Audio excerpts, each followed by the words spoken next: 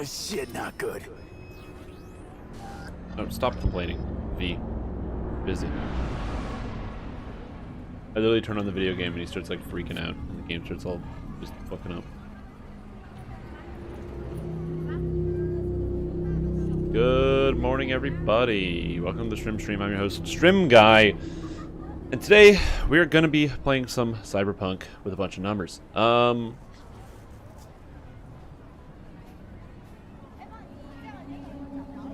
And the reason for this is because I need this channel link, actually. Look at me. Shut up. Shut up. Grim Tom. Quiet. I actually need this link.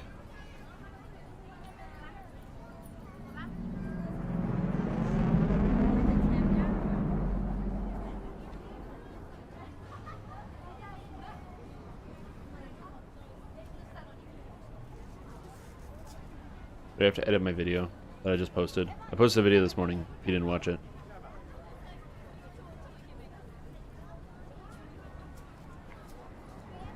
It's an hour and 40 minutes long, so you probably didn't watch it. But I posted it. That's important. Yeah, we're going to talk to Takamura and see what's up.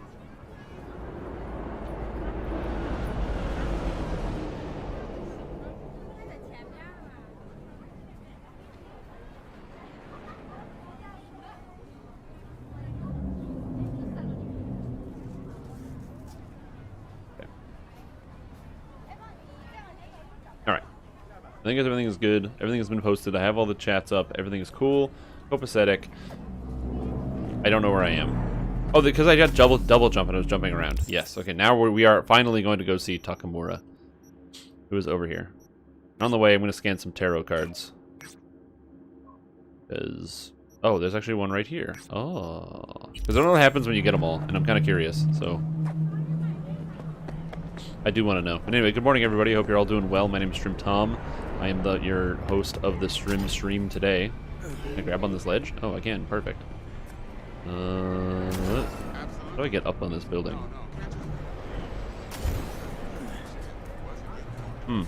Double jumping is weird. Oh, that's convenient. Didn't realize I could do that.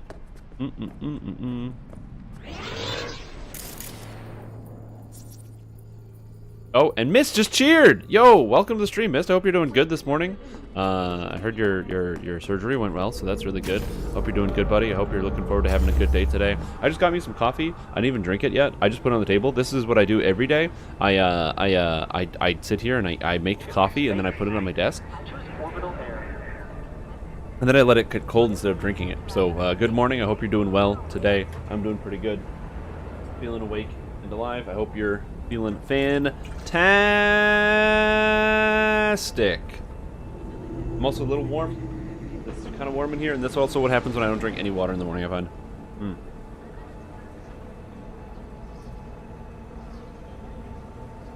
But today's going to be a long one. Ladies and gentlemen, today's going to be a long one.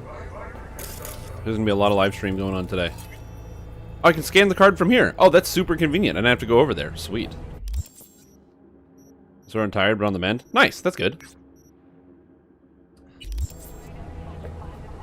Well, the thing is, you know, oh, track job. Here we go. You know, especially in situations like that, your tiredness is to be expected. But as long as you don't have anything important to do, then you're pretty much in the clear. You know, you can just kind of chill. Whee! Oh, if you fall for terminal damage, you can't double jump. I now know that. I tried to jump and it wouldn't let me. I was like hitting the spacebar key, and if you terminal velocity, you can't double jump. So now I know that which I did not know. All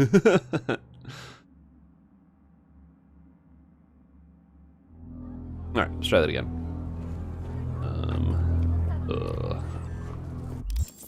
Yeah, hey, it's a learning experience. We're all learning together. That's just on the other side of this building. I can probably climb up this. Oh god, my frame rate. Ah, shit! Shut up, V. I don't have time for your crying. We just gotta climb up this building somehow. Oh, wait a minute. I can go here? Uh-huh. Uh-huh. Oh, there's an elevator I can take. Usually you can't just take elevators, so that's cool. That's nice.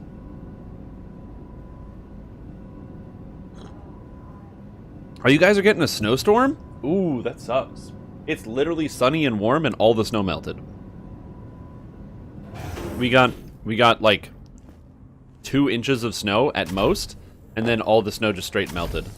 And then we got nothing. So the world. Cool. So I'm definitely sorry to hear about the snow that you got going on. It sucks. I mean, you know, it's natural. Snow is to be expected. Okay, so that's one I'm tracking good. Like, snow is to be expected at winter time, but also it just definitely does suck sometimes when you don't want to get a whole bunch of snow that's just essentially going to lock you down, and then you can't do anything. But that's why you got to prepare ahead of time. You got to get yourself some nice snacks. To make sure you got, like, you know, lots of warm treats and things you can heat up. Usually for me, that's getting the essential supplies to make some cookies or something, some type of delicious baked good. Jumping off of this building seems like a terrible idea.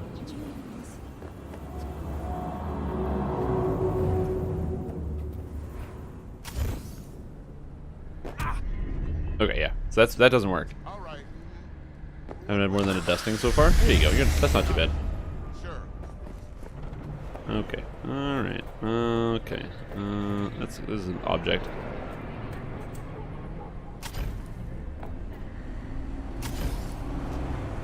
No. Man, that double jumping is sick.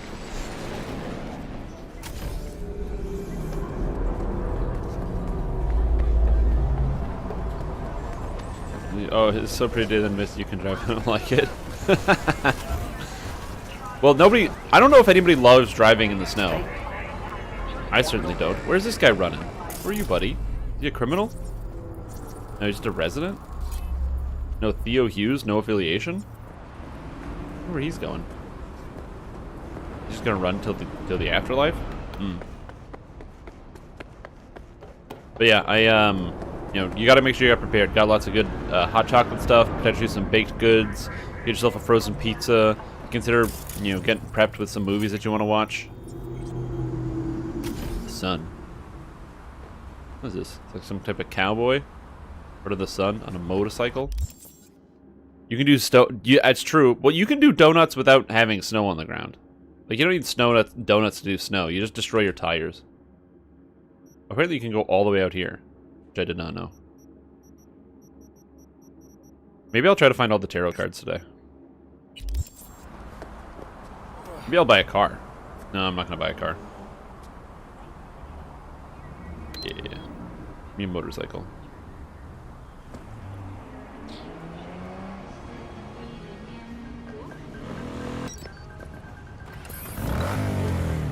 Beautiful. I have personally never tried to go out and do donuts in a vehicle before. At least not intentionally. You know, I've definitely had a scenario happen where... Oh, I was supposed to take that exit. Oh no, I'm gonna be like one of those guys on the internet I make fun of. Who instead of, like, when they miss their exit, instead of going to the next exit, try to turn around on the highway. That was a game pretty good. Like I said, I really like this game. I'm having so much fun with it. But if you go online, you'll find out people hate it, so it's very, very entertaining. I have no idea what the experience is like when you have actually... Oh, I missed an exit? I missed 2 exits? Uh-oh.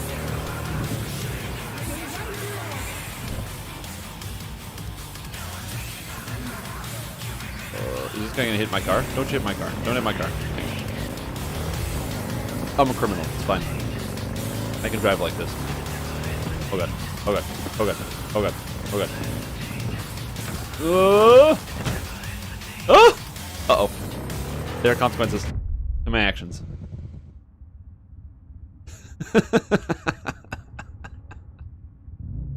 So yeah, it's pretty good. Game's pretty fun. Probably you need to enjoy them there after a nice snow. Absolutely. Assassin's Creed Valhalla on bed rest. Yeah, well, that's it. You just gotta poke out for a little bit, play some Assassin's Creed, pop out for a little bit, play some Cyberpunk, you know how it is. Can you jump out of the water? No, you can't.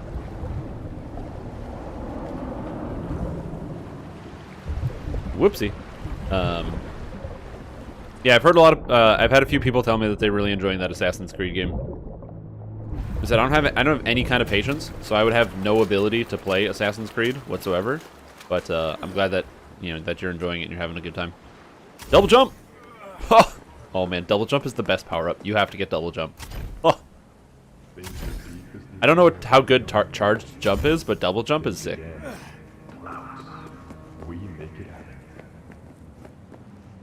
Place looks creepy. This also looks creepy.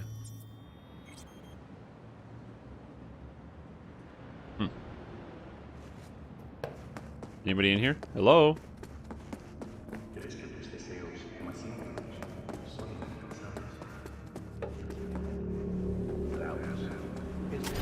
Isn't overly stealthy? Oh, okay. Well, it's Valhalla, so I can't imagine that it would be. I just want to double check before I do this. Do I have any side jobs I have to do? Oh, the Perales need something? Oh, the Aldecaldos. Bill Jablonski. Oh, man. I have so many other jobs. My worry is that if I finish the game, that there's a chance that I won't be able to, like, do these jobs anymore. I don't know what happens. Like, you finish the game and then it's just done. I don't know.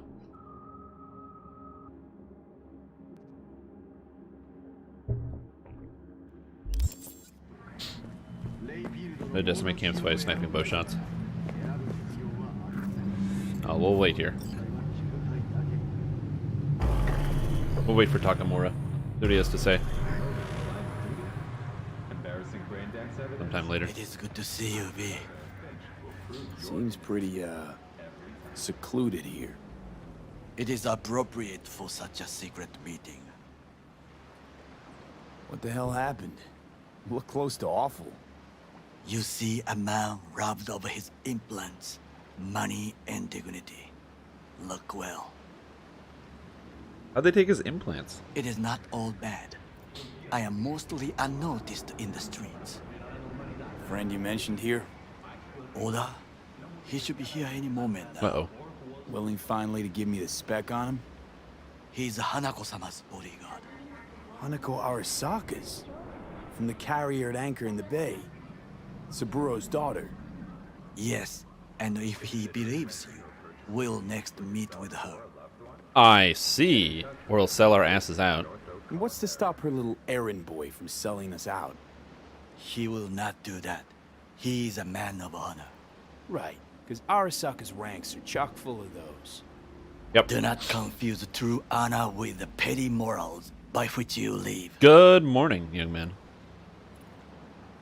By God, huh? A good sign. He is usually camouflaged. Oh, this is gonna end so badly.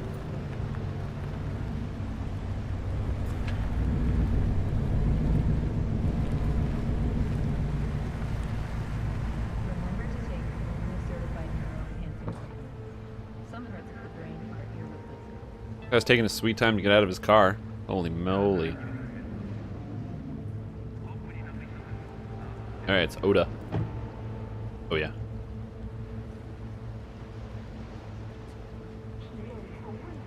Takemura-san.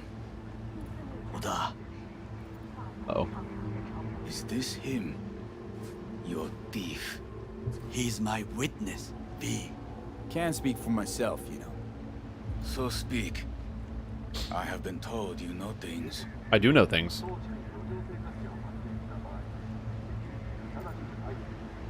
Was there. Saw what happened. Yeah, I'm just gonna say it. I'm gonna be upfront, Yorinobu straightforward. strangled the old guy. Silence! Not one word more. You will bring death to your door. Nah, I'm gonna kill whoever It comes is get the me. truth. Hanako-sama must hear it. My one concern is to keep her safe in this city forgotten by the gods. Is she in danger? Now? No. Yet during the parade to honor Arasaka-sama, most certainly. I bring you this witness to his murder. And you dare to worry about the silly parade? Fool! Correct. Unlike you, I have not yet failed to keep my oath to do my duty. But you can't ignore the truth. Yeah, you can't ignore the truth. It's gonna come back to bite you, The man. only thing I regret is that I came here to meet you. I don't know what happens if you don't Christ press in anything. your head. Like, he kind of does I nothing. do you a favor now by not cutting it off and taking it straight to Yorinobu-sama. What would you do now, were you in my place? I do no favors. I would deliver your head to Yorinobu-sama. Oh, yeah. Consider yourself lucky. that Oda. I Not like we're asking for a whole lot here. Just one brief meeting. Yeah. Hanako should decide if what we say is true. You can't decide for her. Yeah. Will you help? I will not. But I will let you leave this place, this city, unharmed. No way, dude. We're gonna If do I a see reverse either heist. We're of gonna you break in again, and see her. I will not be so lenient. Be very careful, my friend. We are all so far from home. Oh, yeah. This guy's gonna get murdered. Good Can't handle the fucking truth. riddance. 1 hour Saka whack job is already plenty. Fine friends you got. Fine friend there. Got any more? Alas, only him. No way this is gonna work. Yet. We walk away with a small measure of Look at our meeting goes more success. likely someone's blasted. Yeah. Probably by How do me. you figure that?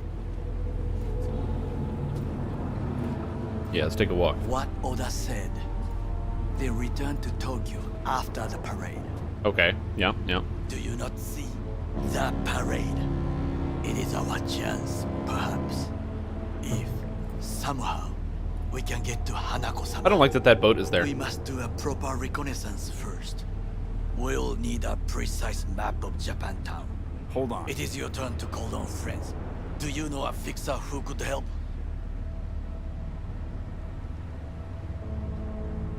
Hang on. Not so fast. Make it sound as easy as hacking a schism. You said yourself, Hanako's got the tightest security in All Night City. Correct. That is why I wish for you to contact us with the local fixer. All right. Just a fixer dame. Okaku Akata runs a pachinko parlor on Jig Street. We must pay this woman a visit. Okay. All right.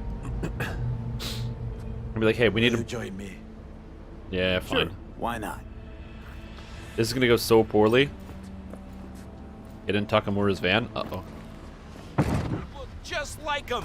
A dozen implants and skin grafts later. Oh god. This is gonna be so Gen bad. 2.0. So, we broke into The Arasaka actor Tower doesn't mind, but the studio has and tried all of stole this trademark stuff, infringement. which caused us If to they die. find a blowback, J.J. she Street. better leave a glowing What is review this for name? her Ripper Doc. Just a Night City name.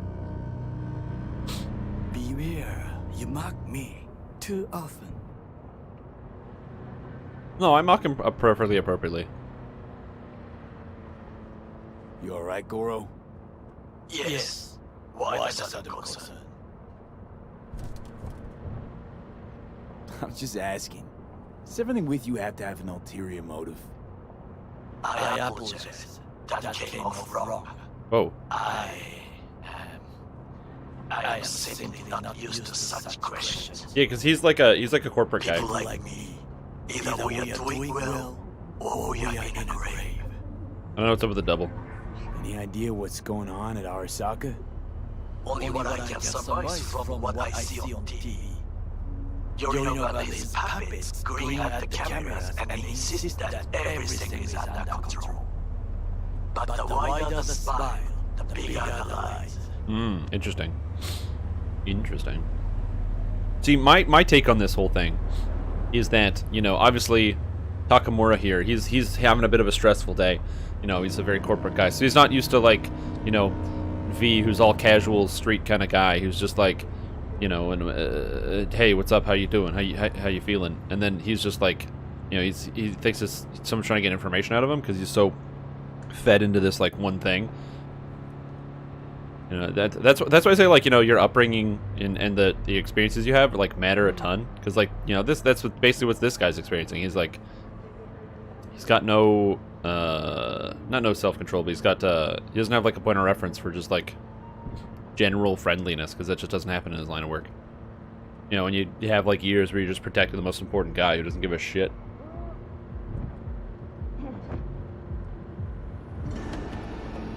How lame he drives his van. Yeah. Also, literally, there's like a robbery going on right there. We just drove past it.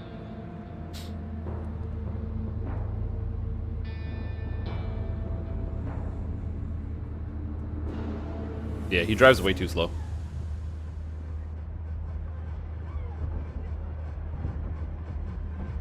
Well, there's Jig Jig Street. Until you finish. What don't you understand? Don't interrupt. Oh my god!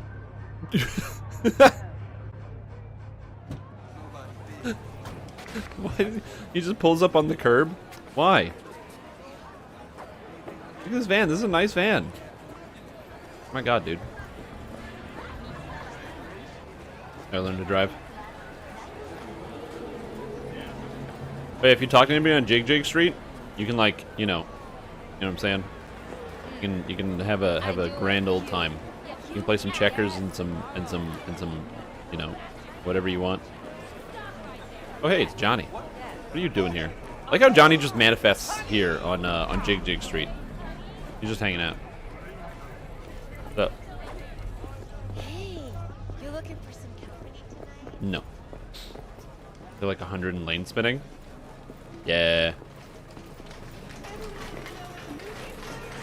Oh, pachinko shop. How I miss the sound.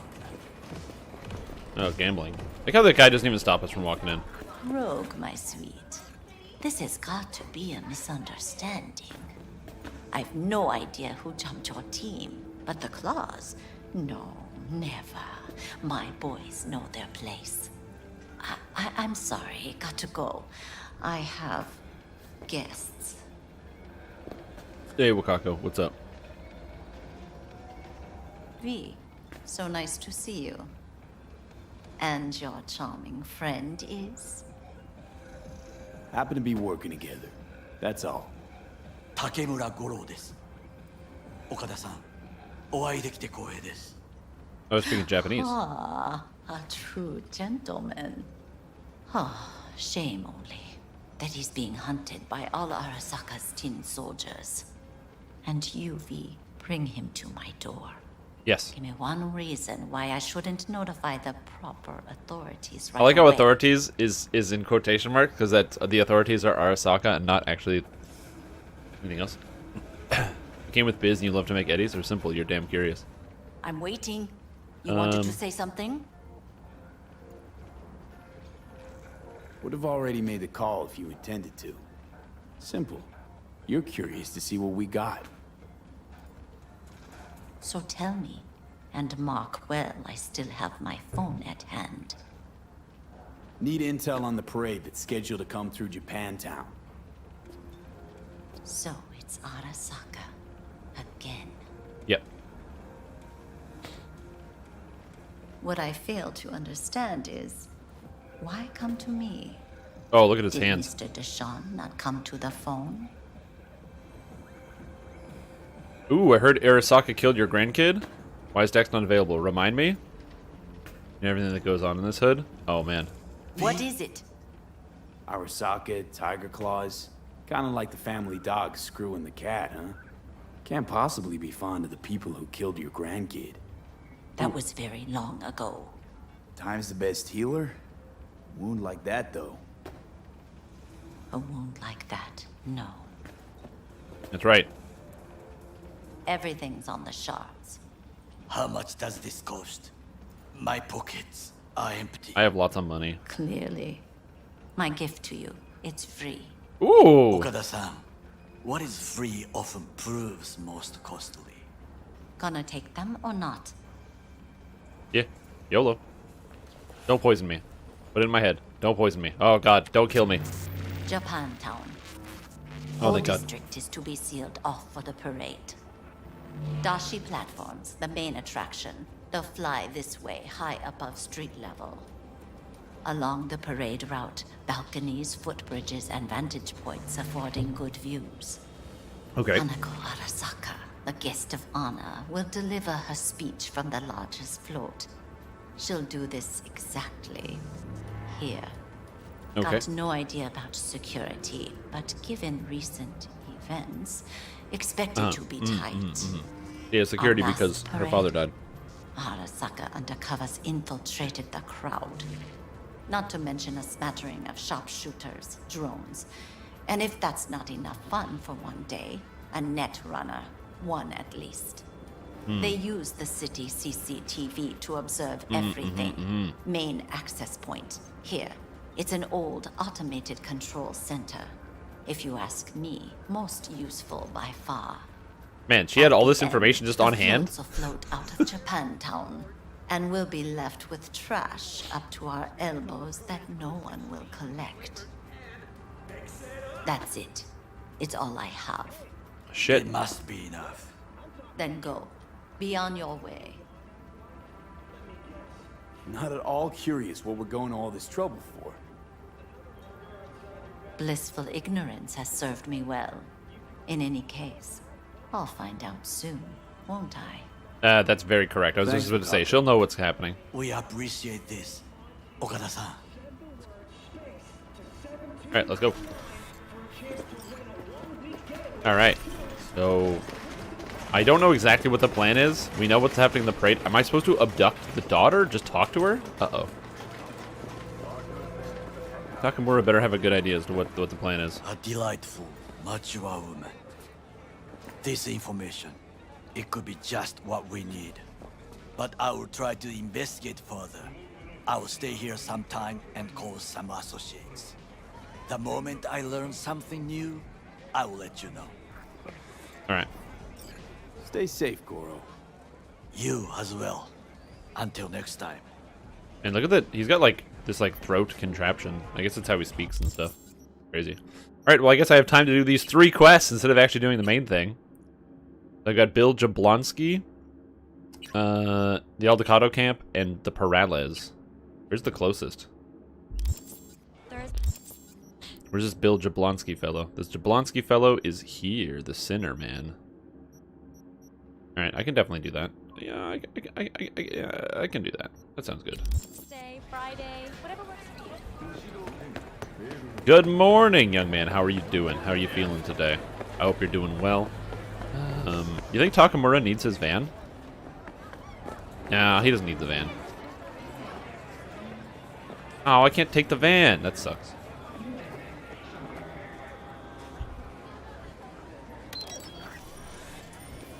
Where's the car? Oh, it costs $100 every time I want to call my car. I forgot about that. Or call the ride. Every time I want to catch a ride. Okay. So it's telling me just to go. Oh god. Oh jeez.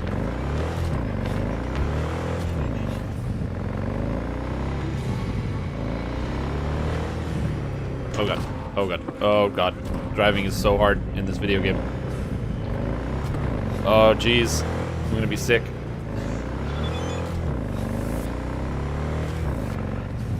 I got a text. Hey V. Plans, you know, don't want to think about what could have happened if you hadn't been there. Anywho, got something that might help us. Can't go on the deeds, but I'll holler at you in a couple days. Oh, and have a fabulous day. Smiley face. I feel like Judy would be really upset about the fact that, you know, what happened.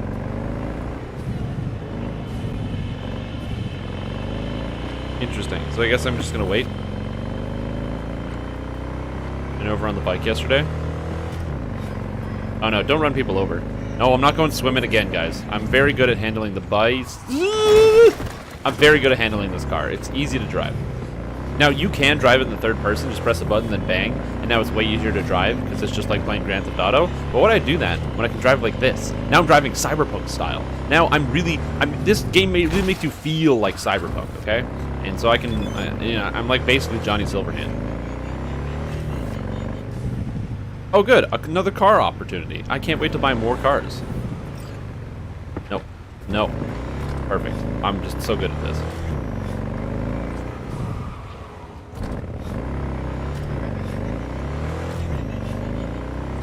Man, this, like I said, this game really makes you feel like you're in Night City. So I gotta drive it, you know. I gotta live the dream. I think I'm playing friggin' Burnout over here. Oh god. Oh god. This is so funny. What is this? There's like a marker here. I can't go in this door.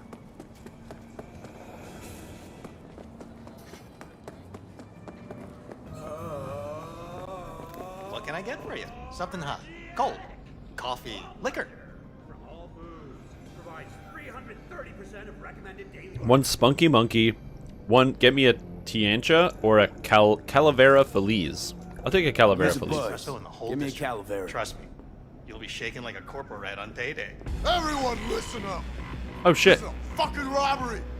Mr. Slick, behind the counter? Yeah, you. Shut the fuck up. Put your hands up where I can see them. Rest of you, stay where you are. And don't fucking No move a affiliation. muscle. If I hear so much as a beep, you're only getting a side order of lead. A side order of lead. This guy's Wallets on practiced the his table. lines. Keep your mouth shut and nobody gets hurt. Sticking up a diner, man, that is sad. What'd you do before? Steal old ladies' purses? Oh, I didn't try to say Part that. of keeping your fucking mouth shut did you not understand? How about you go first? Hand over your wallet. Nice and easy. People have wallets?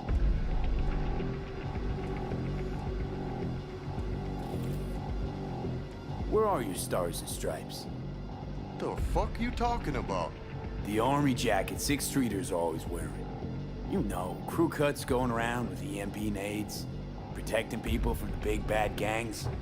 Surely you must be with them if you're doing a stick-up on their turf. No gang be stupid enough just to waltz in here, guns blazing. Hey boss, I think I saw one of them by the window. Could have heard shots. Uh-oh. They probably heard you too. Remember, they're trained to detect any kind of disturbance. Uh-oh. I told you we should have gotten a coast view. Quick, gawk piece of shit. Hey. For years, nobody touches this place, and now this? Where's 6th Street when you need them? Ow. Thank God you were here. Order whatever you want. It's on the house. That's what I'm talking about. Anytime, man. Yeah, you know what I need? I need a I'll drink. take a drink. What can I get for you? Something hot. No, he just spits out the Coffee, same liquor. line. Buddy, you're supposed to say something different. What do I need? I need a real fruit. I don't know about real fruit. Cola? No. Let's get a stout. I don't like stouts. A V-Mite. A Boomalant? Yeah, let's get a Boomalant. That sounds good. I'm gonna buy one. Delicious. Now I can drink my Boomalant. Hold on. Backpack. Oh, I have so many things. Where did the Boomalant go? New. Oh. Boomalant? No. Boomalant. I don't know how this is organized. Sort by DPS, sort by name. The Boomalant. Bluegrass. Boomalant, there we go. Tasty. Thanks, buddy. A dirty kobold? Yeah, I could go for dirty kobold. Wait, that was convenient. All I had to do was just talk to those guys, and then they went away. Yeah, is there any other mission in this area? I think that was the only one. There's another like side job. I kind of like doing the little side jobs because they're fun as you go around. They give you like little bits of context about like the story. Your character gets to say some stuff, and you have weird little interactions like that. Oh god. Oh god. Oh jeez. That's just me intentionally driving back. That's fun. Oh, I got a phone call. V, got a job for you. My client had a shitload of beta acid stolen.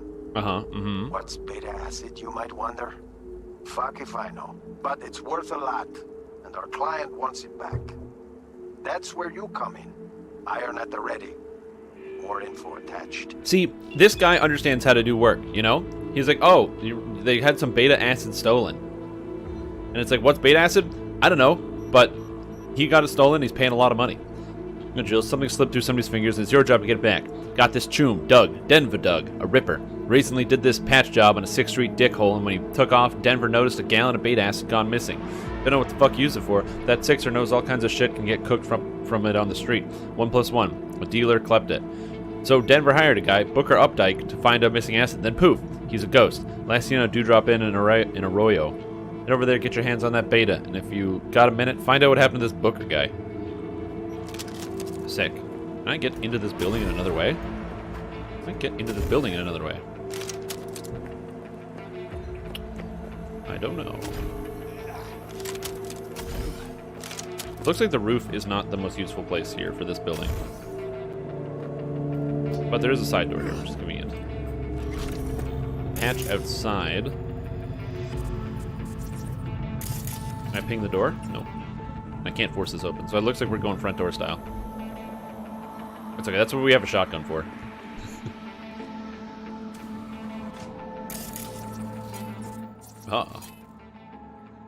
Oh, that's expensive. The ping stuff. I need 7A.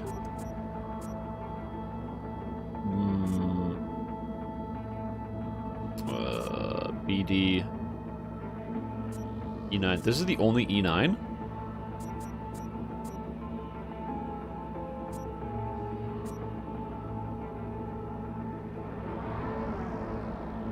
Oh shit. There's... Okay, so I have to go... I need BD, BD, E9, or BD, BD, E9. There's no BD, BD, E9. Oh shit, this is not good. I can't even get this. 7A, BD, BD. Oh man, I don't know how to do that puzzle. Oh no, I fucked it up. Oh god, okay, whatever. We're still doing this because I don't know where anybody is. Oh, so apparently I'm drunk, which is sick. Alright, there's a bunch of guys in here. 1, 2, 3, 4, 5, 6 people in this building. Alright, dope. Receptionist. Find Booker uptype. Oh, there's a receptionist here. It's okay, she doesn't need to know. Can I assassinate her? No. Excuse me? Oh, my bad. Kind of spaced out. Welcome to the Dewdrop Inn, where every day begins with a smile. Huh. Chill place you got here. Quiet. Calm. Think so? Probably owe all that to 6th Street. Anyone tries to harass our guests, they keep them out good. There's someone says I'm Batman. Oh shit. You ain't with the cops, are ya? Or the opposite. Phew. Good. I ain't supposed to talk to cops. Anything available short notice? One sec. Check it. Oh, yeah. Got one on the ground floor. That okay? Yeah. I'll take it. Okay. Nova. Room's number 106. Oh, but hold on. I gotta read you this. What's this? Dewdrop Inn cannot be held liable for damages to personal effects and guest well-being. We reserve the right to deny service by force if necessary. Please enjoy your stay. Thanks. Like I never left home. Cool. I'm not gonna ask her about Booker Updike because I don't think she's gonna tell Was me. supposed to meet someone here. Name's Booker Updike. Okay. Well, is he here? Oh, I didn't know. I'm just filling in for my Toon BFF. She's under the knife today. Oh shit. Alright, great. Alright, let's hack into the computer. Let's hack into the mainframe. See what we can get. And by get, I mean some money. 7A, E9.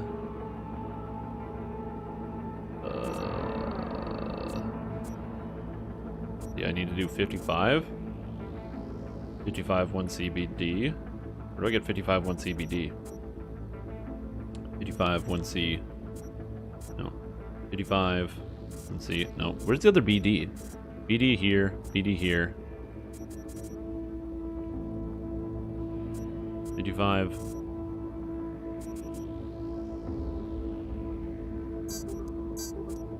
Oh, 55 1CBD. Man, that was not good. I'm not very good at this apparently. I thought I was good, but apparently not.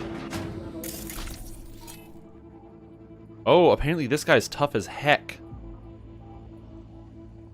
Okay, so let's breach this guy so I can get some more advantage on him. Oh my god, why are these so hard? E9. There's no E9 and 1C. E9. Oh, E9, 1C, 55. So we go here.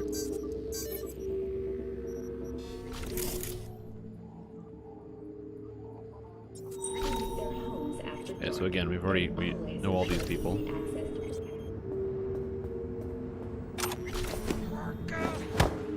Ooh! Whoa! Bring lead on it, boys!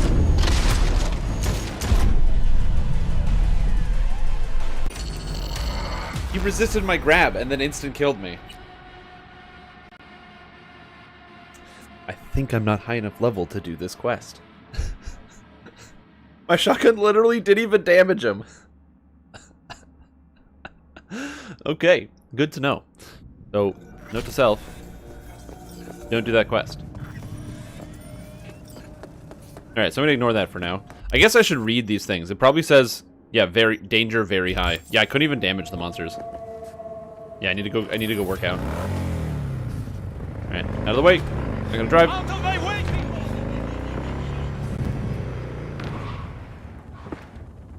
Alright, well that was not that far. Wait, this is where I was supposed to wait for the guy? Outside the building? Yeah, I don't care. Got a job for you.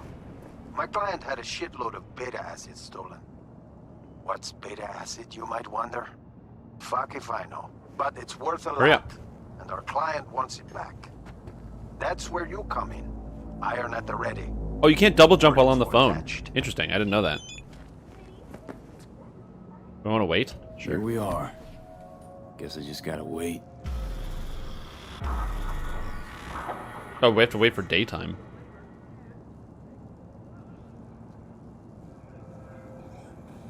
What's happening? Hello? Oh, that reminds me.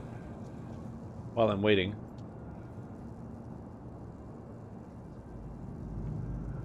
I'm gonna put on the mature content label, just in case I get in trouble. It looks like Bill. Huh? It's just, Wakako sent me. Is that the Okada lady? Did she tell you how this is supposed to happen? Didn't go into a whole lot of detail, no. Joshua Stevenson. You and me are gonna give that murdering fuck what he deserves. I'll tell you more inside. Get in. You're driving. Wait, I'm driving? Okay. Oh, sick, I get to drive a pickup. I never drove a pickup before. That's not true, I have. That's not what I wanted to do. Wait. No. This is not right. Pass down this This is incorrect. We just sit tight till they show up and follow them. I want to see the light in that Oh, no. motherfucker's eyes go out. Whoa. Why? So we can smell his own fear before he dies. Uh-oh. Want him dead, why exactly? That's not your concern. Uh-oh. Rather Okay. know what I'm I getting don't know what's gonna into. happen. Stevenson murdered my wife.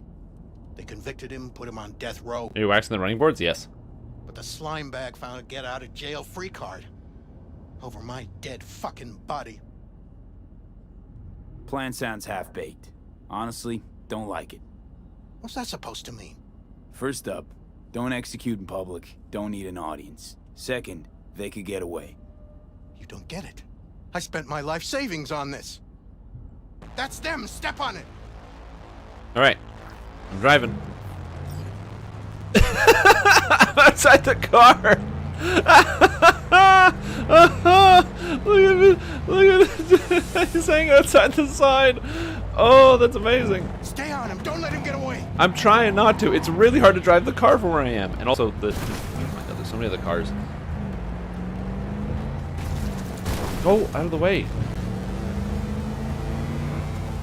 Oh my god. How many cars are going to intercept me?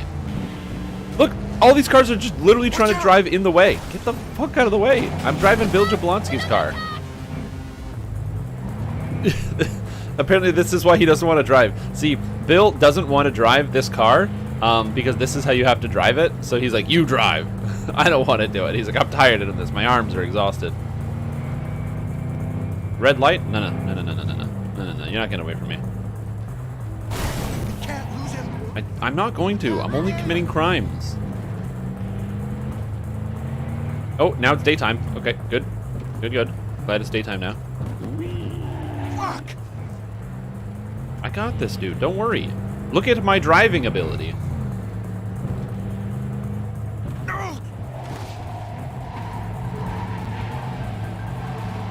This is amazing. What happens if I go first person? I'm just gonna be curious. Okay, that's what happens. Change angle. Okay.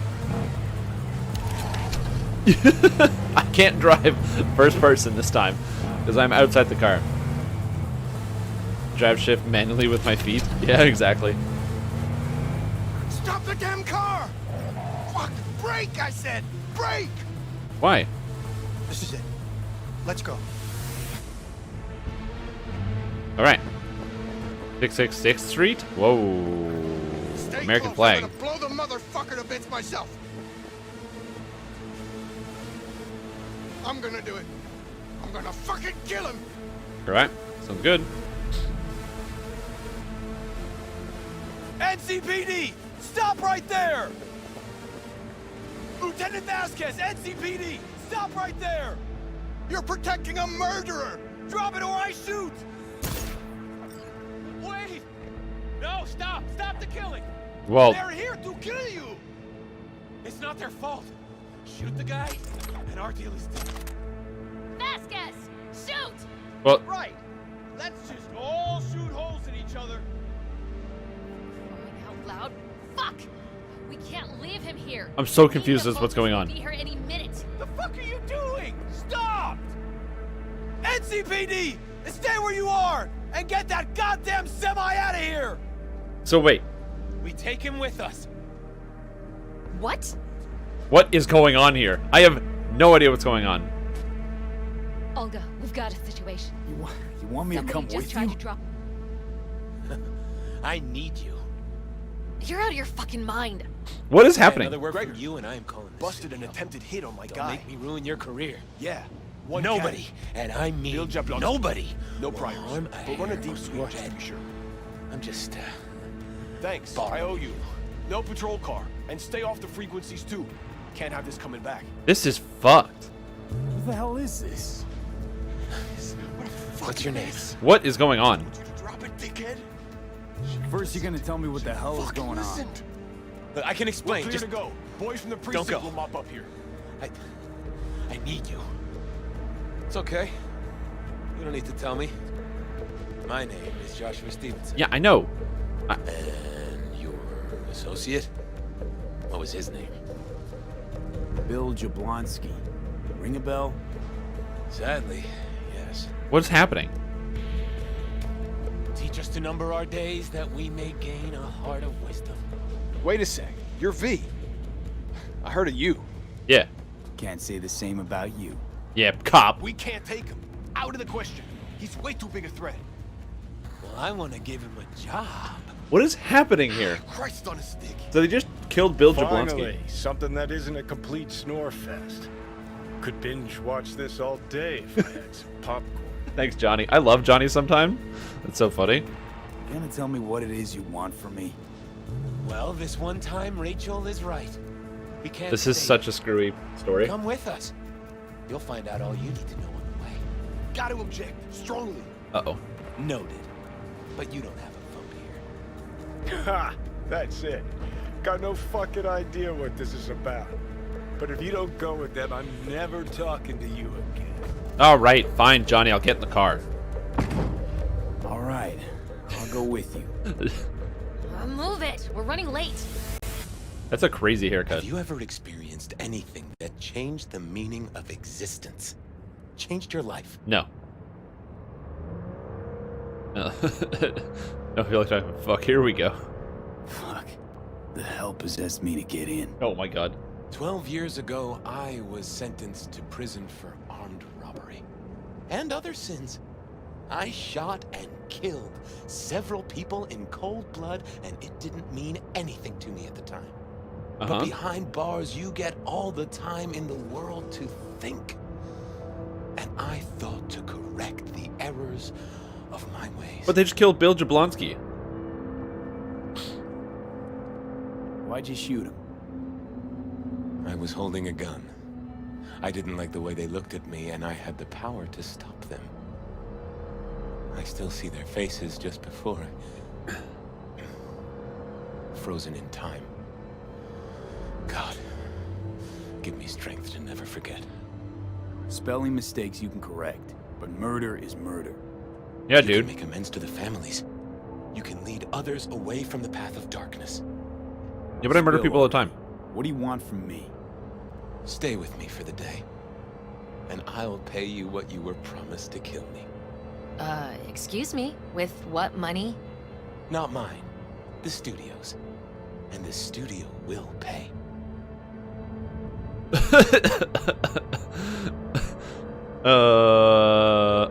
Still got no idea. I don't know what the heck they want me to do. Remain by my side and talk to me. That's it. Can't talk to Rachel. Try taming Vasquez. Are you lonely? Don't like Rachel. She's got the gift of the gab, surely. I'm merely a springboard for her career. A high-value asset. You're the one I want to talk to. Okay, sure. Just till the end of the day. Till the end of the day. Okay. I sense anything going wrong, I'm out. No one will force you to stay. We're almost at Gloria LMR's. Uh-huh. Give me a moment. I need to prepare. Is he praying?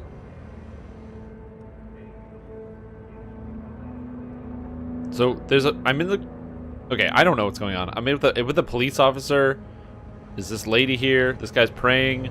We're going somewhere. I don't know where we're going. I'm skipping the ride so we can get there faster. I am totally bamboozled. And Johnny said he will never talk to me again unless I get in the car. So I'm gonna stay in the car. Keep it short. We're on a tight schedule. oh, oh, here we go. All right, let's get out of the car. All right. I mean, that happens to a lot of people in CPD prisoner. There is a light that never goes out, is the quest. Interesting. Rancho Coronado, where am I? Where do they drive me to? Interesting, I'm here.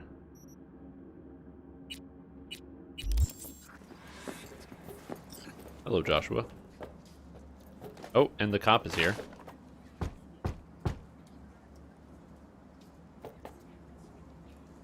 Is he gonna try to make amends to some people that the families of people he murdered? Zuleika? You're late. I found a companion along the way. Someone from the studio? No. Do you remember what you wrote me in your last letter? He is everything you spoke of. Huh? Meet Zuleika. Really wouldn't mind knowing what's going on, sure. Pleasure. I'm just gonna be nice. I'm just gonna be You pleasurable. are a friend of Joshua's? It's complicated. It's a long, strange story. Mama isn't. I was back hired yet. to murder this guy. We can talk inside And until now she we're returns. friends, apparently. Come in. Okay. Hurry up. I'll be waiting outside. Looks like someone doesn't enjoy waiting patiently. Fuck off! What? I'm gonna antagonize this guy. That's sick. What is it, Johnny? Who's this guy? Well, this is. Wait, this person's dead. This is a vigil for someone who died. Wait, did he murder this person? Uh-oh. Or is that him? I can't tell. Please, sit down. I don't like this. Can I offer you anything? A drink? I'm good, thanks. I'm good. Thanks. Yeah, I don't need a drink. I don't trust these people. I don't need to get poisoned. Some weird cult-like activity. Another picture of the same guy. In the name of the Father, and of the Son, and of the Holy Spirit, one God. Amen. Okay. Zuleika is the sister of the man I killed. She wrote me letters while I was doing time. That is how we two were united. Through forgiveness.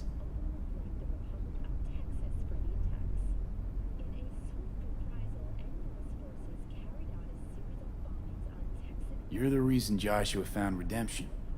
It was her letter that started everything. Interesting. I kind of want to be antagonistic, but I want to know what's going on. God gave me another. Your God allowed innocent people to die. True believer is hard to come by these days. Why are we here?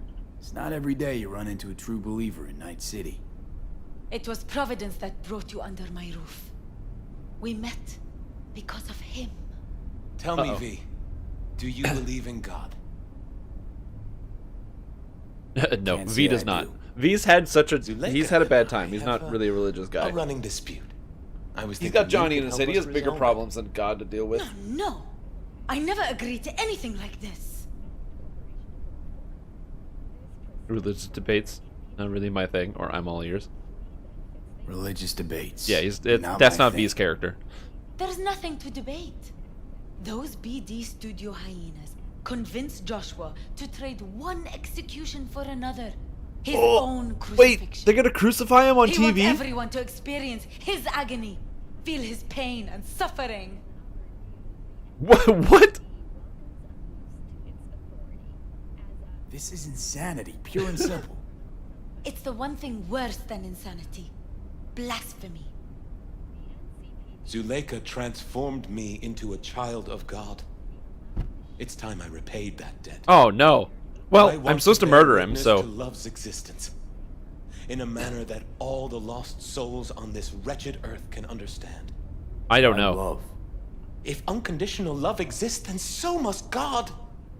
It's time the world was reminded of His By divine him getting presence. crucified on TV? I don't know if that's Think gonna work. of the millions jacked into their feeds like livestock. The children growing up in gang-infested streets. Is Josh Do on they death know row? love? No. Think of the joy toys on Jig Jig Street. Coked out corpos in their offices, and murderers who stalk the streets. I want to reach them. I will reach them. No, he won't. He's just a murderer. Think of paid killers like you, V. Have you known love? Do you know what it is? Mother's home. Uh-oh. Oh, she's not gonna be happy. Joshua Stevenson. We meet again. And who are you? My name is V. Go. You are not welcome here. Mrs. El Amar, I have come to beg you for forgiveness. You murdered my son. Yes. That is something I can never forgive. Yeah, I'm with her. I truly do regret the pain I have caused you. Out of my house, no! Yeah, absolutely. This guy's crazy. Just go, please. Why did we even come here? I'm so confused as to why. All right, let's We go. should leave, really. I can't. Please, Mrs. El Amar. No. Go, Josh. Get out. It's okay. Get out. Just go. Oh, get You out. took my Reuben from me. Oh my God, his name was Reuben. My child. God, get out. Go, My son. go, go. Let's go back to the car. Yeah. What did you think was gonna happen? What did Joshua think was gonna happen? Oh man, what an idiot. Anyway, I'm gonna go steal everything from this house. Oh no, there's nothing to steal from these people. Oh, there's a computer though. Oh, the messages. Thank you. Elamar from Reverend. In hindsight, I see now, Father, that you gave me the best possible advice. Love is ultimate remedy, and forgiveness brings relief. I feel stronger for taking bolder steps. Yet I receive even more strength from seeing how mustard seed sprouts and grows. Thank you. Sign of Jonah. I heard the gospel today. This generation is an evil generation. It seeks for a sign, but no sign will be given to it except the sign of Jonah. I see now that Night City, like Nineveh, I can't pronounce this. Still awaits its prophet. Many of us bear our own crosses each day as prophets unto ourselves, forgotten and ignored by others. Is there not one of us who may become the mustard seed among those branches and birds and make their home? The days following Reuben's death are dark, so I pray that the true path may be revealed. I hope that one day I will emerge from the belly of the beast and see the light. Father, thank you for the words of comfort. There are still things still tense with mother. It's hard to get through to her. If I have spare time, I would be grateful if you could pay us a visit next week. And Father, how difficult it is to follow in Christ's path. The passing of the days does not make the pain any more bearable. Our Lord said, let the dead bury the dead, but it is impossible for me to not think of my brother's death. How should I interpret those words? Go and announce the kingdom of God and speaking about salvation through suffering? Man, there's too much. I don't know. It was Jibbery Jew. Anyway, I'm not a child of God, so I'm gonna go steal some shit from these people. All I got was a pack of cards in this whole house? Damn. I really wanted to steal some more stuff. Ooh, 2 packs of cards. Take that, video game. Yeah. I have no idea what's happening. Anyway, back in the car.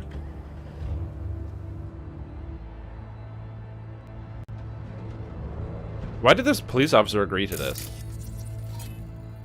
Rachel, Fourth Wall Studios.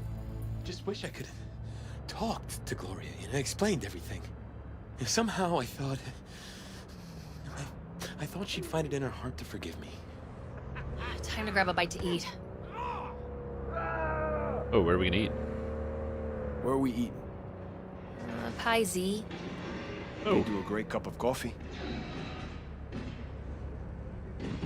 Pie Z serves up a killer cheesecake. Oh, killer cheesecake at Pie Z. I'm lactose intolerant. How about vegan avocado ice cream then? How well do you know the city? You can't know Night City well, ever. It's always changing, always surprising. Part of its charm. Top moonlights for the studio, possibly. True that. Yeah, I don't know what this idiot thought was gonna happen. I have no idea what he thought. Like he was like, "Oh, I'm just gonna talk to the mom and she's gonna be chill." Grab us all a table. Need a word with our stowaway here.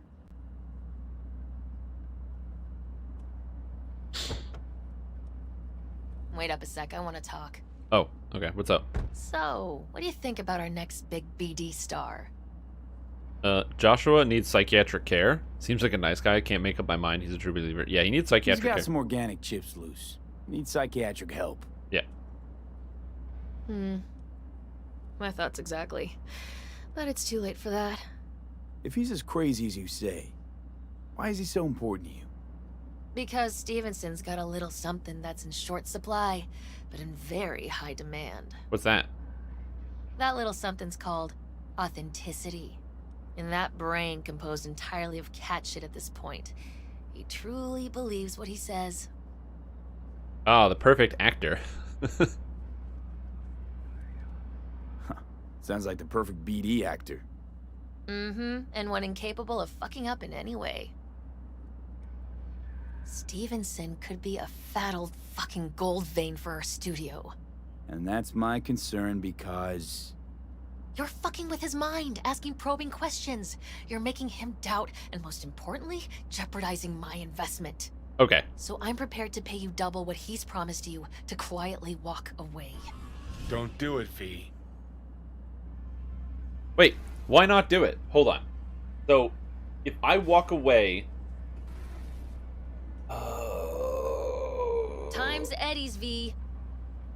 Okay. I'm trying to think of the consequences of my actions. So, I'm either going to try to get him to reconsider and realize he shouldn't get crucified on camera, or that he... I don't know. Is that a good thing? He like, the guy shouldn't crucify himself on camera. That just shouldn't happen. So, I think I should put a stop to that. That seems like a bad thing to do. What are you waiting for? Not that he deserves to live, because I'm a cold-hearted murderer anyway. My answer's no. Why do I think you don't understand what I'm offering you? Understand just fine. Let's go Hurt inside. or help the Corpo studio? Well, no, I'm thinking about just the people. Not bad for a petty merc off the streets.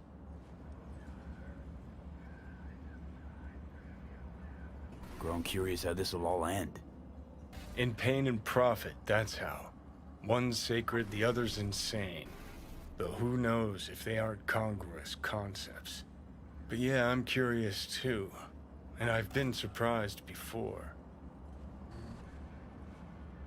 Okay. I don't know. Yeah, I don't really want to help the Corpo studio, you know? I don't really want to help the Corpos. But at the same time, I'm not too stressed about doing something like that, you know? And you go. Alright, let's go into Pi Z.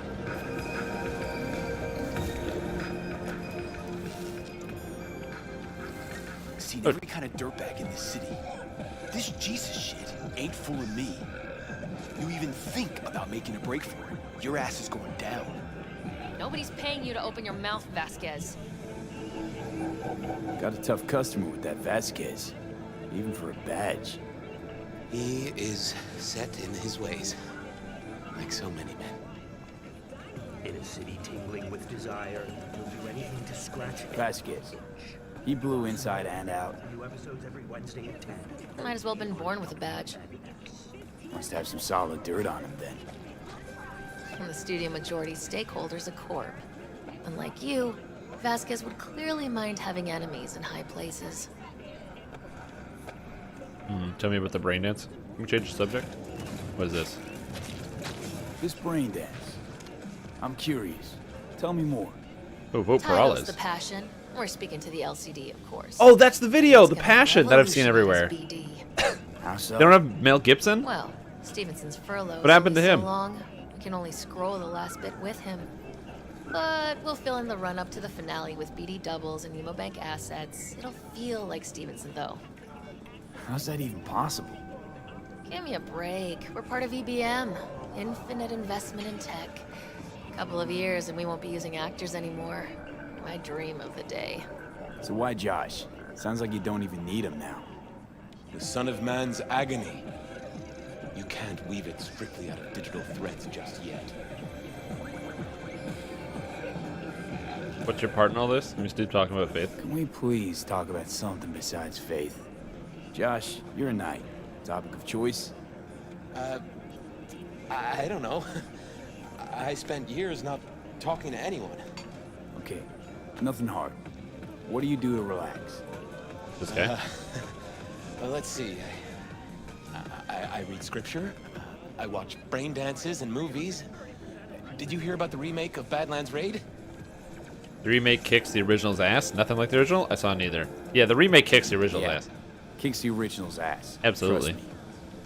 Chatter's pointless. That's enough. Stevenson can't be distracted. He has to focus now. What do you do to relax, Rachel? Rachel. Yes, why? I don't know anything about you. How do you spend your leisure time? Oh, right. I didn't have to do it. What do Joshua you did do it. to unwind? None of your fucking business. I mean it as a serious question. I meditate. After making waves in Tokyo, Sydney, and Paris, their next stop is on your doorstep. Didn't take you for one with a spiritual side. You being, well, Oh, I'm being so Know what antagonistic your now? problem is, all of you? You refuse to understand that spirituality can only ever be personal. And why the fuck are you here anyway? For the free meal? Yo, back off. Back off me. Okay? I'm just chilling. And maybe you should fuck off, huh? You're not part of our group? Joshua told me to come along. You can't tell me what to do. Ugh, all this talk about grace and salvation and transformation. I could puke. Take it from a BD producer. Religion's an elaborate lie. All of them. But, Rachel, No, we're done for the day. Finish your meal. We'll put you up at the studio. And you, get lost. We'll get your fee soon. goodbye, V. I Huh. am truly glad to have met you. Huh. Is that it? Props. Really well played, Dad. What do you make of it all? Guy just might be the biggest nut job I've ever seen, but it's still corporate exploitation. Absolutely. As long as it's made him a better man. I mean, I don't even feel sorry for him. Don't even feel sorry for him, in the least. We could talk in circles, but who cares what we think? What would it change? Corpse will continue to grow rich off his type, and the masses will live on with their pipe dreams. Hang on, where's Rebel Johnny? Seem to have lost him. Well, I found him. He's inside that guy. He's the real rebel. No, he's not. Make up your mind, which is it? Nut job or Messiah? He's fucked in the head. The world's fucked in the head. And you're fucked in the head because my fucked up head is inside it. Guess if you want to save the world, Oh, that's great. the first step. Get fucked in the head. What do you think? God exists? Fuck. Kill me, please. Come on, serious question. What? Why? So you flatlined, then got your beat back. Don't tell me that's left you wondering if the construct can even be saved.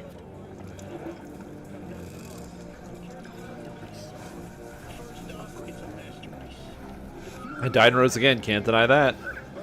Gonna tell me you don't think about being a digital psyche, possible consequences thereof. Really? I mean, are you already dead or alive till the last existing digighost of you is shredded? He's a digighost. Like, am I gonna ascend to digi-heaven? Descent to digi-hell's more likely. But yeah, there is life after death. Does Silverhand already live in the afterlife? And I'm talking to his animated epitaph? Ooh, I didn't know you would know the word epitaph. Surprise. To me, I'm just that. Me. No netherworld, no happy wonder world, just duped digital psyches. Weird Enough as for me. fuck today. Just kinda unreal. But reality beckons. Come on, we got places to trash. All right, let's go, Johnny. Cool. I think I got paid for that. It's us, Crocs! After making waves in Tokyo, Sydney, and Paris.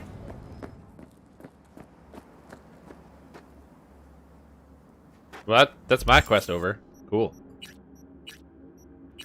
All right. Well, I still have to wait for everyone to do stuff, so I guess we're going to the Aldecaldo camp. Sweet.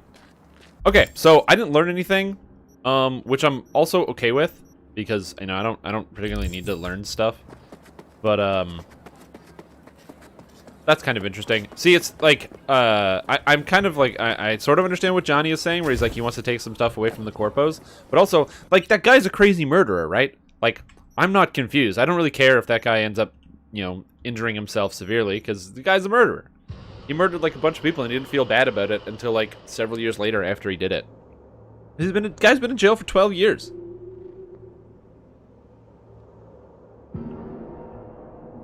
So it took him a while to figure out that he should feel bad about committing ridiculous quantities of crime. With little help from my friends. The rest will stay here in camp. I want patrols Item. every half hour, reporting directly to me. V, you're here. What is he doing here? I forbade you from even breathing on that Militech convoy, so you call in your friend? To do it all behind my back? Is that it? Uh-huh. That's exactly why I had V come and stand right in front of Got you. no fucking clue what's going on here. Damn it to hell, Saul. Are you seriously considering letting that basilisk slip through our fingers? I am. But a chance like this. A chance at what? Rotting up the job we came here to do? Wow. Seems a lot changed while I was away. No. Nothing has changed at all. I'm so confused. The Biotechnica people will be here in an hour. Try not to cock anything else up before then. What the hell is happening? I'm so confused. I can't believe it. Look, there he goes, off to paint the grass green. Thought the Biotechnica contract had withered and died. I have no idea what's going on. Saul insists we see it through to the end. To prove the Aldecaldos keep their word. Crop protection. Who gives a damn about crop protection? All Saul is going to prove is that a corp can walk all over us, and we'll say thank you and ask for more. What's this basilisk nonsense? It's an armored Militech cargo panzer. Junk from back in 2060 or so. Junk? They want to peddle it off to a backwards country, somewhere it can still pass as a technological wonder. The Militech convoy will take the 101 right past us. Oh, so they want to rob a Say not convoy. to say hello. Gotcha. Let me guess. Whole thing's your idea. Why do you go free from all the murders, but he Saul wouldn't be doesn't? quite so pissed if it were. Because I have Johnny Silverhand believe in my he head. is right. If this had been Saul's idea, he would have seen it as the greatest plan on God's green earth. Bull. Saul isn't that petty. He's simply a coward. He would rather play it safe, bide his time. For the family. Is this basilisk worth another fight with Saul? Yes, a craft like that would finally put us back on the right path. The family is falling apart. If we fall into this Biotechnica rut, no one will ever take us seriously again. Okay, so you do want to go behind Saul's back. And drag me here specifically for that. Cassidy, Ted, Carol, and Bob also on board. Oh my god, that's so funny. Remember when you told me I had to give you a good kick in the pants? Hold on. Character? I can level up my cool if I want. And be able to respond in kind, which is funny.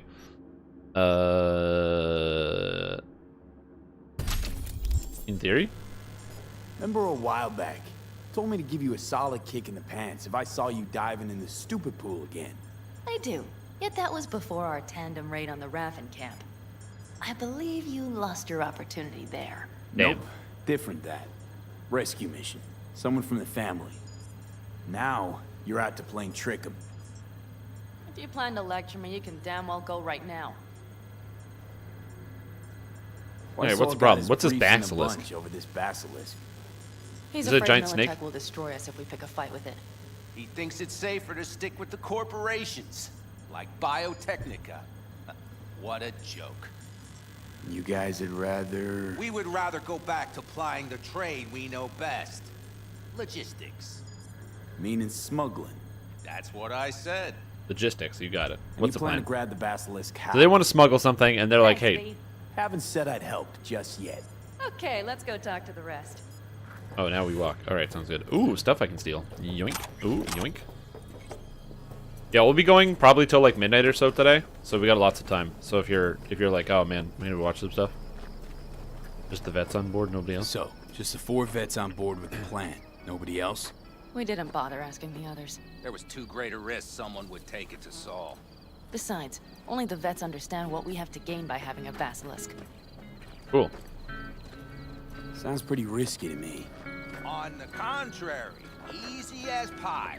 There won't even be much security on the convoy. I'm glad they're all talking about it right here. Plus, we'll be doing our part towards furthering the cause of world peace. Ooh, Eddies. Sweet. Why should this beast wind up being used in some little third world skirmish? We'll make better use of it right here in America. Perfect. Yeah, exactly. First world Did you skirmish. try to get Saul on board again? No luck, huh? No. Okay, everyone listen.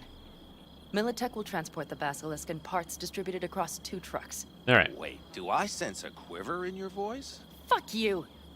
The convoy will halt at the railroad crossing on the 101. We'll attack from behind, then get the hell out and away. Cool. Questions? Comments? Motions? Nice job, Sunshine. Mm-hmm. Damn short. It's all too easy. Convenient to arrange. The exact tech you need. Coming your way, almost served on a silver platter. Yes, Saul also claimed it stinks to high heaven. Intel on the convoy, where'd you get it? Carol hacked the Militech comms channel. Is that enough for you? All right. Okay. I gotta see where I'm this is in. gonna go. Everyone's gonna get murdered. Okay. Here's the thing. 'Cause Thanks. I'm not gonna get murdered because First, I'm we'll ride V. to the station. The train engine we need to block the convoy's way is there. But these people are you gonna get riding murdered. with us, or will we meet you there? Riding with you. Excellent. Let's get going. All right. Let's get murdered, I guess. I think I heard a little shake in that voice. You did not. Come on. Did you get your hands clammy too? Screw you. In the car. But are you sure you didn't leave any tracks? Militech won't notice a thing. Are you trying to insult me, Bobby? There's something to finish that lady. Forget I even asked. I don't know. I think Saul is Saul not gonna see us when we drive out? Is he not gonna know that they just left?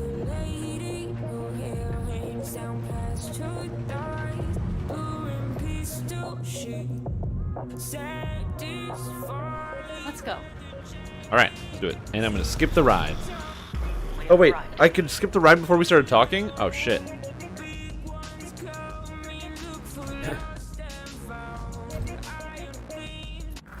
Big bastard. If you like it so much, maybe we should just hijack the train. Let the basilisk go on its way. You picked the freedom one? Yeah, then just drive this beast to the 101. There and back. Yeah, we did. Saul would be on board. And then immediately after finishing that mission, she called me again and was like, hey, Are we let's ready? do a mission. Okay. The Militech convoy will be traveling from Night City to the base where they're due to meet the buyer. We will stop it at the railroad crossing. All we have to do is shove this beauty in its way. Okay. V, any questions? Plan to move this thing how exactly? Train operation at 13% power. Carol will have to hack it. Then I'll somehow have to finagle authorization from the control tower to move it. Tower looks inactive to me too. Yeah, we'll see to that. You and Pan Am just get the authorization code. Uh-huh. Okay, let's get to work.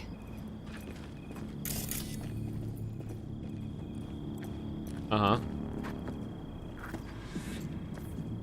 Oh, talk to the nomads. Nope. Talk to the nomads? Nope. What are you two doing? I'm finding my inner peace before the storm, while Teddy is just being dead weight. That's funny.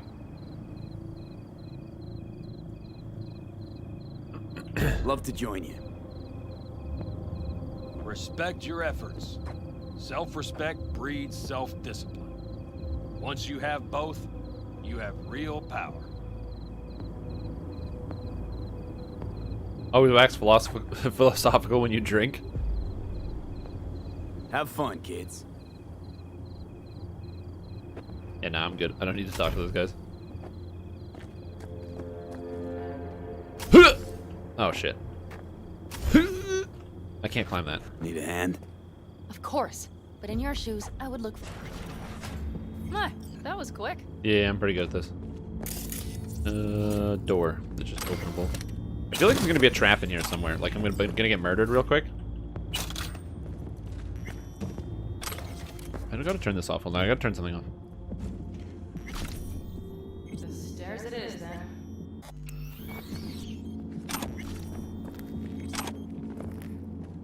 Real quick, I have to use the washroom, so I'm going to take that opportunity right now. I'll be back in just a moment. I hope you've enjoyed the stream so far. We'll be streaming for the next at least 12 hours or so I'll be back in just a minute.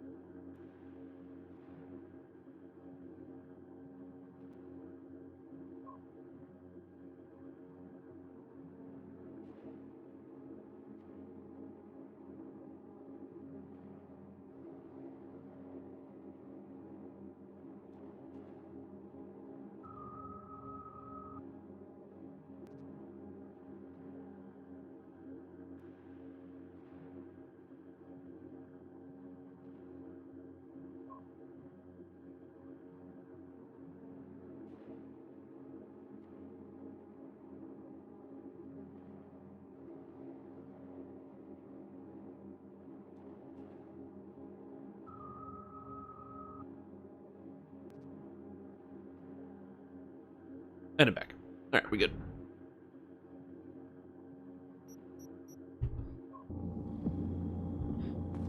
Alright, let's see. Go upstairs. Sounds easy. Do you need a light? Well done. Thanks, boys.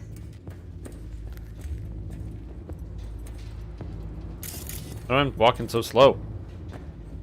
I think it's because when you're close to Pan Am, you're like forced to walk slow. I've always been fond of trains. And the stations where so many tracks converge. Junctions. Yes, those. When you see them from above, you feel... Free. Like you could set off on 1,000 journeys all at once. Perhaps more simply, hopeful. Here's the ludicrous fun leveling journey and enjoyed it. Ooh, a new thrower idea. What's your new idea? Please enlighten me on the new idea. Oh man, so many notes. Like, oh my god, I don't know. A lot of drugs, some money, computer. Got a file on it. Ooh. I don't know what's up with this.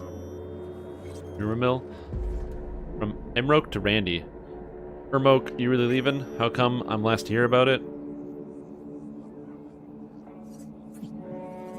Cat McRae, rumor mill.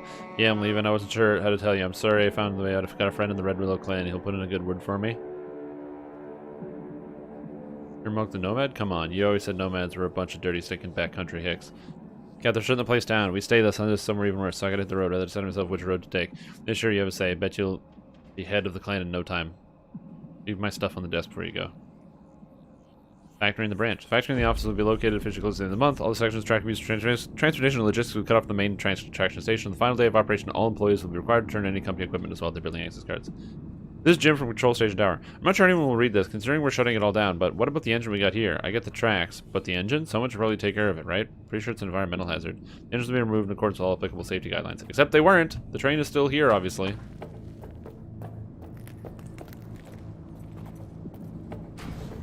Carol! What are we looking for? What cards?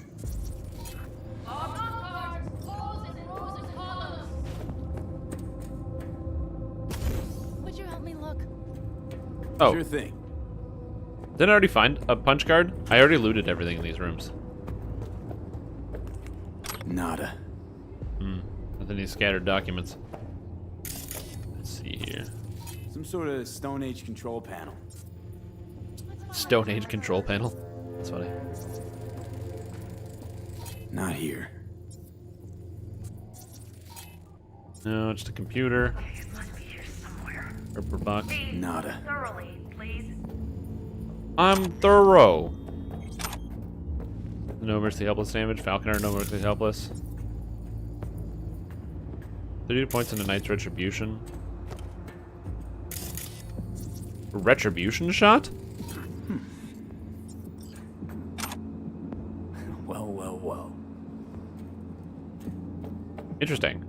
Okay, so the idea is to have, like, instant killing on a thrower. But isn't that charisma based? How are you gonna get charisma on your thrower?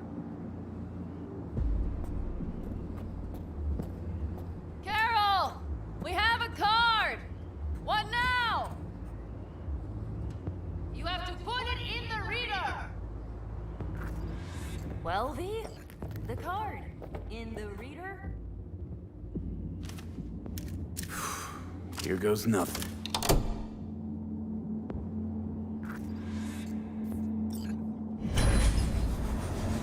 Hey, it's moving. Come look! Little engine that could. Oh, thanks, Johnny. Fucking Johnny. Hunt's End and Smite for a shitload of AoE damage and having Retro Shot declare V, packs instantly. I wanted to speak with you. Well, isn't Retribution Shot gonna work very difficultly? What did you want to talk about? Well, I know this may sound foolish, because I asked you to help me. But why are you doing this? Want to see how it plays out? I'm doing it for free. What, trust issues again? I'm helping out. I'm being a friend. It's important to you. But is that all? Sorry, that sounded worse than I intended. Listen, V, I'm sorry. I'm not very good at this. Speaking of my feelings Because I'm and hot? so forth. Yeah, that's not why. Or because she's hot now. Well, that's a start. The thing is, I usually act before I think. I'm so confused as to what's happening. Noticed. I know. But I also need impulses to act upon. When I do something spontaneously, I feel I'm being honest. Yet with you, I prefer to play it safe. Don't feel any impulse one way or another now? Wait, why is it different with me? I'm just Why V. is it any different with me? Look at my jacket. Because I truly care this time. Yet I fear I'll do or say something foolish and be left alone in the desert. No, I do stuff for would rather XP. keep you close, if only as a friend. Next time, try following that impulse or you're overthinking it.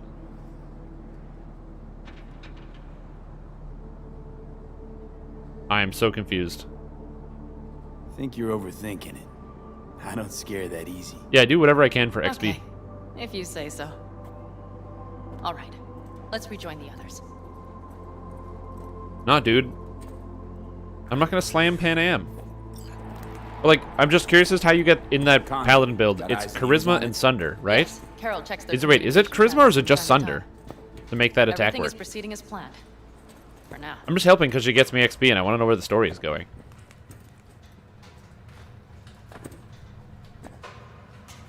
Like how you can slide down these rails.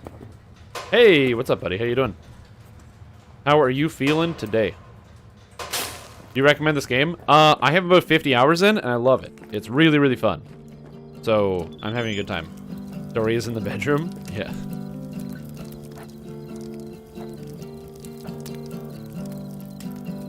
They're just playing music. Saul, do you know where Pam Ann is? I'm not her babysitter. Uh-oh. I don't think Saul's gonna... For crying out loud, I don't care what's going on between you. I'm just asking. Give me a straight answer. When you see her, tell her I'm looking for her. Alright. How do I join? Am I just waiting for Pan Am? Yeah, she's coming. There we go. I just gotta wait. Let's sit. I'm just gonna crouch. You sure? We could still Sit your ass down a minute, honey. Breathe. Everything's under control. The convoy is already headed. Everyone's gonna die, by the way.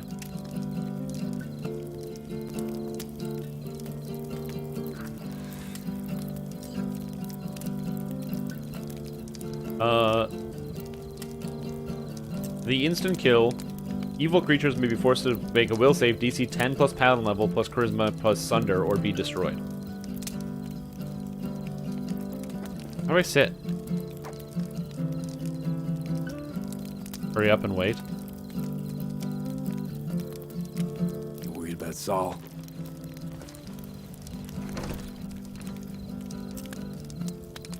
Like, I feel like you won't be able to instant kill anything with Holy Retribution unless you have charisma and sunder. You're acting spooked.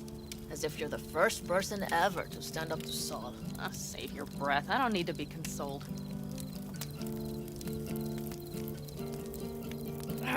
Was it someone I know? New. Scorpion. You came home from the war, head full of new ideas, and a host of new contacts. He tried to get Saul to lead us in joining Snake Nation. It would make us stronger, he said. I don't think he peeped a word of it to me. What did Saul do? Saul dressed the guy down head to toe for messing with the family. Hell, he didn't send him on any jobs for a year. Gee, really consoling. Thanks. You said yourself you didn't need any. Yeah. Just drink to Scorpion. Didn't talk about the war much. Drink. I don't know if I need to drink, but yeah. I'll Sure, raise a glass to Scorpion. Do I have a glass? Hey, everyone did.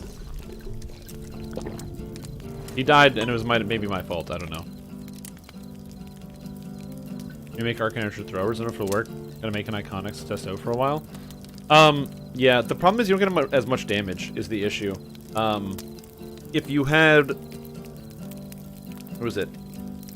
12 levels of Wizard, you get 4 D8s, which is not even half of what you used to get from Arcane Archer. I'm gonna try and get some sleep. Okay, it'll be quite some time before the convoy comes through. Okay, cool, thanks. Scooch closer. Gotten kind of cold. Until you won't be getting any sleep. You couldn't sleep if you tried, could you?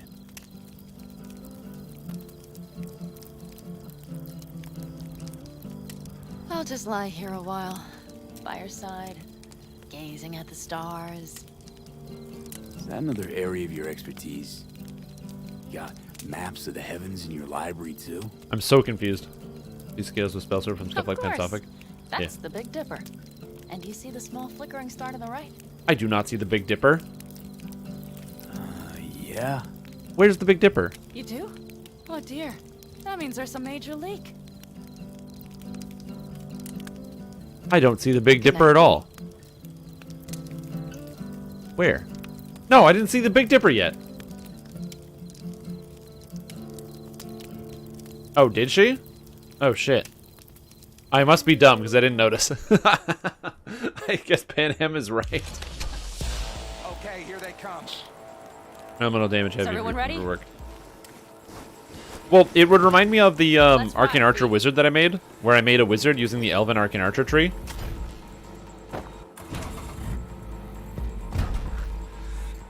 No.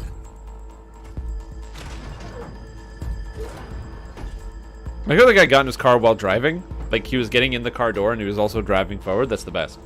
But yeah, this game is fantastic. The story is really interesting. I'm very curious to see how everything is going to go.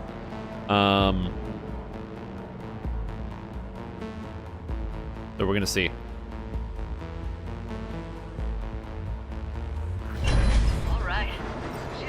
But yeah, the story in this game is like phenomenal. I'm having a great time so far.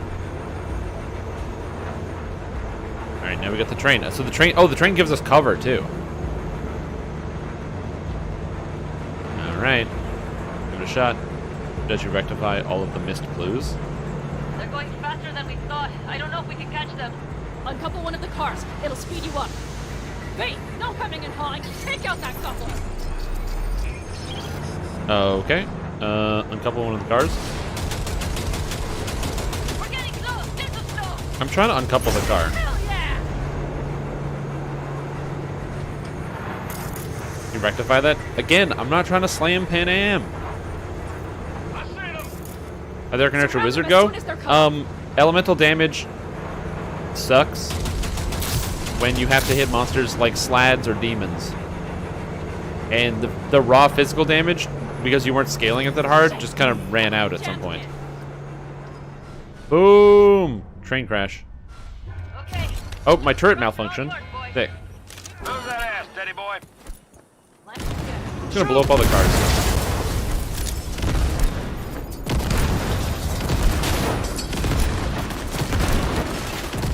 I'm a friggin' gunner engineer.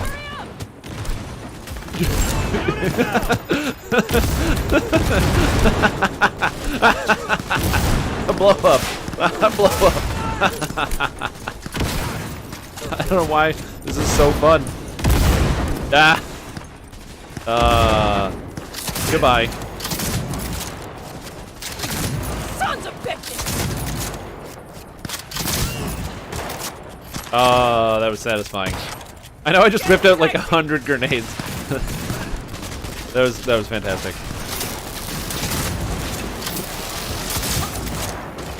Gotcha. Oh my god, that was so fun. Oh look, he's got no arms! He's got no arms! Fire! Fire! Yeah, fire, sure, buddy. No, he's got no legs. All is planned, boss. Sorry, buddy. All right, the train's leaving. You'd better move. Get in the vehicle. Okay, great. Yeah, that's the main problem with Eldritch Knight, is that because monsters have elemental resistances, oftentimes they'll reduce your damage to 0. So if you hit a monster that has any elemental resistance, it reduces the base damage first. So even though you scale it up really high, and you can do almost like 1,000 elemental damage per hit, which is sick with your spell power scaling. But then it scales down in Reaper mode and it can't crit, so you become essentially you're really consistent for killing Reapers, and that's about it. Fuck! It worked! Of course it did. Just as I said it would. Oh, something is about to go bad, by the way.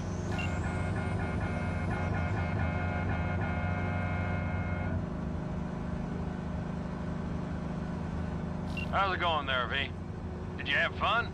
Sure did. Oh, I had lots of You'll fun. be happy you won't be around to put the hunk of junk together. I just literally dropped grenades on everybody. Teddy.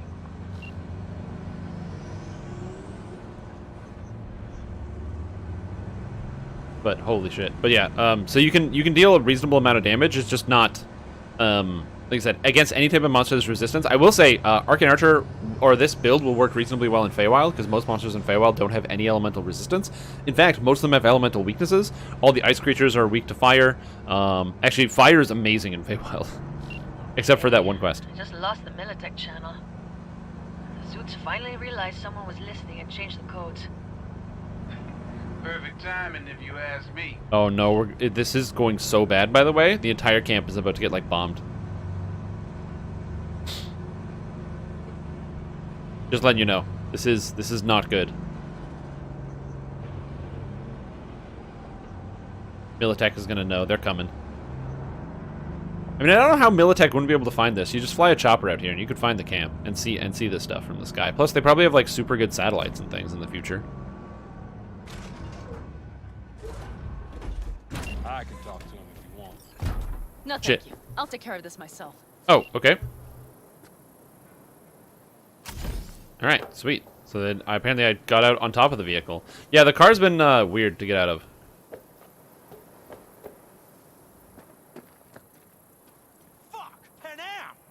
So it begins. Uh-oh. But yeah, you can still have fun with it if you want to try the Arcane Archer not the Arcane Archer, but like a remake. Exactly what you see. The Basilisk. All I see is 2 trucks with giant Militech logos on them. Fuck, Panam, you can see them from miles away. You think we don't have problems enough on our hands? The Raffens could rear their heads at any moment.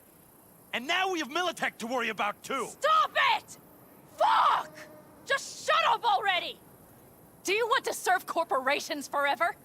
Fine, go right ahead. In that case, we'll leave the Basilisk as a souvenir of what this family used to be. Or you know what? Maybe next time we're attacked, we'll be able to fight back! Yeah. Kick their ass. With a tank. As soon as I'm done with Biotechnica, we call a family meeting to discuss this. Discuss you. Until that time, I want these trucks out of my sight. Uh-oh. And the Basilisk? Can we put it together? Do what you want. Just get out of my sight.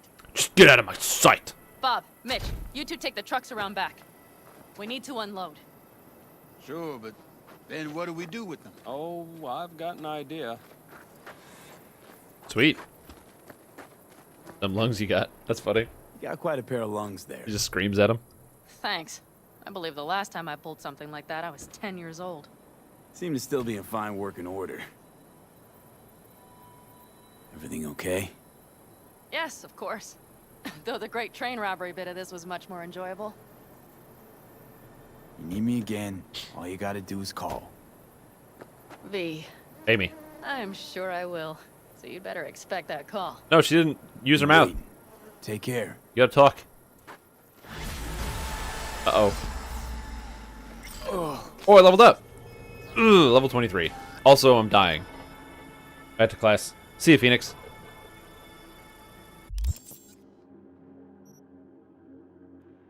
Alright, so I leveled up. Cool. I kind of want to put more levels into reflexes, because then I can continue to level up my assault, which is where I've been putting my stats into for the most part.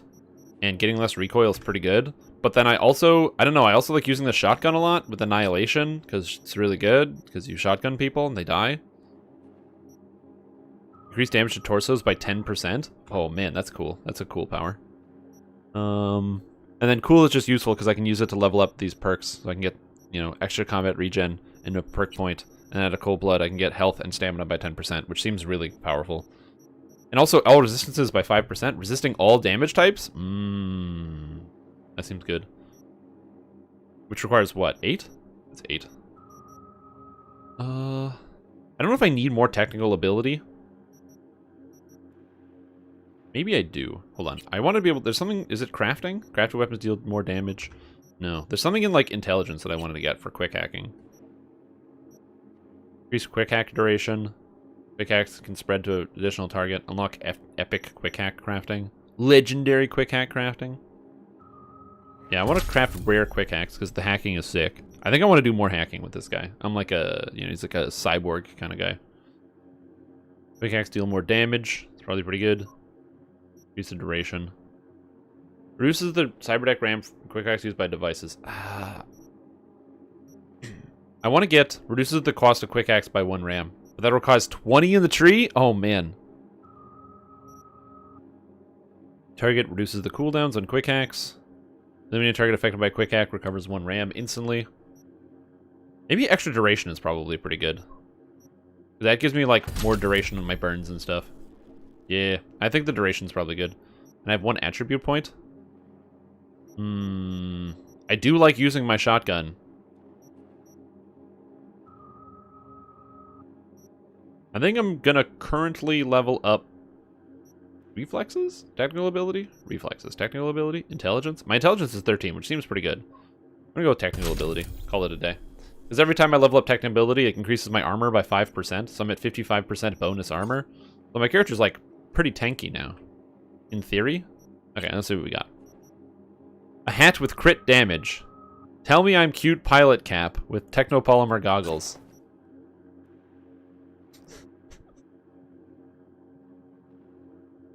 But it's such a good mod. It's 30% crit damage. Oh no.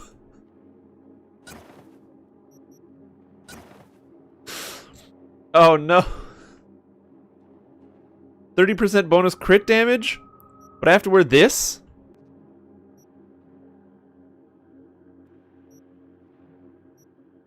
Oh. Oh. Oh. I can't do it. It's so uncool. It's too uncool. Oh, man. A bunch of awful looking goggles? Perfect. I got cool shades! I can't give up my look. You know, people mean business with a hat like that? Yeah, probably. Alright, I got pants. They got armor on them. Versus the move speed pants and these. Yeah, I'm gonna keep my pants on. I like the outfit. It's got like a. I got like a blue thing going on. A bunch of bad shoes. Who cares? You look at me again. That's true. This is. I mean, business. It's called the Tell Me I'm Cute pilot cap. It looks like it'll give you diabetes. That's the description. Is it looks like it'll give you diabetes. There we go. Perfect. There. I got a cool outfit, and then I got this sick hat to give me an extra 30% critical hit damage. Ay, caramba. Oh, I got a blue double barrel shotgun. Ooh.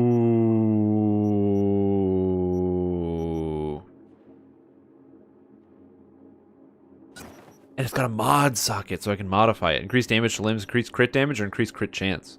Probably crit damage. I crit a lot. Or increase damage to limbs. Nah, just take the pacifier. Yeah. Yeah, that's sick. That's pretty cool. And this assault rifle, do I have a better version of this? Oh shit, I just have a better version of this assault rifle. I can get a... Except I don't have that non-lethal mod anymore, which kind of sucks. I can put a silencer on it, but I don't really want a silencer. Let's get a good scope here. Means much range. I like these scopes. Ooh, the Advantage. That's kind of cool. I have a lot of scopes. I didn't realize I had that many. Okay, so now I don't have a non-lethal weapon. I think I'll have to get something for, like, to make a non-lethal weapon. A sniper rifle. This is a power rifle. The problem I have with the power rifles is I can't shoot through walls. So, like, this looks really, really good because it's got a ton of physical damage when you hit people. Like, look at the damage on this. But again, it has the problem. Increased load speed comes with a custom silencer. The problem is, like, I can't... Yeah, I don't love this gun. I like my assault rifle that I have. Or my rifle that I got. Sniper. Overwatch.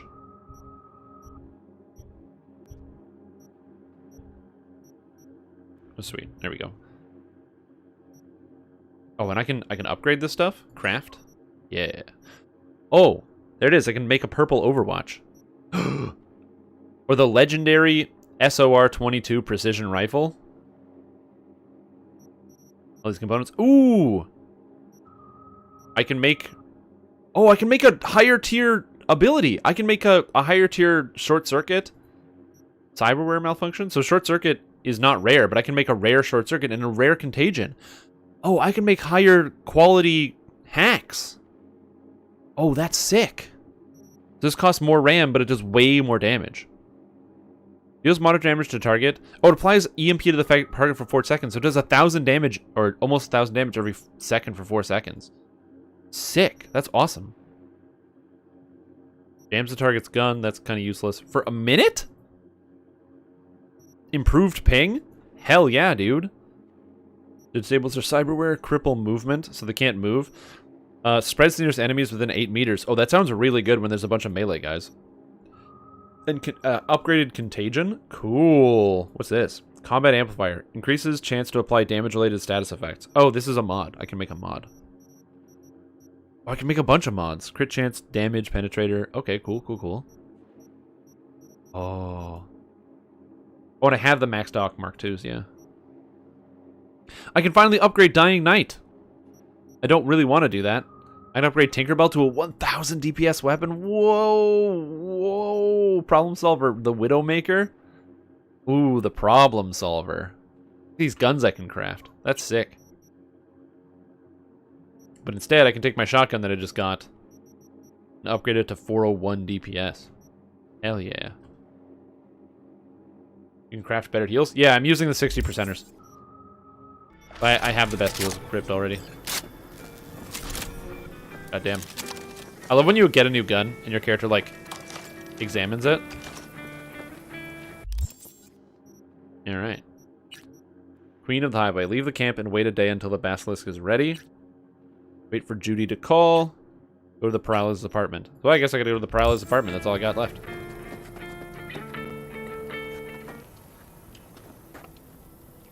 Unavailable?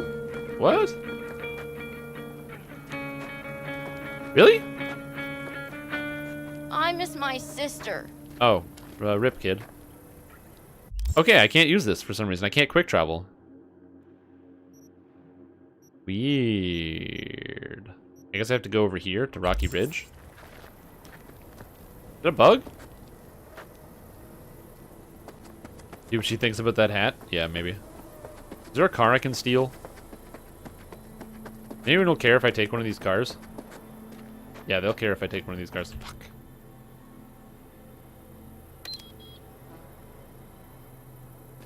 $33 meters away?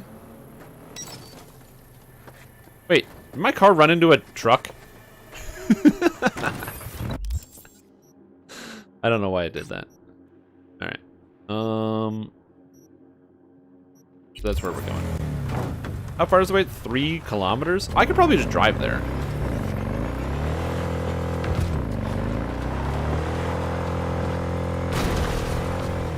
Maybe I can't drive there. Hold on.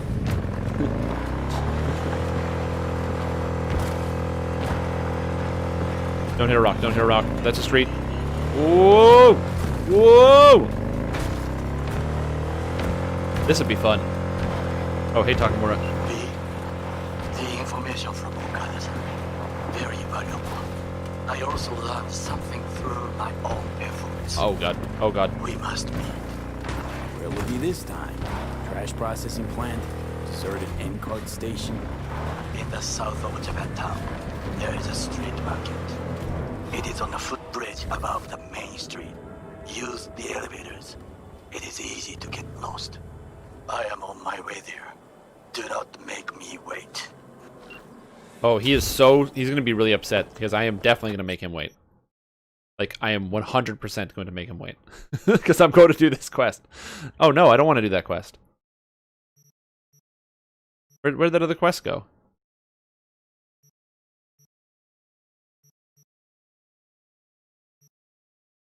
Huh? Oh, can I not do another quest? Do I have to do this one? I want to do this quest. I don't think there's any consequences to not, like, to actually not waiting. You know what I mean? As far as I know, it's the same as, like, every other video game, where there is technically a consequence somewhere, but not really real. What are all the main quests, man? I don't want to finish the game and then realize I missed something.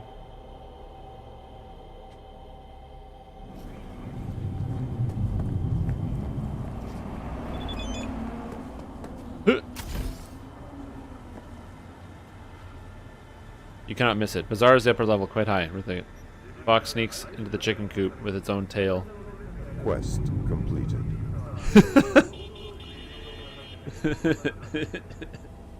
Oh shit! And Miss just gifted out 10 subs to the channel.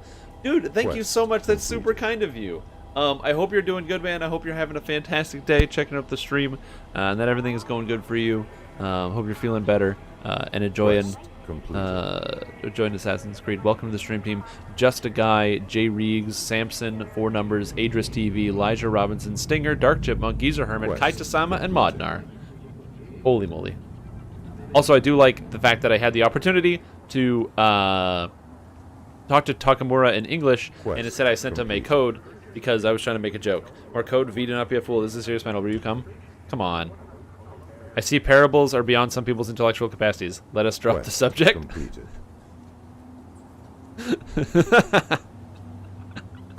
Oh man! And then 17 people rated from See Me See You. Hey, what's up, everybody? I hope you guys are doing good. I hope you're ready to see some. You're about to get punked.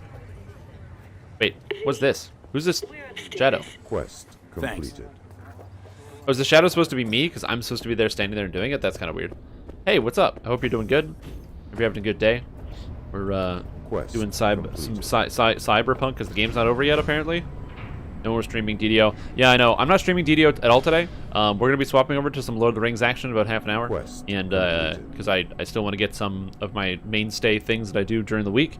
And by next week, like I said, we'll be back onto regular schedule, done with all the weird, different games and things. But Cyberpunk just came out. I want to finish it. I want to know what's happening. I want to beat the game. It's good to see you again. So hello, Elizabeth. Something happened? Come on. Jeff will explain everything. See Strim make any moves on the Hot Nomad? Debate. I have a phone call from Judy. I've rescheduled all his meetings out of the office today. Got a plan? The Uh-oh. office. Damn right I do. So nobody will Over bother to us. mine talking about the All the rest are doing what exactly? I'm not doing a U-turn just because You will in a minute. Okay. No, I'm not sucking anyone's Michael dick just so will they be can here fuck me in the ass! How'd you manage that? Got something really big. I gotta go. Tell you Make the everything amendments tonight. for powwow later. Last thing, what do you like on your pizza? What do I like on my pizza? Artichoke and avocado flavor. Grab a seat, Tofu please. and tuna I'll pineapple. explain why I asked you to come over. A&A. Artichokes and avocado flavor. And zucchini for good measure. Ooh, fancy. So, I'll see you come evening? Is everything all right? Yeah, I'll be Of there. course I'll be there. Why did I get a call right then? That was crazy. Okay, anyway, hello. Sit on the couch. We've had a break. So no, you're knowledgeable about DDO Not and the answer your questions. Usual kind, though. Yeah, absolutely. I'm unusual how? I can help you out if you have any questions about Dungeons and Dragons Online or anything else like that. I don't mind talking about that during the stream. I just will be definitely paying attention when people are talking to me in the game. See a stranger. He looks like he's about to reach for it, so I pull the trigger. Nail him? No idea. My head started spinning and I passed out. No trace of him the morning after. You changed back to mature mode? Yes, we're on I'd mature like you mode. to find him. Find out what he wanted. Why me of all people? Wouldn't you rather have a detective look into it? Prefer to use tried and tested contacts. Can't blame you. Former mayor's death? You unraveled that mystery. I did. I trust you'll be able to crack this one as well. Notify the badges yet? We don't want any buzz around I've us. never seen No make any moves. attention, Whatever. Sure, make any moves in the Hot Nomad. NCPD's full of people who like the occasional stray eddy. If we reported a break-in, the media descend on us like a swarm of locusts. Okay. No badges. Gotcha. Of course, Okay. we notified SSI about the incident. Our private security. Let's see. Anything missing from the apartment? Intruder take anything? Break anything? This is a nice house. Nothing missing. I haven't noticed any damage either. Jeff must have scared him off before he could do anything. Weird. Said you passed out. That's right. Just after I fired. What then? Nothing. I woke up in bed the next morning. Killer headache to boot. Any idea how you made it back to your bed? Nope. None. Elizabeth's at a loss too. Huh. That's What interesting. did the intruder look like? What did I the can't intruder remember look like? much. It was dark. He was wearing some sort of mask. So somebody broke into his Was it house. He an pulled a gun on implant? him. Couldn't really get a good look at him. Elizabeth didn't see him either? I slept through the whole thing. Election season takes its toll on you. Interesting. Security looking at this? Say anything? This is where things get a little weird. They claim there's no sign of a break-in or of a shot being fired. Security cams didn't record anything. Guard outside didn't see or hear anything. They suggested Jeff must have had a bad dream. Or he was Convenient hacked. answer. Liz gave security the day off so I could call you in. This, security outfit, SSI. Who are they? Been on the market the last 15 years. They have clients across the city. Interesting. If Interesting. memory serves, they came recommended. An acquaintance. You think SSI might be behind this? Could be. Could also be somebody behind SSI. Well, that or someone hiding behind SSI. Anyone come to mind readily? Walden Holt? He did kill the last mayor. And the polls do have him trailing Jeff. But it could be anyone, really. Jeff has many enemies, a lot of them powerful. We could sit here naming names all day. That was a weird see. gesture. That's why I called you, V. I need you to find out what the hell's going on. Anything else I should Anything know? else you want to tell me? Or think you maybe should? Nope, that about covered it. Liz? It seems like everything. I don't know why, unlikely but we'll for some learn reason anything Liz is anyway. giving me weird vibes. It's Honey, like please. I'm sure Veal turned something up. So, no one came in or out of the what do you need house. for now? No one came in or out of the Wouldn't mind house. taking a Security look cam's around got nothing, and Liz slept through the whole thing. Of course. So maybe he Liz did can have a give you the dream, tour. or somebody Gotta run to a programmed a meeting. Soon as brain you learn dance into his anything, head. Let me know.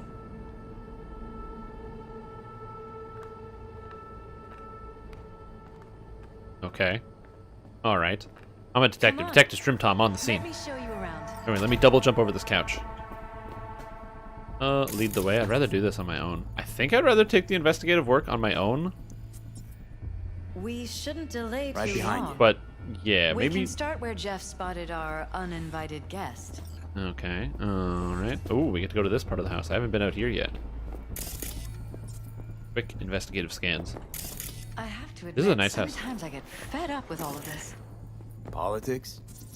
So far, we've managed to effectively turn down offers to work with Night Corp, Biotechnica, Arasaka. So far, you say. If Jeff can get elected without owing anybody, favors or otherwise, that'd be the real victory. These kind of people say a lot. Jeff's office, control room, storage, and flea market crammed into one. Ooh, it's takeout. Tight bites. You and Jeff must be putting in serious overtime. Elections. You don't even have time. This is where Jeff saw our intruder. Okay. They Intruder's here. fired at him. True, Jeff hasn't Here. eaten anything else. Right after walking out of the bedroom. At least that's how he remembers it. Uh-huh. Blood stains. Not quite scrubbed clean. Where's the blood from? It yours? I'm 100% sure it's not ours. Maybe the intruders. Maybe the intruder. Last clean within the last 24 hours. How you been? Oh my god, River's calling me. Right. Bro, I'm busy. Thinking. Could drop by for dinner, maybe. No, dude, I'm busy. Joss has worked up a hankering to cook for the family. And here I thought you forgot Oh. about me. Haven't Dude, I'm in an forgotten I exist investigation after with all. the law. I Or had to these sort people. some It's not really things the law. out. Help my sis. Randy's still in the hospital. Someone has to keep an eye on the kids when Joss visits him. Relax. Don't need to explain. Right. So, you gonna stop by? Yeah. How I'll could I say no? stop by for dinner. Right, great. Oh my god. See you at Joss's then. Everyone's calling me. They all Sounds wanted to see pretty. some stuff. I got Takamura. I got Judy. Apparently, Judy's waiting for me with pizza. River's waiting for me with dinner. And Takamura's waiting for me in a dark alley so he can tell me about his confusing life choices. So, the blood has been cleaned off within 24 hours. And there are bullet holes in this wall. Bullet holes. Caulked up. Someone tried to patch up the bullet holes. Assuming neither of you had anything to do with this. No, of course not.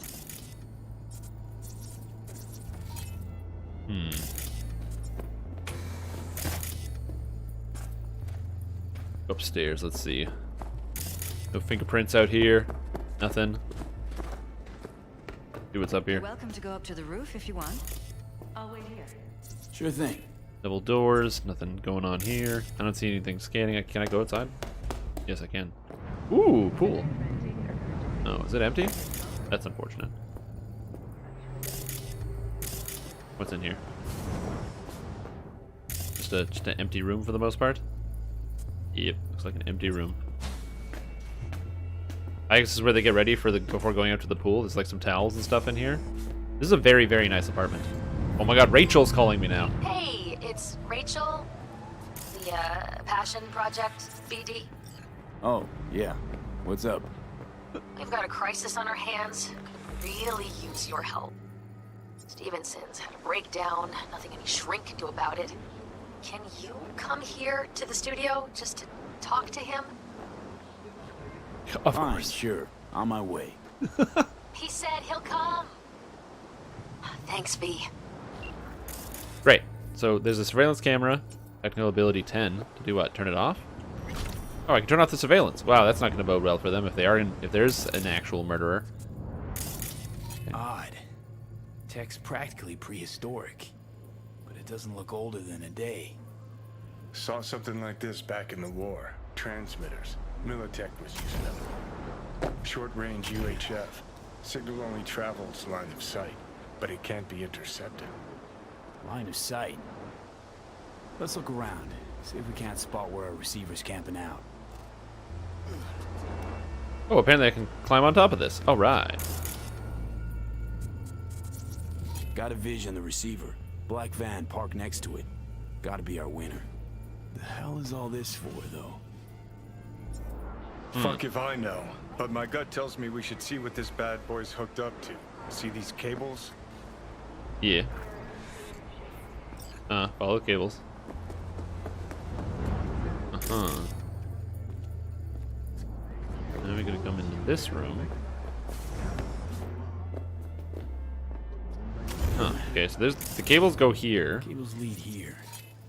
Gotta be another way inside. Sharp eye, Johnny. Okay. Alright. Wait, which quest am I working on? Dream On? There we go. How do I open this, though? Wait, what? There's a grate. I can't... Do I shoot it? How do I get this open? No, shooting it didn't work.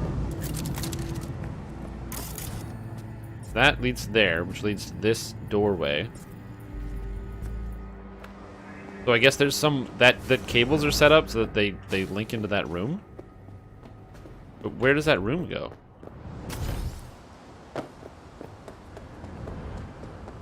I don't even see a door. So I'm not even sure where this even goes to. Interesting. Alright, so now we gotta go downstairs. See what's up.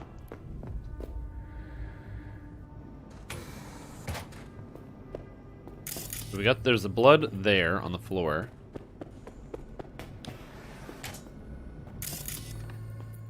And what's this? Wedding pic. Interesting backdrop. I wanted blue roses, so we ordered a whole... This is where we sleep. Blue roses. What, you sure? Because the roses in this picture look pretty red to me. Of course, you're right. They didn't have blue roses, I forgot. That's suspicious. Why is she so suspicious? One of these remote activation. Alright. What is this? America, a prophecy? What's in here? Don't need to look at myself in the mirror. I do need to steal some stuff, though. There's a bathroom here. Okay. I don't see anything sketchy in the bedroom for the most part. Oh, Militech. Iron. This Jeff's? Mine, actually. But yes, that's the one Jeff used that night. Okay, so somebody shot that gun into this wall. So we know that. And there's blood here, so somebody did get shot somehow.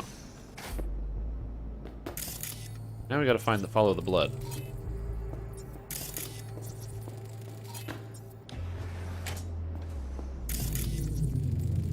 The blood keeps going here, and it's been cleaned off. So somebody actually cleaned this blood in here. What's that?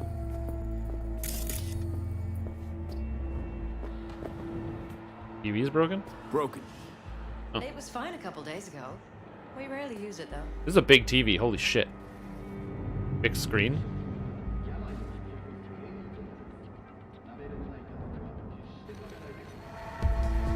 Uh-oh.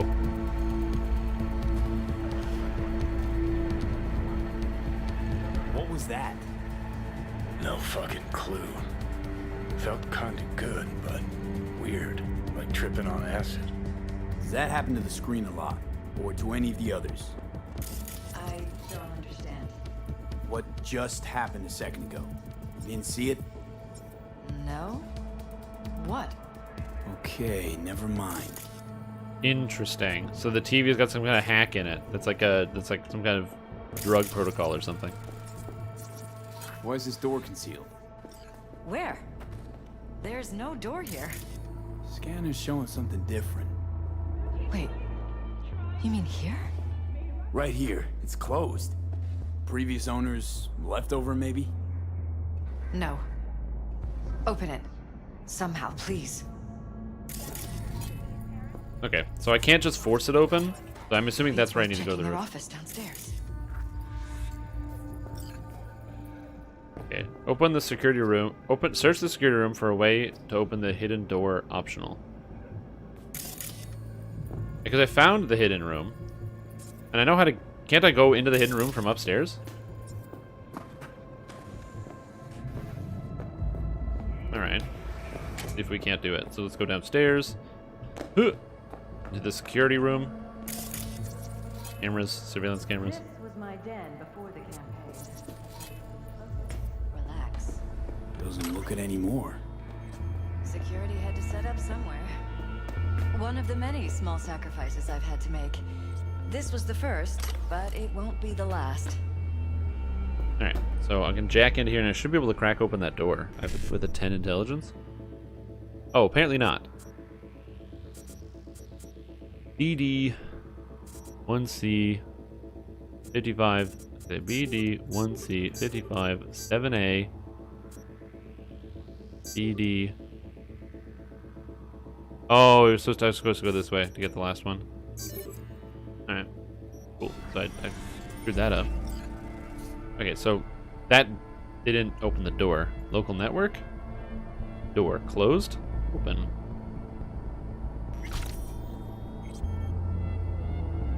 Also, apparently they have a bunch of files. File deleted. Okay, so the security camera footage is all deleted.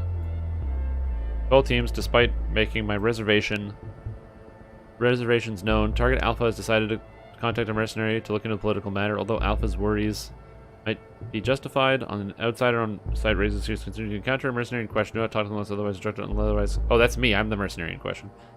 How much scheduled maintenance works? You know the drill. Only one generator on site. In the meantime, the security system will be switched off and scrubbed clean. Okay. 81 devices. Dude, I don't have time to go through 81 devices.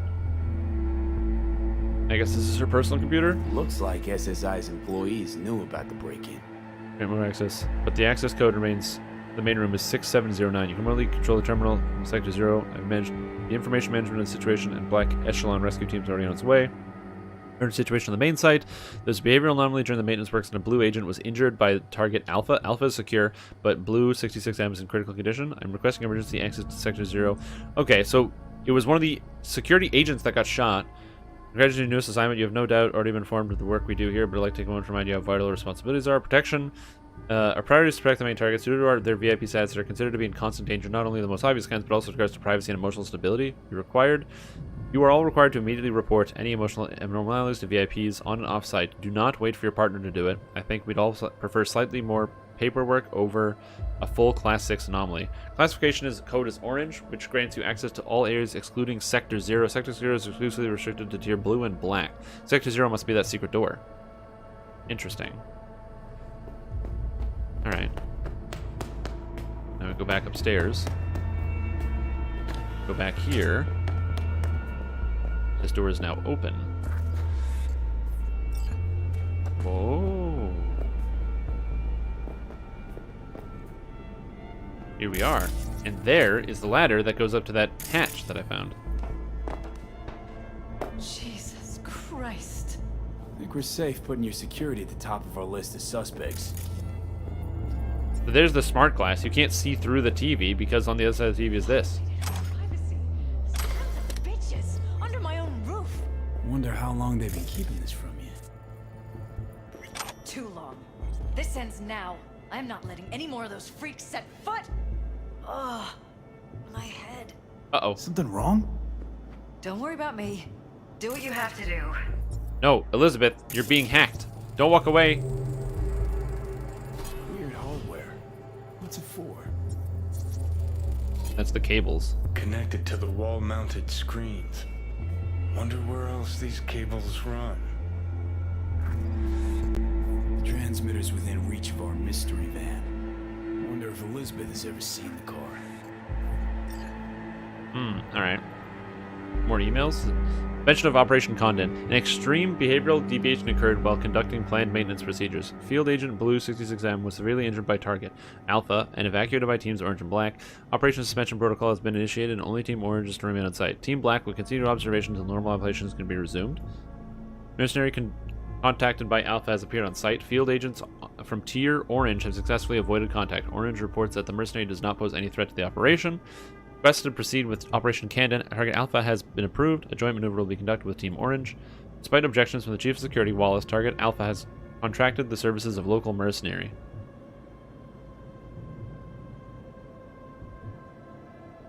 Emergency maintenance. Sees acceptable variation. Alpha has started using stimulants, most likely due to heightened stress induced by recent events. Hereby authorized amplification of neural dampening. Oh my god, they're hacking into them.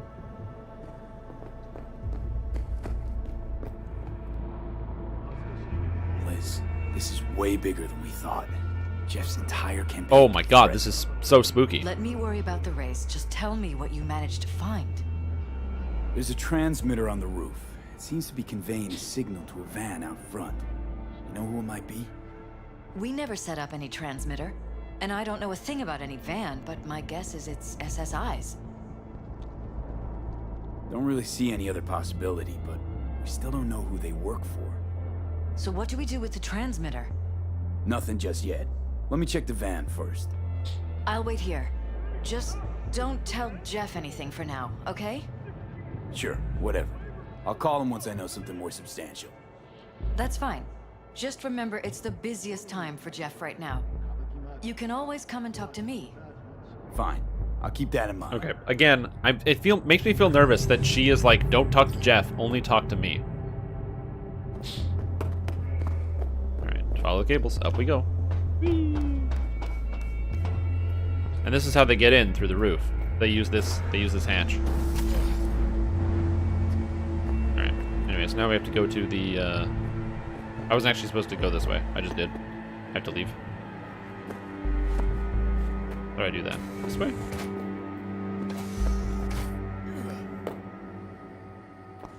Wait, why is it telling me to follow the cables? What? Oh, into this way? I'm supposed to scan a device I don't know about? Oh. First aid kit. Not from bleeding. Alright, cool.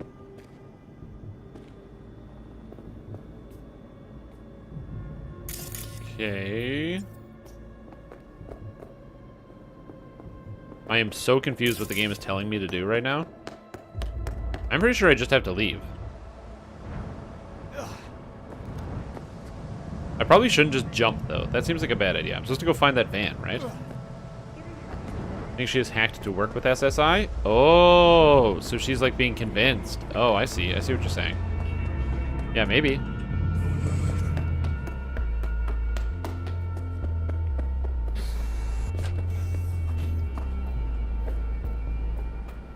I have a feeling that she might die on the way out.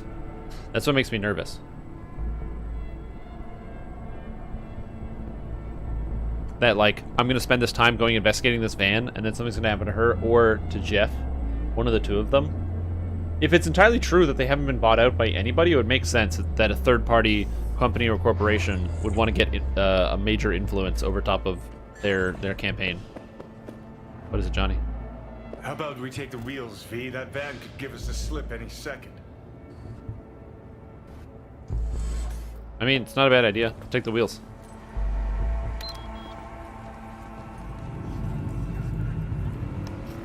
The wheels.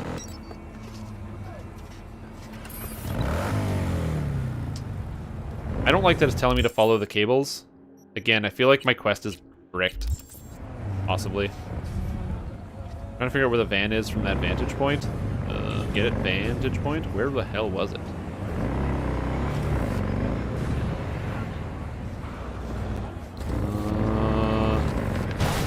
Oh god. Oh god. Ignore that. Yeah, whatever.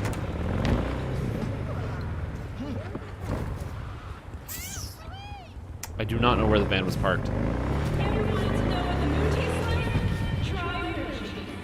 Okay, Okay, I remember it was parked in like an alley next to some buildings. Was it north or south or west? Oh man, I don't remember. I saw it from the top, but I don't remember where it was from down here. It wasn't Hiroshi Optics. I remember looking over there and that wasn't the right way. Oops, sorry. Sorry. Yeah. There's the police here.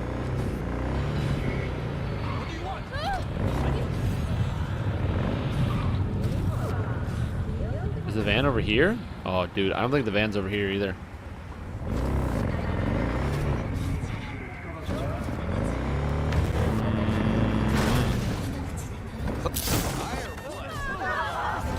Oh, shit.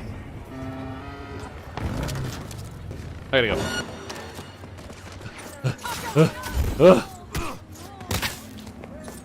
Okay. Apparently I have to follow the cables before I can actually continue this. I think there might be a bug with my quest. Oh, I can't go back in the building. Paul, let me in. Let me in. Oh, no, I can't go back inside. Oh, no, my quest is broken. Oh, God. All right, well, maybe there's I can load a save, an earlier save, and have it unbrick.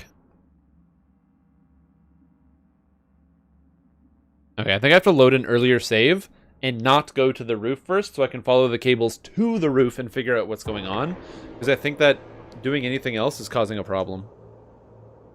So I'm going to load an earlier save from like 12 minutes ago and just redo that section because I think I bricked the quest by going onto the roof ahead of time when I wasn't supposed to, likely. So far, we've managed. And speaking of bricking the game, I'm going to create a new save because we're going to be swapping some stuff up. We're going to be swapping over to the Lord of the Rings Online. I was only going to play this game for like 3 hours this morning. So I'm going to quickly play an advertisement. We're going to swap game. But in the meantime, just kind of chill and hang out. Have a good time. I'm going to play an advertisement. I got to hit the washroom because I'm going to die if I don't. And we'll continue Cyberpunk later. Yeah, I don't know what's going to happen with this.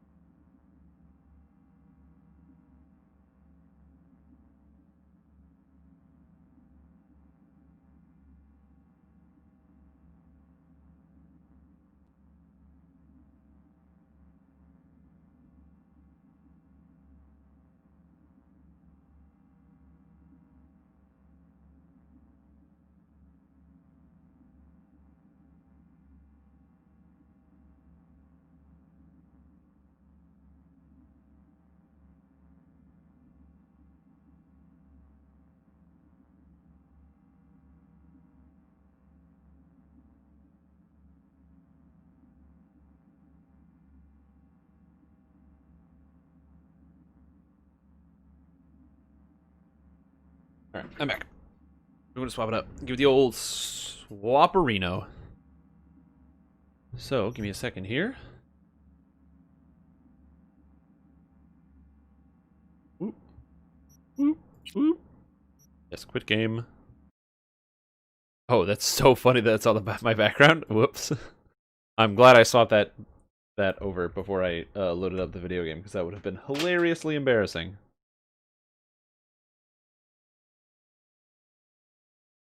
Oh, Cyberpunk has flatlined? Oh, the game crashed when I tried to close it. That's hilarious. What's on here today? 75% off Warsteed colors, 50% off skill and slayer deed boosts, and 35% off account-wide steeds. Oh, that's kind of cool. I'm going to change up the game so you guys will see what's going on. On here. Oh no. Oh no. Come on, free me. What's behind the galaxies? Oh,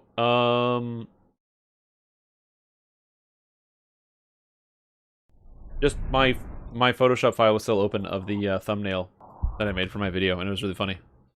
I enjoyed making the thumbnail. It's that like confused lady with like all of the math on it, but I just put my face on her. I thought it was kind of funny.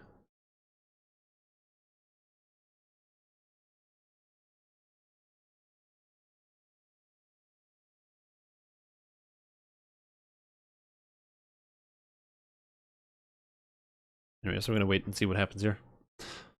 Oh, no, never mind. My game is crashing. Oh, perfect. I love that. So I made myself a chart so I can keep track of my weeklies. So if I go to, I'll log in this Warden. I'm gonna go to my chart that I made. So I need my sheets.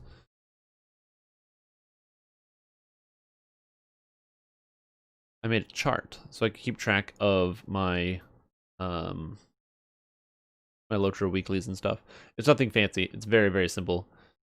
But it just allows me to determine what things I did and did not do every week to keep track of how I get my my coins, I guess.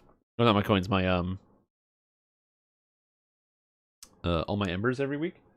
And so I wanted to make sure that I would be able to accurately track all this information because I didn't want to have a weird scenario where it was like, oh, I don't remember what I did and I get stuck with a bunch of characters that are like halfway done.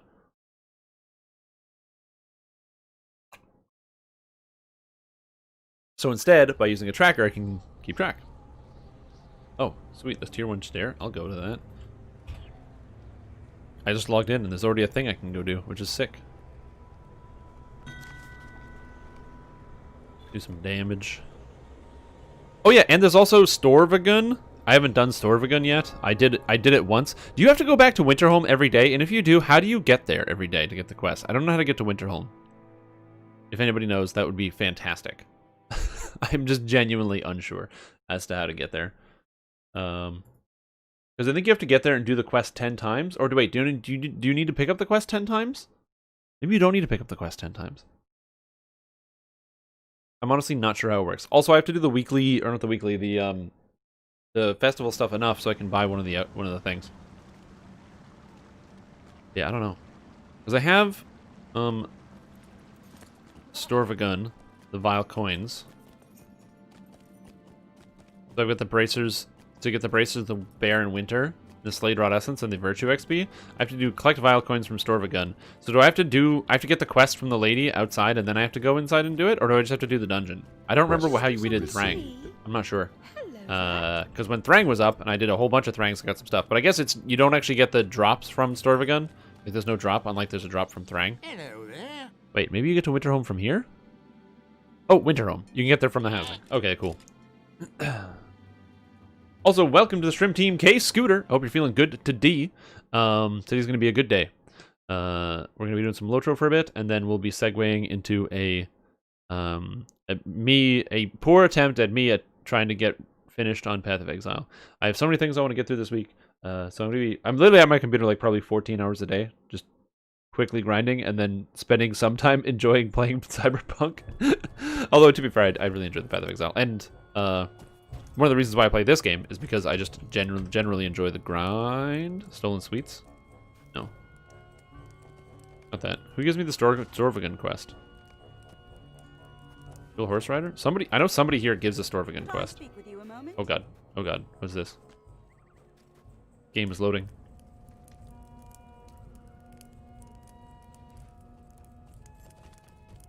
Maybe when you're getting the fancy glasses. Sounds like a lot of computer time. Yeah, it's a lot of computer time. Is it Festive Fairy? No. Stay and hear me out.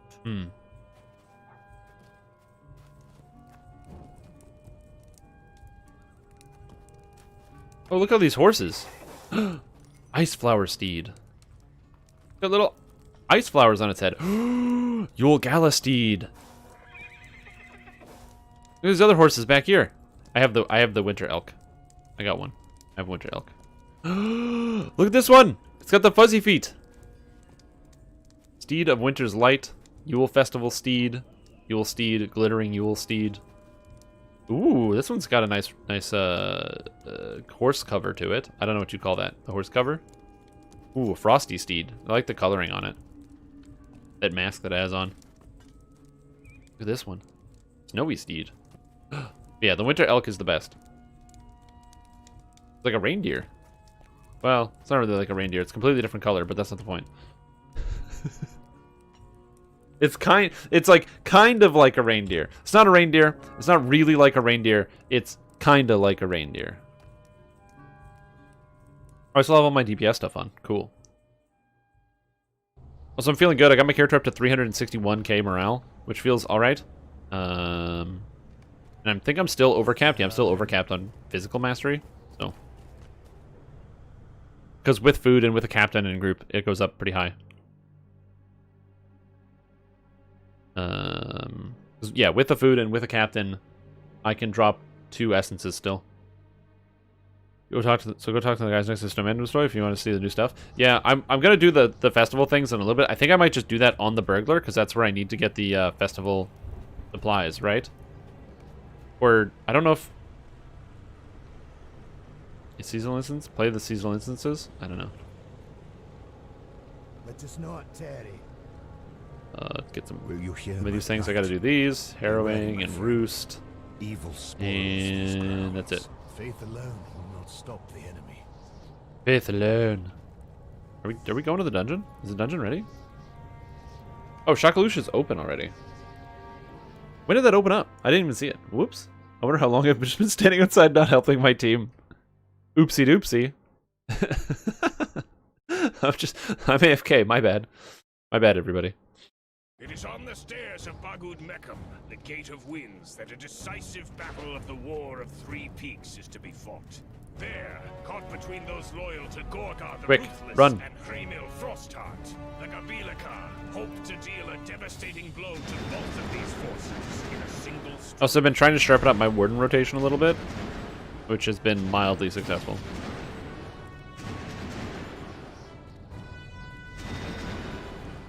Uh-oh.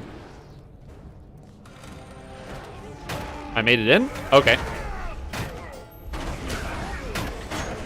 I don't know how I got into the dungeon, but apparently I made it in, so cool.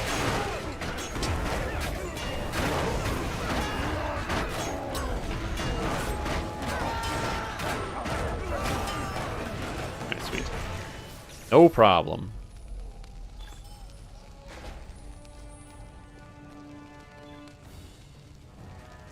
If only I'd been paying just a smidgen more attention, I would have got here a little bit sooner. That's okay. But there's a couple things I need to do. I need to get a lot of embers for a couple of reasons. One, I have 5,200. I want to get a bunch of embers because you need some for the... what was it called? Oh, I need to get the Elder Slade supply packs. Can I make them on this character? I don't think I can make Elder Slade supply packs on this character. I didn't do the new zone yet. I didn't do the Elder Slade on my Warden.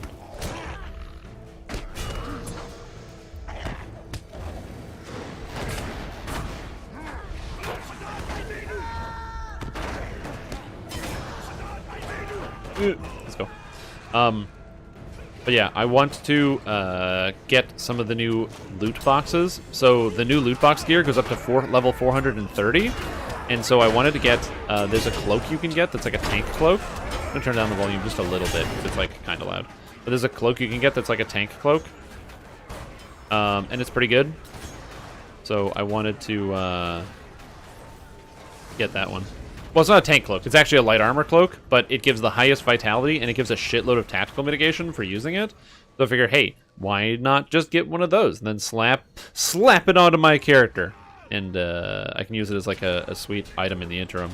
There's also for my champion, the offhand weapons can go up to 430, and so can the bows. So if you want to get like an appropriately sized weapon, you can. You just have to, you know, do the not so much the countdown, but do the loot boxes.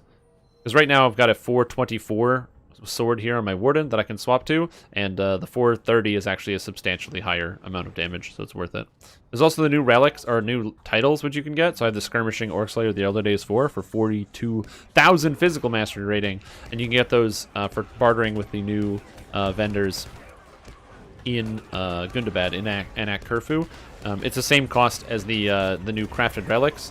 It's 5 packs each.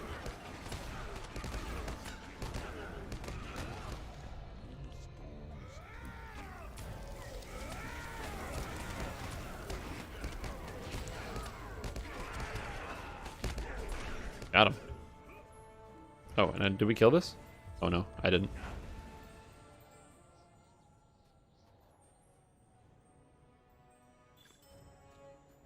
Here we go. More items.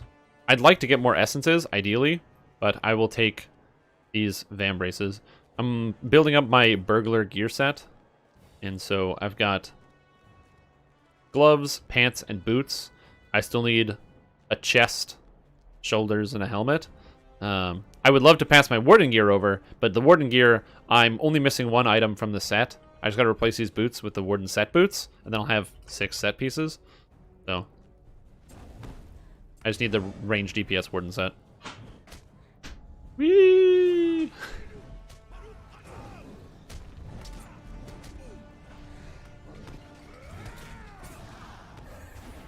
Damn it, he moved. That sucks. I want to apply dots to the monsters because they blew a big cooldown.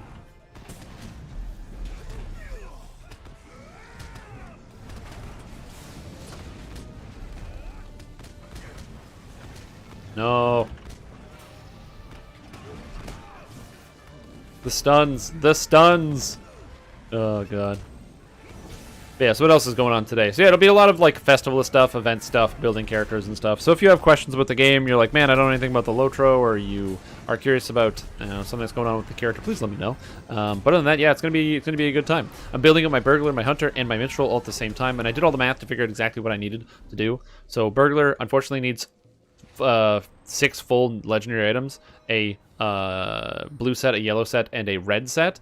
The hunter needs to have 3 bows, which is a lot of bows, because you need to have 1 bow that is set up specifically for that's right, you need 1 bow that is set up specifically for the burn hot damage. That's literally it. You just swap to it before you cast burn hot because it gives you more stats instead of having that on your main bow. And then you also have a okay, sick. I didn't even apply most of my dots because my character didn't do his attacks. So that's awesome. Oh, it's because I'm... Whoops, that's why I didn't apply my dots. It's because my character's in assailment the whole time. That was my mistake.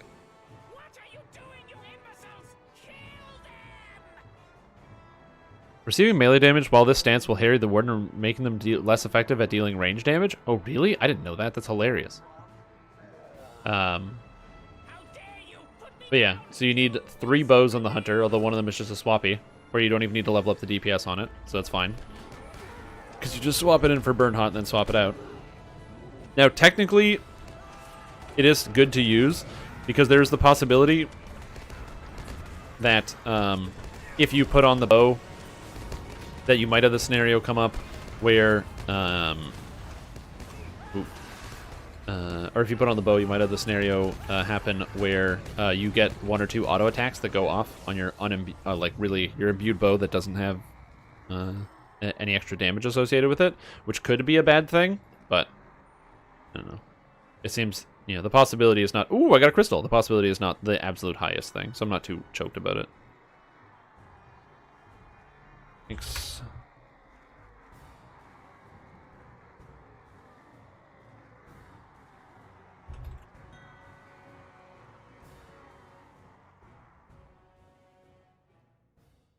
What class do you recommend to 120 Valor? I've only maxed Bjorning so far. Okay, cool. Yeah, what class would I recommend maxing on a 120 Valor? I mean, there's a lot of really good classes right now. And every class has a role. It's just that some classes are better at things than other. And even still going along with that, every class has a good role. There's just a couple classes there's only one class I really wouldn't recommend. And right now that's currently Guardian. Guardian is not that bad, but the thing about Guardian is that it is just the least desirable, I think, right now of all of the classes. That may change, upcoming balance changes and stuff. They're going to be making adjustments to the Guardian class to make it more interesting. I'm sure SSG is planning on doing that, and so in the future there will be some adjustments to the Guardian to make it so that the character class is more interesting and dynamic and wanted more in groups. But right now, that doesn't appear to be the case. So if you're planning on picking a character at all that you're planning on playing or leveling and scaling, I wouldn't do Guardian. But like Captain is used all over the place. They're you pretty much need 2 captains as a minimum in every raid, and every tank captains make the best tanks right now, so they're really strong. Wardens have really high DPS, although they take a little bit time to learn. You might be worried that boosting a character like a Warden might mean you won't have time to learn it while leveling, but that's okay. If you actually do want to do any type of endgame raiding or play at level 130 in a group, you have to learn completely different things. Like literally the end game play with the Warden is 0% the same as the leveling play. During leveling, you can just smash anything else. Runekeeper is really fun to play as a healer, and that's how most groups are using them, because Runekeepers just don't do as much damage as some of the other classes. They're just kind of, that's it, they just have a damage cap, they just don't hit hard enough. Champions are the be-all, end-all right now for DPS. People are loving it. There's champs in every group. Champs are so useful in a lot of the raids, since the hardest fights in the game, Shelob, and also the new raid require like lots of AoE clear, so champions are awesome since they do really high amounts of AoE damage. Bjornings, of course, really good. People tank them, people do other stuff. Burglar, if you're looking at Burglar, that is a very desirable class right now. Super high DPS, and on top of that, they also have this amazing ability to crowd control when played well, and do a lot of damage. I've seen some people doing videos where they're doing raids where their Burglar's doing almost like 160 to 170,000 damage per second, which is a good amount, while also being a full debuffing class, which is super cool. And you're like hella tanky, you can do a whole bunch of stuff. I personally really like Burglar, I think it's a lot of fun. So if you're looking for a class to kind of take on a new adventure and take on a new experience, I definitely think that Burglar is not a bad place to start. Hunter is just one of the best DPS classes in the game, and it's always going to be. Bjorning, like I said, are really good tanks and healers. Their DPS isn't that good, but to be fair, I haven't really seen many Bjorning DPS, so I don't know. What Burglar line? If you play as a yellow Burglar, you will get into the most groups because that's why what people want you to play. Red is extremely high damage if you know how to play it.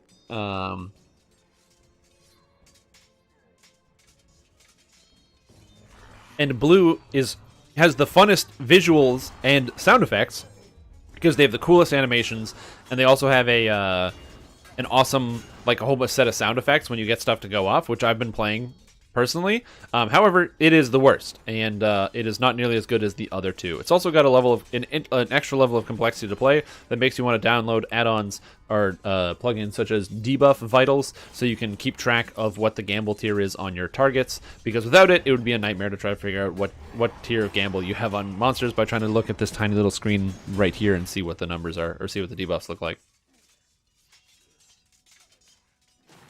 And then, of course, you have Lore Master and Minstrel, that are just useful all the time. Minstrels make awesome healers, Lore Masters make awesome debuffers, so people play those two classes. But yeah, Yellow Burglar, it's not like Yellow Burglar isn't fun. Debuffing is cool. Playing a debuffing class is awesome. You're kind of like you're like controlling the battlefield almost by like locking down individual monsters and reducing the damage that they deal. So Burglar is definitely really cool.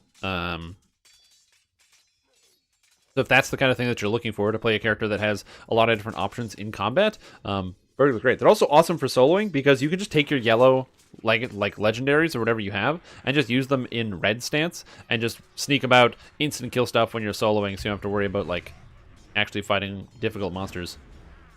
One thing I've enjoyed about the Burglars, especially while soloing, is I can just fully sneak around and ignore content or fights I don't want to deal with. It's kind of the best.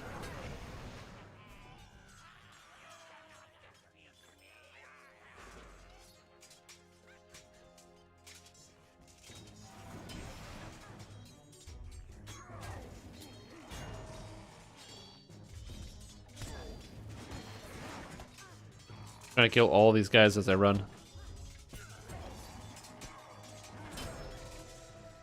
Stodaxburg sounds pretty sweet. Yeah, my Burglar's a human, or a man. The race of man. And I went with the race of man because, I don't know, there's something about the way that I made my guy look like a used car salesman. Also is his mustache, because he's Strim Tom Selleck. The name just designed my character. Again, start with the name. Start with the name and then work your way down from there. But yeah, Dwarven Burglars, they are pretty sweet. I was tempted to make a Stout Axe, but I already have 2 Stout Axes, and I didn't think I needed a third. Why did I use that spell twice? Because I'm bad, that's why.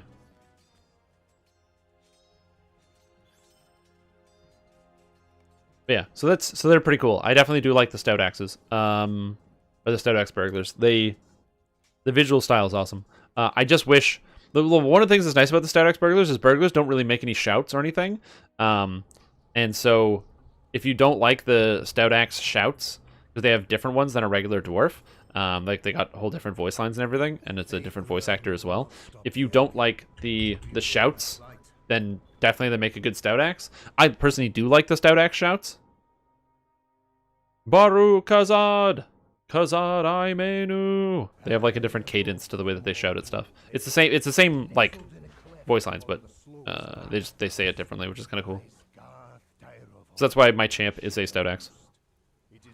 So I can at least have some character with the shouts. Although my minstrel is a classic dwarf. Dwarf classic. Yeah, Burglar's a really powerful class. It's also a class that always has its niche. The thing about Burglar, too, is you kind of get part of like the exclusive Burglar club of like players who understand how to play Burglar. I don't know. I don't have a female Stout Axe, so I couldn't tell you. I assume they still just shout Baruch Kazad and Kazad Aimenu, because that's what the dwarves shout.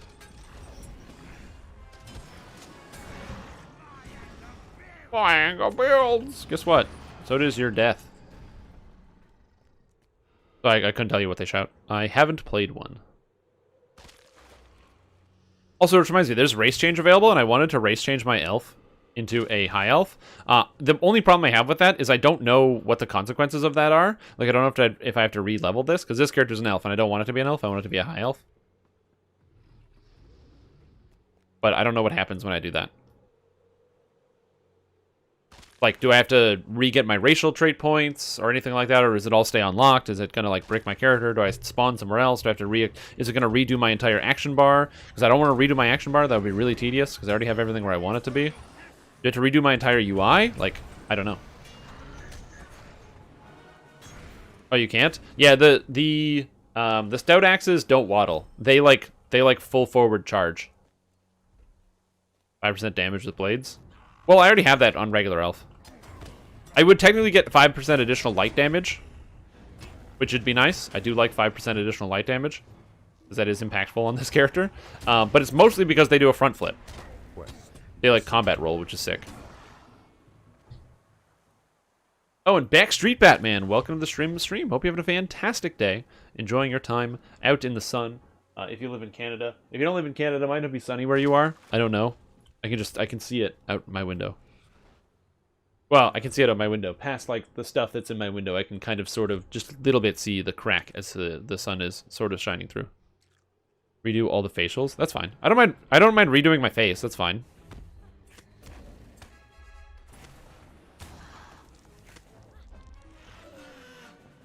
I'm doing pretty good. I am doing pretty good. I am awake. Had some water, had a little bit of coffee. Not too much coffee, just a little bit.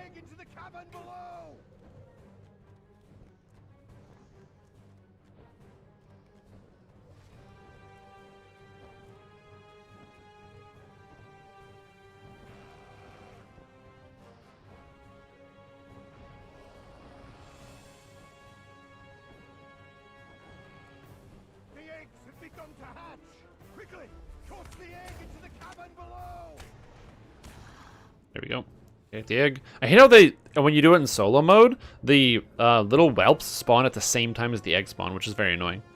But yeah, so for me, it's just because when they jump, they land, they do like a front flip, which is pretty cool. That's it. Gun to hatch. Quickly, toss the egg into the cabins below. Also, ideally, if I can get some Storvagun done, which is the new dungeon. You're supposed to get it done 10 times for the bracelet. I don't even know what the bracelets do. Maybe they're good. I really hope that they're not good, only because I don't know if I'm going to have time to do 2 sets of 10 Storvaguns, but from now until the next year, because that means logging in every day to do them. And I would like to, if I can, get that done. But that might not be possible, and if the bracelets are like really good and I need to get 4 sets, it's gonna suck. All the race traits renewing, as far as I've heard? No! I don't want to do that. I don't want to go re-earn my race traits. It's already be done.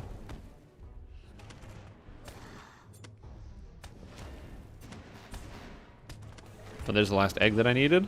Cool. Almost done my weeklies for this character for the week. Oh. So yeah, I already prepped this. I already did a round of this. Each, I think it's about an hour per character per week to do all your weeklies.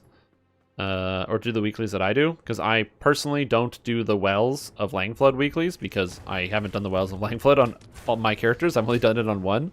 Because I found the Wells of Langflood was too annoying to navigate through. So I only did it on one character.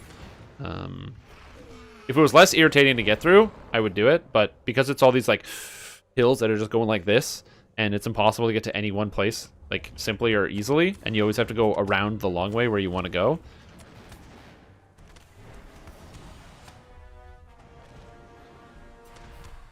Here we go. Perfect. And Catlob is dead. I can check that off. Warden, Minas Morgul instance, done.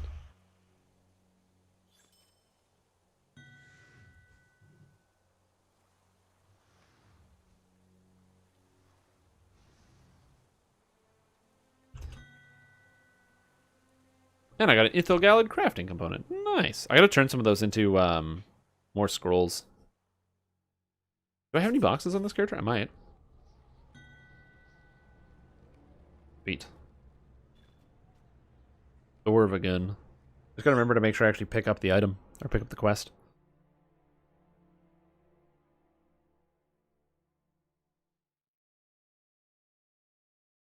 Cool. That's a problem. Yeah. Alright. Nope, me either. Sick. Cool, good to know. Apparently we don't have any hot water. No, is Red Captain welcome to DPS or do they not cut it? They cut it if you have DPS items.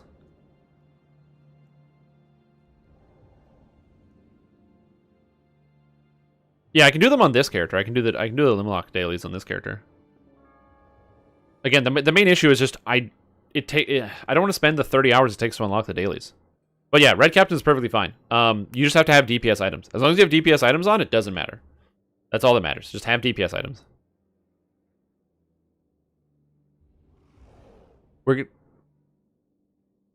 This Lore Master wants to do the healing on this? I don't think the Lore Master can heal this, but if he can, that would be sick and impressive. I would love to see that.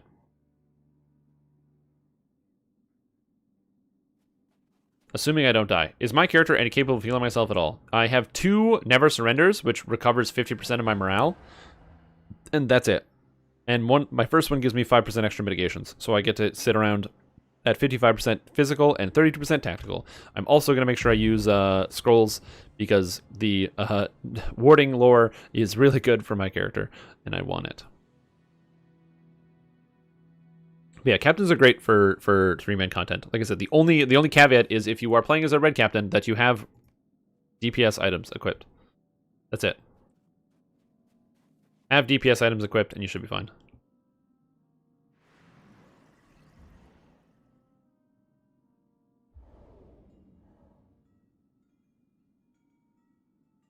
I don't know why we're waiting for this guy.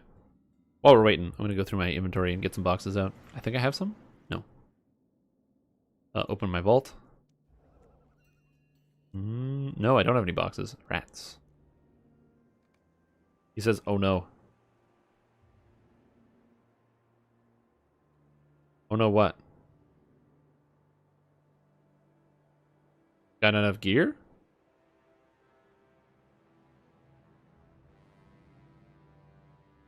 I've never understood why some people will put in my DPS lineup. Oh yeah, wait, vitality? I don't know.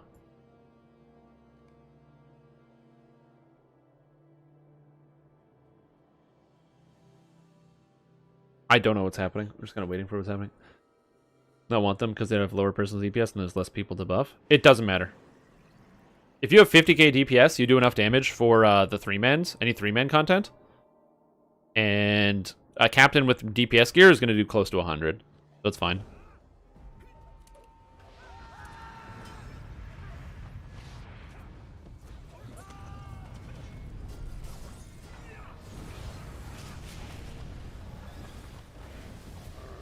I didn't properly prepare for this, so I'm just going to kind of hit this guy.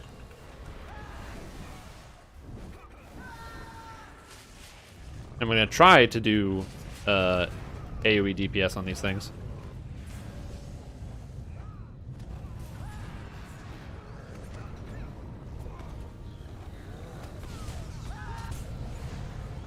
Impressive to me that this captain is going to attempt to maintain aggro.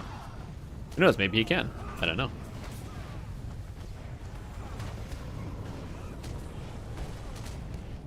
Oh god.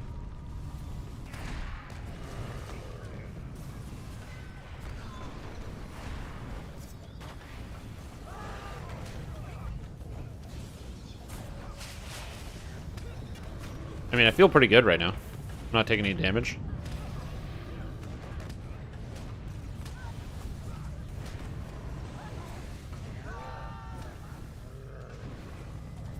Oh, why'd the guy walk away?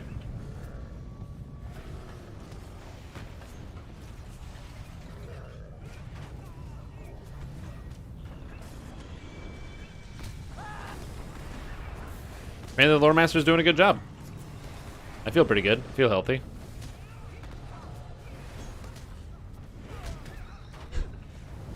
Okay, everything is fine.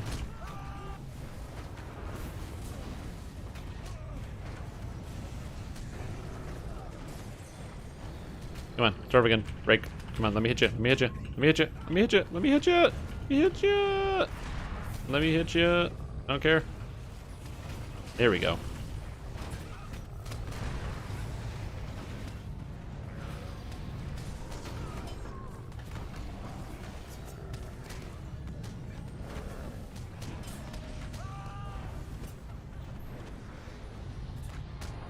Just in case I could put a self-heal on myself. I have a lot of bleeds going around. Got him. Apparently my DPS was 241k. Oh yeah, got him. Raider's loyalty complete. So that's 2 vile coins. So we're good. Thanks all. So there's no loot from this one, I guess? Oh, is there loot? Oh, there is loot. And you get festivity tokens. I got a new towel. Defeat Storvagon without anyone being caught in an avalanche. Oh, cool. I got a deed, I guess. And I got the sure-footed. Cool.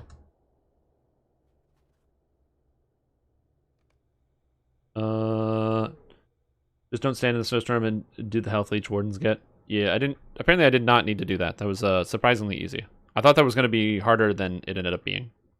But yeah, so for like the 3-mans, like I said, as long as you're doing like 50k DPS, no one really cares. Like I've never cared about having a captain of the group. I only care if I host a group and I say, okay, guys, we're doing, we're gonna be doing, you know, a thing, you know, a dungeon, and I need a DPS, and then some captain joins me, and they are very obviously a tank captain, where they have like 700,000 morale, and I'm like, okay, I needed a DPS, and they're like, yeah, I'm DPS, and they just click red. I'm like, no, no, no, no, get out. I do not need this. This is not what I asked for.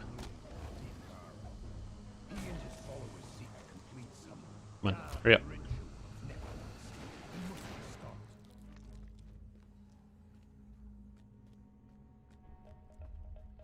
Yeah, I'm just gonna do this to get the lichens and stuff. There's like 2 more quests you can just quickly get done by just doing some of the slayers. Not slayers, but killing some people. And I never do the Limlock dailies. Ever. I literally don't do them during the week just because I only have them unlocked on this character. I think I can teleport to Limlock, so maybe it's worth it to actually look into. I don't know what the reward is though. Doesn't it not give you embers or something? I thought it didn't give you embers. And if it does give you embers, then I should probably do it.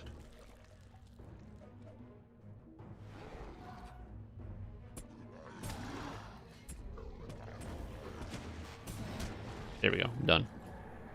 Leave instance. We're good.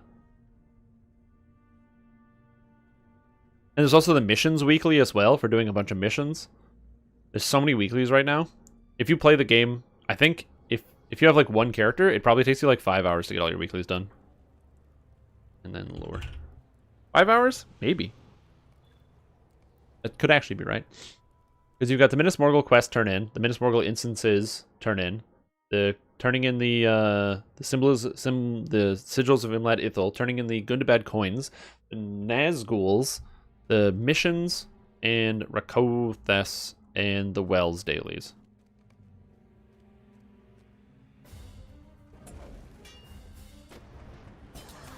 That seems like a lot.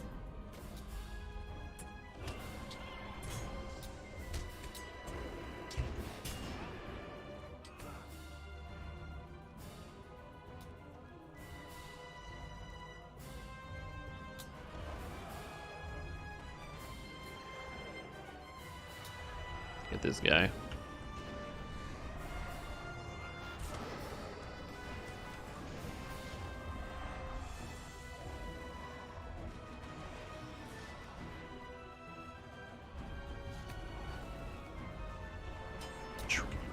Smash. Over here. Pull this guy in. This is why I can't do all the dailies. Yeah, it's too much during the week. I try to get it done, and as many as I can. But like, you need a lot of time. And I try to put in maybe 5 hours a week on dailies. Man, now that I say that out loud, that's a lot of time.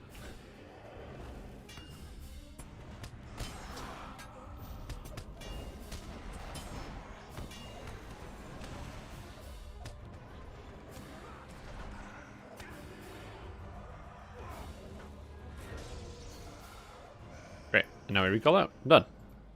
Bam. That's all of this done on the Warden. Extra 1,000 embers and some virtue XP. Feels good. And I'm getting closer to that turn in. Everything should be fine. So I talk to this guy. Hello, stones. Done. This guy. Treated things. Done. Boom. Extra sigils. Everything is all copacetic. And I got some more virtue XP. Leveling up those virtues. Hell yeah. Can I put this in? No, 36 minutes. Nope. Rats. I was really hoping I'd be able to put that in. Yeah. I have 6 that I could do it on. So I'm trying my best. Oh, your playtime ends up doing weeklies. Yep. And then not to include the fact that there's also daily instances that you can run. So you can run Shakalush, the Stair of Battle, every single day. So since you can run Shakalush, the Stair of Battle, every single day, lots of people do. And there's a clear benefit to running Shakalush every day. But still, it's because you get an extra, on average, about 400 or about 500 embers by running it every day. So per character. So if I ran it extra time, that's 1,500 embers pretty much every single day of that I could get extras, which doesn't seem too bad.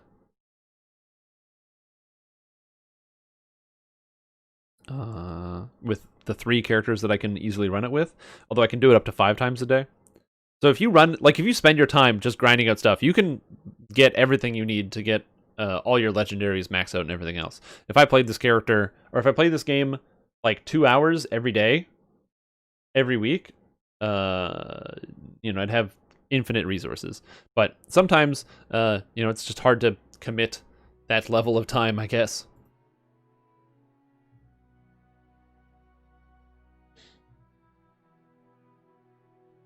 Come on, video game, let me go.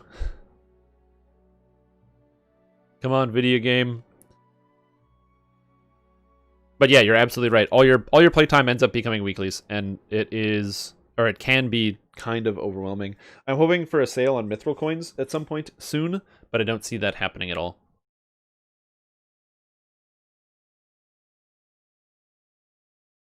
I mean, maybe. They still have the winter sales going on, so hopefully there'll be a cool sale. That'd be nice. Sort of like how a lot of people wanted a sale on Sharn. Maybe if I just pray hard enough, it will happen. Also, welcome Logan Yorick to the stream. Hope you're having a fantastic day, enjoying the show, feeling good, getting ready to watch some cool and fun and mildly interesting content. Maybe, possibly.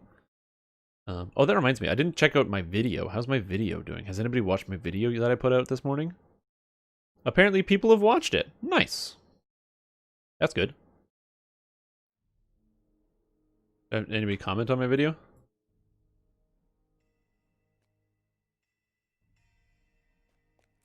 Oh man, and people are like, I've learned a lot from this. That's great. That's exactly what I wanted people to say, is that they learned a lot from watching my video that I put out about reshuffling and reorganizing Dungeons and Dragons online builds. So that's good.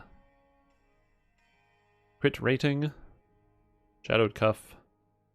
I also need to get the new titles for this character as well, or the new title for my weapon. But that is another project for another day. Okay, cool. I am a DPS captain right now, so I need to go and do my DPS captain stuff. Do I still have my weekly VIP bonus? 6 more hours of it. Hell yeah, that's just enough time.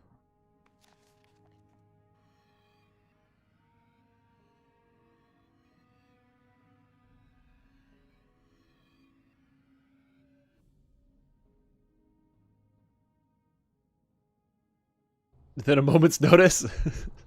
Oh no, I'm being bullied for my lights. Oh, I didn't even turn on the lights. I'm so sorry. Here.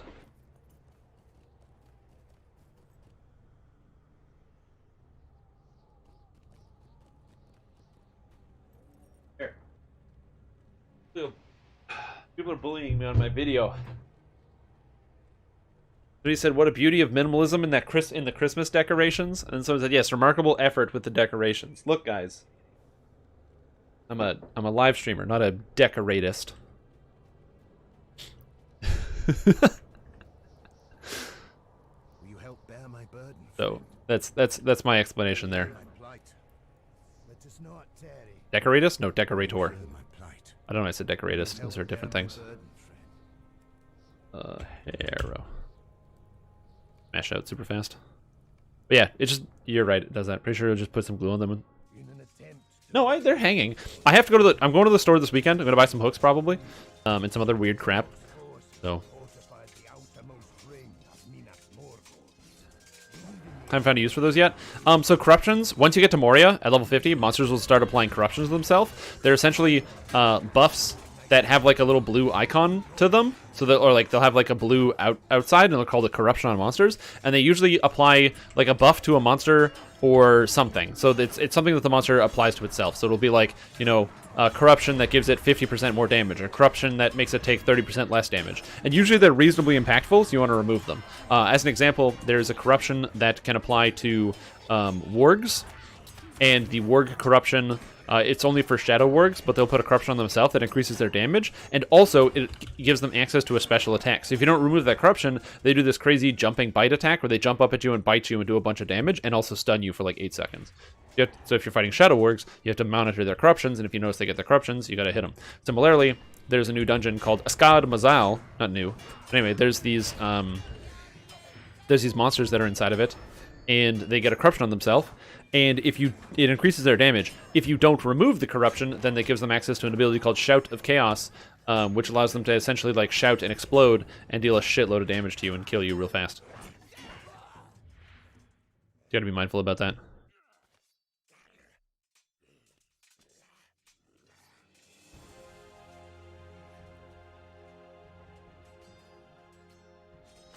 Oh no, someone unironically recommended me to add sap into a build. Oh crap.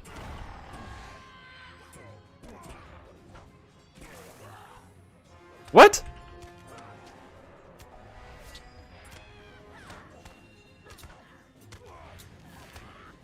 Yeah, so the corruptions will come up. Sorry, I'm like trying to read some of the comments. Somebody asked, how do I submit a build for the review? And that was the first chunk of the video. The opening of the video was, if you would like to submit it, please submit it through the live stream. But I should just link that person the timecode in the video. What program do I use? I use Matrix. I should probably put that there. I should probably put that in the description. That's a good idea. Reshuffling up here really helped me think about where works best.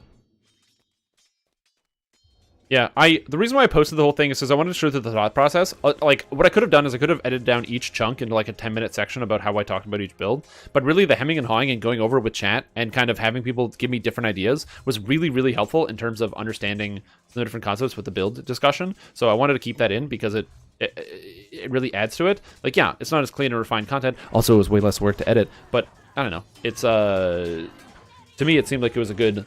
It was a good, you know, kind of break between the two different styles of content.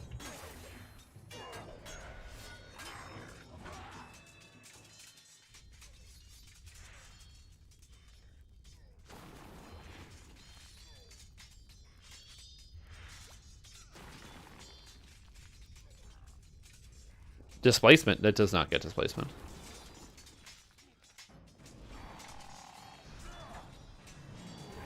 Anyways, that's it. But yeah, so corruptions, they come up pretty often. They happen on the landscape. The important thing to note is that you pretty much never have to remove corruptions on the landscape. This game is not that hard for just randomly playing with other people. So if you are ever, you know, worried like, oh man, if I don't remove this corruption, am I going to die? No, that's never going to happen to you. Lotro is not designed that way. However, it does help you a lot, and you have to remove corruptions in group settings. So in group content and in group dungeons, you will need to be removing corruptions all of the time.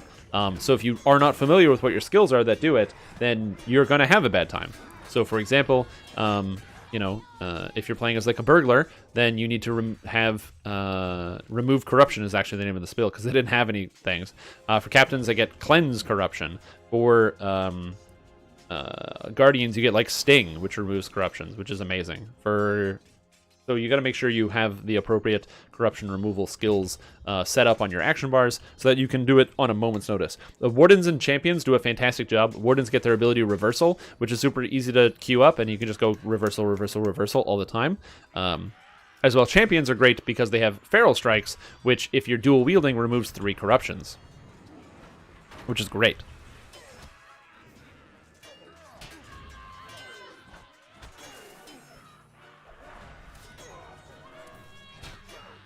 Bam! 176,000 damage. God, this captain's good.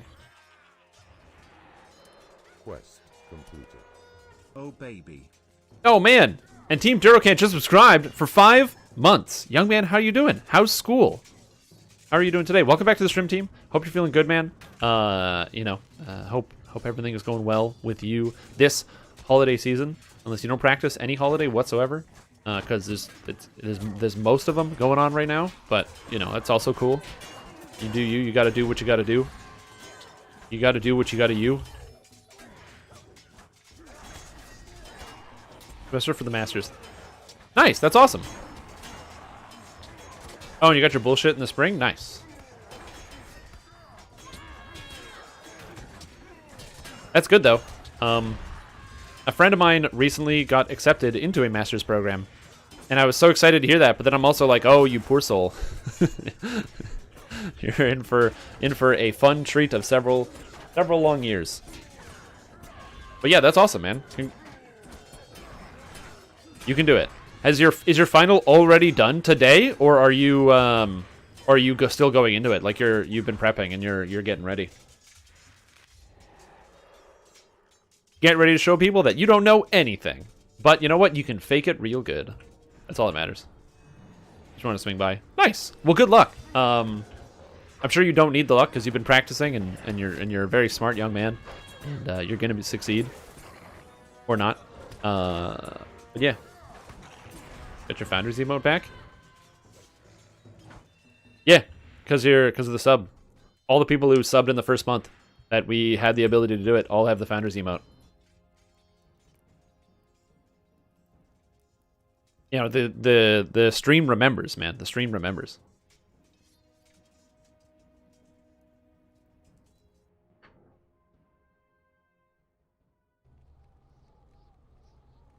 How can you get one? Yeah, if you buy his account, you can. Let us not tarry.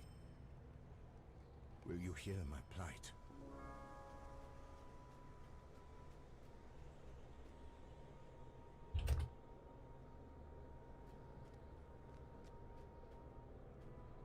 Oh, sweet. You can't buy that?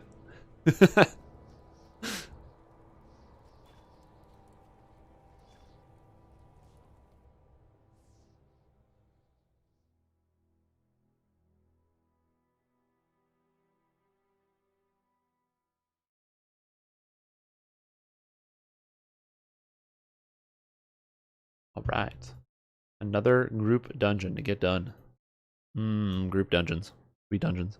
But yeah, getting the Founders emote is hard to come by. It's like with anything else, though. It's all, like, exclusive. You got to be in on the ground floor, man. You know what would suck? Imagine that, imagine for a moment that somebody is, no, I'm apparently tanking, so let me just go swap to my tank set. Whoop, that's done. I don't think I need to do anything else. I'm just gonna hit the monster. I'm I'm not gonna run out of health, so I'm just gonna hit him in the face.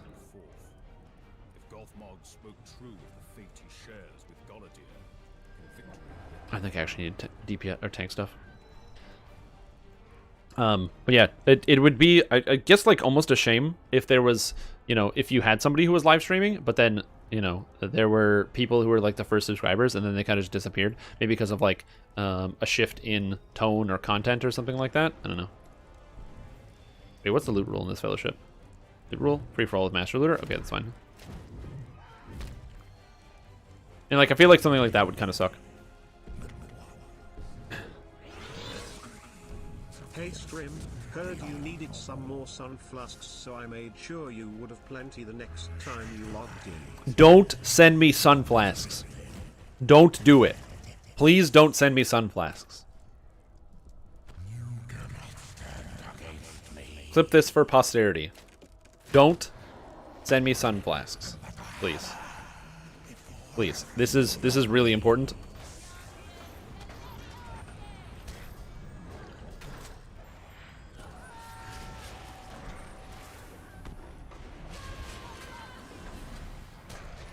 Can I mail one at a time instead of sacks? Dude, you can do whatever you want. I don't care. Just don't mail me sun flasks. Please don't mail me sun flasks. I don't want them. Put them away. I have already sent you 1,000 sun flasks via mail. The horse has already bolted. Oh god, it happens. It begins! I'm gonna die because our DPS is garbage. Uh-oh. Which is not good. Who has aggro? This guy?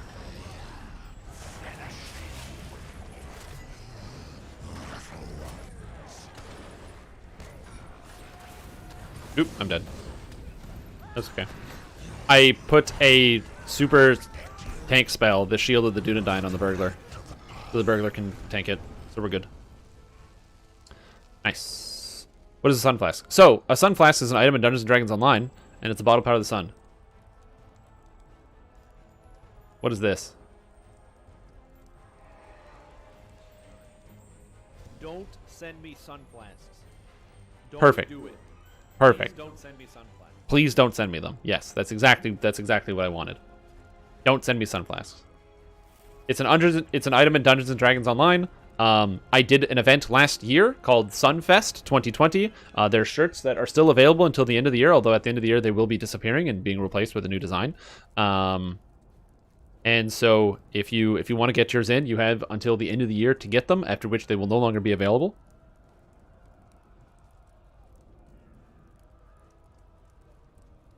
Oh, you found my tweet. Oh, nice. The loyal wire coding. Remember old Twitch interface? I remember that.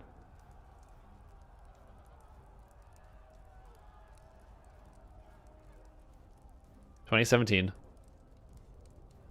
That's a throwback, man. It's crazy. When you go back through like chat and stuff, because we've been doing that. There's the option to like pull up people's first message that they ever said, and going back through chat all the way to the beginning, it's kind of crazy.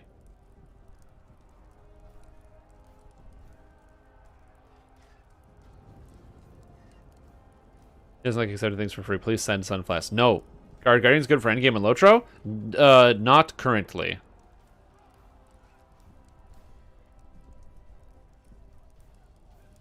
Honest. You can trust me. I'm a mod. No, no, no. No, don't trust the mod. I don't know who made this guy a mod. I don't know how it happened. I don't know what's going on. But don't trust this guy. He's full of deceit and lies. So be mindful about that. Don't trust the mod. Captains are supposed to be tanking with two-hander? No, they're supposed to tank with a shield. You just can. For some reason, there's an ability here. Leader of Men. Oh, is it here? You may block with a two-handed weapon. It's very stupid. You don't want to block with a two-handed weapon. It's totally worthless. So what can a Guardian do that is useful? So the problem with Guardians is that they are tanks, and they are only tanks. That's the red line DPS is not very good, and so they can't really do that effectively. So they can't be like a red line DPS. And their yellow line debuffing stuff is also not very good. And by not very good, I mean both of them are so bad you don't want to take them into any type of content, which is an unfortunate thing when you're somebody who wants to play content. If you want to play some type of content but you can't take the character into any type of content, that's a problem. So what's the solve? Well, Guardians usually end up tanking. The problem is Guardians are squishier than the rest of your average tank, because basically they're better than Beornings, and they're better than Wardens, and they're better than champions. I forgot about champions. But they're not better than captains, because captains are like Guardians, except they have this button. They have a button called Last Stand, which says they can't die. And they have another button called Shield of the Dunedain, which says they can't die. And they have 40% more health. Why do they have 40% more health? I don't know. Why do they have 2 buttons that stop them from dying? I don't know. But captains are really good. Ha ha ha, Sunflask printer goes. No, keep your Sunflasks away. I don't want them. I want the bits, but no Sunflasks. I agree. Guardians should be the best tank. But they're not. It is such a crazy margin that bringing 2 captains is always better than bringing a captain and a Guardian.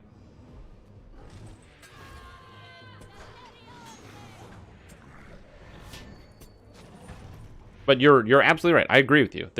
Guardians should be good at tanking stuff. They're just not.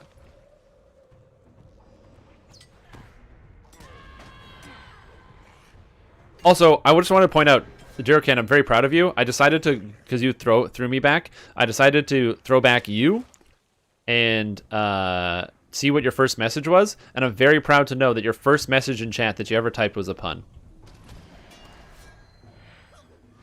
Oh yeah, you can play Guardian. You can tank stuff. You can do things. You're just not going to be the best. Yep.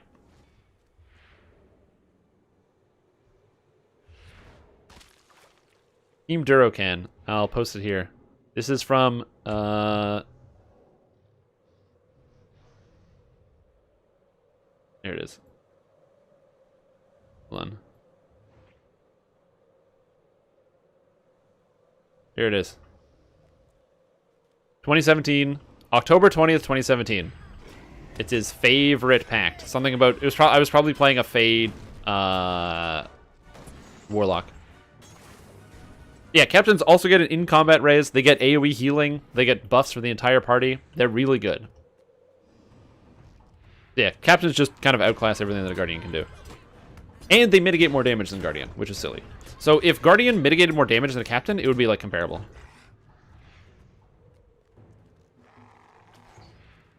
Again, so one thing we do know. Last 500 Sunflasks and my bags will be empty. Enjoy.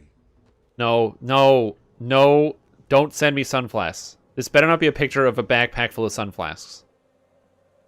Oh my god, my mail's gonna be so full. Genius, I just have to fill up my mailbox. And then I can't deal with it.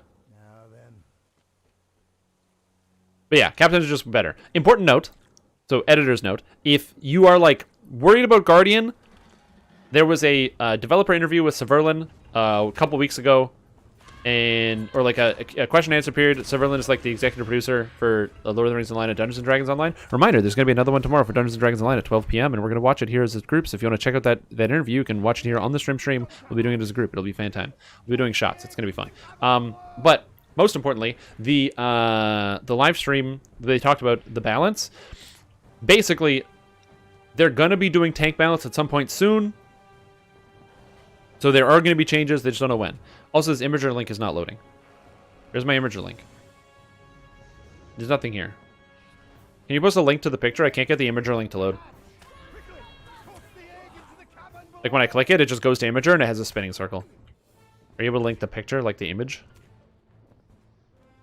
Yeah, so like they are aware that it's a problem, and so it's something they want to look at and get some more fine-tuning when it comes to tank balance going forward. That sort of thing. I think that the tanks in Lord of the Rings Online they're all really unique, and I love the design of the tanks, but they are missing some pieces. They're missing some oomph. A couple things that they're missing. So number one, they're missing, clear design and intention. Captain does everything. Guardian has some DPS, or has some defense. Bjornings and Wardens and Champions don't have a clear role. No. No, put that away. Put those away. Think of the children! Think of the children! Yeah, so the main issue is that they just don't have, like, clear goals. Like, when you bring a Bjorning to a raid, why are you tanking with a Bjorning? What's the point? And the answer is, I'm like, I don't know. So, what if you bring a Warden? What's the point? Oh. What do they do better than another class? What does a Warden do better than another class? Die? They die really well. Like, they get killed super fast. So, that's sick. So, if you're thinking about that, that's also, that's a very positive thing. Now, am I saying that Warden is bad? No. Warden's not so much bad, as in it's just, it lacks a couple things that prevent it from dying really fast and easy. So, for example, one of the big problems with Wardens is they don't have a cooldown. So, if as a Warden, if you just, well, there's many problems with Wardens. The problem number one, they don't have any cooldowns. So when you start dying, you just die. That's it. If you play Captain or Guardian or Bjorning, they all have cooldowns that they can use to bump up their damage. Bjornings have Thickened Hide for 60% reduced damage. Captains have Last Stand, so they just straight up don't die. They can't die for 13 seconds, I think. And Guardians can use, like, Warrior's Heart to pop back to full, or Guardian's Pledge to reduce the damage they take, or something like that. So they have a lot of... Every class has a lot of reasonable cooldowns. Except Warden, they have none. So when they start dying, they die. That's it. They just start dying. Game over. So you got to keep that in mind. So that's fun and spooky. On top of that, they used to have this awesome self-healing ability where they could, like, sustain themselves. Hey, And chat, did you know you can get all your stream merch at this website? oh, good. I'm glad you linked the website.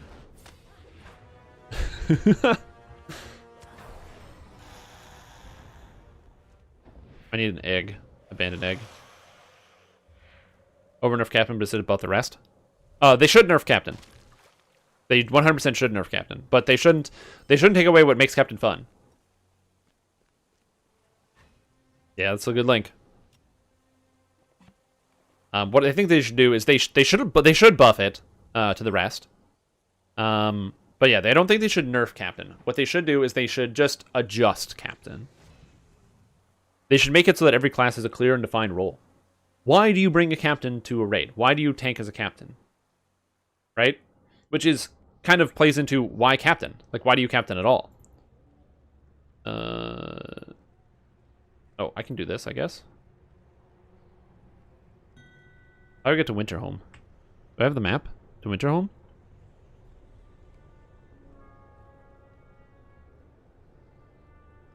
Winterhome map? Winterhome.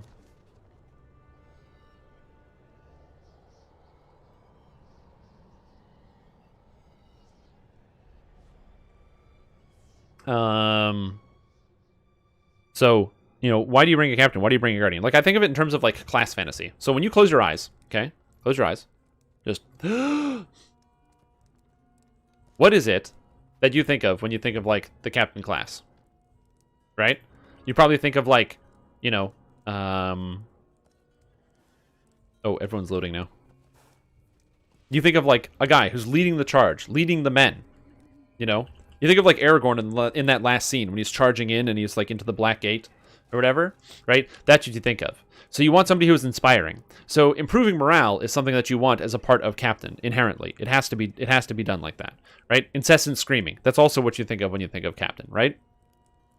So is Captain going to take the most damage? No. They are, like, have the highest health? Probably not. The Captain should be the one that inspires the most. They should be about representing improving the morale of their allies.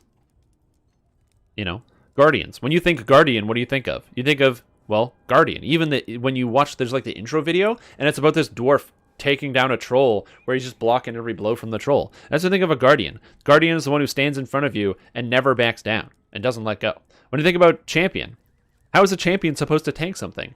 Because the Champion's got a sword in each hand, man. He just stab, stab, stab, swinging the sword around. This one, left one. The enemies, they can't handle the hail of blows from the Champions. They can't even get in. That's the whole idea. Bjorning. How does a Bjorning tank something? Because they're bears, man. Did you see that scene in The Hobbit when Grimbjorn or whatever lands on all the orcs and stuff from the sky? They airdrop them in? That's what I'm talking about. Bears are big. They're big. They're beefy. They shouldn't be about blocking blows or any of that. That's a waste of time. They should just be big sacks of meat that they just attack people. And they claw at stuff. And then you beat them, but you hit them, but they still have so much health left over. And then wardens. Warden players are a special breed of human being. They should just be complicated for the sake of being complicated.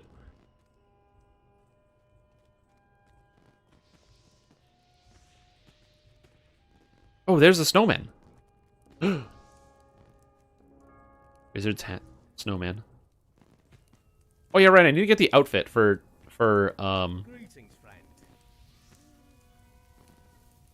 I need to figure out where to get the outfit for those guys. But yeah, each tank should have like a clearly defined identity and a way that you want to use the tank.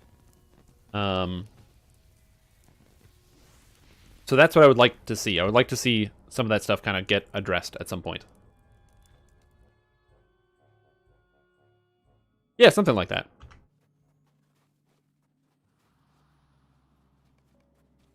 But the tanks currently don't have clearly defined roles. It's currently Captain has the highest health and the highest defense and the highest AoE healing. The only thing they aren't the best at is holding aggro, but that gets sorted out pretty quick. Let's see, we have a hunter. I'm just going to buff up the hunter. Yeah, right, there we go. Where could I get reconstruct scrolls? House P in Object Desire.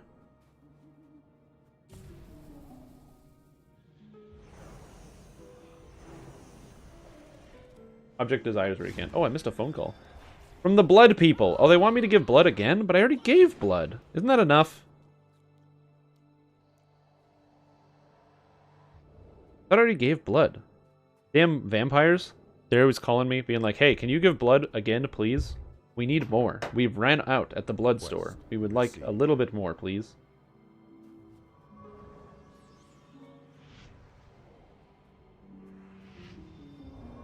But yeah, so that's what I think should happen. We need, or if you want tanks to be like balanced, they need to have clearly defined roles that make them good and make them interesting. That's it. You gotta make it so that everything makes sense, and then add some semblance of balance. I feel like there shouldn't be a scenario where you can't play a thing. Like, that feels bad. On the highest difficulty, and I'm not talking about the tier 5, if the tier 5 limits on what you can play, that's fine. Because you gotta have people with clearly defined roles, you gotta have people who know what they're doing. All of that stuff is fine. Am I gonna know how to break this? Done break.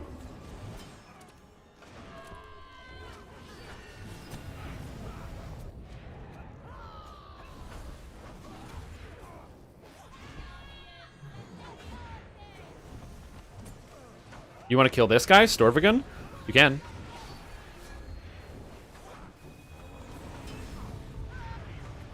Well, I don't know what server you play on, but people are running it every day. All day. No. Stop that. Oh, I guess this guy's putting red mark on?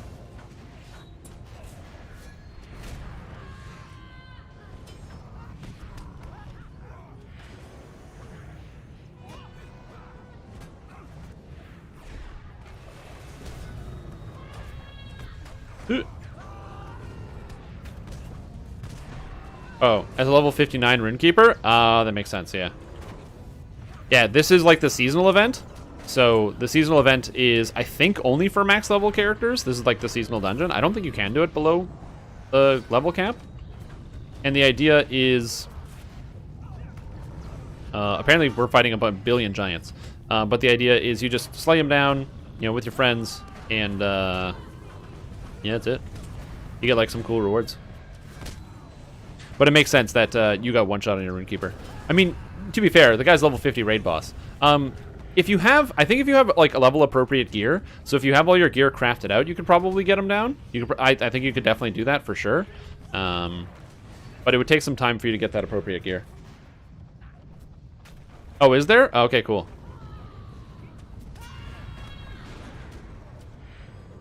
All my characters at the level cap, I don't know.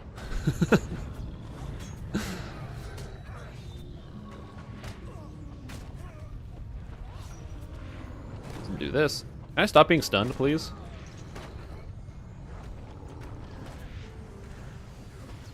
I don't care about the stupid windmill punch that they keep throwing out at me. Level 50 version? Nice. Yeah, because I know that the actual raid Storvagun for Helagrod is, should be reasonably soloable on tier 1.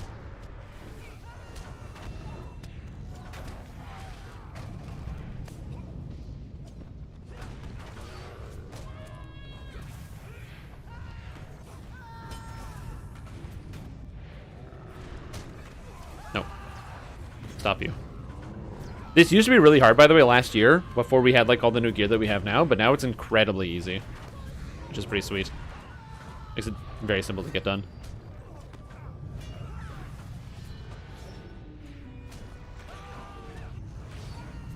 Oh, what the heck? Yeah, exactly.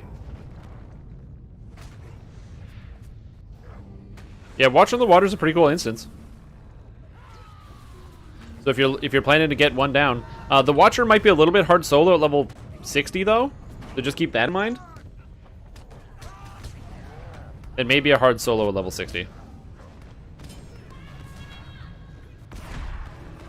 I don't think anyone soloed it on. Like you might have to get to like level 65 to 70 before you attempt to do that, just because the arms deal a lot of damage, and they're very difficult to deal with. Also, I hate that I get silenced for so long. Very annoying.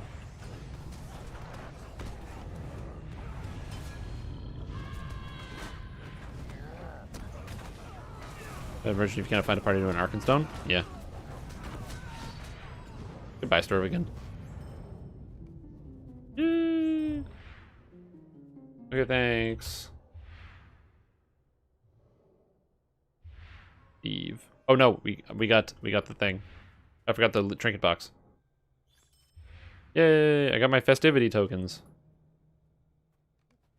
So wait, there's no loot? It's just festivity tokens, unlike the Thrang where people actually got loot and stuff.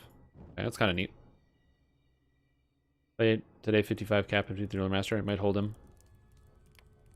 Well, the Watcher's level 60, so the Watcher, if you're talking about frying, getting fried is what the Watcher's probably going to do to you. So I would be very mindful about fighting the Watcher,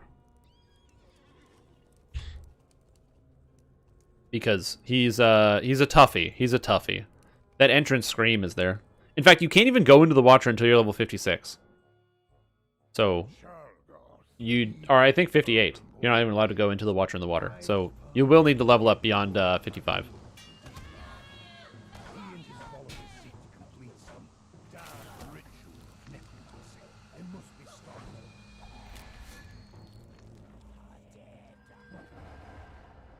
I still remember trying to beat the Watcher in Moria. Oh man, those are some fun raid nights. The number of people that died to the opening screen was sad. Because like 3 people would die and it'd be like, okay, reset. 3 people would die, okay, reset, reset, reset, until you got a good run where people didn't die to the opening screen. I mean, I can show you how to do it if you like. That way, when you get there, you'll have some experience. I can just go run it real quick and show you what the mechanics are, so you have like an idea.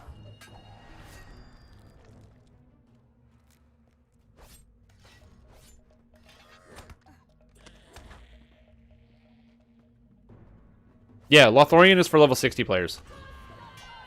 Yeah, I can show you how to do it. Sure. Let me just finish killing this guy. I have to kill this pile of bones, which is irritating. Pile of bones.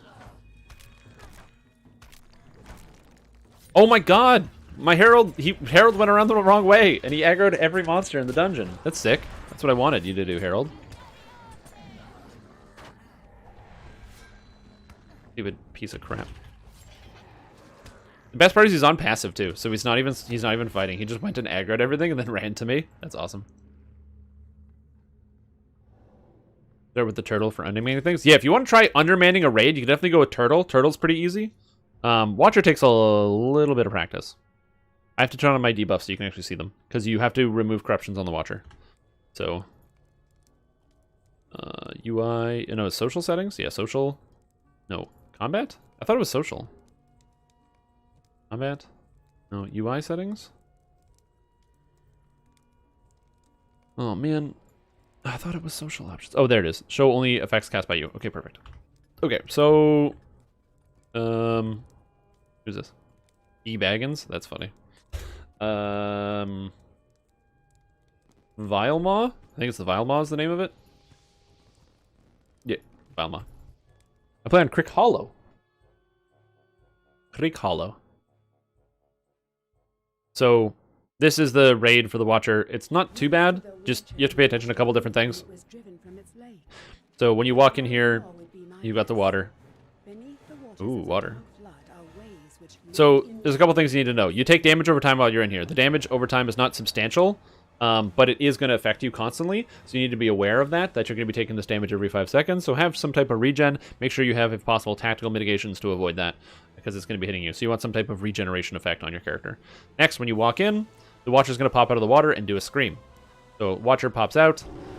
It says shakes with anger. You have to move out of the way. You have lots of time. If you stand in this, it instantly kills you, so don't get hit by that. Then, once the Watcher screams, you then go and take down the tentacles. Once both the tentacles are dead, the Watcher gets upset, and he's going to grab onto this bridge that's up here. And he's going to pull it down. At which point, you have to then go out to the bridge to fight these tentacles. So you're kind of moving out to get the tentacles. Bear in mind that everything in here has range. So as you can see, I've already taken 5,000 damage from these things. And I have maxed out mitigations. So these things are probably going to hit you for close to like 8,000 damage before you even get to them. So if you want to solo this, you got to have closer to 25,000 health, ideally, if you want to try to solo this dungeon, or have a lot of really good regeneration. Anyway, once you take down the tentacles, you kind of just chill here. The Watcher is out here. If you touch this tentacle, you die. So don't go out and touch the tentacle. But you kind of just want to stand on this like platform. There's like a ring platform here, and you want to stand on top of this ring platform here.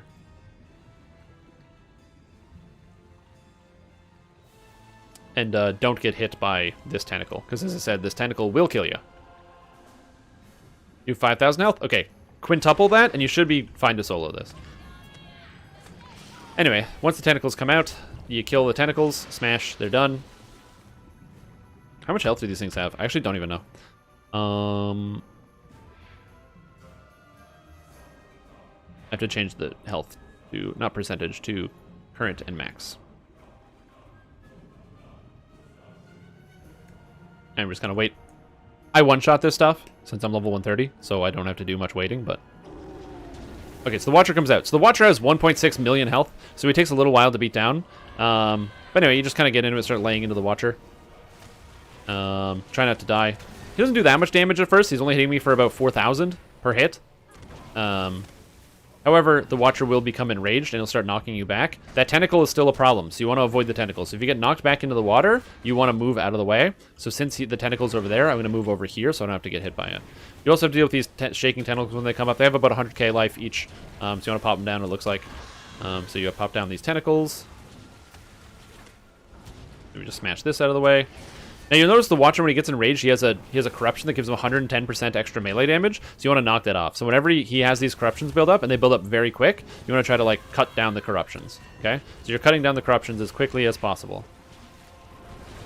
So whatever corruption removal attacks you have, as a captain, I have improved Blade of Elendil to remove the corruptions, so I can like chop them down. If you're a Runekeeper, you have a couple different attacks. And basically that's it, and then you just keep fighting him until he dies. And eventually he runs out of health. And then once the health is over, you leave, and the treasure is waiting for you at the start. And that's how you do it. Bear in mind, the Watcher in the Water, this instance, is designed for 12 players, not 1. Yeah, Final Word and Speak No Evil both remove corruptions. And then you get your loot. Crack open the box, and boom. I got Brennan Cruz, which looks like that. It's like an elven thing. And Horen Game, which looks like that. And some Burglar garbage, Runekeeper garbage. Coins, Platinum Coins of the Spirit.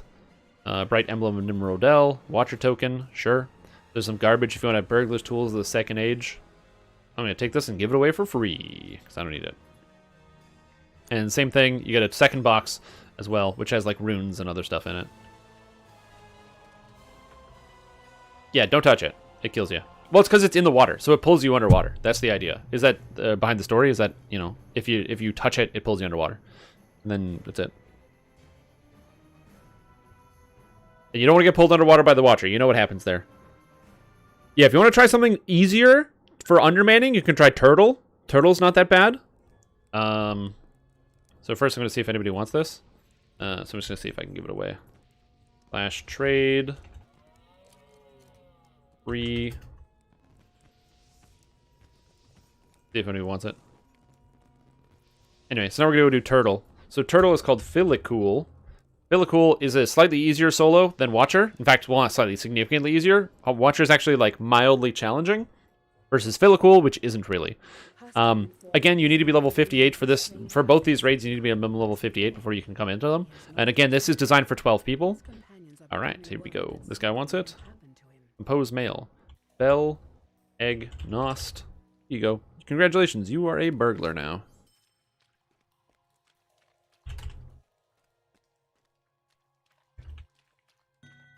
There we go. You walk through this tunnel.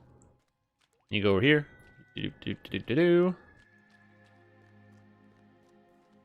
And there's this large room with a turtle in it. And it's Nuornion, the turtle. There he is, Nuorn1. He has 2.8 million health, so it's got a lot of health. More than the Watcher, actually. But this is somehow an easier fight, and I'll explain why. I need to call my guy to me, though. Come on, Harold. Can you make it, please? Thank you.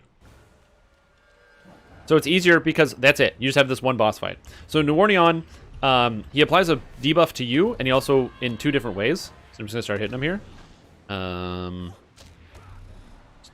Put this down. Is he even going to debuff me at all? I'm waiting for it.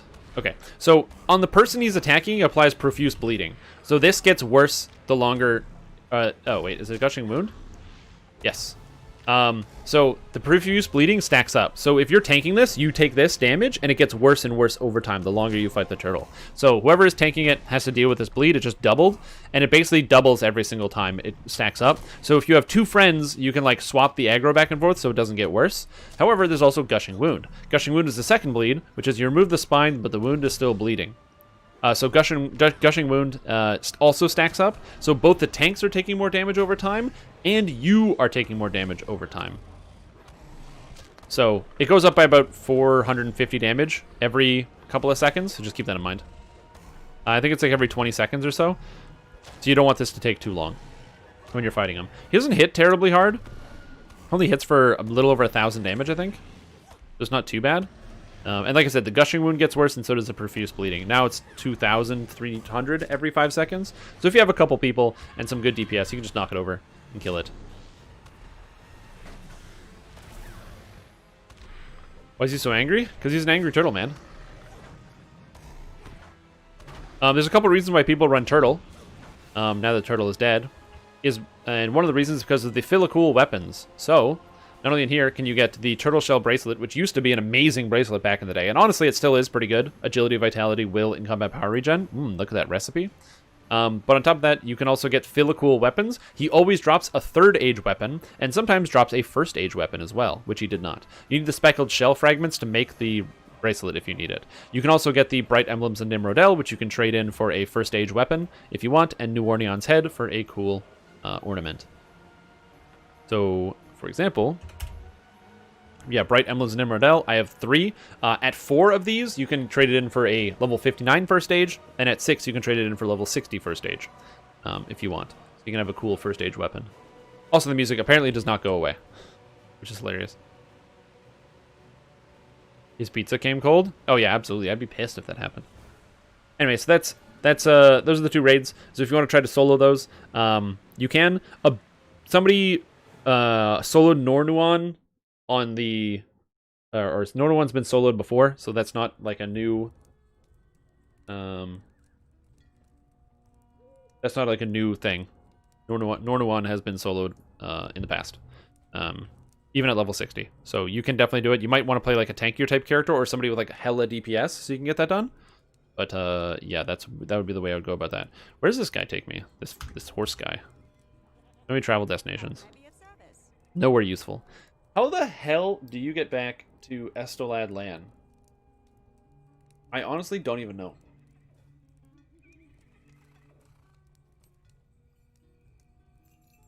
The Hat Society being on Crick? Nope, never heard of them. Never heard of them. I don't know how to get back to Estolad Land now that my thing's on cooldown. Can you go from Bree? I hope so. I don't know. Yeah, I've never heard of this person in the Bright Feathered Hat Society. Or Bright Man in the Feathered Hat Society. I'm not too much of a role player, unfortunately. I pretty much participate, even though Crick Hollow is like the place to be in terms of like events in this game. They've got like concerts and all sorts of cool stuff that goes on. I'm just not much of an event joiner. I play the video game for the video games, so that's usually why I do that. Usually. So for me, it's about like the numbers, getting the top numbers and the details, man.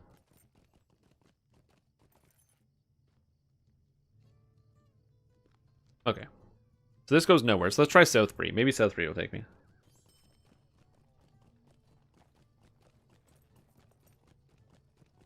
Nice. Yeah, I've been playing Lotro on and off since the game was released, so it's been pretty good. And I've enjoyed it ever since. I've been playing this game since the beta back in 2007. I think it was early 2007. And it's been pretty fun, a pretty fun ride ever since. Okay, please take me back to Mordor.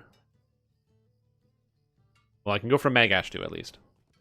It is so annoying to try to get back to Estelad Land and Echad Ueel. I don't know why they made it so annoying to get back there.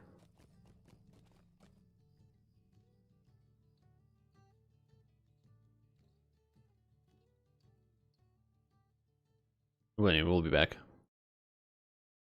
But yeah, there's a lot of really nice people in Lord of the Rings Online. I have to say that the community is just definitely one of the overwhelmingly positive characteristics that I enjoy very deeply. Incessant screaming, you can turn it off. Alt-R. With Alt-R, it brings up the loot, or the filter panel. You can filter out loot you don't want, you can filter out quests you don't want, and you can filter out sounds. Don't like the sound of a captain scream? So for example, if I hit record here, I can see the noises. I can go. And now, I have the elf scream.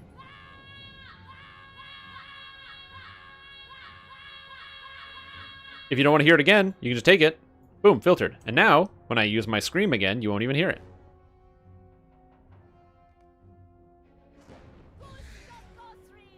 Oh. That's the next one. Hold on, they have different spells, or different screams. I gotta get rid of them all.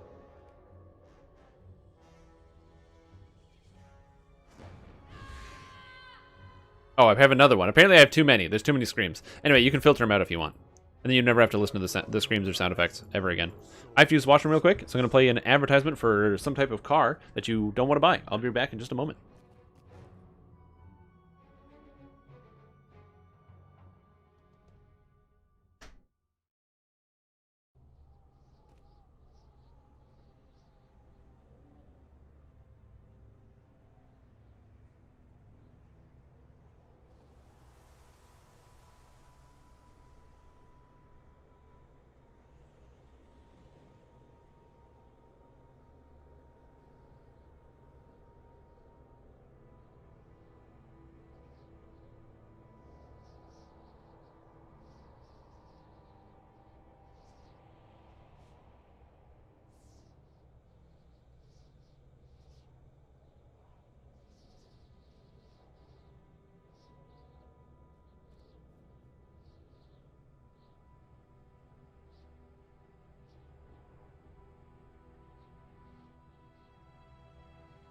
And I'm back.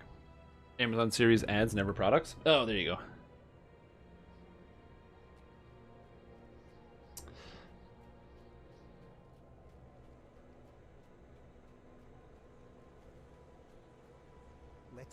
Are beautiful. So that's those done. Lotro Weekly Tracker, Captain XX. Done there. Oh, and I did my Reiko. Perfect. So that's done. I think that's it. Maybe Cyberpunk tries to sell you cars because their ads are cars. Yeah, possibly. That sounds right to me. Okay. So what do I need to buy? I need to buy Embers of Enchantment, or I need to spend my Embers of Enchantment before I camp out, which I will accidentally do. And while I am doing that, I'm also going to fill up a group because we're going to run a quick bit of group content before I swap to my next character and continue what we call the grind. So I'm gonna have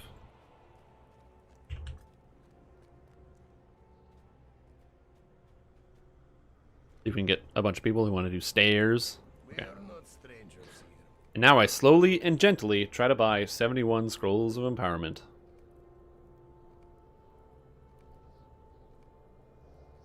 You have to do this slow now. You can't do it fast anymore. They changed the speed, so now it like caps out when you try to buy these.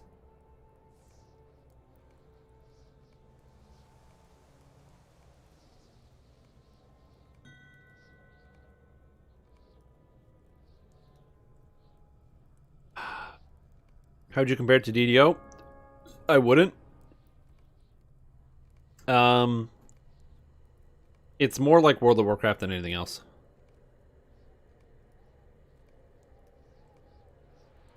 Like, this game is more akin to a traditional MMO, like World of Warcraft or Star Wars The Old Republic or something like that. It's not the same.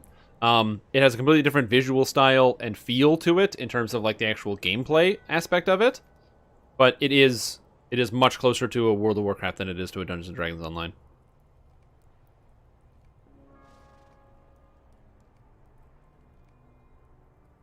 Oh, okay.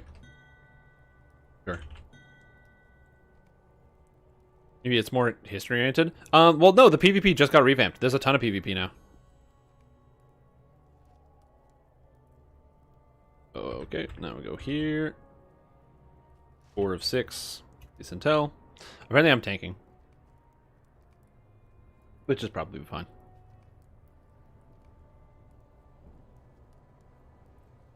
To do to get to endgame. Yeah, it takes a long time. However, that's kind of the point of the content, is it's meant to be...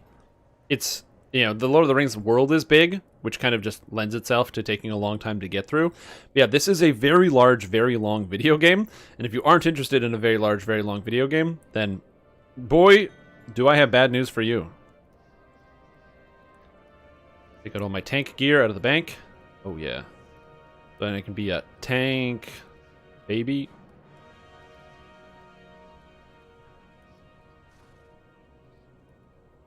And put on all my tank gear. Oh, I don't have this active? Okay, cool. So we are good. Oh, all champions. All champions today. Oh, baby. That's good. Tank stance. Yeah, there's a lot of grind in this game. I mean, there's grind in every MMO, so it's hard to make like a solid comparison. Jackaloosh.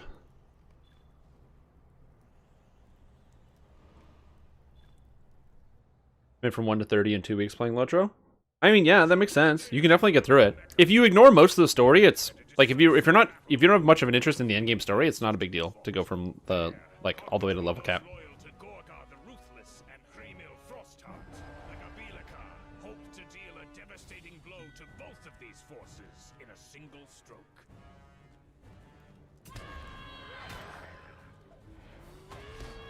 There we go.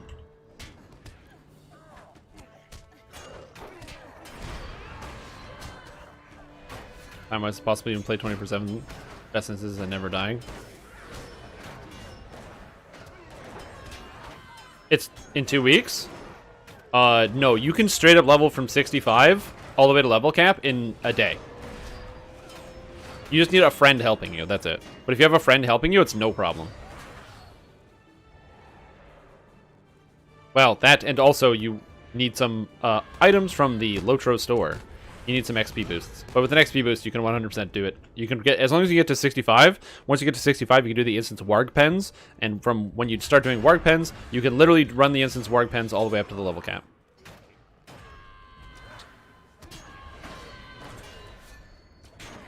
Which might sound phony baloney, but no, that's just straight up how it works.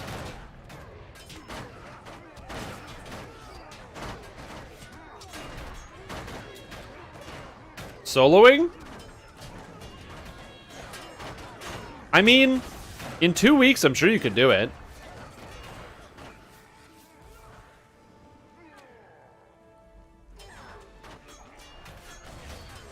Going at about a level an hour, yeah.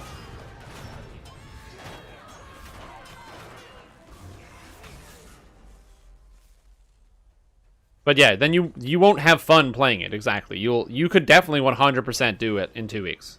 No doubt about it. Yeah, you might not be able to do it, but that doesn't stop other people from having the ability to do it. It requires, like I said, just having absolutely no life. Just give up on your ability to have fun playing the game.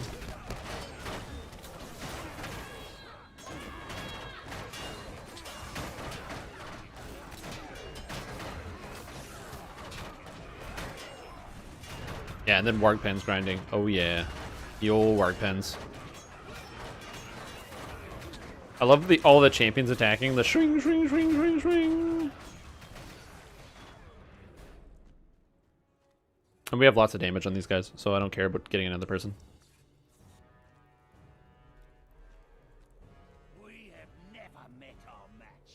Like I said, leveling quickly is something that takes proficiency and skill.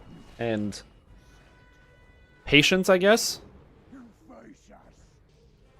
Because you need to be able to appropriately level quickly, and then also be able to like stay focused the entire time and stay on task. Because you need like a high level of like patience and dedication to what you're doing. You can't just like expect to just run quests in certain areas. You'll need to be farming specific instances, doing specific zones in a certain order.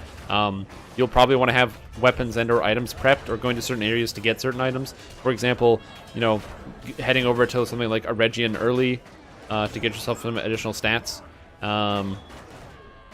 is a good idea. Because the Region items are way overpowered and you can start getting them at 46. So head over there at 46 early to get some additional stats or something. And then for the same thing, when you get to like 63, head into Dunland to get the new statted items. So every time you can skip a tier and then go really quick. So yeah, it should be fine.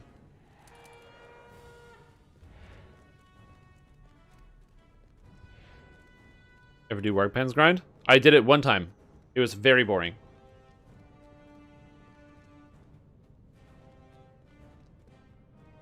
Pillars of Eternity. It's funny, because when I say PoE, I think of Path of Exile. A very different thing. I looted that chest, right? Yeah, I did. I got a purple. No, I don't want purples. Go away, purples. Blech.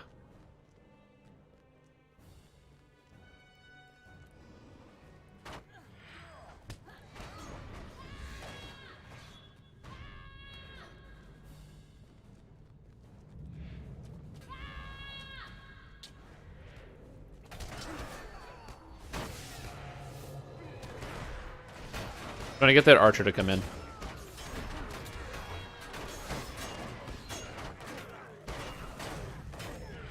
I'm a captain. I'm healing people.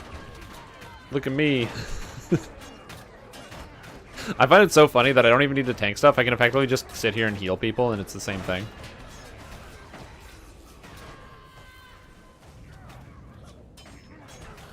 But yeah. I don't know if they added any new content to Baldur's Gate 3. I need to go finish that. I think they did. Yeah. On when the legendary server first released with the level 50 cap, which is now, I think, is it gone up to 105 yet? I think they said they're doing or 100, sorry. They're in level 100 cap, so you can have imbuement on the legendary server. I thought originally that by the time the legendary server had reached the imbuement stage, that they would have finalized and done their plans for the legendary item revamp, whatever that was going to be. But I guess that's probably because of, like, you know, the ye old coronavirus that they didn't get it done. But I imagine that's probably what they would have wanted to do, that by the time they got there and got the imbuement system, they would have had, like, a revamp for the legendary system. If we are to see another legendary server, I imagine that it would entail something like that.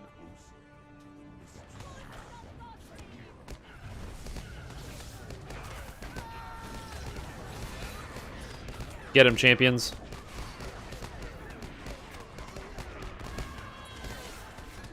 Why are these guys all yellow champions? Don't clobber him. Don't clobber him. Damn, that guy clobbered so fast. And in return, he is frozen. Oh.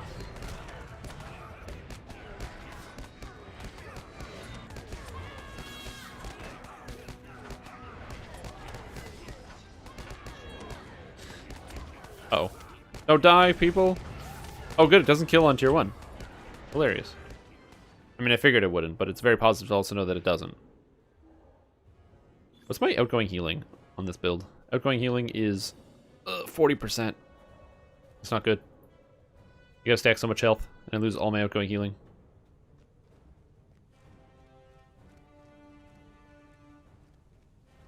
That's one thing I don't like about playing Tank Captain, is you have to drop all your outgoing healing stats, so then your healing numbers get really low by comparison to your like regular healing, your regular healing numbers. Makes me sad.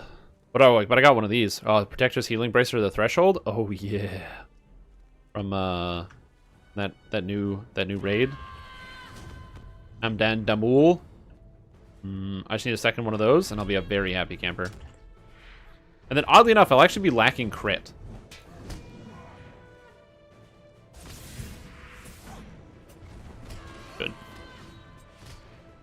I'm gonna hope I can get them all over here.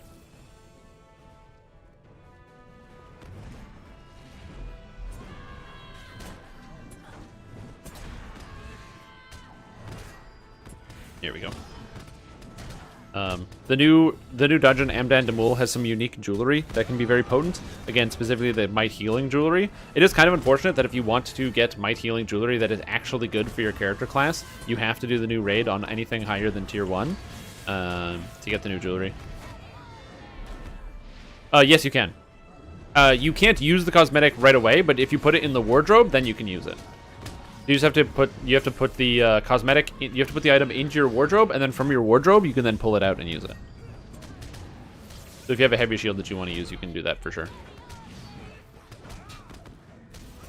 Incoming defeat event. Perfect. Look at that healing. I love the incoming healing that I get. Where I'm at 32%, and then with my flag, it goes up to 57. No, 62%. 62% incoming healing. Yeah, you just put it in the wardrobe. So. Even items that you're not proficient with. So if I go to the wardrobe, you can put items that you're not even proficient with. So heavy shield, there's heavy shield of Adlan. I can't use it, but if I want, I can go to my cosmetic outfit, and I can just dump it on here and say, hey, guess what? Boom, there it is.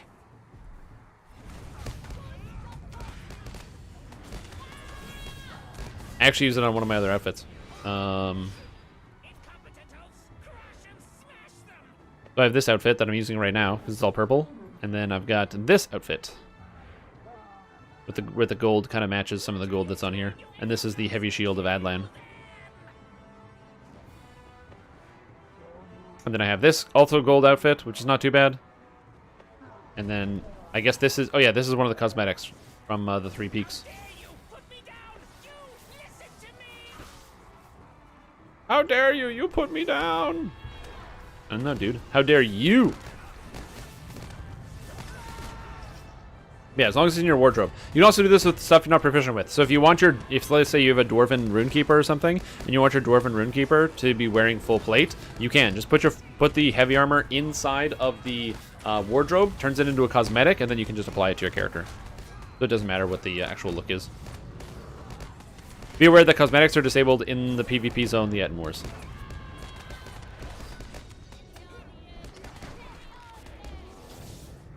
Alright. Present Ook. Thanks. Oh. Leave. Alright. Character feels good. Done another set of dailies for the day. And I also gotta put all these things back in my shared bank to make sure if I want to transfer them to another character, I physically can. Wait for it. It's gonna load. PvP zone looks like a clown. No, they just look like whatever armor they're wearing. Usually people are wearing the raid set, so they look like the raid set. But yeah, you could definitely equate that to being like to say it's looking like a clown. I can definitely I'm not gonna exclusively or strictly argue with that, but I think there's definitely a grain of truth to that. Oh my god. Put it away.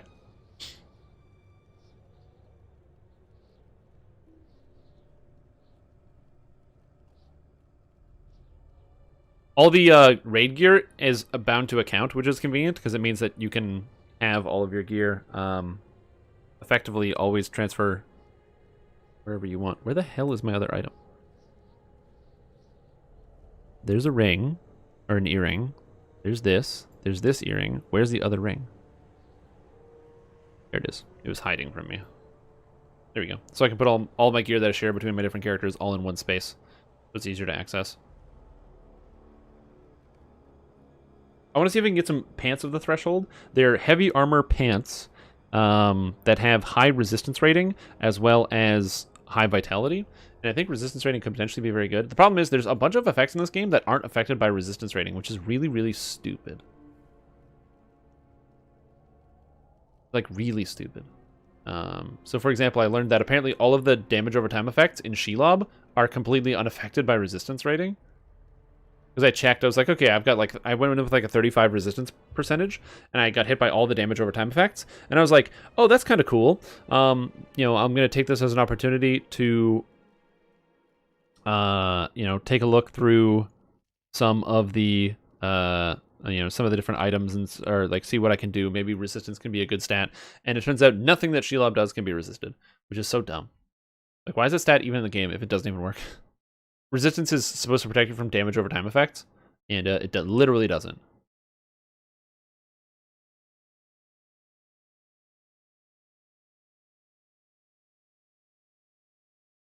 $130 Constitution. Jeebus Christ.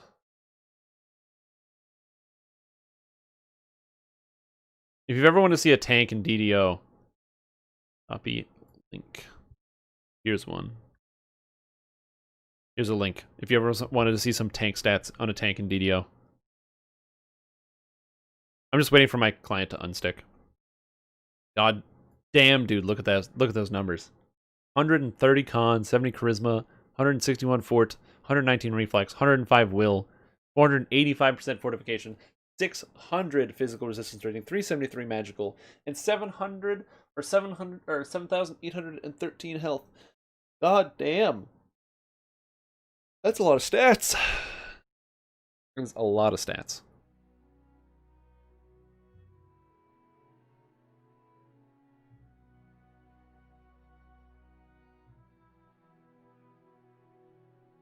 Okay.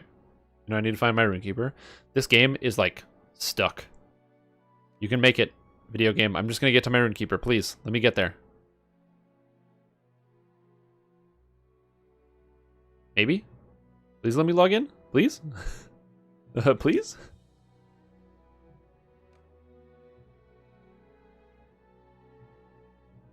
Oh man, this is like not working. My computer system is crashing out. It's like, no, we can't make it.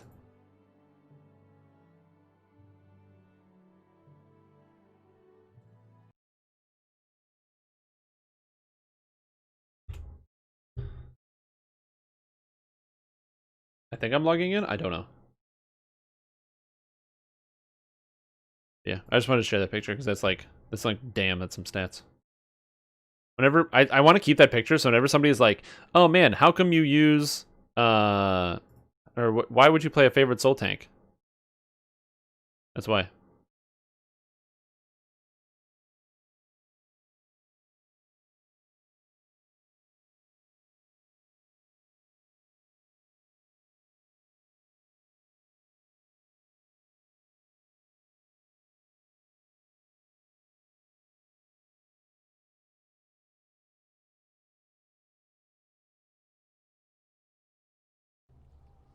There you go.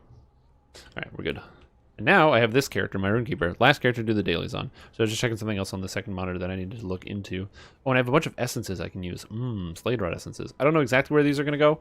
So this is going to be a work in progress. But I do need to go get my stuff. And I'm probably going to stop at Winterholm as well. But yeah. You've got Speak No Evil, which removes corruptions, I forgot, and then you also have Final Word, which also removes a single corruption. Both of them, I believe, are on a 20-second cooldown, which kind of makes Runekeepers horrible at removing corruptions. You can move 3 at a time, which is convenient, so if you hold on to Speak No Evil, you can do that. But if you have, like, tiered corruptions, where you have to, like, hit them again and again and again, it's not so good.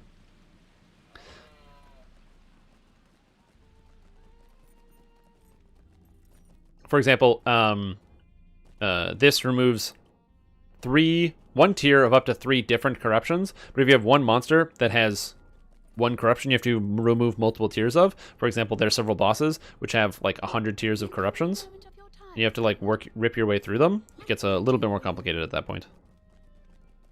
Oh, my character inventory is like so full and annoying. It like stresses me out how full my character inventory is.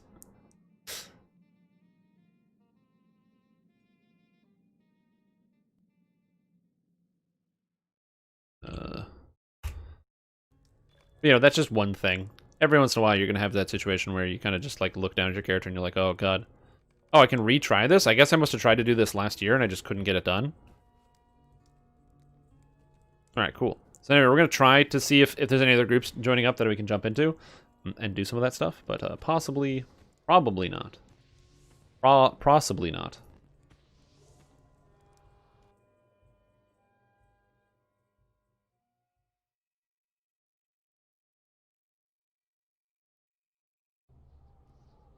Alright.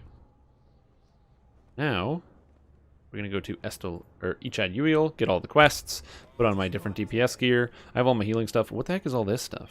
Platinum necklace. I really got to sell, I think. Just empty out some of the inventory, because I feel like half of these things, like, I don't need this. Thrang sword, totally useless to me. Sell, let's see what can we get rid of. Wings, this. Scales. Tattered Rohirric garbage. This. Oh yeah, look at all that inventory space coming back. We get that inventory space back. Oh yeah. Ithelharn rolls, those are useful. This is garbage. This can be deconned. Oh, but I don't know which one of these I'm actually deconning, because I know this character's gear isn't finished yet. I never got to finish the Runekeeper gear, which is unfortunate. Never did. I wanted to. Never could. I don't want the map to the Hobnobbins. There we go. Ah, much cleaner, much more organized. But how do you leave a dungeon that doesn't have an entrance apart from using return? Oh, like right click on your portrait and then go leave instance. It's not a stupid question. It's literally never explained to you in game. The game never explains it to you once. But that is how you in fact do it. Now then, will you hear my plan? Woo, round 3. Be wary, my friends. Evil spoils these grounds. Will you help bear my burden, friend? Alright, time to do some harrowing. A Morgul. Smash it real fast. Oh, so that's a nice dress. Yeah, you can right click on your name, which is very convenient. It allows you to just like get rid of any area that you don't want to be in. It's useful for a lot of different instances to escape quickly, especially when like the person at the end won't tell you something. You know, like the guy at the end of the quest isn't like, oh, you know, talk to me and we'll leave this place. There's a couple instances that are like that. For example, later on when you go to Limlock, there are some dailies you can get, and the Limlock dailies essentially require you to leave instance most of the time to actually escape them. Which is kind of silly annoying. It's just like added work for no reason. So that is kind of cool. It's kind of like the recall system from Dungeons & Dragons Online. I wish it was a little bit more clear, as I said, that it was explained to you somewhere. Maybe if it was like a button on the compass, that would be like, oh, leave dungeon or something like that. So like every player would immediately know that it's there. But I don't know if having it on the compass would even help.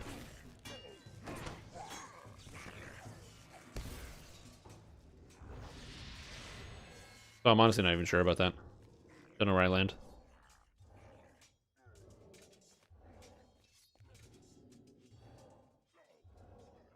Oh yeah, I forgot. I still need to work on the swap bag. I have my red bag and my red stone. That somehow has all the crystals put into it already? Whoa! When did I do this? And look at that, my red bag is 74, 74, 74, 48. Oh my god, when did this happen? Apparently this character is almost ready to play red. Huh. I don't have a third tree. I don't know how. That's funny. Do Runekeepers get stronger as they level up? All characters get stronger as they level up, so I'm not exactly sure how to answer that question. But yes, Runekeepers get better as they level up.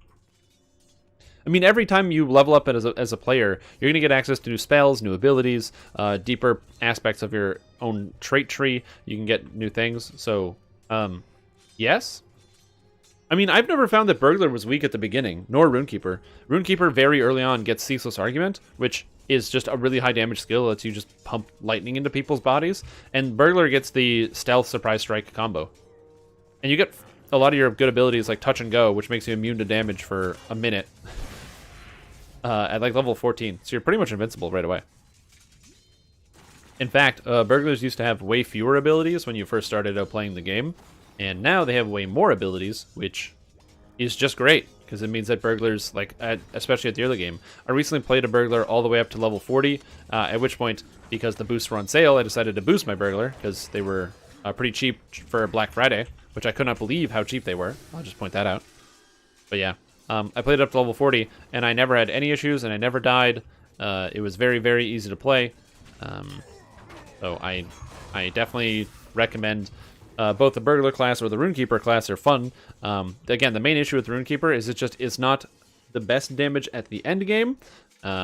It's a great healer, though, so they make really strong healers. You can't really level while healing, so it might be something you have to learn once you actually hit the end. You know, you get all the way to the end before you do that. Which is an important thing.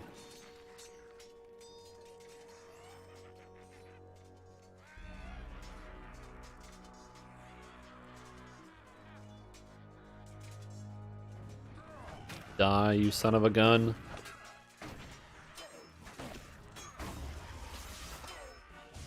Yeah, the goal here is to effectively, over time, for me personally, I want to build up all of my characters so that in theory I can have all of the... Oh, Glimmering Ithel Runics! Wow, that's awesome. I need more of these. So I can have all of the characters at the end game with full sets so I can play them with whatever, you know, whatever thing I gotta play them on. Knowing how to play all characters and all specs is a totally different story, though. So we'll have to see about that one. Also, Bjornings are complicated because they don't even have any, like, they have almost no legacies. So you have to, like, build extra legendaries, but for very small reasons. They'll be like, oh, you just need to get, like, a couple more stats into, like, on your runes or something.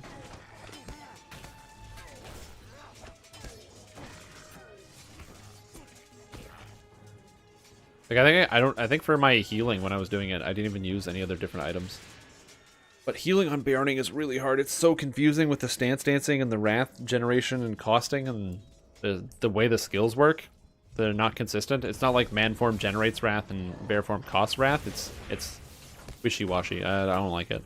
I find the bear healing is like too confusing. For my money, I like healing on the Runekeeper. It's really fun.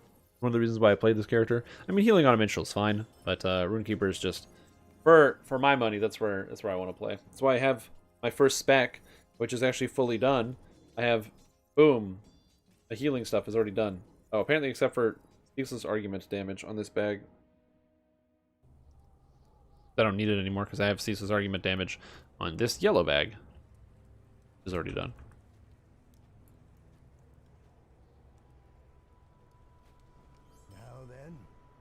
Oh, now then. You guys need to, like, check their voice lines. Or check their throats, make sure they're not smoking too much. They definitely have some gravelly-ass voices. Nestled in a cleft upon the slopes of Agathras lies Garth Dairovol, the Shadow Roost. It is said to be home to Khatlob, the terrible winged brood mother. Yeah, all of the classes are really, really fun in their own way. For me, it's all about, like, the class feel. And the Runekeeper really does kind of... I don't know, it feels like this awesome magical spellcaster. It's one of the few things in this game that's kind of like... that is actually sort of magical in some capacity.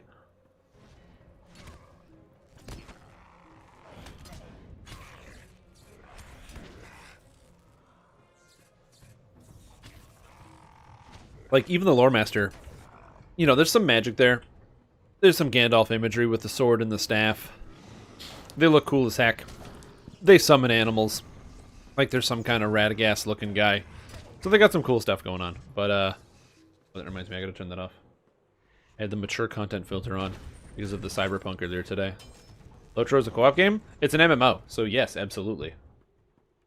I encourage you to play with other people when you play The Lord of the Rings online. It makes it more fun.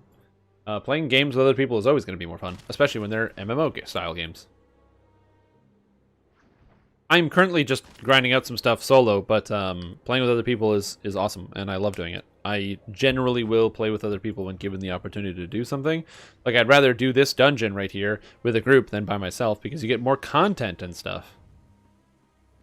Do I play PvP? I don't. I did want to check out the PvP, since last week there was a patch that went through that completely revamped all of the PvP in the entire system. They revamped everything. So I've wanted to experiment around with it. I just don't know how many people actually participate and play the PvP right now, since the changes. Although I have seen some people actually making groups and going out and doing some stuff just in the general channels. So it does look interesting. It's something I want to explore. I just don't have full time this week to really dedicate time to it. I'll have to look at it next week. But next week I wanted to take a look in some of the Lotro PvP and see what's going on. Go screw around in the Etmoors and die 100 million times. Oh, is it? I don't have world chat turned on. Can you give me some details about what some of the things that people have complaining about? Because I literally don't know. I could go through the Lotro forums, but I really don't want to do that. I don't want to look through the Lotro forums. It's boring.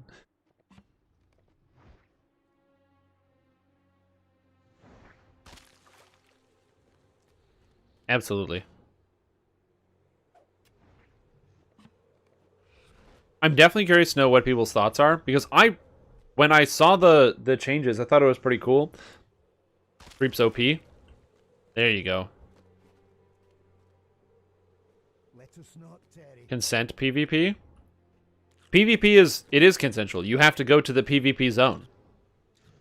You have to go to the Etmoors. You can only PvP in the PvP zone. You can't PvP anywhere else. Like, you have to say, I would like to PvP now, and then that is how you do it. You have to go into one specific area.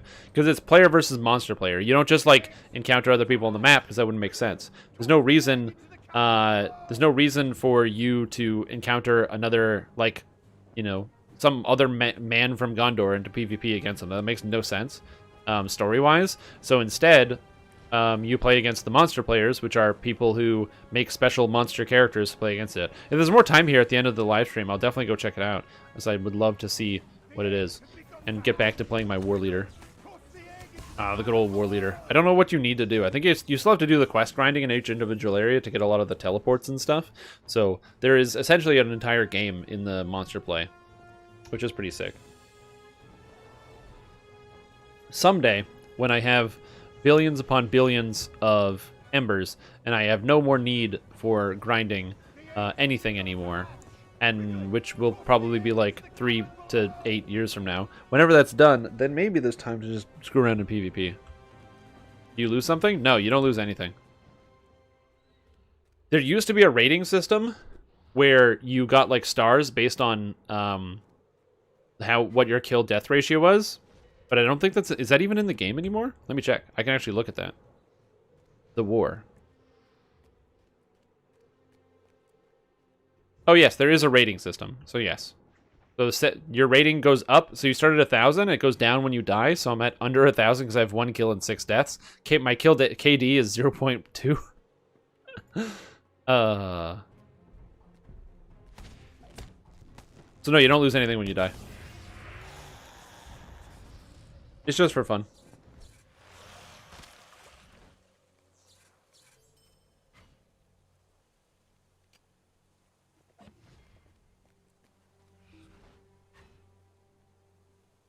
There's no, like, penalty. But, you know, it's all about the sense of pride and player versus player. Like, it's something to do when you hit endgame and you're done.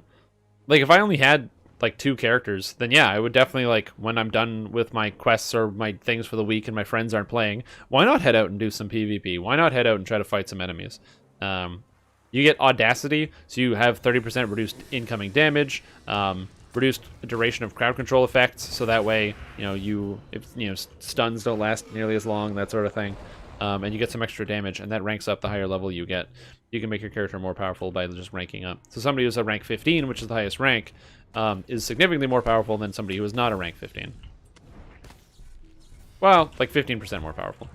But then it also comes with the territory of playing all that time.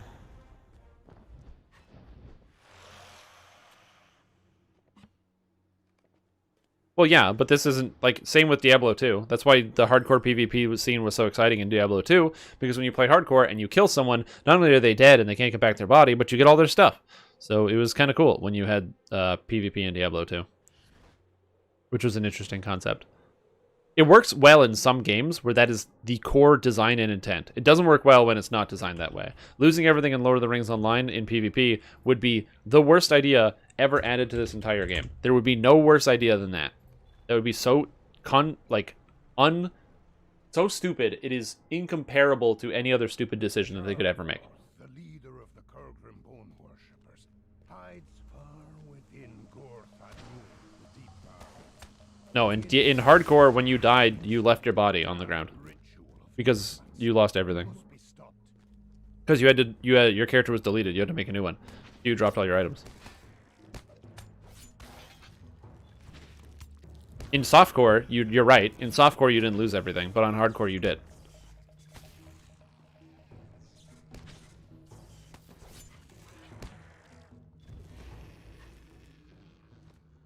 Who plays softcore on Diablo 2? Doesn't everybody play hardcore? I thought hardcore is like the only way to be.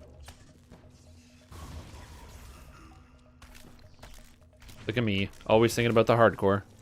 I remember they said that they were going to add some type of new Lotro server that was supposed to be like this cool legendary server with this extra difficulty on it. I thought that'd be kind of exciting. Something ideally, not like specifically hardcore, because I think that would be not good for Lotro, but something kind of cool like that, that'd be fine.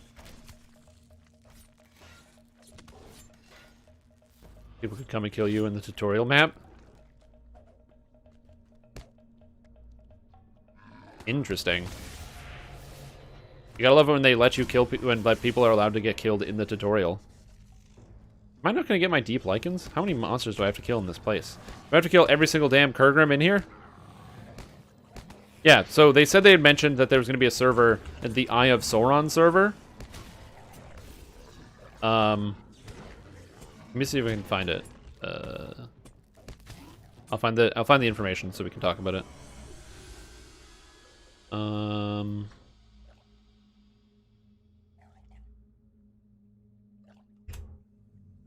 Okay.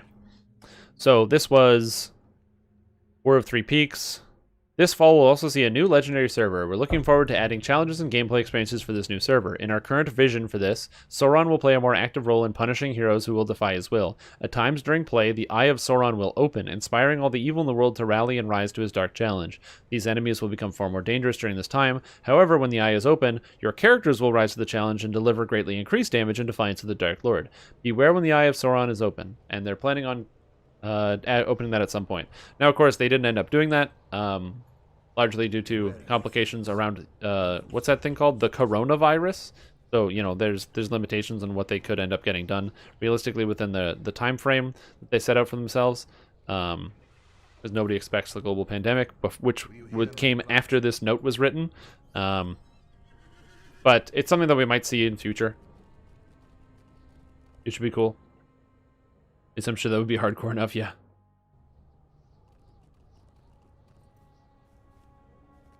Yeah, I don't understand Eve at all.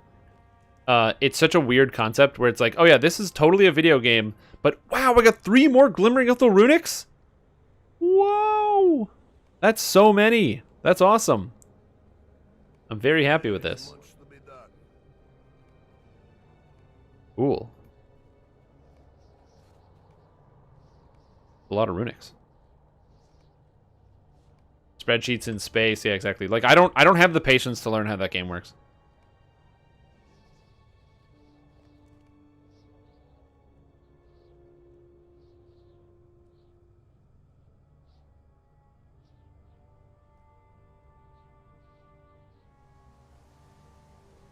I'm gonna see if I can get a stair run going. Storage space? Ooh, storage space. Now there's a sexy topic.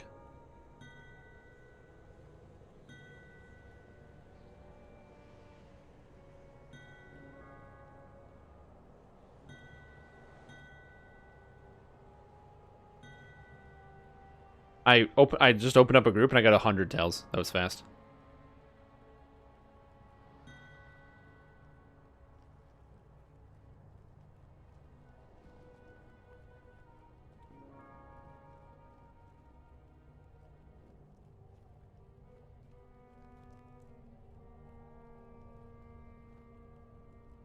Is that storage in space?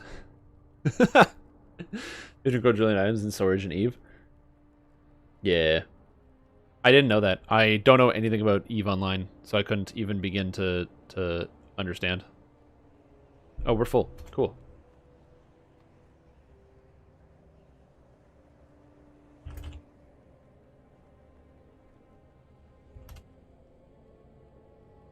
Alright, now I'm going to ask everyone to go DPS. And I'm gonna grab my healing items. Grab this guy. I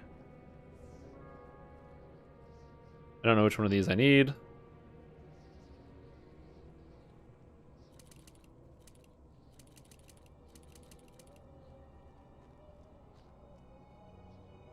Okay, I don't have this apparently. Where's my... Wait, I'm missing a bracelet? Where's the bracelet missing? Huh. Apparently I'm missing an entire bracelet. Which is weird, but sure. Oh. I don't know which bracelet I'm missing, but I guess we're just going to go with this and call it a day.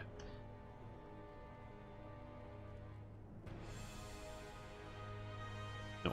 Here we go. Okay, get this open. Shakaloosh. Yeah. Storage in space. Yeah. I mean, if you're going to store anything, space seems like it's the best place to go.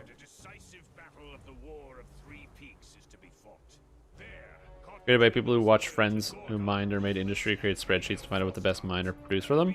Really? That's kind of interesting.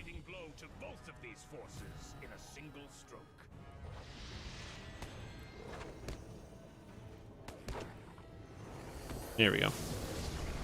So the goal is I'm just gonna have everybody DPS and then I just heal people because I like playing healing Runekeeper. It's my preferred version of Runekeeper to play. So if everybody's just DPSing stuff and I'm just healing, then we're all set. Because I'm not gonna let anyone die. So that's why I like to do this. Speak no evil. Ugh. Remove corruptions. Hey, Hobbits and Isengard, how are you doing? Oh, so this says yellow RK. I am now blue RK. I'm also totally healing really well. 5,000 space stations in each, and at each space station you can have several thousand distinct items which can each stack into the trillions. Well, there you go. That's what you need. Just thousands and trillions of distinct items. Exactly. I don't even know if we need a healer for this, but since we have no tank, I just would rather have a single person doing some of the healing. Just leveling a lore master. Nice! I feel great, actually. I'm having a really good day today. What's been going on today? Let's see. I woke up this morning. Very positive action. We loaded up some Cyberpunk this morning, which was kind of fun. That game is really, really enjoyable, and I'd like to finish it, ideally this week, so I can move on to something else, or like just, you know, move on back to the regular schedule, because I want to know how it ends, man. I want to know how it ends. That's kind of cool. You can make player-made stations, after all. It's a sandbox. Yeah, I don't really entirely understand exactly what EVE Online is, because, like, I don't even know if it's an MMO. Like, I don't understand what it is. Like, I don't get it. Nice profit margin thing to mine. Despite being the most common item, is also needed in mine volume quantities, so in constant demand. Issues have stabilized? No.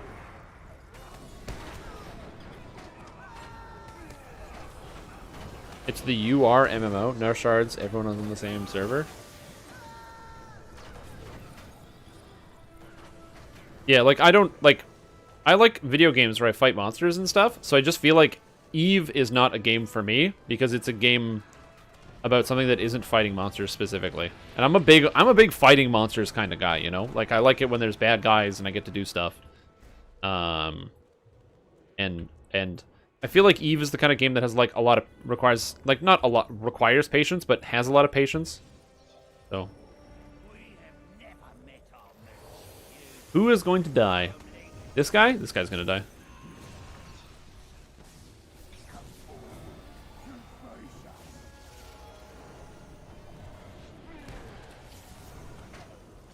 It might be this guy. I'm trying to figure out who's gonna die here. Nobody should die. We have lots of DPS. It would be funny if someone did. The missions are ratting mainly, but it's not the focus. Yeah, but, like, is it the kind of thing where you, like, control a guy and run around a space station? Probably not. It seems like it's the kind of thing where you, like, gotta build ships slowly and then have some type of mission or army or something going on. And crafting.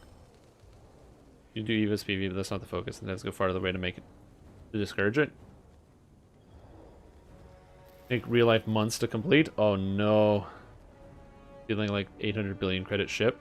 Oh man, like, it sounds very interesting from, like, the outside, right? Like, I would love to read if somebody had a message board of interesting EVE stories, that would be fun, you know? But actually playing that type of game, like I said, I'm more of the smash monsters kind of guy, you know? I'm more of the do something like that. But the patience of building up these things, I don't know. Also, like, playing with an economy, or especially a virtual economy, sounds like the least fun thing in the entire universe. I can't think of anything that's less fun than trying to build up an economy. Man, I don't even put that much stock in my own finances, as if I want to do that online. Hey, how's your stock portfolio looking? Not too great, but hey, I got all this stuff in EVE. Although I'm pretty sure that people do some, like, you know, some real-life trading and stuff, and probably make actually a lot of money on EVE. Single ply toilet paper for everybody. Yeah, exactly. Like if I was to just pick up another video game and play something else, I don't know, I'd play something that's kind of more in my wheelhouse than EVE Online. Ah, good. I was reaching for a glass of water. We had the same thought.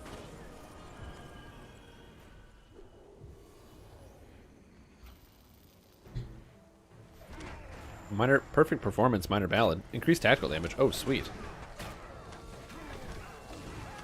I just realized we have almost all tactical players, so the fact that there's a minstrel here who buffs up all the tactical damage is sick. Because he throws out Anthem of War. So it actually buffs the tactical damage of everyone in the party. So we have like all these AoE lore masters and stuff. This is so cool. This is such a weird party comp, but I love it. New sandbox that unlaunched PvP is optional is Fractured. So when you guys say, maybe I'm not familiar with the term. What do you mean by sandbox MMO? Like, I guess I don't particularly understand exactly what that term means.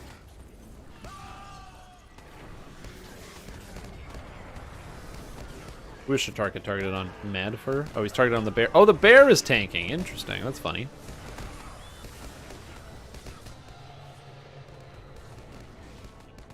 Being able to do whatever you want. Oh, so just MMOs that give you like a lot of different options for what to do are called sandbox MMOs. So, for example, Lord of the Rings is not a sandbox MMO because it has specific distinct classes and other things that you kind of have to choose between.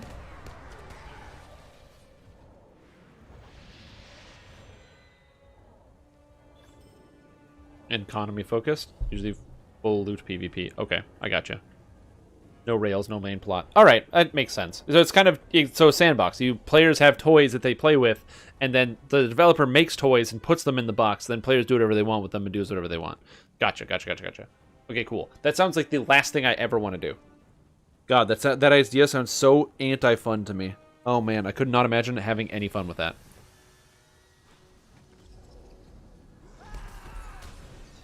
I personally can't. Like, I can't play Minecraft because I get instantly bored because no one tells me what to do.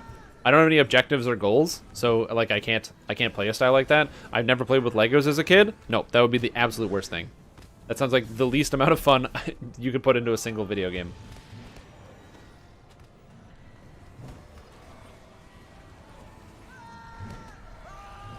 PvP is something I absolutely detest, so you stop. Yeah, that makes sense. Are an offspring of sandboxes. Yeah, I figured like Conan would be that sort of thing. Like I said, I like games that have I don't mind games that have survival elements or sandbox elements to them, where you have multiple different ways to achieve a goal. But a full sandbox game, no. Also, I can't even imagine trying to design like a sandbox game where you have so many different tools and you don't expect how the players are going to use them, but you kind of just have to let them go with it. Like, how do you even come up with, I guess you just come up with new ideas. I don't know. I don't even know where to begin in terms of like some of these ideas and concepts. Also, what our hunter has the 30% movement speed, so we all run real fast, which is great.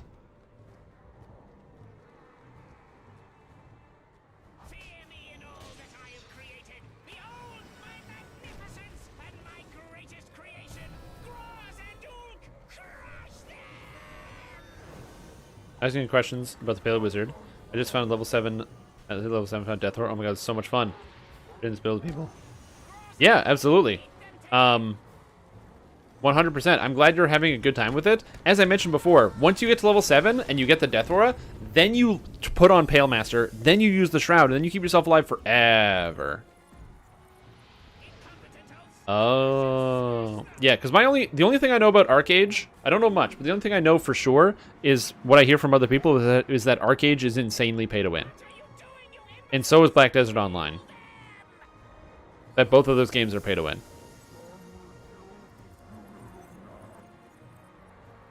That may or may not be true, but that is what I know about them.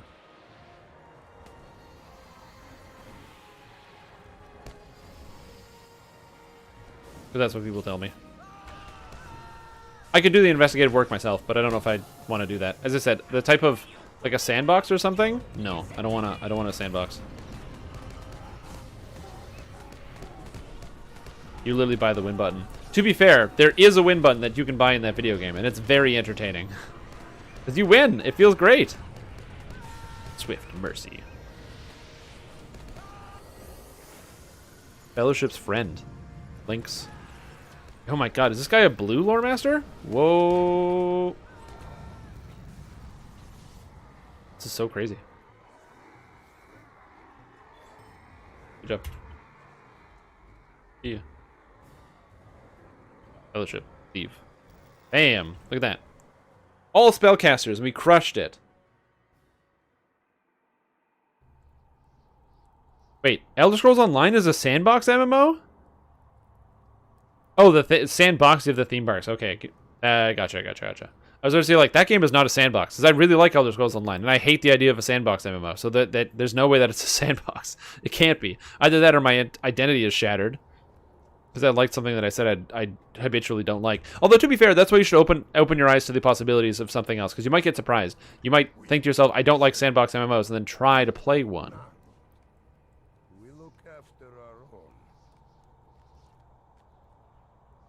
And yeah, and crafting is really important. Actually, you need crafting, because that's the only way to get the highest tier jewelry, is through crafting. If you don't craft, you can't get the highest tier of jewelry, which is funny. Alright, so of my weekly checklist, that's done. That's done. So it looks like I did all of my weeklies. Alright.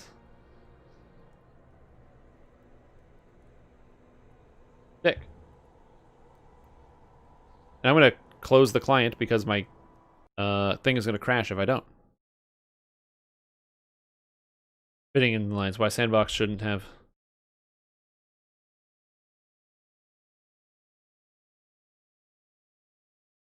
Yeah, absolutely. I mean, the problem is, it's when you start telling people what they're supposed to do, it changes the perspective of what the game is all about. So, like, to give you an example, think about a game, you know, like early video games where they kind of didn't really tell you what to do, where you just pop in some Atari game and you just kind of got to figure out what's going on, and kind of there is some type of goal, but the game isn't really going to tell you what to do, and it's all up to you to figure it out how to get through. Versus games, or like modern video games, where every single second that you play a modern video game, there's like a marker on the screen telling you where to go or what to do all the time. Which happens in pretty much every modern MMO. Happens in, like, Cyberpunk is that city is impossible to navigate unless I have the navigation thing turned on. So I haven't reloaded a save because I could get the navigation thing to turn on.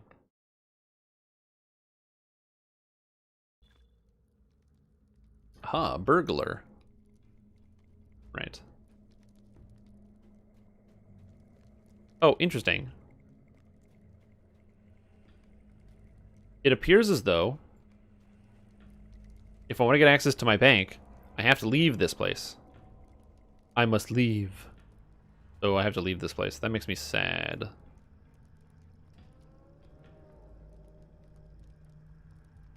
How do I leave? Oh, and I have things.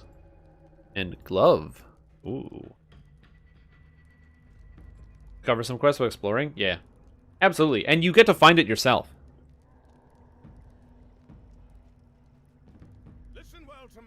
Like, you do effectively get to find out, like, that information yourself when you're, like, you know, when you're playing through a certain level of content. Not sure how endgame is. Endgame, I mean, the problem is you kind of know where everything is. Like, people are experienced. So there is, like, in Feywild, as an example, there's the walk-up quest that you can find while you're exploring. But usually, you're going to be grouping with other players, so other players will tell you what to do and where to find stuff. Alright, now we're on burglar. This is my blue burglar. Why? Because. Even the odds seems bad, so I'm probably going to drop all 5 points in even the odds, for sure. Maybe you pick up more health here, because extra morale, like 4% morale is no joke. Maybe instead of more morale, you pick up cruel odds instead, or maybe you get both. I also think that double down is probably pointless. I don't know if you need this exactly. So, a lot of neat effects here. I'm not sure exactly what I want to use.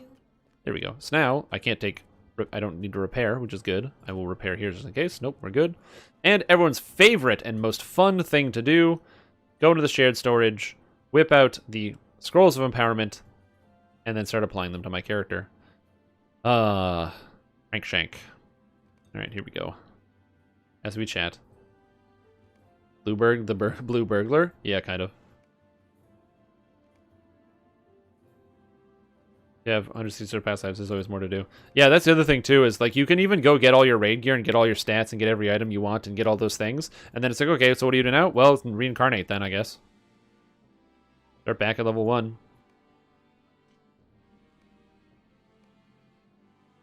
Go, Prankshank, go.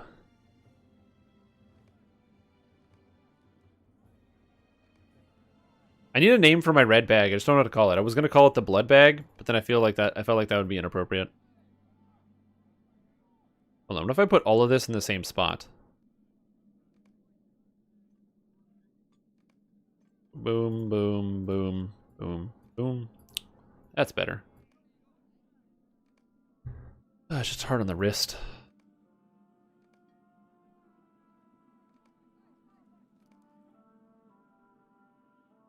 So when you get to level 30, or like the level cap in Dungeons & Dragons Online, you can set your character back to level 1 through a reincarnation system, and it gives you a bonus based on your previous class or race. And you can do that 3 times for each class and 3 times for each race. You can also do this for each iconic race, and you can also do this for... there's also epic past lives as well. There's a total of 12 times 4 is 48 epic past lives. Oops.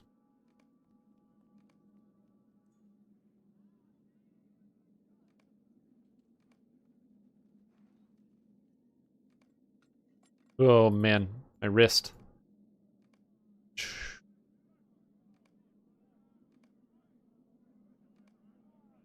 Bam, that's done. I'm just going to put these things into the Prankshank. And finish leveling this up. And then the dagger is done. Then we move on to the bag.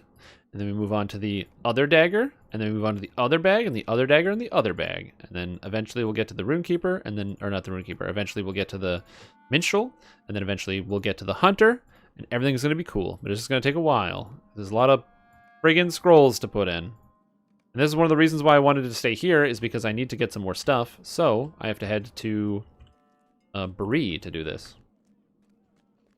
Class. Generally, it's viable to keep a pure class though on most roles. Yeah, every pure class works. So I'll just start there. Every single pure class in the game just works. They'll all get you to where you want to be. In most cases, not most cases, in about 50% of cases, pure classes are like the best way to play something, because capstones are really powerful and they give you a huge boost in terms of your actual, like, you know, stats for your class. So they're generally going to be very, very good. But that being said, it really depends, you know, the devil's in the details about specifically what it is you're looking for. I need 8 more scrolls. So as an example, if you'd like to play a pure tank paladin, pure tank paladin's not too bad. And it's gonna become a tanky character, and it's gonna work, especially in some of the lower difficulty settings, as a very effective tank for you and your friends to play with. So definitely a good idea if you want to play that type of character. But again, as I said, the devil's in the details. It depends on the scale in which you want to go. And I think that's something that I like about Dungeons & Dragons a lot, is that because there's so many sliding scales of difficulty, you can choose what difficulty you want to play on, and you can choose what feels appropriate for you. Because tanks are always going to be useful in some capacity. Paladins and fighters are the 2 classes that actually get a tank line, with Artificer gaining Renegade Mastermaker, which is sort of like a tank line, but not entirely. Oh, tricks are for kids. God damn it.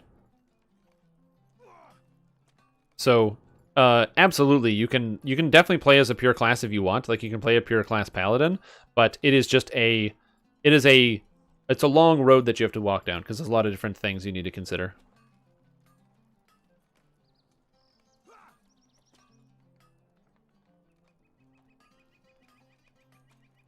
Yep, once you do the lower level ones, you can do the higher level ones, and playing tanky characters is awesome. Tanks are cool because they're slower than a regular character, but you're gonna beat any dungeon. Like, because you can just heal yourself and manage your stats, especially with Paladin. Paladins are great because you can use Cure Serious Wounds wands. So just go ahead, buy yourself some Cure Serious Wounds wands. Once you get low, get out of combat, heal yourself back up to full, get back into combat, keep doing it. It costs money, but who cares? It costs a little bit of money to buy some wands, and you can complete any quest you want, assuming you don't die during a fight. But since you're so defensive and tanky and you have so much health, you don't have to worry about it. You can cast spells on yourself, heal yourself with Lay on Hands, heal yourself with a whole bunch of different abilities. But at the end of the day, you're going to get more mileage out of healing yourself with the wands than you will out of your mana pool, because your mana pool is probably going to be reasonably low. You just want to keep that in mind.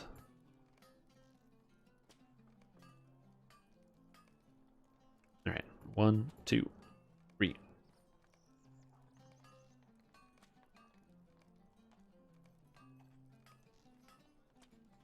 Dark Sun. I don't think I ever played Dark Sun.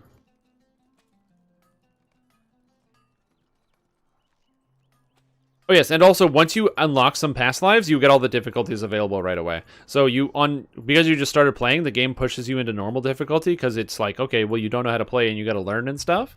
And then once you've reincarnated once, you can then start the game playing on or you can start the game on hard difficulty if you want. And once you've reincarnated twice, you can start on elite difficulty. So you can actually do that as well. Yeah, that would have been a little early for me. I was a young lad in the early 90s. Young lad's probably an understatement, but yeah. The old DOS.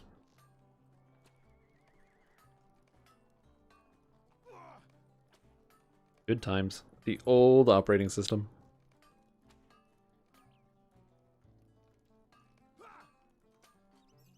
Man, this is a process. Just occurred to me. Oh, man. 14 years old? Yeah. I mean, depending on how early in the 90s, I may not have been existing, which is an important thing, being a young person. Like, I kind of had a bit of a freak out when I realized that people that were born in the year 2000 are turning 20. Like, turned 20 this year, which also made me realize that all of the people aged 20 and under don't know what Y2K was. And I'm like, oh shit. Right, Y2K. Remember that? When that was a big deal? Yeah. It was funny. I remember like seeing lots of TV show references and a whole bunch of stuff about Y2K and not really knowing what it was.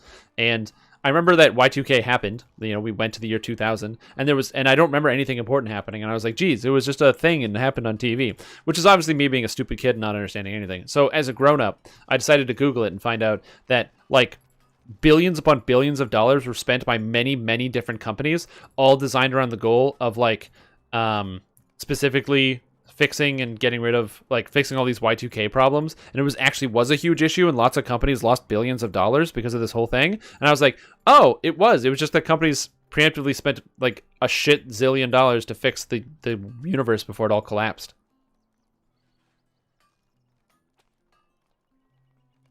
Feels like I got fast there. It's okay.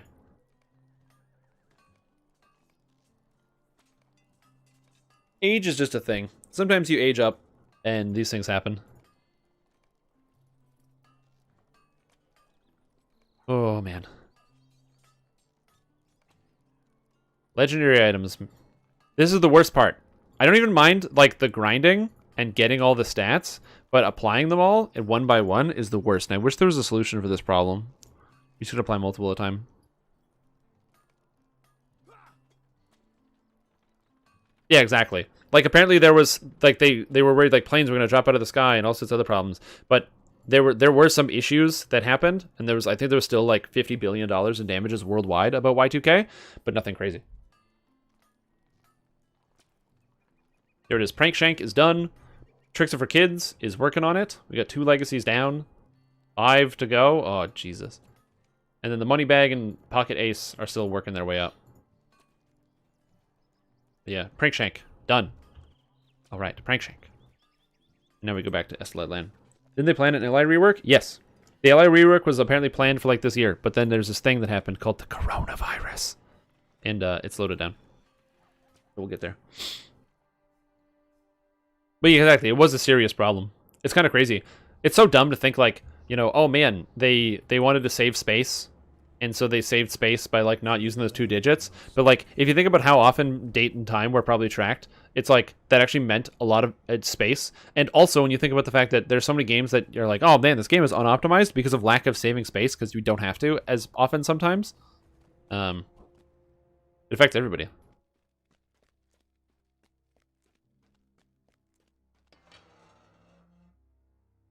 You spend more time for simpler things.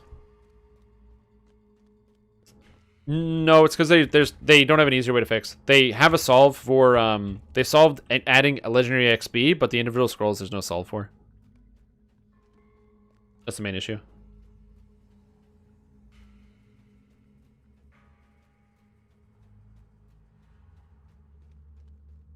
Yeah, like I said, I've talked about how I want to get rid of repair. You don't repair anymore in Lord of the Rings thanks to subscriber buffs. If I subscribe, I never have to repair. It's the best. I hate repairing. Repairing sucks. I don't want to go to town to repair. Let me buy a thing so I never have to repair. Who's that? Oh, okay. Prepare for battle. Nah, I'm good. Ugh. Man, leveling up this guy is taking forever. Not this guy, but this, like, when I look at my dagger in this bag. Ugh. On the upside, though, this is... Oh, I guess this is just the damage. What is this? Tricks duration? Oh, yeah, I should have leveled that up. Destiny Eyes Mischance? Should have leveled that up. Clever Retort damage and healing? Ooh. Oh, I didn't do that. Adult Tactical? That's probably pretty good. I did Skills Crit Multi and Reveal Weakness Incoming Damage, which is actually really good. Let's go into sneak mode, see if we can get out of this. Don't be aggroed. Don't be aggroed. No monsters. Oh. We're good. We made it. Freedom. No aggro. I also find this character loads really quickly. I don't know why. There's like a particular reason for that. Yeah, you're right. A lot of the games that are designed around this subscription model, they don't want their players to stop playing. They want their players to only continually play. They want their players to keep coming back for more. It's the grind wheel that gets you to continue to play. But there's also more to it than just straight up grind. It's not just like, you know, a lot of these companies are these evil corporations where, you know, they want nothing than for you to spend your money on the game. They also, in theory, do want you to have some level of fun. And one of the important things about MMOs to remember is that they're, like, depending on the company, obviously, and the size, but MMOs are also a very communal activity, which we talked about the other day when it comes to, like, why do people play MMOs? If there is a community aspect. Because you spend so much time doing something, you make friends with other people who are also working on something that's potentially the same as what you're working on. You know, oh, I'm also doing this quest. Can I help you? Oh, this thing is also very challenging. I have a pro tip that'll like get you through that thing that you're working on faster.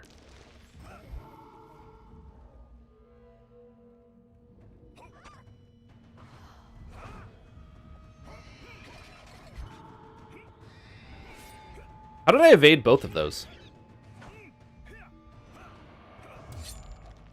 Oh, I forgot that all-in gives you evade chance. Oh, yeah. Evade chance.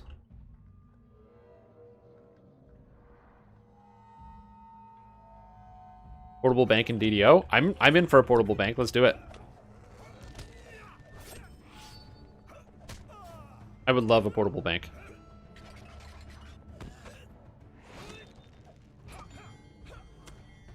Sunflask, he'll send you a crisp. No, I will not. Don't send me Sunflask. Don't. Do not. My backpack's gonna be so full of Sunflask, isn't it? Well, you know what? I'm not logging into DDO until, like, Thursday, so take that. What is on the schedule? I actually don't even know. I write the schedule and then I forget. This is why I write a schedule, because I forget.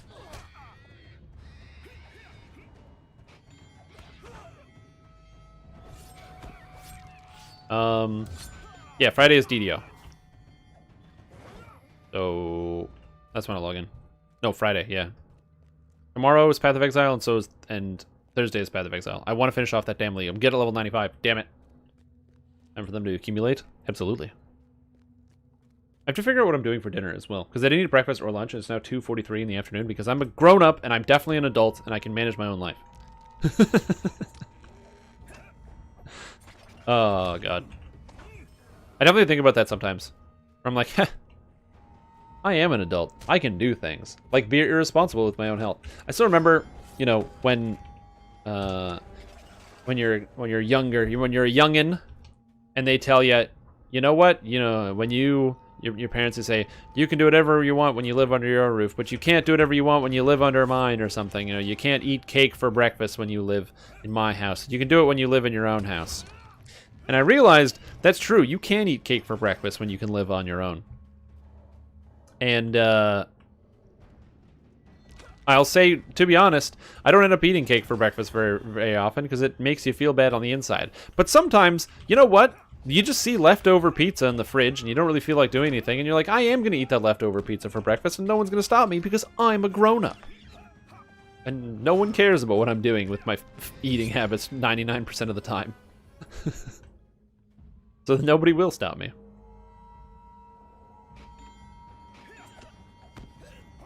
Ooh, that's what I like to hear, that ding-a-ling-a-ling up there. Yeah, and that's the other thing too. I actually really enjoy eating when I want, because sometimes I just don't feel like eating during the day. I find eating makes me like sluggish oftentimes, or like I slow down. So I'd much rather eat like either later in the evening after I'm already done doing stuff. During the day, I'd like to just eat smaller meals as opposed to like whole big meals. If I try to eat something large, like during a live stream or something, I will just like straight not be able to get any work done. I'll lose all my energy and I'll be like, oh, I'm so tired, can't do anything on the stream. And I don't like that. I like to be awake and alive and ready to go. To be able to tackle the day. That's what I want to do. Speaking of tackle the day, I'm going to stand up. Huh. Because why not? Rise to the occasion. Rise! Move the camera a little bit. There we go. Look at me. Now we can stand. There we go. Now I can really tackle the day. Just jump out there. Run and tackle them. Again, one of the things I'm happy about also being able to make your own schedule. I don't know. I don't mind staying up really that late.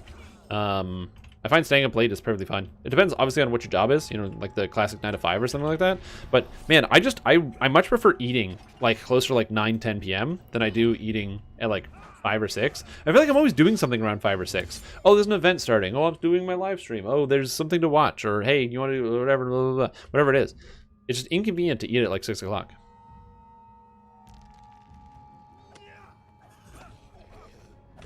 I think it's also stems from the fact that I used to work like a ton of late night and night shift sort of thing. And, you know, it's a lot of like eating at 10, 11, 12 p.m.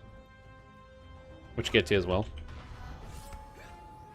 I worked at a gas station which closed at 11, and I also worked at a grocery store that closed at 11. And both those things, you could just kind of get trained and conditioned to eat later in the evening.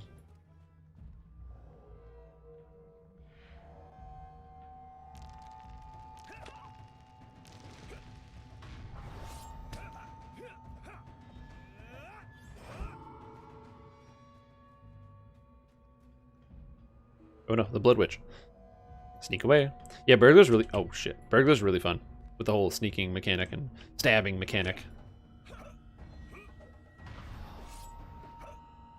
And also the animation canceling is sick. There's some good animation canceling on this Burglar.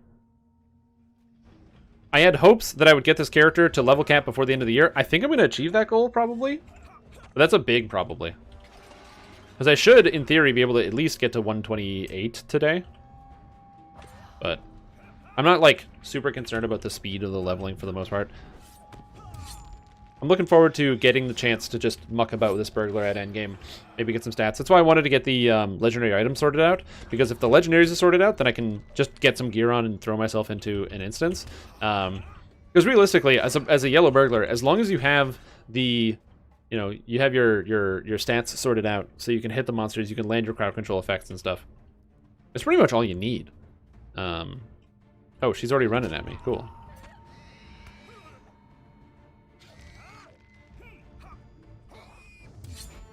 Ooh, hear that bell? The bells are ringing, yo. The bell tolls. Gotcha. Does it slow down a lot at later levels? Kind of. It slows down a little, but not really that much. It plateaus somewhere around like level 40. And then from 40 onwards, it stays about the same. Prepare for battle. Will you hear my plight? We have reached Like it doesn't directly plateau, or it doesn't like directly slow down, I would say. Alright, now we're gonna learn about Viznak, which is a great opportunity for me to drink some water. But yeah, the leveling speed, it like kind of, it does slow down a little bit, it like plateaus, and then you kind of level at the same speed every single time. Yeah, it's not too bad. We were tasked with keeping a watch on Saragost. Things had been mostly quiet for a while, though I was beginning to grow tired of the color red. And then, one day, the sky began to darken. I thought it might just be a passing cloud, but fire on. Then the sky was filled with Miraval and bats as far as you could see. It was as if the gates of Saragost burst open, and all the inhabitants flooded out. So Fyron and I headed to Saragost as fast as we could. I forgot that Fyron's he's a ranger. He's part of the Grey Company. He's not a man of Gondor. I forgot about that.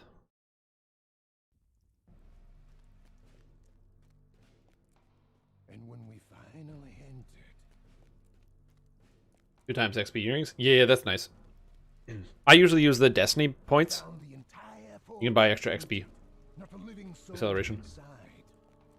well, save one.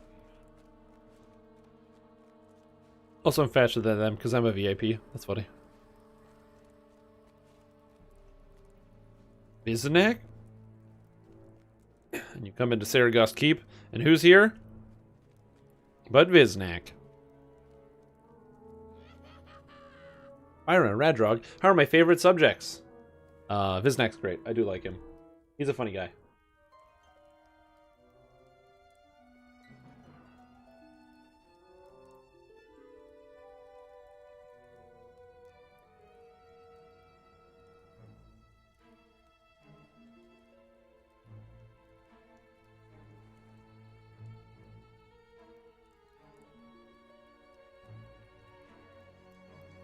Oh man, that's so good. Because he's like, oh, the story here is that Viznak is a goblin that befriended these two. I forbade you from going, subjects. You're the best bodyguards in the kingdom. And he befriended these 2 rangers. And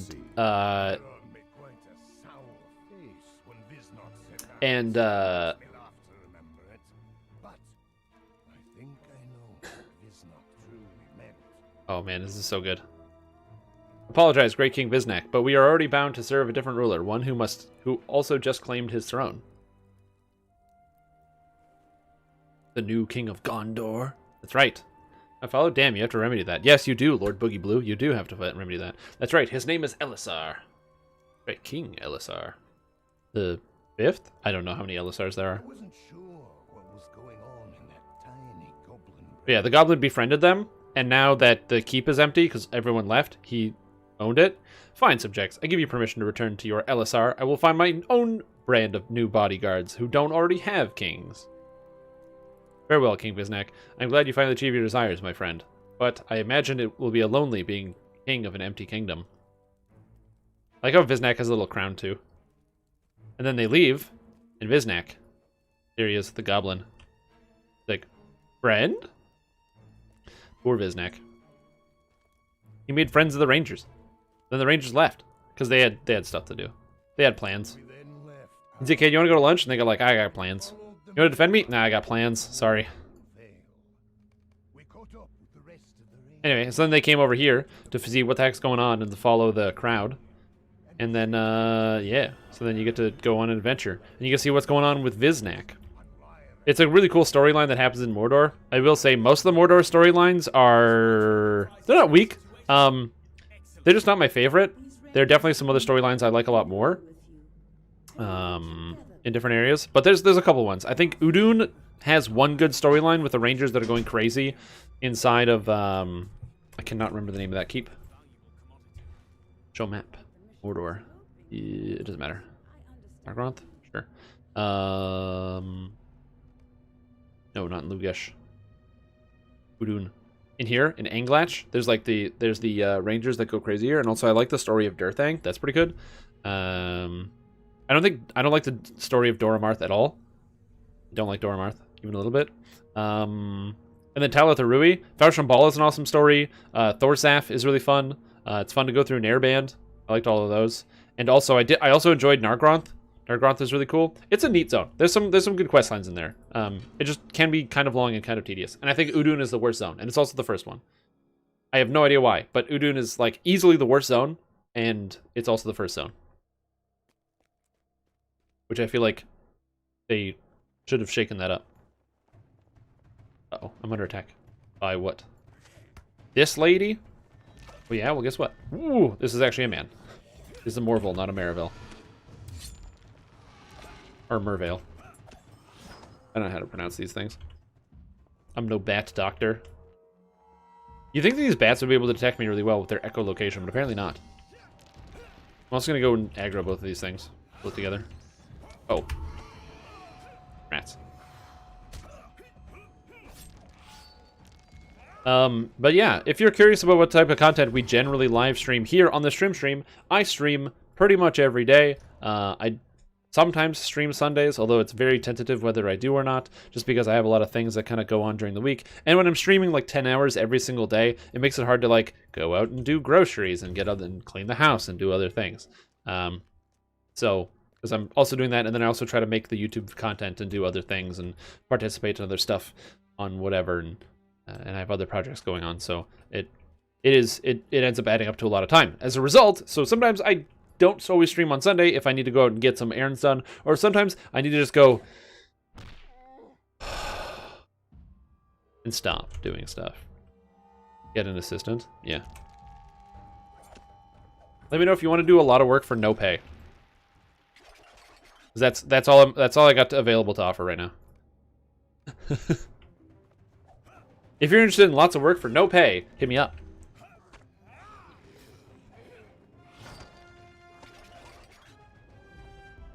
Until then, I'm going to keep doing all the work myself.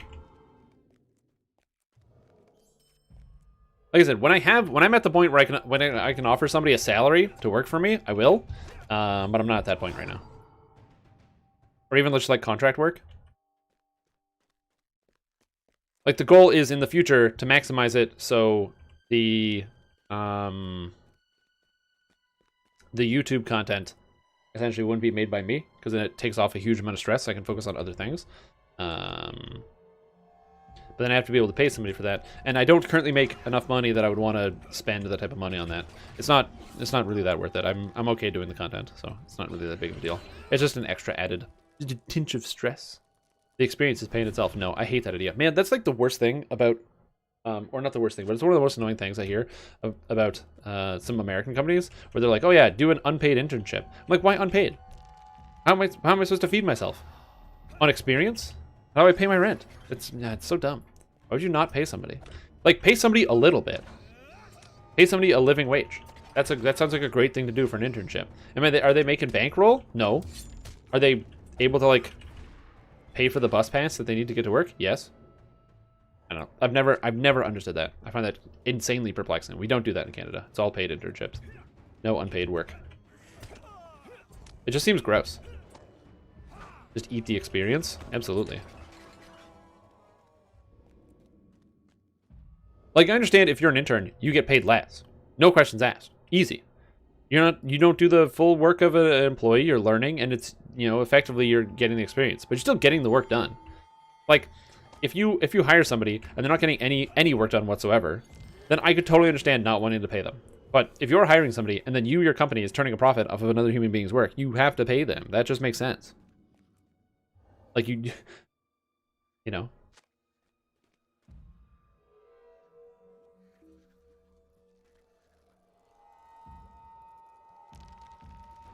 If they pay people. That's very true. I didn't think about that.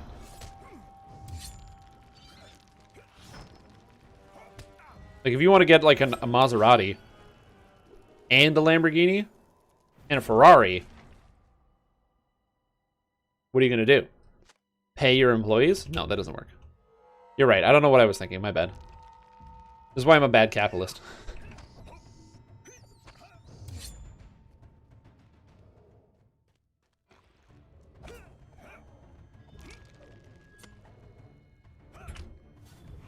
Okay, I'm getting better at this. The hardest thing about burglar is timing your subtle stab. You have to use subtle stab all of the time for the free damage.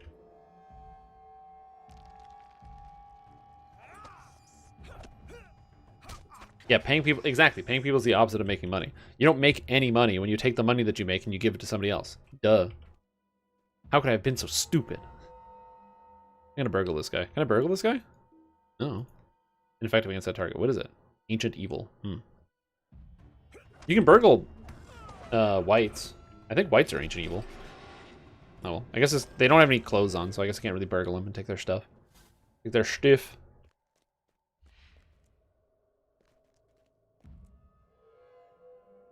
Sneak, sneak, sneak. Remember this room giving me grief of how many monsters I had to fight.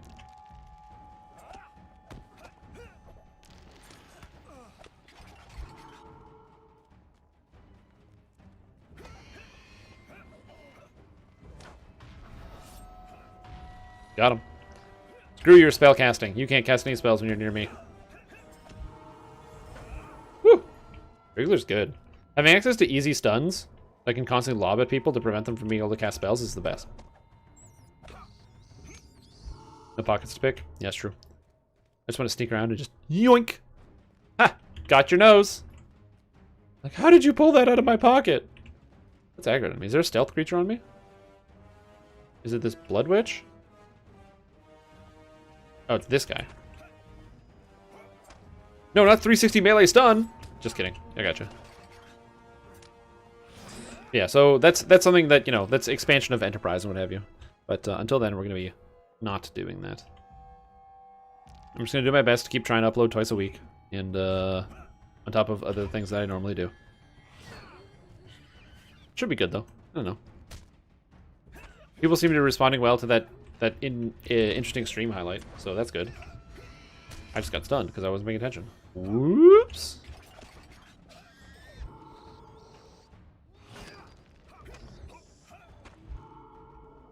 I just wish it took less time.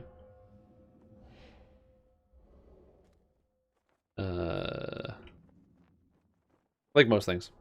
If only you could just save more time. But I feel like because I work, or like the content that I make is for MMOs, asking for something to take less time is like an oxymoron. Like...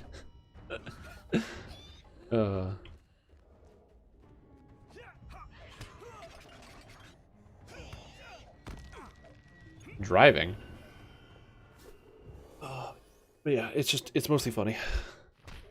I wish I had more time. I don't know how to get it. Maybe I should stop playing MMOs. No, that can't be it. Gotta look at something else. There's gotta be a different answer here.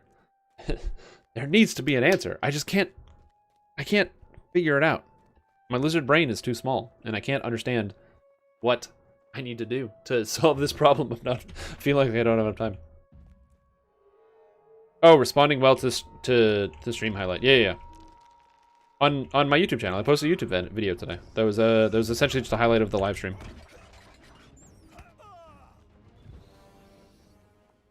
The driving earlier outside the car. Oh no. Highlights on Twitch don't make any money. You can actually upload videos on Twitch, but uploaded videos are not monetized, so you can't like upload a video to Twitch and then have advertisements placed on the video. So I don't know.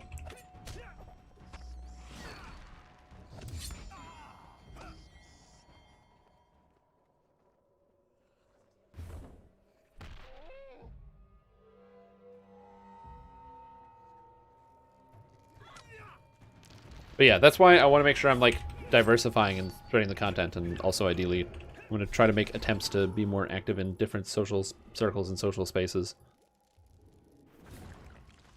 Because I feel like posting my stuff on different websites is also like a good strategy. Being like, oh yeah, here, check it out. You want to find Shrimp Tom? You can find Shrimp Tom on Facebook and Twitter and YouTube and Instacart. And I don't know.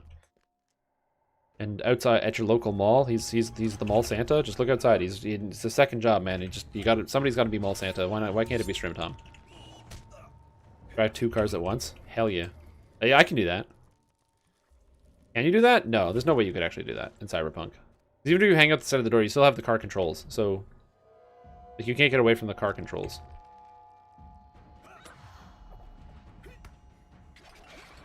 Driving the bike and having the door open on the pickup. And you're just pushing. Well, you can maybe do that if you're only pushing the pickup around. Like, you're just kind of driving into the door and kind of trying to get it going with a brick on the gas. Well, that's why you just gotta have like a lead shoe and just take the shoe off and throw it, and it holds it down.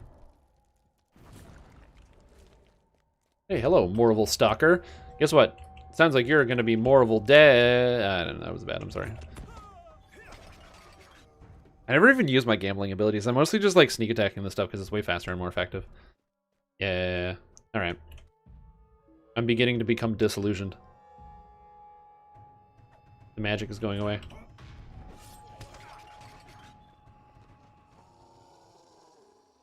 Service lets you order groceries? Yeah, I can do that. Why not? Just live stream Instacart deliveries? That'd be so funny. You are 100% definitely not allowed to do that.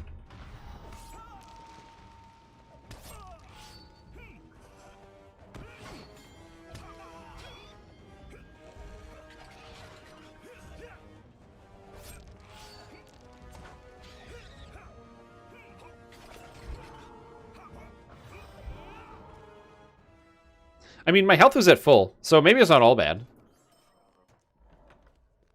And getting a shitload of evade rating for free is pretty cool. I don't know. Yeah, sometimes you gotta have that side hustle. You gotta do something. Lots of people aren't leaving the house. Good opportunity if you want to join those like delivery service companies, assuming that they pay you well, depending on where you live. But I've heard that's also a big contentious thing, and that a lot of these companies don't pay people well, which is very problematic.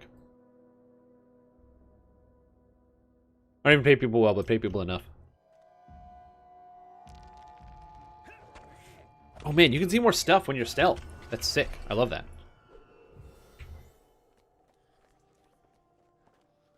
Do I want to fight all three of these Marvel at the same time? Yes, I do. Whack.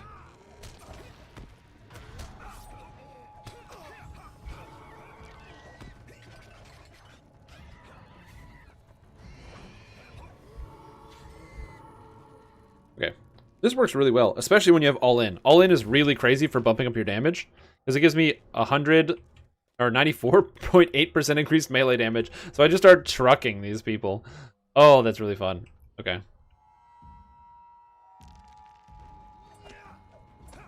Look at this bleed that I put on that guy. Oh, that guy did not like that bleed effect.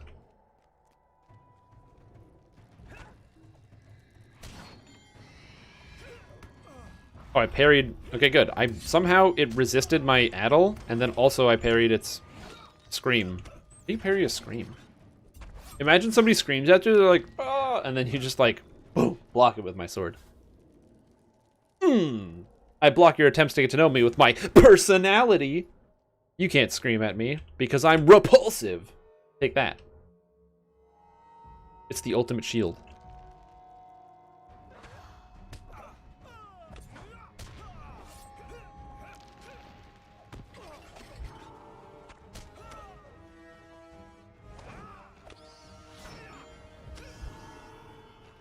Ow.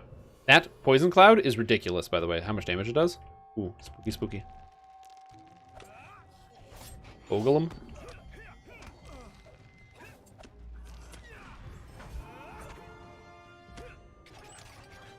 But yeah. I feel like, you know, it's not that uncommon for people to have multiple different jobs in different career paths right now, because, you know, money can be tight, and I think a lot of people have like 2 jobs. Like, pretty much everybody I know has 2 jobs. When I think about it, people like that I know in real life. Could try Burglar at some point. It's very fun. I like Burglar a lot. So getting extra work and supplementing your income is just a smart idea. Especially if you can do it. Especially if it's like something that's low maintenance. Have like a second job. So you can have, you know, multiple different things that you can do at different times.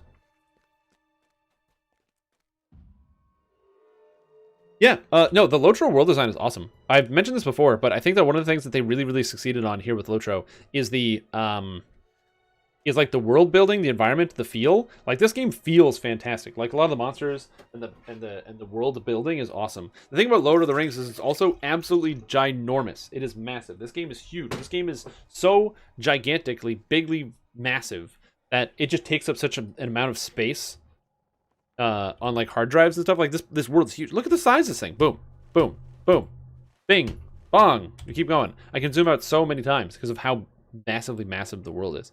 And they make the architecture really look it like this is, you know, we're not in Kansas no more. Look at these spires. Look at that big lighthouse in the distance that I'm slowly creeping my way up towards. The entire city is fully modeled. You can walk around the whole thing. There are shortcuts, but the entire thing is like modeled out in the real world. This took somebody thousands of hours to put together. Hundreds of hours? Probably hundreds of hours. Maybe it probably took several people hundreds of hours to put together. Well, they also can't do flying mounts.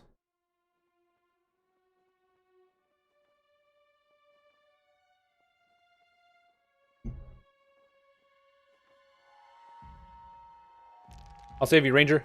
Hooah! Saved. I don't know if it artificially shortens worlds. I like convenience, and I like being able to go places quickly. I think that's a problem that World of Warcraft has, is that if you don't have flying mounts, it takes fucking forever to get anywhere, because they make it really inconvenient. Oh, I hate the flight path system.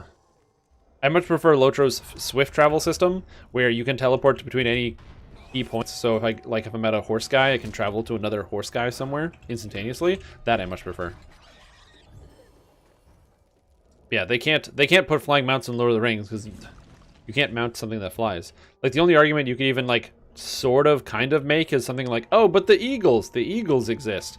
But we talk to the eagles, and most of the eagles are douchebags. They want to have nothing to do with us. In game, when you go to the Wells of Langflood, and also in the Bjarning Lands, the eagles are just like, yeah, we don't have time for your problems. They're too busy doing eagle stuff. Like feeding their young and waiting. And doing nothing interesting. They're too busy, okay? For your mortal problems. Ooh, Mac. Take this, Great Stained Bat. Now, I know there's a boss around here somewhere. Oh, he's invisible. Of course he's invisible. Goodbye.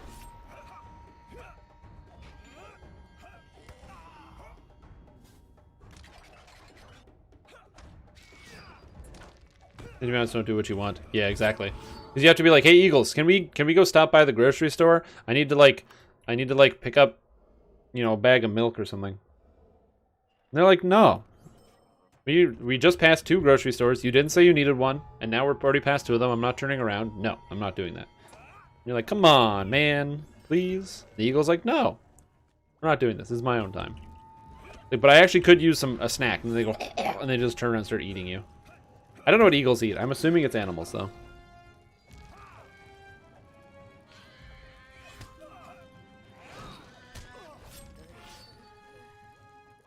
Let me ride them. Let me ride them. They must not like Canadians. No. Well, who does like Canadians? I mean, come on. Liking Canadians. I find it so weird that there's like the joke is like, oh, Canadians, they're so friendly. I don't know if Canadians are friendly. I think the issue is that it's less so that Canadians are friendly. We just have a smaller concentration of large cities. Like in Canada, the only large cities, for the most part, is like you have Alberta, Vancouver, Toronto, and Montreal. So once you go outside of those 5, you get a small town vibe wherever you go. And small town vibe is like, you know, just general friendliness. So I think that's more what happens. It's people are like, oh, Canadians are so friendly, but it's really just, you know, you just drive into somewhere that only has like 40,000 people, so of course they're friendly. They're stuck there. They're stuck with each other.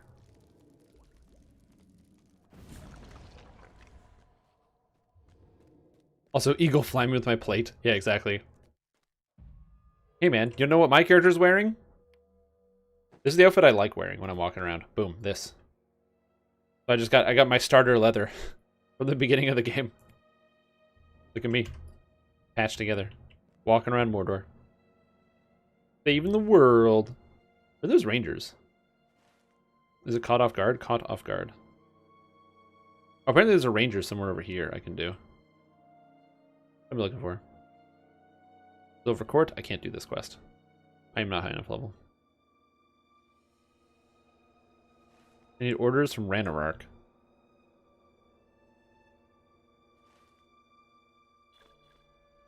Discovery Halls of Black Lore.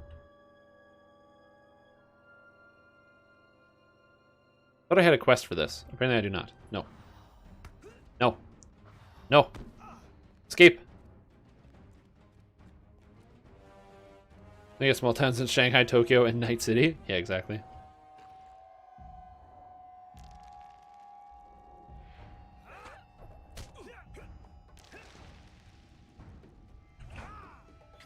There we go. Oh. Find the halls. Find the keeper. Find the way. Okay. So now I have to find the last rangers that are ambushed. Then I'm pretty much done. I head back to town. Sneak. Here we go. I don't have sneak movement speed yet. So we're going to get that in a bit, but I just don't have it currently. Sneak, sneak, sneak. Ooh. Ooh. Switching again. So they made your screen tiny. Got this message. This content screen not available on this time machine. Oh. I think my content is still available. That'd be horrible. Unless you got a time machine. That is kind of interesting, though. This content's not available unless you got a time machine. You know what, Twitch? I do have a time machine. So you use the time machine to travel back in time to whoever wrote that message, and you just smack them in the back of the head and then time travel the hell out of there. Oh, man, you know what I would do? Oh, God, if you had a time machine, you just go back in time to whenever somebody wrote about a time machine. Just like, oh, time machines are real. They make a joke about, like, unless you have a time machine. And you just go to exactly when they wrote that down and right before they, or right after they sent that message or text or posted it somewhere. And then you just come teleport right behind him with your time machine and slap him in the back of the skull and then teleport away.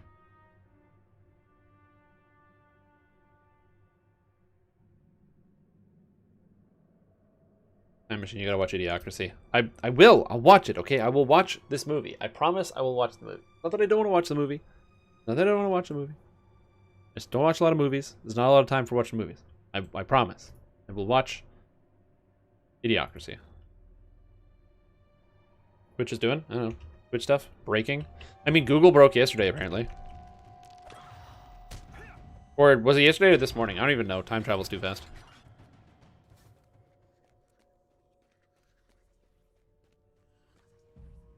I have to watch Idiocracy. I have to watch The Gamers. I think my roommate and I are watching some movies this weekend, some Christmas movies. Probably get some Christmas baking done. Oh yeah, I gotta buy some stuff for Christmas baking. What do you bake with? Sugar? Flour? That's about right. Eggs? I think if you have sugar, flour, and eggs, you can probably bake almost anything in the world. I don't know what I plan on baking though. The problem is, we don't have a fucking flat countertop. It's such a stupid problem. But our countertop is this wobbly mess because it's made of tile. Like, I don't know whose idea this was, but instead of a regular countertop, it's a tile countertop. Oh, God. Because I have to go away and work, and so everybody will be happier. Have fun at work, and also, yes, subscribe to StreamTom. Because if you don't, that's what's going to happen. Can't keep producing this content unless everybody subscribes all the time. Very helpful. So please do it. Especially if you have got that Prime. You know, if you got that Prime sub and you haven't subscribed to anybody, and you found somebody that you're like, damn, you know what? I can watch this guy like every day, pretty much. But not actually every day, because I sometimes don't always stream on Sundays, but I stream every other day. And you're like, man, I can watch this guy every day, and I can get all this content? How cool is that? I would love to see this content all the time. That sounds great.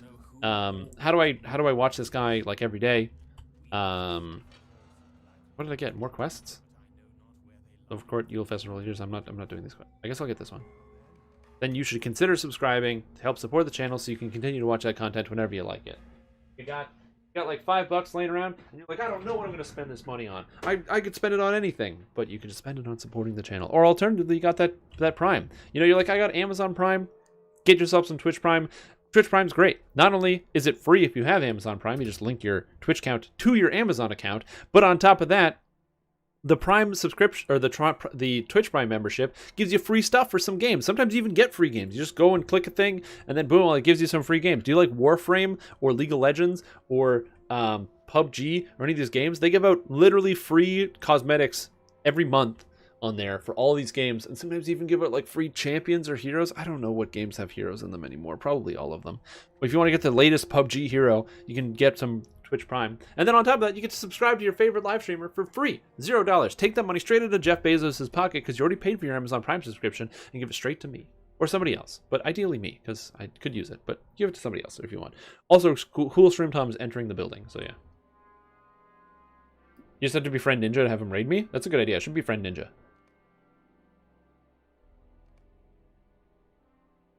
Genius idea. There's literally nothing that could go wrong with this plan.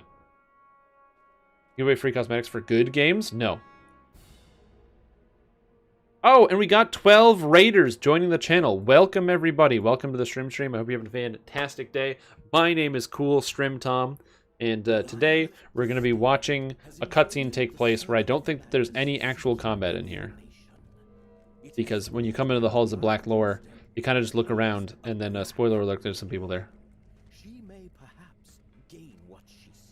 Yeah, man, no worries. I'm not, you know, I have to say these things because if I don't, then people will forget. The thing about it is that your Prime sub doesn't automatically renew, so you have to manually go and click it and, like, do the sub yourself. So if you don't remember to do that, then you kind of just lose it, which is why people remind every month and be like, hey, have you done it yet? Is that something you want to do? It's always an option. But, yeah, also don't feel bad. Every single person that tunes into the live stream and just watches, I'm very happy to have you here, and I hope you're looking forward to getting some cool, fun live stream content as we look forwards with some Lord of the Rings Online here, as we watch people slowly walk into a room, and then all of a sudden realize, it's gotta hide, cheese it, Lyreth is here, oh god, run away, I don't even know where you actually need to run to. I don't think you have to go too far away. I think you can just kind of like chill. You can just like hang out over here. I actually don't even know, it says don't be seen. I've never failed this quest before, so I'm actually kind of curious how you can fail. Soldiers for the information I seek. I know you must have it here. Come forth or suffer my wrath. Where does Lyrith come from? I don't even see her. Is she supposed to be around here? I haven't done this quest in a while. Maybe it's just my cool sunglasses. I can't see her standing in the middle of the room. Your own warden advancements? Yeah. Oh, there she is. She comes from over there.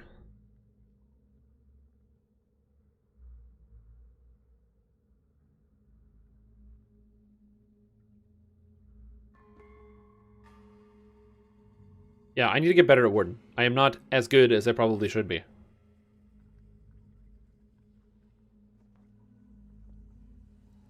And there's Dulguzagir, and they come up and they have a conversation, and they chat about some stuff as we just hide in the back.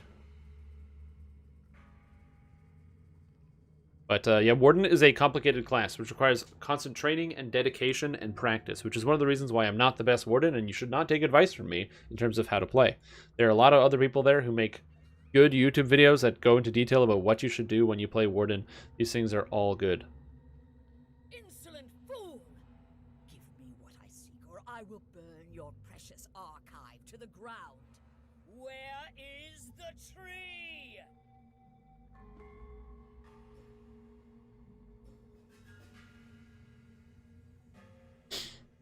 Nothing for nothing. A fair exchange is required.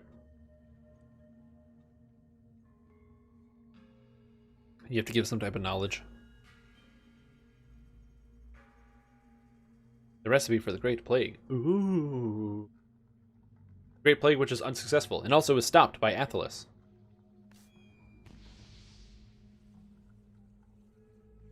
Which is like a plant that freely grows in the fields of Ithilien. Which is why the Athelas... I don't know if the Athelas weed is any useful other than that. I don't think so. I'm just gonna double check. Athelas, Lord of the Rings. Athelas. Athelas, also known as Kingsfoil. Blah, blah, blah. History was first brought to Middle-earth by Numenorians, but at the end of the Third Age, knowledge... Right.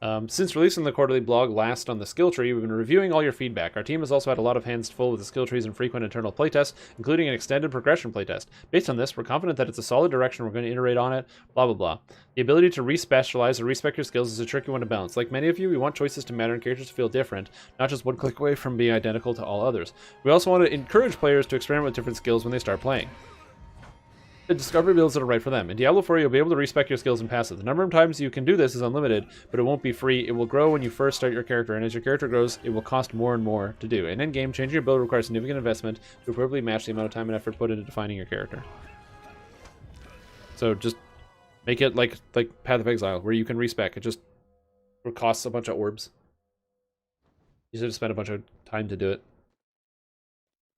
Primary stats. In our blog, we agreed with your feedback that too much of characters' power came from the items they were. We like the imagery conjured by the phrases angelic power and demonic power, but they didn't reinforce the fantasy of what being a barbarian, sorcerer, or druid is all about. So we went back to our roots and looked at the classic RPG elements of the early Diablo games. What are you really doing when you wade through a horde of monsters and emerge a level higher on the other side? You're training, practicing a skill, becoming better, and becoming stronger and smarter. When you gain a level, you receive points to spend in strength, intelligence, dexterity, or willpower along with your skill points. Oh, wow. Could you imagine what game that existed out there where when you leveled up, you got stats, and then those stats fed into you could like choose where you wanted to allocate them? Huh. That's weird. I wonder, do you guys think of another game where like when you leveled up, you got 5 stat points and you could like allocate them to your skills? What were those skills? Energy, vitality, dexterity, and strength. Those ones are coming to mind. What game was that? Oh, I think it was... Maybe I could be wrong, but I think it was Diablo 2, wasn't it? Again, I don't know why they're spending so much money making a Diablo 4. They should have like done a Diablo 2 remake, and then if they sold a bunch of copies, made a Diablo 4. I don't know. So, of course, barbarian builds will be going to strength, but as you build out your character and decide on skills and synergies, you want to mix in other attributes because the other attributes do something.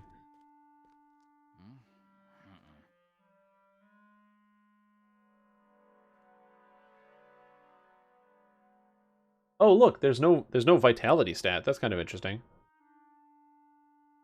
Oh, there it is. As a barbarian, strength will improve the damage, willpower increases your fury generation, and dexterity increases your critical chance. Meanwhile, as a sorceress, intelligence increases your skill damage, willpower increases your critical chance, and dexterity hastens mana recovery. Each stat also has a secondary defensive stat bonus. All resistance, defense, healing received, all that stuff. So you can actually spread out your stats. Blah, blah, blah. You can supplement your character stats a little more with willpower or strength or whatever it is you want to have your character use. Now we talk about weapon types. We'll start by looking at core itemization. Many different weapons available in Diablo 4. Our weapon types look visually distinct and have meaningful effects on gameplay throughout the likes of the Barbarian Arsenal. We've also done a lot of work in the game engine to make weapons feel more real and physical. The Barbarian carving through a trough through the ground with their mace during upheaval, and there's like a little video. But we've had, something was different. Wands should be faster than quarterstaves, and swords and maces should do different things. To see what that feels like in action, we've added weapon speeds and inherent characteristics to all weapons in our latest internal test environment. Whoa, so there's like weapon speeds, and then there's like... The more rangers there are that know my true identity. Oh man, look at that, weapon speeds? That's crazy. Could you imagine what game would have weapon speeds? I think Diablo 3 did that. Diablo 2. Yeah, I was making a joke. It was Diablo 2 is what I was talking about. In Diablo 2, they just give you stats. In Diablo 3, they got rid of stats. So they're just going back to Diablo 2. In addition to weapon speed, each weapon type is an inherent physical characteristic for shields. I'm just going to take a look at this real quick so we can do this as a team. I'm very curious about this, and you guys might be interested as well, because they have little videos and stuff that are kind of interesting. Yeah, so you got like... They're like, oh, there's a staff and a wand, so the staff casts slower but does more damage. But the wand casts faster, I guess. In addition to this, the speed of each weapon is inherent physical characteristics.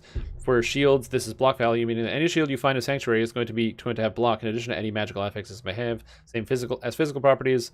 These traits are consistent across all weapons of the same type and cannot be modified. Physical characteristics of a weapon are shown in the separator above the item tooltip, where we see examples shield, wand, and axe. So you've got physical characteristics and then magical characteristics. So this wand has critical strike chance. versus this axe, which has bleeding. Sure, whatever. Item qualities also made exciting changes to item qualities. Philosophically, we like to clarify analysis, clearly worded item tiers, in other words, blah, blah, blah. Blue magic items are good, but yellows are better. There's a great feeling of progression when you graduate into items with greater complexity, more powerful effects, and cooler looks. And the game-changing powers found in legendary items in Diablo 3 are exciting, and many offer possible effects that aren't possible with regular affixes.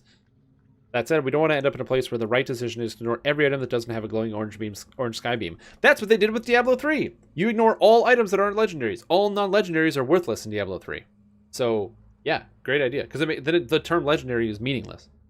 So we're making a lot of changes here. We're increasing the potential power of affixes on magic items. We're increasing the maximum number of affixes on rare and legendary items in endgame, or rare items in endgame. Legendary affixes now roll randomly, yes, really, on legendary items, and unique items will replace mythics.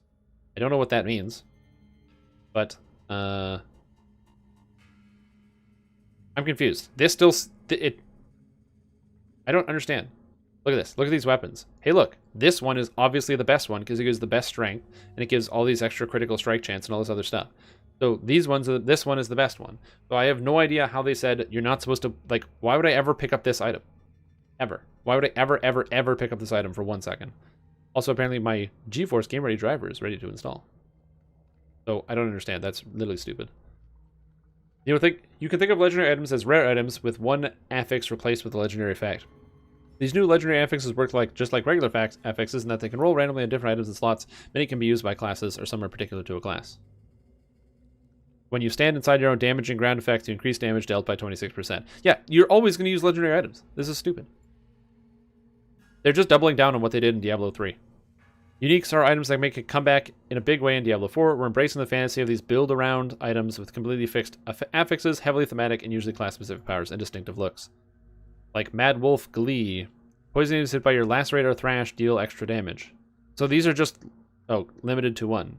So uniques are now just legendaries from, they're just legendaries that can only have one affix.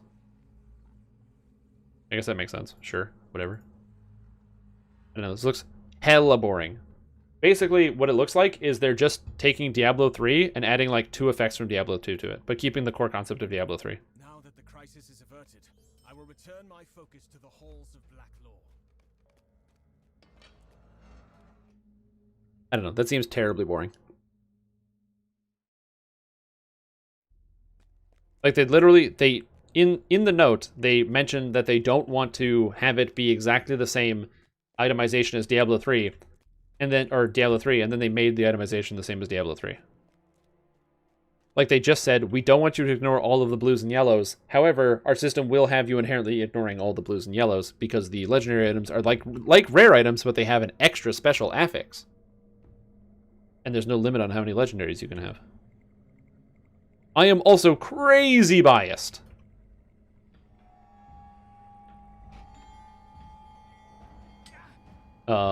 Which I hope is obvious. But I don't know. What I would love is for Diablo to be good. I love Diablo 1, and I love Diablo 2, and I played a lot of Diablo 3. I put my time in. I don't know, I just, it's hard for me to trust that Blizzard's gonna do something, like, make a good decision with their video game at this point. Because they have no incentive to. Great beta game? The Last Epoch? Epoch? I don't know how to pronounce that word.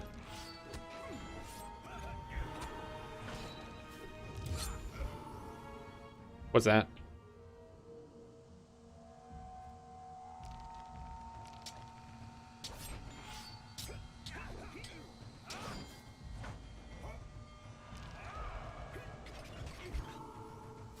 There's better games. Yeah, exactly. Like, I want them to make a good game. But, like, if they're saying that they're going back to the loot system of Diablo 3, which is you ignore all the items, then they're not really upping the game. That they did that already. Oh, it's an ARPG. Okay, yeah. Again, that's my issue. It's like, you know, if I want a game where I ignore most of the loot, I'll just play Path of Exile and Diablo 3 that already exist. Why would I want to play another game where I ignore most of the loot? You know what I mean?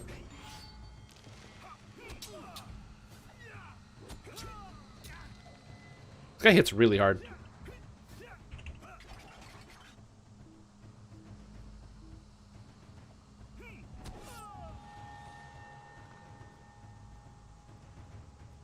Okay. I didn't realize that guy was hitting for 16,000. Yeah, me too. I want Diablo 4 to be good. I don't want Diablo 4 to be bad.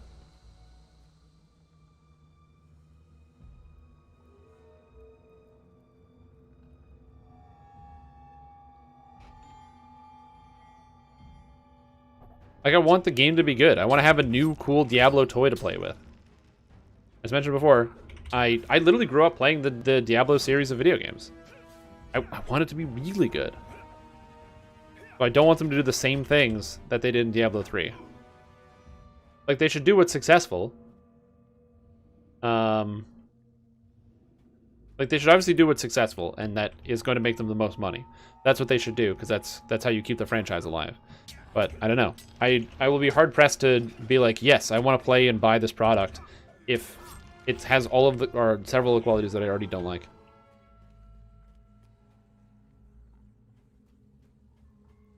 Did I kill everybody?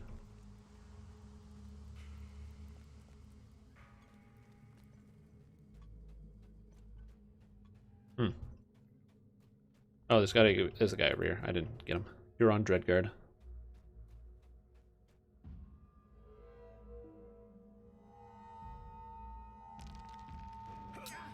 Like, I'm trying to think of it.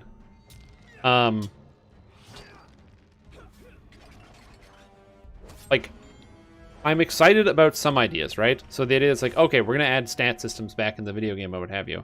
But I guess I feel like Blizzard is the kind of company that has enough money to make boundary-pushing art and to redefine things, because this is what Blizzard has done in the past. They, like, redefined the MMO genre with how wildly popular World of Warcraft was. They redefined, or they entirely defined the ARPG genre, because everything is based off of Diablo.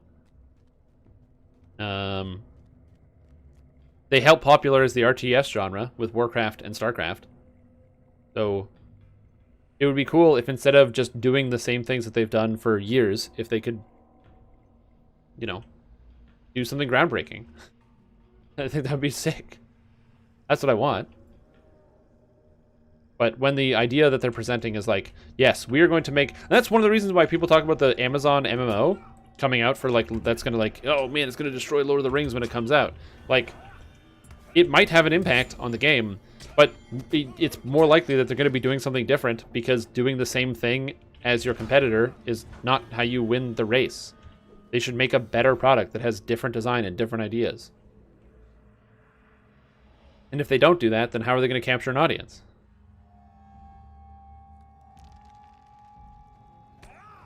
I don't know, man. I just get excited about video games, and I like playing the video games that I already have, but like, sell me a new video game. It's the reason why I don't buy every Call of Duty. Why would I buy every Call of Duty? They're all basically the same. Like, I know that it's like, oh, but no, but in this Call of Duty, you get this type of gun. In this Call of Duty, it's World War I. It's like, yeah, I don't give a shit. They're all basically the same. I only play the multiplayer anyway. And so for me, it doesn't matter which one I have. As long as I can play with the friends that I like to play with, that's all that matters. Yeah, Blizzard North is a different thing. Yep.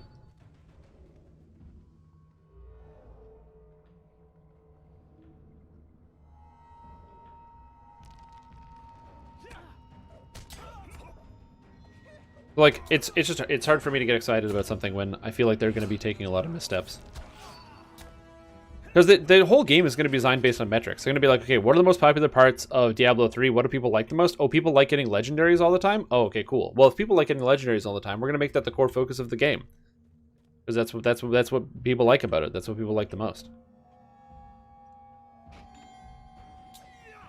Yeah, same thing with, like, you know, any type of sports game. You don't always need to buy the most up-to-date ones. I mean, obviously, if you want to have, like, you know, your favorite players that exist. But the core gameplay doesn't really change. Doesn't really shift that much. And also, I would like to point out, I would love to be wrong. I would love to be wrong. I would love to have all of a sudden this come out. That would be great.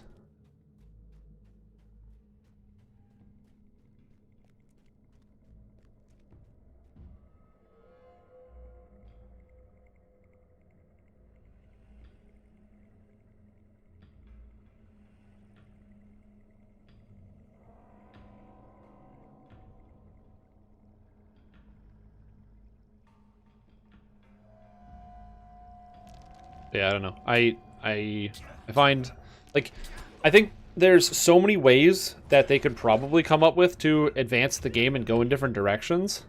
Like, at least Path of Exile tries new different types of content and new additive styles of content all the time, where they're like, hey, what if we made our game a farming simulator? Okay, what if we made our game a tower defense game? Okay, what if we made our game something about a crime syndicate? They're just like always trying new stuff and trying to push the envelope of what defines their own game and their own space, which is cool, which is why they're making a whole new one.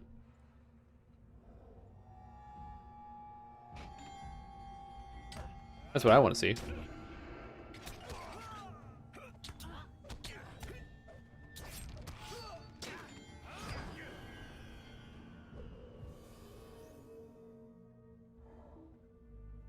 Yeah, hopefully it'll be cool.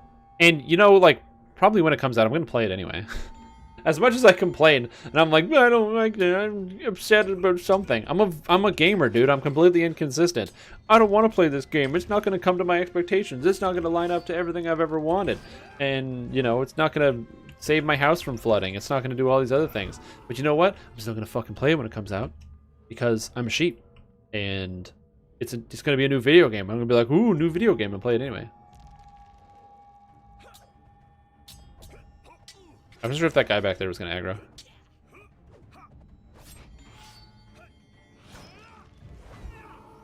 Ooh, those are some good crits. Too much about catering to the crowd? I mean, it makes sense. I don't think there's anything wrong with Blizzard catering to the crowd, though. They're a big company. They just got to make a bunch of money. Like I said, I think a lot of people get confused. Obviously, it sucks if you're like a big rabid World of Warcraft fan, because you're like, man, I want the old World of Warcraft back, and that's not something like, you know, you're gonna get very easily. Yeah, World of Warcraft Classic exists, but it's, what if you're like, but I want the Burning Crusade, or I want them to make new content with the old design ideas? They're never going to do that. That's never going to happen. However, what might happen is you might get the scenario where World of Warcraft or Blizzard, because Blizzard brings in so many people into the MMO sphere, and so many people end up starting playing MMOs because they're like, oh, World of Warcraft and what have you. Then what ends up happening is, for all the rest of the people, the MMO industry, and all the people like me who play other games, I get more people to play with all of a sudden, because World of Warcraft brings in more people in the MMO sphere. I've talked about this before, but like, World of Warcraft being successful is good for every MMO game, because as long as World of Warcraft is successful, people are always going to be investing in MMOs. When WoW dies, that's going to be a major problem. If WoW gets eclipsed by something else, it becomes big and everybody wants to play it, then it's fine. But if World of Warcraft dies, if they can't make any money more and Blizzard cancels it, then we have a problem. Because that's going to affect the entire MMO industry. Because World of Warcraft brings people into the MMO sphere. They bring people into their game. BTW sent you 10k Sunflasks for Sunfest 2021. Know you're looking forward to running that build again.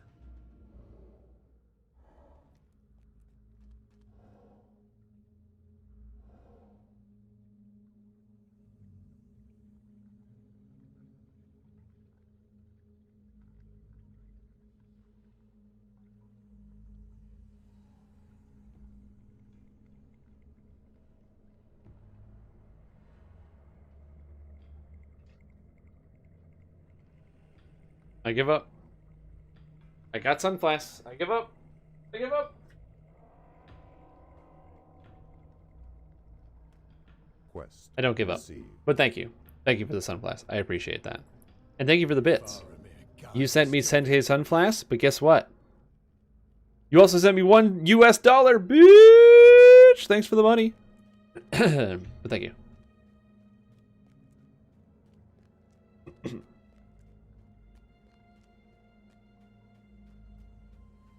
For the dumbing down of games to appeal to a more casual audience. No. You're very confused. You're incorrect. Oh, no. Yes, exactly. Sorry. No, you are correct, actually, Lord Boogie Blue. But that's exactly what I'm saying. What I'm saying is, think of a game that you like. For example, this game. You like Lord of the Rings, right? You're like, man, I gotta play that Lord of the Rings. If World of Warcraft wasn't successful, then you wouldn't have people who played World of Warcraft before coming to Lord of the Rings Online looking for a different experience. Maybe looking for something that has a different tuning or a different whatever. Same thing with Dungeons & Dragons Online, a lot of these other games. People bleed off of these large surfaces. That's why Blizzard always has to appeal to a new audience, because, which you may not know, business fact, existing business is the worst place to spend your money. even on MMO games where there's a high return on investment. And if you look at stuff, like 70% of the money comes from existing players who've played for 1 to 3 years. But that's important to note, 70% of the money. That other 30% of the money comes from people who have been playing for less than 1 year. It is so important for businesses to drum up new industry, because what happens is World of Warcraft is going to hemorrhage players every year no matter what. So they have to do everything they can, everything in their power, to get as many new players in. So if that means making it the dumbest, easiest, most entry-level MMO ever, basically, think about World of Warcraft. It's like how they said, like, smoking a joint is the gateway drug to, like, doing crack or something, which is just other than the fact that that's wrong. But imagine that was right. That's basically the idea, is you get people to play World of Warcraft and they go, wow, this is cool, and then they explore the whole sphere, right? You have to start somewhere. You have to start on something beginner, and then that allows people to make niche products. People can make really cool MMOs with a very laser-focused design because World of Warcraft props up the whole industry. People come in, they start playing World of Warcraft, they go, wow, this game is interesting. I wonder what else is out there. I wish this game was a little bit harder. They find another MMO that's maybe a little bit more challenging. Or they go, oh, wow, this MMO is about Lord of the Rings. Or, wow, this MMO is about Star Trek. And they want to play that one because they don't know anything about Warcraft and they're not interested. They don't want to play no Warcraft. They don't like orcs or them horse people. What are them called? Ugh, I don't even know. Eladrins? No, that's a Dungeons and Dragons thing. You know what I mean? Ponderous bracers? Ooh. I'm gonna decon all this stuff before I forget. Deconstruction! Oh, that reminds me also, I'm gonna message you because we need to chat at some point.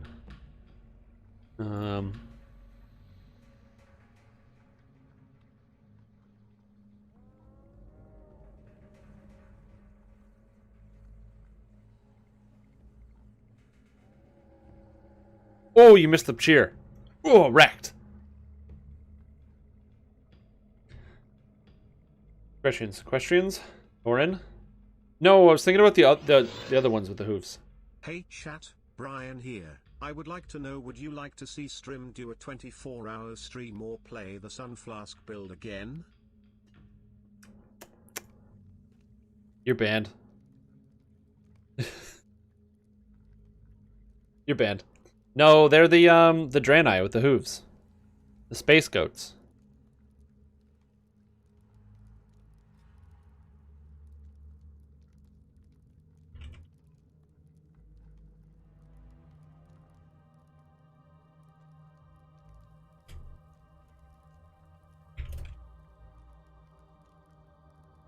Alright. I do need to use the washroom though. I sent them to Stream rip your mailbox. Perfect, thanks.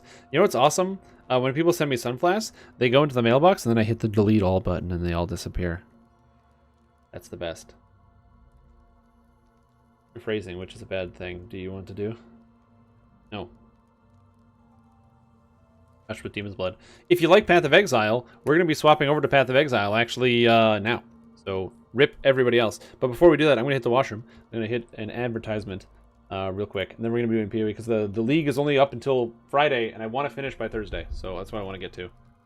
Anyway, I'm going to play an advertisement for a car you can't afford and we'll be right back.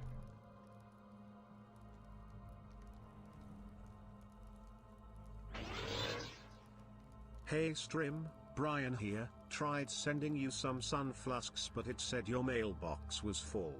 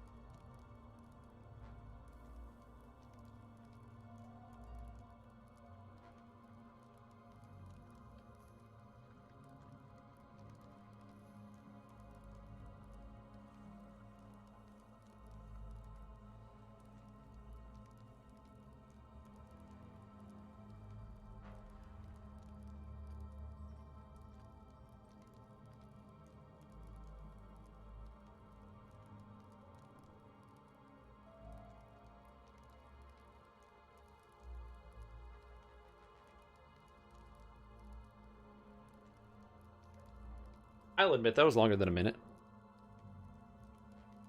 And use some flask, but it said your mailbox was full? Perfect. I love that. Also, I was gone, which is the best.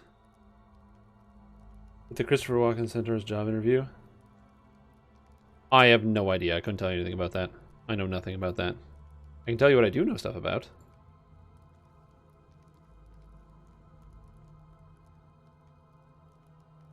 I am cool guy streams. Oh.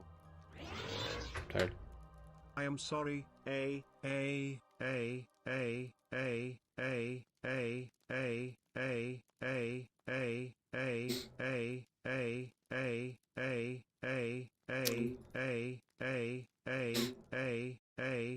Joke's on you, it's gonna cut you off. Hey Strim, Brian here. Got Hey. results from the last question.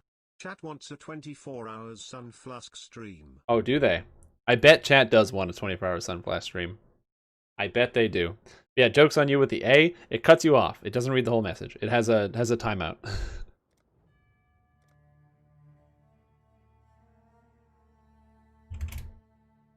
Which is very funny, actually. That does that.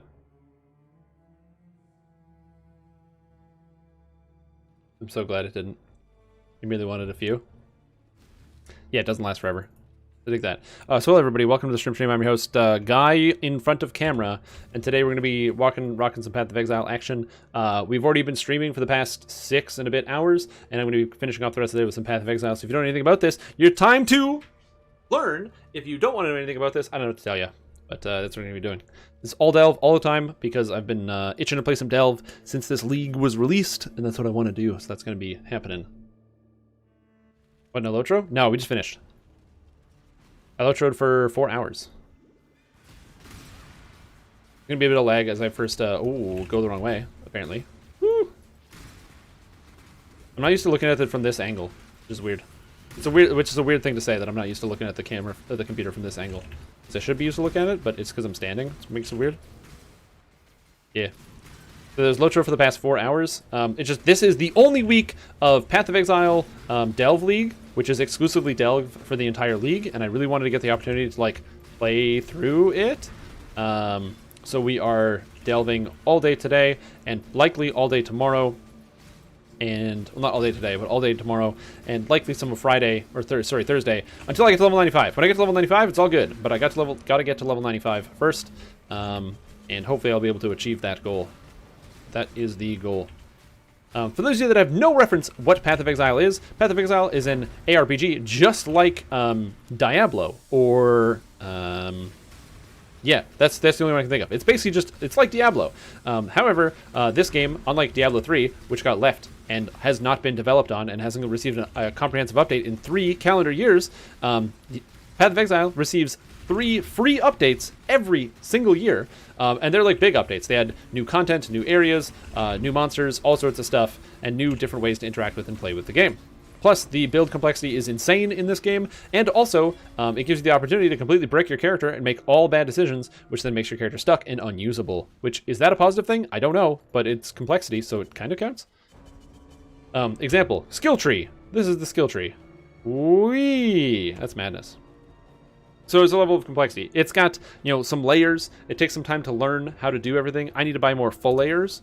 Yeah, it's an interesting game. It's got a lot of depth to it. No pun intended, because we're playing Delve today. But it's got a lot of depth to it and a lot of different things to learn and to grow and to understand and build your skill set on, which is really cool, which is one of the reasons why I like it. It's also incredibly fast-paced and visually very aesthetically pleasing.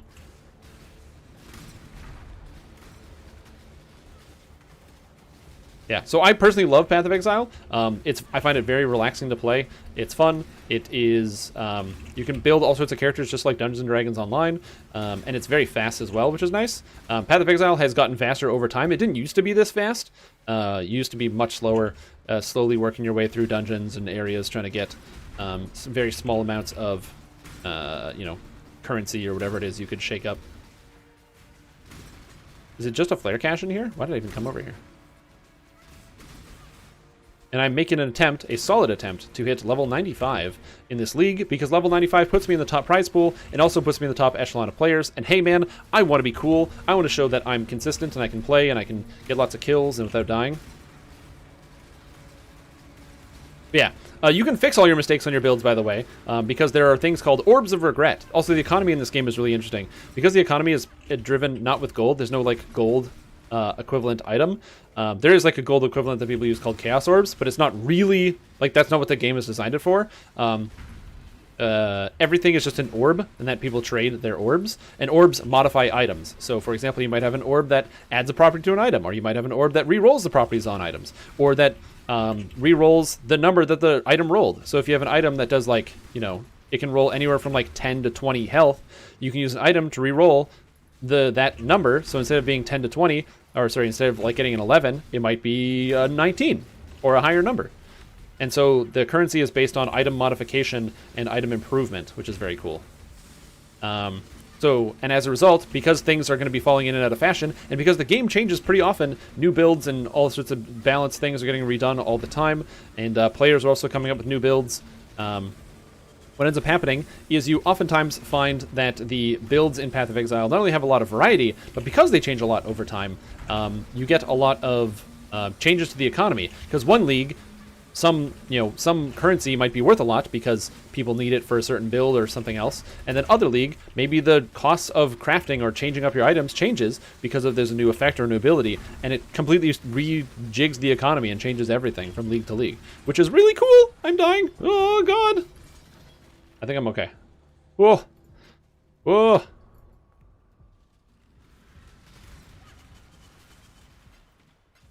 Yeah, so you have a lot of options for the different types of characters you want to play. So, for example, my character is a witch, an elementalist witch. I summon several different golems that fight for me, and the golems also provide my character with buffs.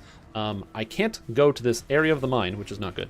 But yeah, I summon golems that provide me with buffs, so while I have them, my character is significantly stronger. So I get, like, physical resistance rating, life regeneration, all sorts of stuff. And then on top of that, I just cast a spell called Glacial Cascade, which deals physical damage, and then it converts all that physical damage to cold damage. And the reason why this is important is because since it does physical damage as a baseline, as a spell, and then it converts all that damage to cold damage, that means if I get something that increases my physical damage, that effectively also increases my cold damage, because it starts out as physical, and then it turns into cold. So let's just say I have 100 physical damage on my spell, and then I get something that gives me 100% increased physical damage, then that makes my base physical damage 200. So then when I convert that to cold, then if I have something that increases my cold damage by 100%, it increases that by another 100%, giving me 300. So I get 300 damage because I can increase my physical at the same time. How neat and nifty is that? The answer is very. It's very neat and nifty. So it's pretty neat that they give you so many different ways to scale. And this character uses that to its effectiveness. Right now, I convert or add extra fire damage or physical damage as fire, which is kind of cool. And I increase my physical damage by a large portion, which makes my character reasonably strong right now. And another diamond flask. I don't need another one. So I can convert a lot of my elements over to one different element, which is kind of cool. And yeah, character works. It's fun to play. It's good. It's consistent. And it's interesting. And I love it. Path of Exile. The lightning area. I don't know if I want to go to there. I kind of want to get to level 79 runes, but I don't know. So yeah, if you have any questions about the game and you want to try playing it yourself, Path of Exile is absolutely free if you didn't know. It costs $0 to play. You can just go ahead and download it at pathofexile.com. The game is made by Grinding Gear Games, a New Zealand company, and they do a fantastic job. Now, the monetization model, I'm sure many of you are familiar with free-to-play games. I was just streaming Lord of the Rings Online, which is a free-to-play game, and you might say to yourself, okay, well, if that game was free-to-play, how is this game free-to-play? Because, you know, you got to buy some stuff in the Lord of the Rings. You know, you got to buy the quest packs, and you got to buy the, ooh, hello, dynamite. I'm dead. Maybe? Oh, I did not die. Holy shit, I thought I was going to die. Double corroded fossil. Oh god, and devour. Woo! Anyway, how free is this game? And to answer that question, very free. Path of Exile is all of the content that you can play is absolutely free. Free of cost. The only things that you can buy are cosmetics, of which I am wearing lots. Almost every skill that I'm using has a different cosmetic. That's why you can't see anything on the screen, which is great. My character has this cool galaxy-looking aura around. I have this awesome armor with these face plates and stuff. It looks fantastic, and I think it looks great. Yeah, so I like the cosmetics, and they also cost a lot of money. It's not cheap to buy cosmetics in this game. They are, you know, they're pretty pricey, but they're worth it. Because then you get to look cool and you can flex on all your friends. When your friends say, oh man, how much, your outfit looks great, how much did that cost? You can sheepishly say, $200 US. and then call it a day.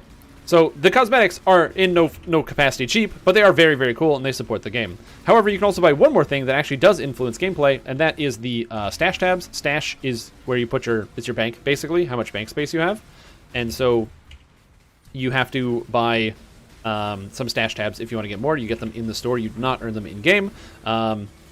And I'm very okay with this because for the most part, you won't really notice that you need extra stash tab space until you've been playing the game for a long time. Like until you get to maps, which on your first playthrough is at least 40 to 50 hours into the game if you don't give up first, because it's also not an easy game.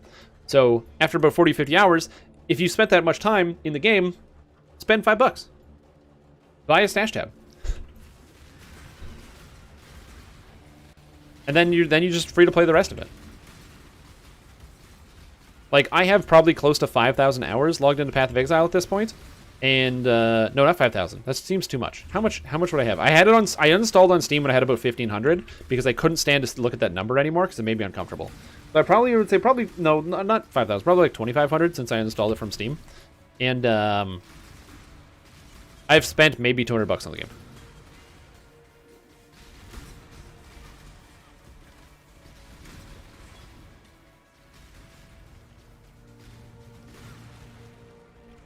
Hey, Ninth Bond, what's up? And this is a special league that's going on right now. It is a Delve League. So Delve is one of the core contents. What I'm doing, this mining thing, is only one of the different things that you can do in Path of Exile. It's not the only thing you can do. This is just one of the many things. However, this is the special Delve-only league, where the only thing you can do is just delve in the mine. It has no cost, because it usually has a cost. You have to like get resources to activate the minecart and all this other stuff.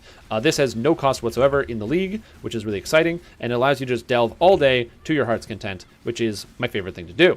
And so I really wanted to play this league because Delve was my favorite version of content ever added to Path of Exile. So I'm very excited that the Delve League specifically exists, and I'm looking forward to continuing to play this league and hopefully getting as close as possible to oh god, why are these spiders coming out of the dark? Getting as close as possible to getting everything. Hey Strim, Brian here. My lawnmower is making a noise like this. Do you think something is wrong with it? It's saying a bunch of A's. So it's possible that you might have like gotten your lawnmower to start reciting Rosetta Stone. You need to be really careful with those smart lawnmowers. Because all of a sudden, if you got a pronunciation or a language program running on there, it might cause some problems. So I would definitely recommend taking your lawnmower and throwing it in the garbage because it's totally useless. Much love. Hope that helps. Much clutter. Too much clutter. Do I actually have too much clutter? Yeah, I do. Backpack full.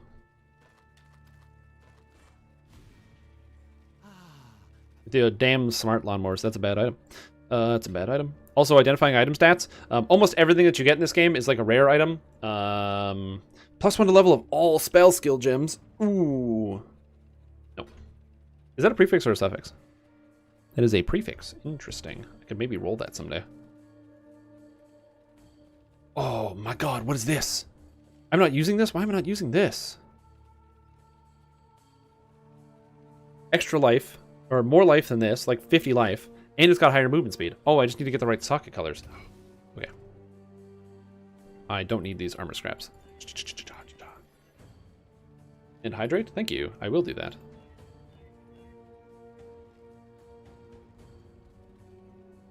Flame Blast, Arcane Surge, Summon Ice Golem. Oh, I need the blues connected. Great. Flame Dash, Arcane Surge, Summon Ice Golem, Herald of Ice. Whoop. Also, your skills go into the into your gems, so you actually socket your skills in your armor. So to cast spells and stuff, it's not based on your class; it's based on your sockets. So I put sockets into gear, and then I cast spells through the sockets, which is a really interesting idea. So unlike it's like, oh, I am playing the witch class, so I can only cast these spells. Any class can cast any spells. The only thing the class does is it determines where you start on the tree, and also it gives you a special. These are my stash tabs. It gives you a special place where you can. Oh, Ming's Heart for 20% extra damage. It starts where you are start on the tree. So I'm a witch, so I start here. But if you start as like I don't know, a duelist, you start down here. Or if you start as a Ranger, you start over here, and each area of the tree has different stuff. So there's like lots of bow and dexterity stuff over here, and the Marauder starts with lots of health and strength stuff, and the Witch starts with lots of mana and spellcasting stuff. But you can play a melee Witch, you can play a spellcasting Marauder. In fact, those two builds are both good. Grand Architect's Temple. Oh shit, this is a boss. At depth 124. I've never fought one of the Delve bosses before. I've never fought any of them. I've never been lucky enough to find one. Shit, am I going to fight a Delve boss? I think so. I think I'm going to go get level 86 real quick before I fight the Delve boss. And then, yeah, that sounds awesome. Fighting a special unique boss? Oh, shit. I've never done that. I need to do probably like 4 more Delves to level up. If I kill, assuming I kill pretty much everything along the way.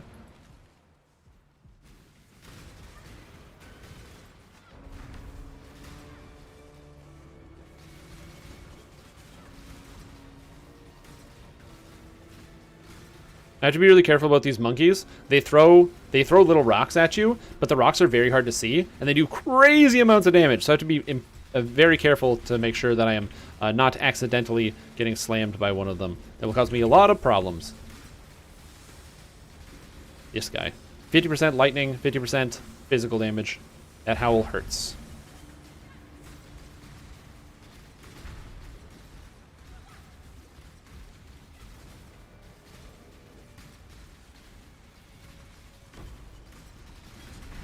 Everything dies.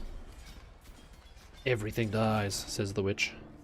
Cool. Well, I'm definitely gonna go fight that Delve boss then, because I can get some cool uniques like a Precursor's Emblem, which I've never had before, but I know exists because I played this game a lot. How do I even get over there? I have to go down there? Okay. Okay, I might as well fight my way over there and maybe level up on the way.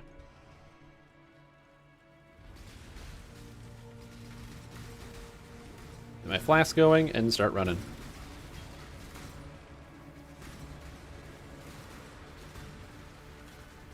Dude, these monks are... Oh, man. You're probably right, actually. Those monkeys probably aren't throwing rocks at me. They're probably throwing something else. That's true. That makes it even worse, because it does a tremendous amount of damage. So that makes sense why the damage is so high. Okay. Another Azerite encounter. No problem, no problem. Just get some Azerite. Go away. Disease damage? Yeah, I don't like that. There actually is one. It's chaos damage. I just don't like it.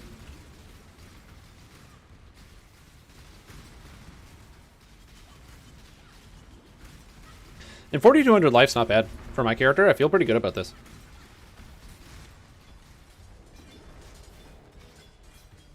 Okay, not bad. Slaughter knife. Sadist garb. I don't need that. I just need more orbs. Nerf Heroic Feywild. Should be interesting to see the difference. Yeah, I've heard some people tell me that it's apparently easier than Three Barrel Cove, which sounds fine. It's $40, so hope it's easier.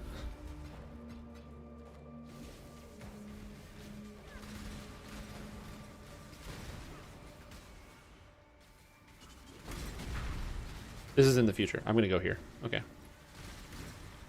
Chaos Orb. Also, I've been spending all my currency this league as opposed to just hoarding it to trade with people. And man, it feels good to just spend Chaos Orbs on stuff. Just like roll an amulet until you get like something that's kind of good. I think I'm gonna roll amulets next to see if I can get a better amulet. My helmet's pretty solid, and I'm gonna save it so I can craft a helmet with life and pristine fossils and frigid fossils. Is gonna be my goal.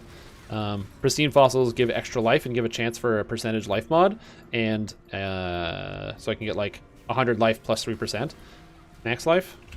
And then the frigid fossils can give me cold resist, which is fine. Most importantly, it can be 10% of damage taken as cold, or reduces nearby enemy cold resistance, all of which are wonderful effects. I would love to have all of them, actually. If I could get a cold resistance, damage taken as cold, I would be very happy. Cold resistance, damage taken as cold, and nearby enemy monsters' cold resistance are lowered, and also life. Oh yeah, that'd be sick. All right, go down to here. Go down to here. I'm gonna do this one, then come back here, and then do that. I might even get my level just going to Grand Architect's Temple. Okay, we're doing this. 86. Gotta get 86. Dynamite cash. All right, sounds good. 0 dynamite. I didn't buy flares. No. Only have 3. Hopefully I find some flare stuff, or else I'm just gonna be killing all the monsters along the way. Is it the old farewell maybe easier for all the monsters to replace with Carnage Reapers? Yeah, actually, Feywild would in some cases be easier if you replaced all the monsters with Reapers. The Feywild monsters destroy Reapers. Especially on epics? Holy moly. You guys remember a long time ago, in like very early doing R10s, where the strategy was you would just charm the Reapers? You would just charm a Carnage and have it kill the boss for you? That was the best. I remember doing that. Well, not the best. It was an interesting strategy, to say the least. Hidden loot. Tornado wand. Alright.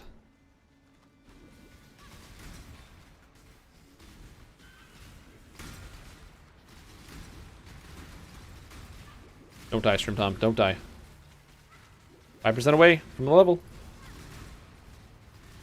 When you die, you lose XP, so that's why I'm like stressing about getting to my next... Oh my god, this is the hardest room.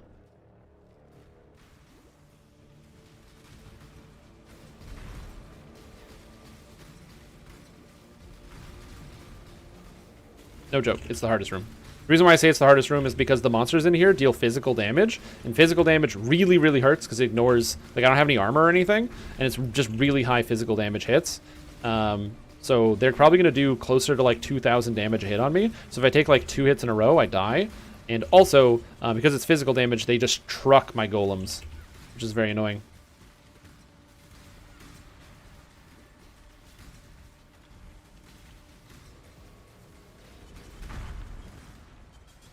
Got it. Woo!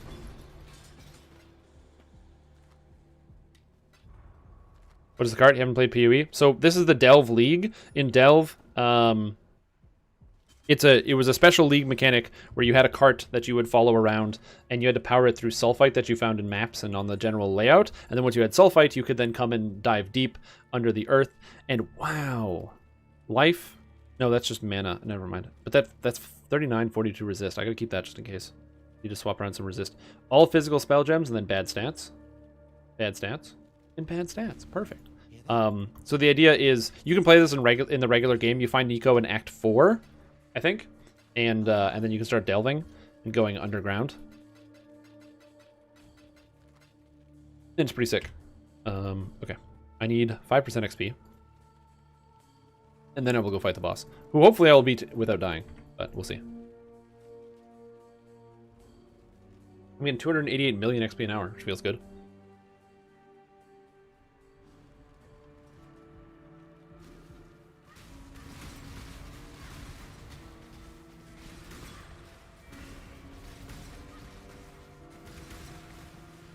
This build is working really well. But yeah, the idea is you have to stay near the cart because the darkness kills you and the cart provides you with light. You can get flares, which is what I have. So I can throw flares out into the darkness to protect me from the darkness. So if I want to go exploring, I can find stuff. Because the cart doesn't go all the directions. The cart only goes one path. So you basically follow the cart around until the cart ignores a path, and then you know that there's something over there down that path. So you go down there with some flares in an effort to get some cool items and some cool shit.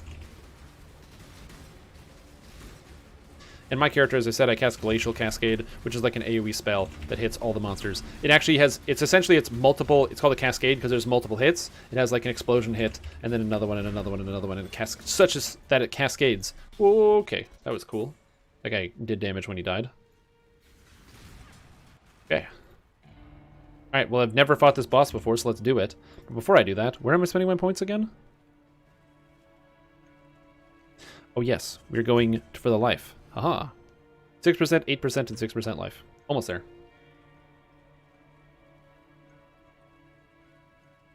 And limited sulfite is very fast, yeah.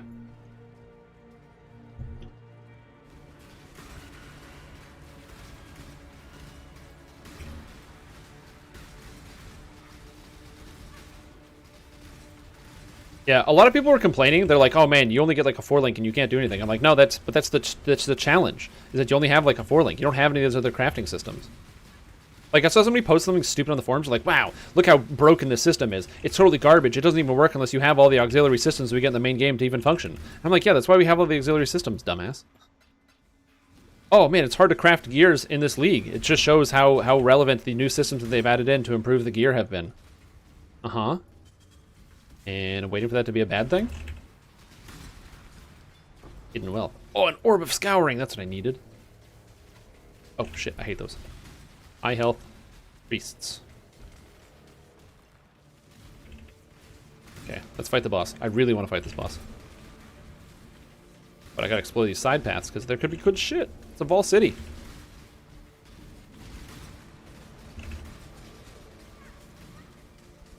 Unfortunately, my damage is like more than enough, and especially since it's all AoE, and when the monsters explode, they deal damage to each other.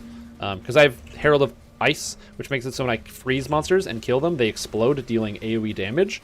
So killing one monster is enough to kill all of them. It's also important to note that in here, I'm running a Amethyst Flask. One, because it's one of the few utility flasks that I have. And two, the Amethyst Flask gives me additional Chaos Resistance, like a resistance type that I have almost 0. And these guys deal Chaos damage all the time, which is cool. It's the hardest resistance to get, but here we go. I'm gonna try to clear off this area. Wave Shamble the Fallen. And he leeches life. Sick.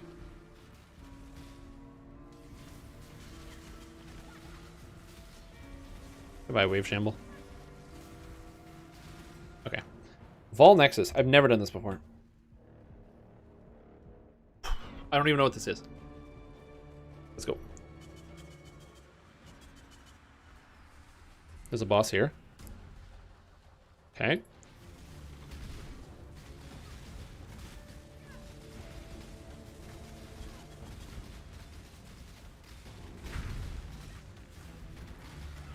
I can't really see him, so I don't know exactly what he's dead. Auholti the Blind. Okay, so there's orbs exploding everywhere.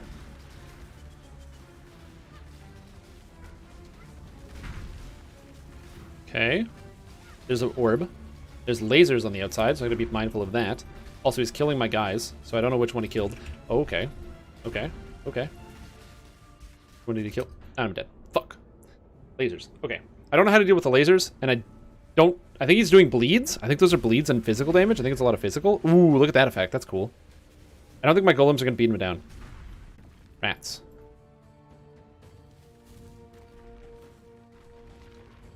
Okay, so he is an interesting fight.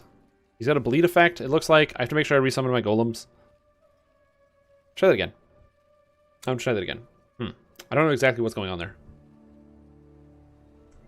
Worst case scenario, I can always just keep my Orb of Storms on him, dealing damage while I'm just trying to dodge around and move. Also, I may have to sit down just because it's hard for me to focus sometimes when I'm standing up like this, because I think I can focus, but I don't know. There's just some part of my brain that's like in a different zone.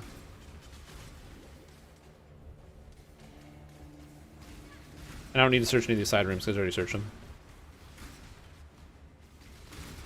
Now, normally if you die to one of these, it's expensive to come back, because you have to spend all the sulfite to come try again. But I don't have to spend any sulfite to try again, so I can just run over to the portal once it opens. Hello. Okay.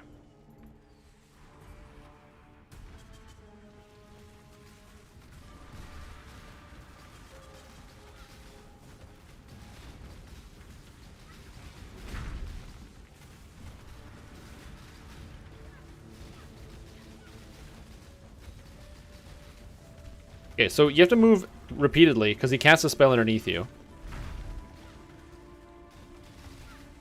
I don't know how exactly to get Flask back.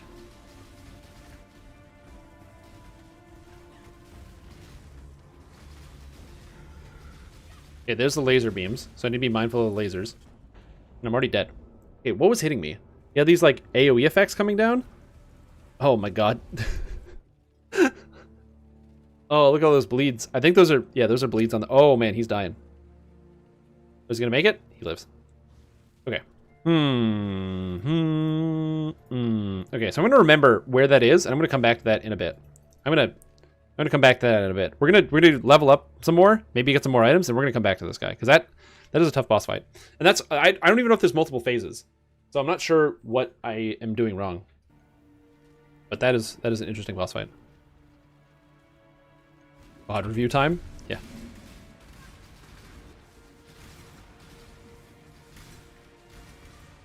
Awolotli, the blind? Yeah. Like I said, really cool fight. I'm not exactly sure what causes... I think he has like an overhead thing that he summons. Like it's all those orbs that he summons initially, and then they kind of like stream out at you. So you have to like dodge the stream while also dodging the lasers, I think.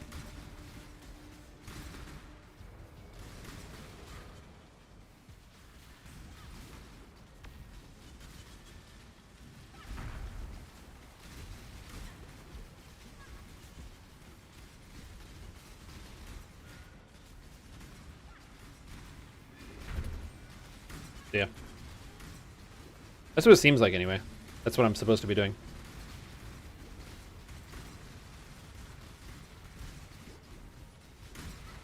Goodbye, everybody. Explode in my explosion circles. There's so much chaos going on in here. It's just like I just shoot energy into here, and then all my flasks are always at full, so I can keep playing flask piano over here.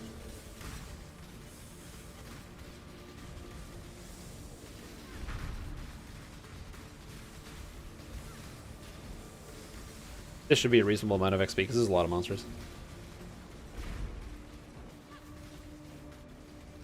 It's the Lion of the Tunnels. Well, he dies. That was not as much XP as I thought it was going to be. That's disappointing. But yeah, so it's kind of cool. I'm going to sit down again, actually. I was stood up a little overzealously.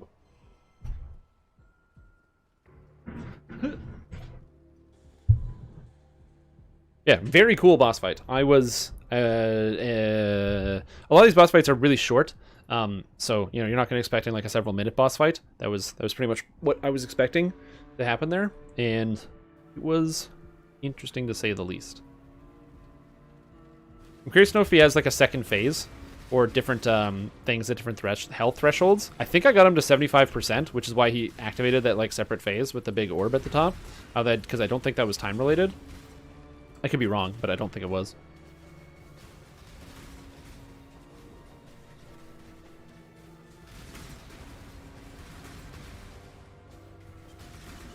Large flare cache? Hell yeah. Give me flares.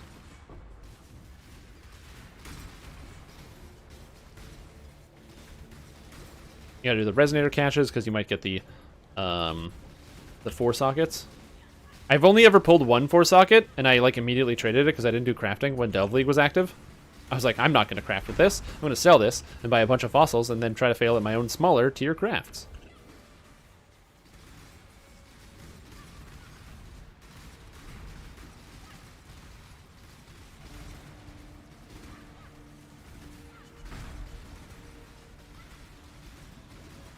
It's also nice that pretty much every monster in here also deals a shitload of elemental damage. So if you have a ways to mitigate a lot of elemental damage in this dungeon, so for example my golems are fully immune to elemental damage, it makes them pretty much resistant to every single thing that you have to face off against in here. So I don't have to worry about like them dying frequently during combat. It's only when large quantities of like physical damage come in, so say for example during that boss fight. I don't know how you exactly make it so that your stuff like your zombies and what have you, if you're playing as a necromancer, don't just immediately die out. In those types of fights, because I'm like very curious. I guess the answer is maybe because I think you can get zombies to have health over like 100,000. You just have hundreds of thousands of health and have them regenerate like 5% life per second.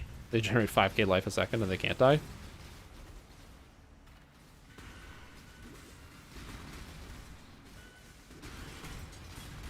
It's like I have my elementals regenerate 1% life a second, and that's good enough. And I run a vitality aura. Whereas in tree points, yeah.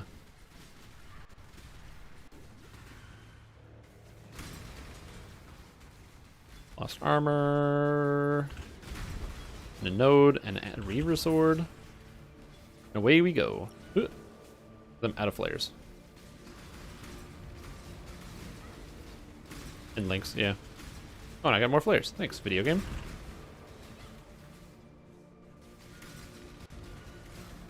Yeah, area of effect is really important for this character, and in Delve League especially.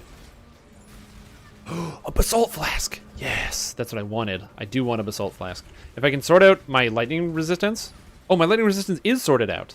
Oh, wait. Is it? No, it's not. If I can sort out my lightning resistance and get it a little bit higher, then I will be more than happy to Slot in that basalt flask. It'll make me so much stronger. Because it reduces physical damage I take by 20%. Yeah. Hello, Nico. No. No. Yeah, I was supposed to get rid of that, wasn't I? Bad. Nope. Yeah, so there's a lot of cool decision making and different things you can do. I just love this game, man.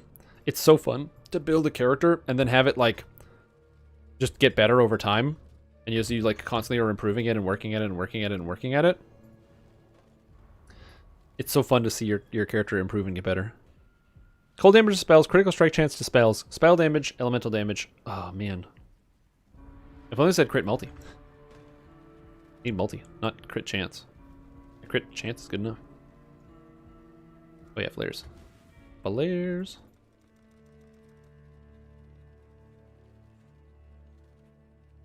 Yeah, I was trying to keep up with 188,000 XP, and I came up with about 10 hours of playtime. If I can get even higher than that, if I can get like, you know, around 250k or 250 million XP per hour, then I'm going to be, you know, looking at about 7 hours of playtime to hit 95, assuming no deaths. Which is a big assumption, because I suck. I die a lot. Like, you get better over time, but still, you know, it's really easy to make mistakes. It's one of the reasons why I don't always play Hardcore League. I like to play Hardcore League, but it's really easy to make mistakes like that, where you're not paying enough attention, and you click on something you didn't want to. Do I want to do the Vol City? We're gonna skip that for now and just go straight jewelry, because I need some more jewelry nodes. I would like to get a crit multi necklace.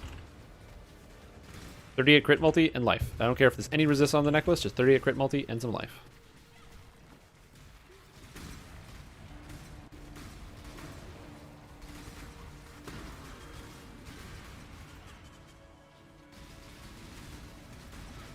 Oh god, drop bears.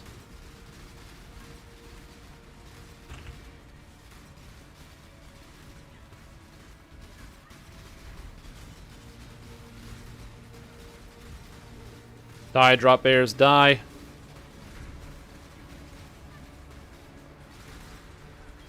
I'm trying to freeze the drop bears so they can't kill all my golems. That's another thing about playing Glacial Cascade that actually works really well in here, is that this character is, because I freeze everything all the time when I hit monsters, as I have a really high critical strike chance and critical high strike multiplier, so my freezes are really strong. It makes me really good for just locking down whole packs and rooms of monsters to prevent my guys from dying. Yeah, this is an awesome starter build, and if you are planning to play Path of Exile potentially in the future, and you're looking for something to try playing, Elementalist is awesome for starter. Because you just summon golems, which give you all the stats that, you know, fill up all the items that you don't have. This character is not going to be as strong at like super ultra endgame as like a more focused character, like an assassin for damage or an inquisitor or something like that. But since it's got a lot of different areas where it can be really general, it works out super well. Oh my god.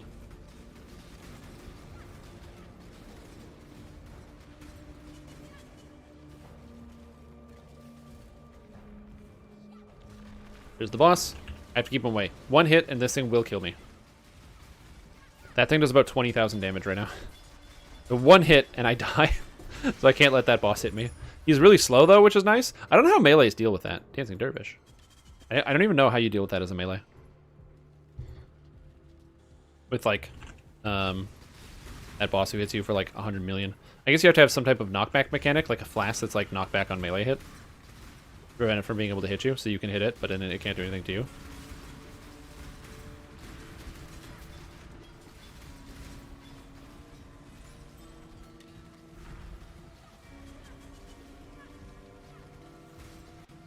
God damn, it took a while to kill.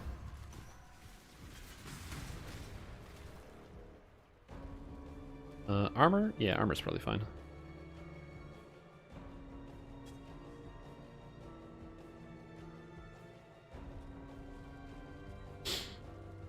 But, yeah, since what we were talking about earlier with Diablo 3 and Diablo 4 and whatever, and like, oh, is Blizzard going to make a new one? Again, the main question I ask is, like, why? Why are they making a new one? Because if they wanted to make money, You'd think it would be they would just make a Diablo 2 remake because people fucking love remakes and people love Diablo 2. So I don't know why they wouldn't do that. Maybe they, like I said, the only way I can imagine that they wouldn't do a Diablo 2 remake is if they've done some like good focus testing and found that people just aren't, are generally not responsive to Diablo 2. Like that, like, because Blizzard sends out surveys. Blizzard sends out surveys all the time with their games where they're like, oh, if we were to make X thing, would you be interested in the feature? Damn, that sucks. Try that again. There's no true melee in PoE. Yeah. People in the company that disliked EQ because Breivik left. Yeah. Probably.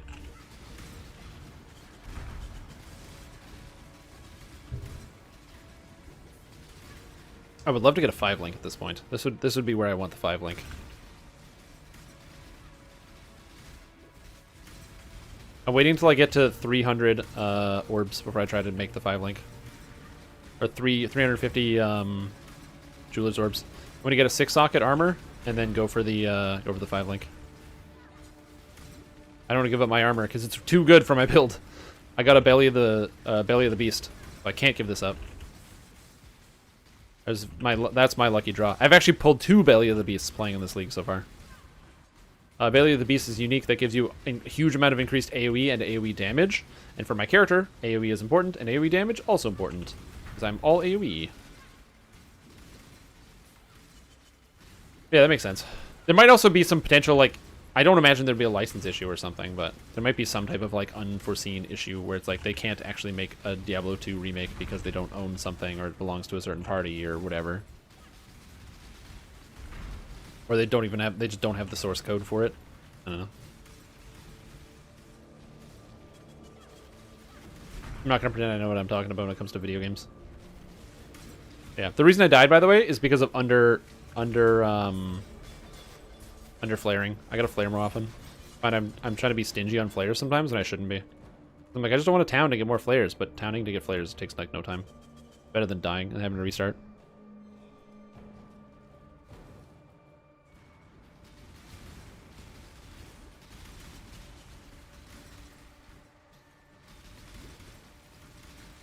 Yeah, like I said, and I'm sure Blizzard also doesn't want to just like make Diablo 2, but again, they released Warcraft 3 Reforged, and everybody hates Warcraft 3 Reforged. There's like that super embarrassing clip of like where the Warcraft 3 Reforged had this problem with disconnections, and they had a rule that if somebody disconnected, then they had to disqualify, and there was a tournament that they ran where like, and I think it was like almost every round was a disqualification due to disconnect because the servers were so spotty that they couldn't even play at their own friggin' tournament. And it was like, holy shit, Blizzard.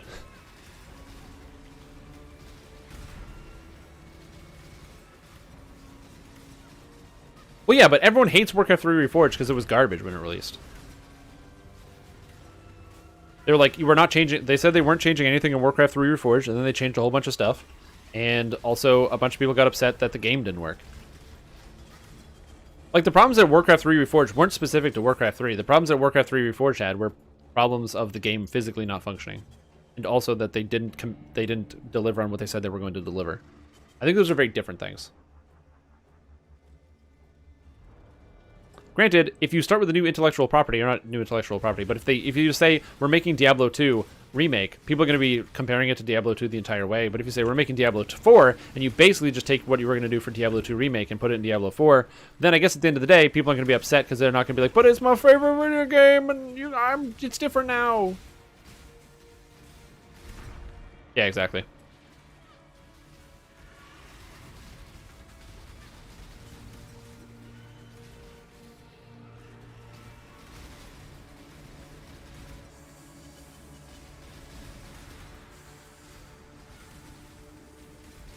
The hell out of here, spiders.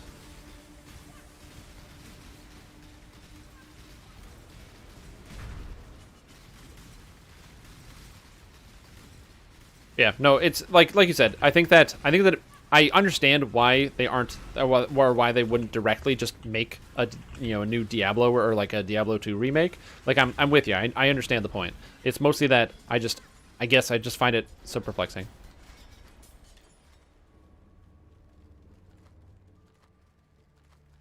I definitely could have been swayed to play more Diablo 3 if they just like updated the game once in a while.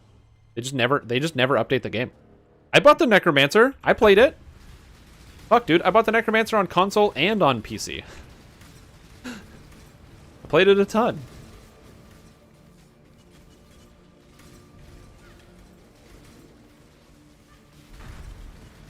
It's a sick class. Had a lot of fun with it. It was also like way better than everything else in the game, which is really funny when it released. I mean, it's a new class, so that makes sense. But man.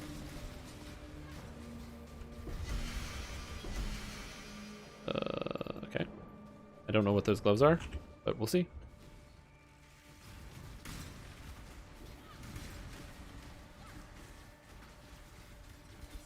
Armaments. Okay. I don't want to go that way. It's too far.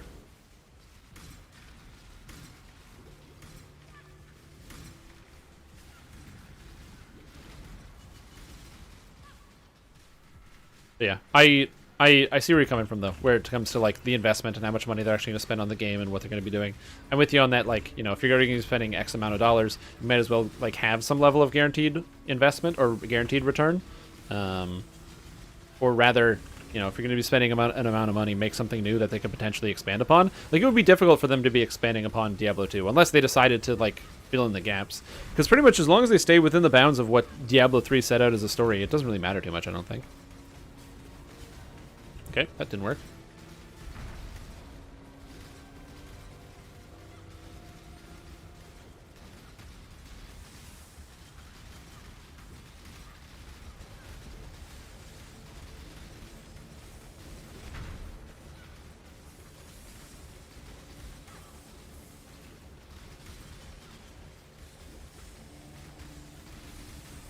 I don't know why these things resist so much elemental.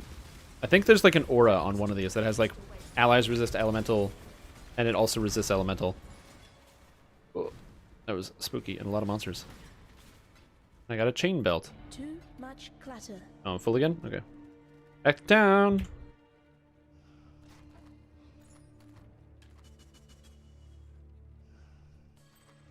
Yeah, I don't know.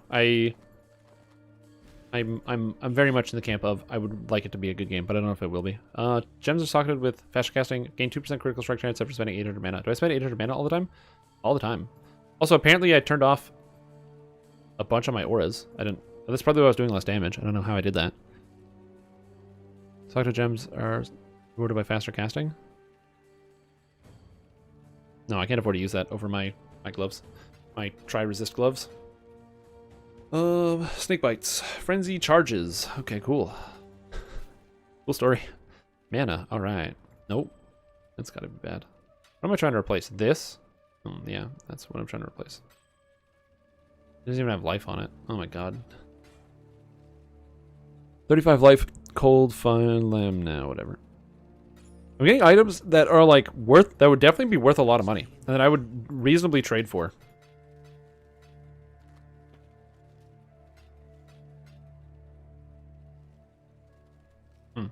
I don't know how those gems turned off.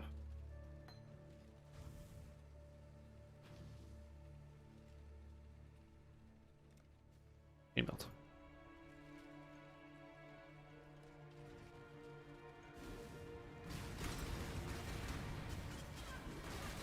Or I probably just didn't turn them on after I died. You know, that's probably it.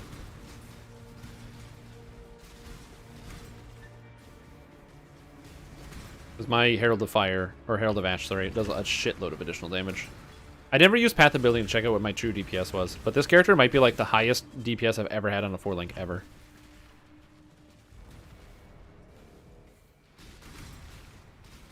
And with like basically no uniques, just the Belly of the Beast, which admittedly is a very good unique for what I'm trying to do. I'm not going to say there hasn't been an element of luck involved. I think I could definitely do this without the Belly of the Beast, for sure.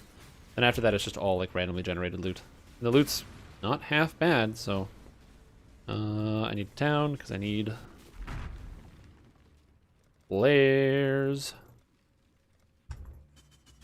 Yeah, we talked about this before about what games I think or like would be cool to get remakes, and I think a Diablo remake would be kind of interesting if they were to do that, like make a Diablo 2 remake, because I definitely play it. I mean, frig, I play Median XL or I don't play Median XL, but I played Median XL and I thought it was awesome. And this year, or in the early you know, in January, February, I'm probably gonna play. What? Man, I didn't watch it explode, so it doesn't explode. Yes. Explode, please. There we go. To watch it explode. There we go. But I played Path of. I'm gonna play Path of Diablo probably in like February or something, because I like to play Diablo 2 every single year. So, because Diablo 2 is just a fun game. It inspired my love for this style of game.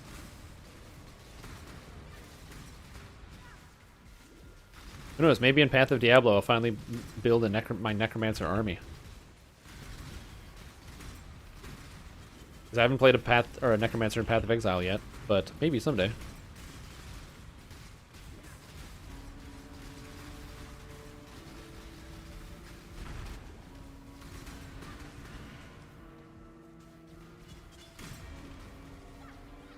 Yeah, but doing it by whatever. They need to lure in the new group. That's true. Like, that's true. I already mentioned that I'm gonna buy Diablo 4. It doesn't matter if it's good or bad. I'm gonna buy it and play it. Like, because I like the Diablo franchise. So they don't technically need to market for me. And you're right. I do repeatedly say all the time that marketing to your existing base is a bad and stupid idea that will lose you a bunch of money, as you need to pull in new business. But yeah, that's probably what's gonna happen. Where, like, you know, they're just gonna make a new product and a new line and launch it, and then they'll do great and they'll make a bunch of money and they'll be happy, and then I'll be happy because I'll have a new product and maybe it'll be good. Again, the goal would be for Diablo 4 to be like fucking good and you put it on your computer. Although, to be fair, if Diablo 4 comes out and it's just a rockin' console game, also sounds good to me. I'm very happy with that result as well.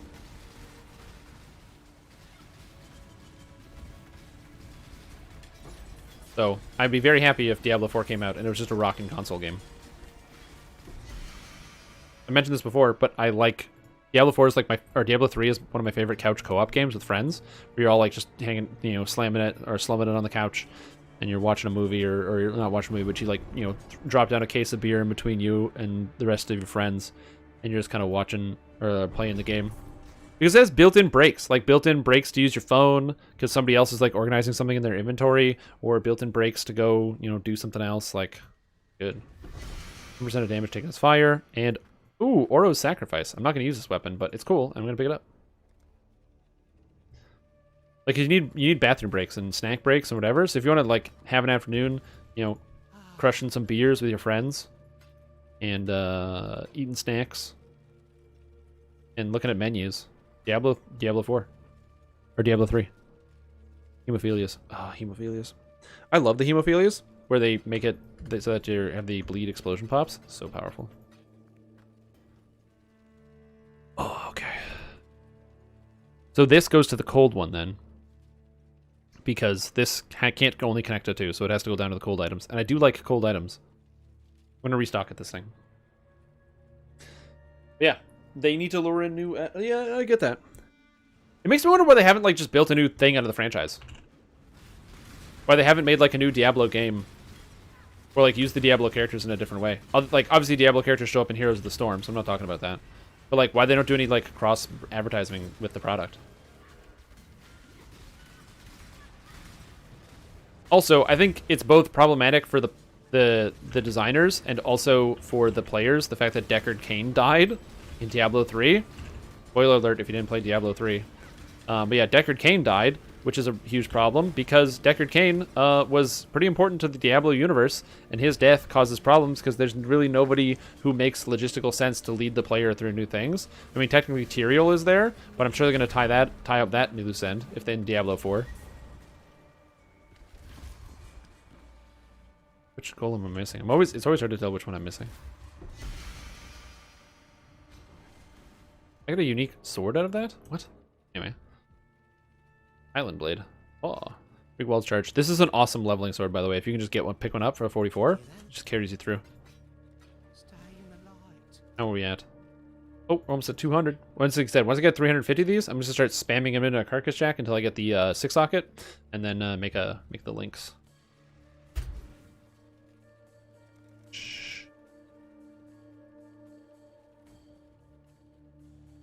All right. I want to go down here.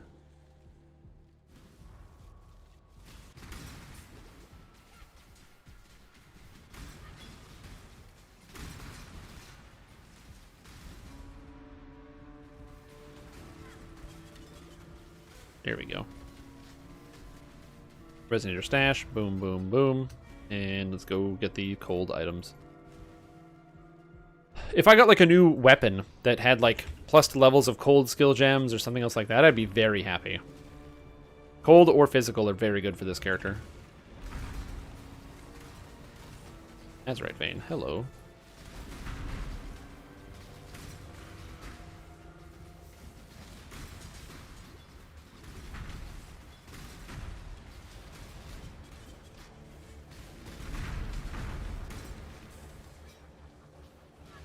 Oh, lost armaments right here. Okay, interesting. Just zip, zap, zoop out of there.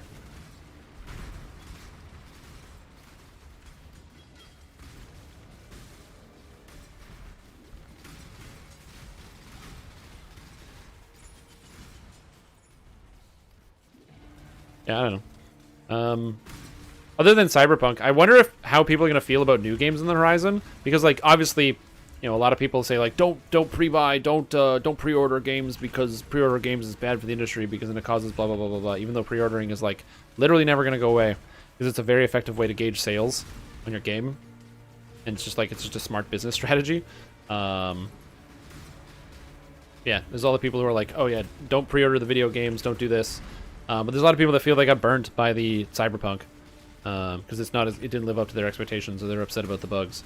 I mean, there's also the intense irony of the fact that, like, there are several people out there who are like, oh, man, it's so buggy, but then there's a possibility that some of these people are also, like, the ones who are like, release the game now, don't wait, release the game.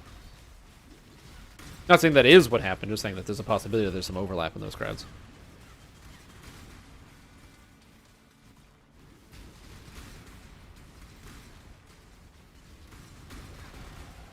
Hell yeah, 87. You know, I was tempted to do a Blade Vortex character here. I think that Blade Vortex might have worked out really well as well.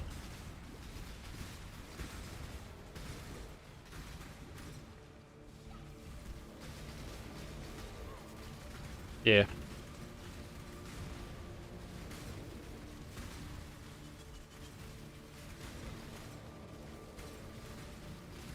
Like, Cyberpunk, yes.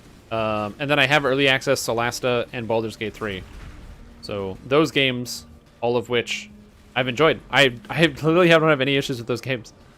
I feel bad for the people that didn't like Cyberpunk. I really enjoyed it. I think it's great. Freeze, Ice Elementals, freeze. Yeah. Fucking old ass bone wheel. Yeah, there's a lot of items on the way over here. Nothing good though, apparently. Superior Elemental hit, take that. Frosty treasures. No! Oh, that's not good. Frosty jewelry.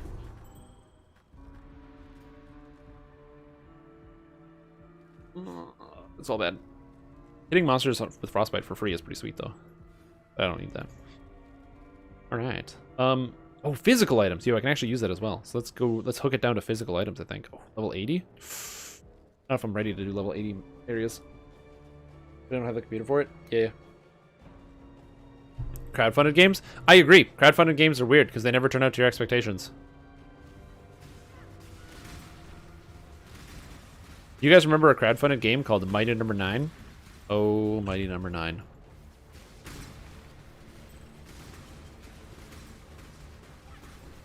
It's what happens when somebody tells you, no, I am Mega Man. I can make any Mega Man video game ever. It's me. I'm the guy. And then they make a video game, and it's not fucking Mega Man.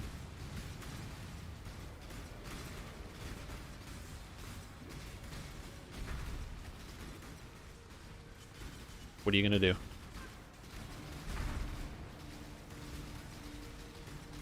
Oh, absolutely. It's not saying that crowdfunding video games is a bad thing, or that crowdfunded video games are bad. Shovel Knight is also a crowdfunded video game.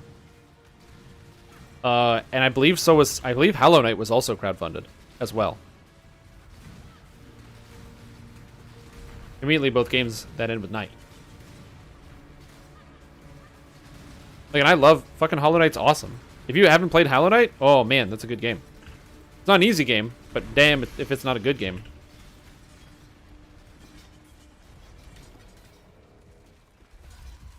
It's a quality video game right there. Ooh, Honor Strike, a 6-socket. If I got a 6-link bow there, I would have screamed in frustration.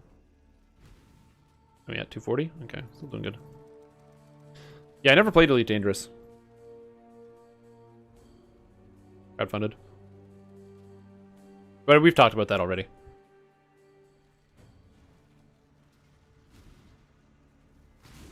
Like I said, I think that crowdfunding is an interesting idea. At the very least, it engages interest. The problem is like, or I guess the issue that I have with crowdfunding is it really depends on who's responsible for like the project or product, because like a lot of people have no idea what it takes to actually run a company or build a product, and like distribution and hidden costs and all sorts of stuff like that. Like, how much does it cost to distribute a product? I have no fucking clue. I have no idea how much it costs to distribute across multiple different platforms. How much money am I going to lose by distributing stuff across Steam? How do I negotiate these terms? What if I don't want to use Steam? Maybe I should use another platform. How do I go?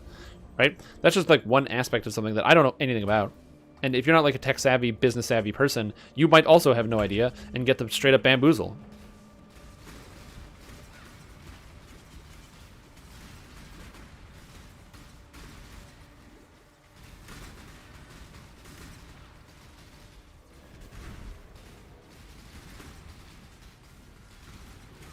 Chronicles of Illyria? I've never heard of that. I've literally never heard about that one.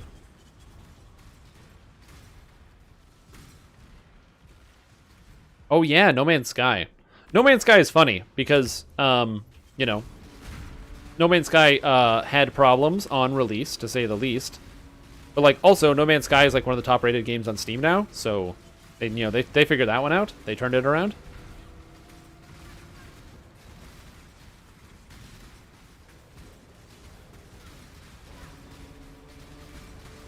But it's an interesting story. It's like a lesson on the consequences of marketing. A Sinner Tricorn? What did I get? Oh, I got a fucking Alpha's Howl. Oh, that's kind of neat. I don't think I'm going to use it, but that's cool. I think I knew that somewhere in my head.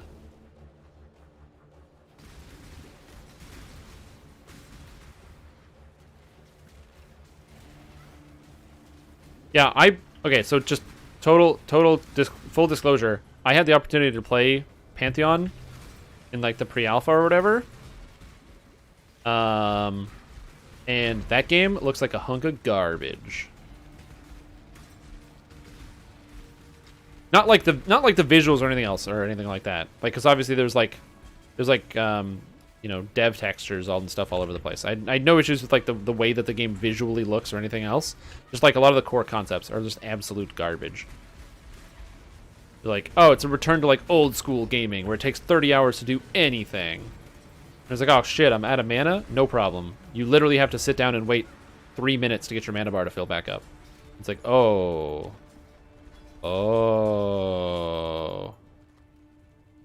Yeah, but those are like core design concepts that have to change like now.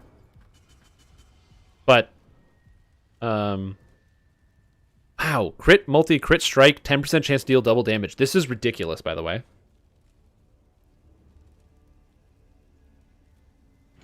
Yeah, it was just like so hilariously unfun. It was like awful to play.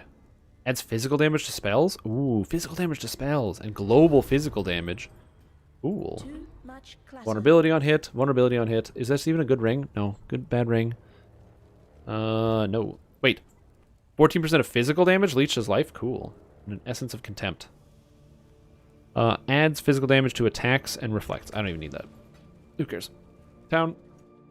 Like, I understand it's pre-alpha, and it's really, really far out. I'm just saying, like, those are the, like, my worry is that some of those types of concepts are like, oh no, this is like an old school game. It's something that won't change because that's part of the core design concept of we're making an old school game for old school gamers who like the old school feeling of spending 30 hours to do one thing.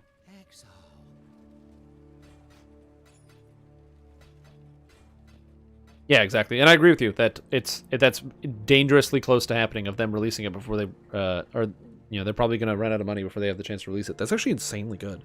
43% fire resistance, 40 life, 100% crit, cast speed. If only it all said spell damage prefix. God damn, that would have been good. That would have replaced my main hand. Stay in the light. Stay in the light. Thanks, Nico.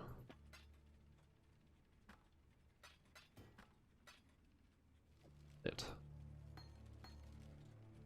My plan is to get enough GCPs that my main skill I'm not gonna re-level. So where is it? Glacial Cascade. I'm not gonna like drop it down to level 1.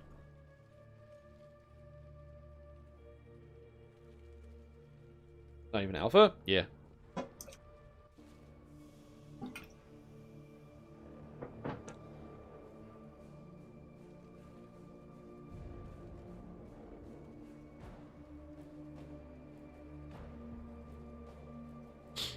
Oh, thanks for the hydrate. I just did that.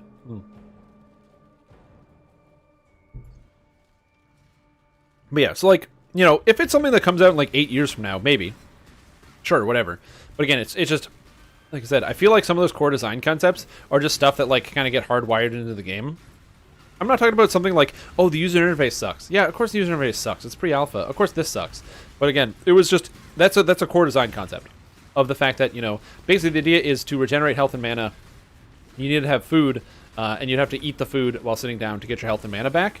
And it's like, no, that's not like, oh, this is a, you know, this is going to change or whatever. Like, no, this is what these people thought was a good idea. That's why they put it in the game. They could have been like, put the mana regeneration value at whatever it is outside of combat of what your food would be. But no, they want you to sit down and eat the food. Right? So that's why I say like it's core design concepts that are like off in that video game. Because it's stuff like that that I don't understand why we have these things.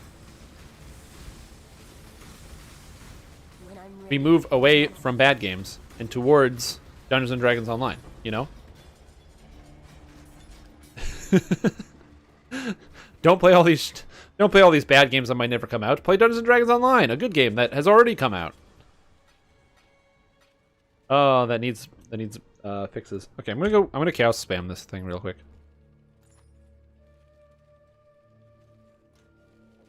Okay, let's see. Mana. No, I need crit multi. Chaos resist and a bunch of mana. Physical damage to attacks and a spell. No.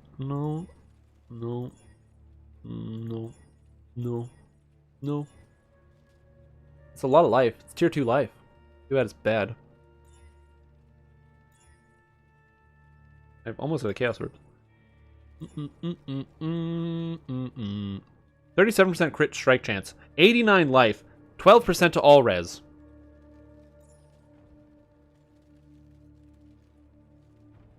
I lose cast speed.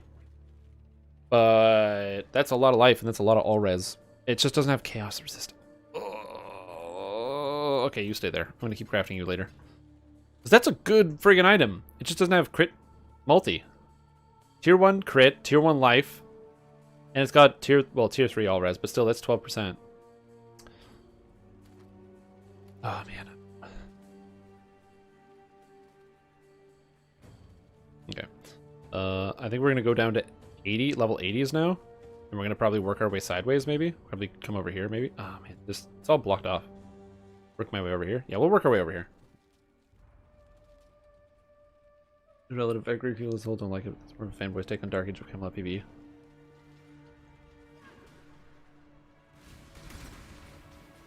Yeah, I don't know anything about Fractured 3. I have never played Fractured 1 or heard of Fractured 1, so I don't have any experience with that. I find MMOs are tough because like it's difficult to actually play all of the MMOs because they do require a certain amount of value. I would hate to be like somebody who does like MMO reviews because you have to spend so much time to play an MMO to write your review. Because if you don't play an MMO for a really long time to write your review, then you're just being dishonest because if you're somebody who plays an MMO, you know how long these games friggin' take to play and to get a good experience. Like you can't review an MMO based on like playing it for a week. That's completely an unfair comparison because you have to play the MMO for like 3 months to really get a good grip for how a lot of the content systems work and whatever because it's designed to be long form content. So like I feel like that would be a tough job.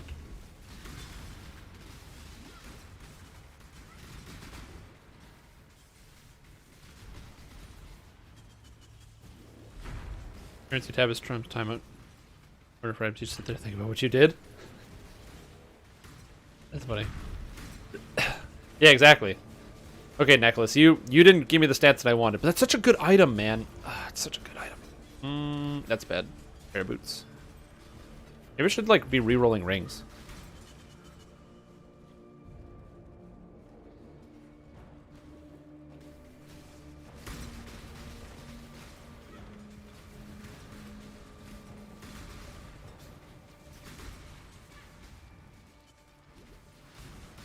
I might even just like run 79 and 80 the entire time and not even go down to level 83 until I get to like level 90, like above 90, I think.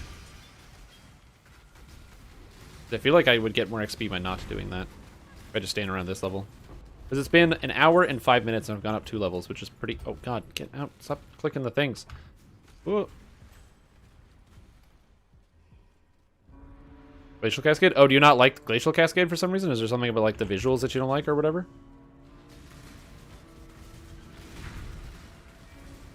What level? I am 87.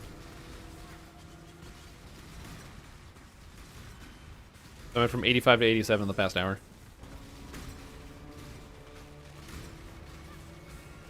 I just don't like mines. Mines are annoying. You have to throw them and then click a thing to activate the spell. That sucks. Yeah, exactly.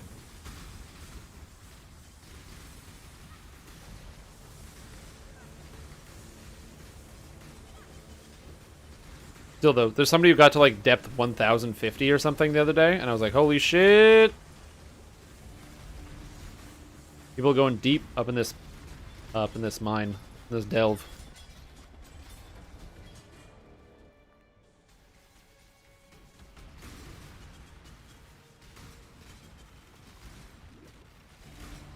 Wait, you can just hold the detonate key? No way. Is that how it works? And it'll just auto detonate when it hits the ground? You can just run an auto hotkey script and just have it always press detonate dead or detonate mines.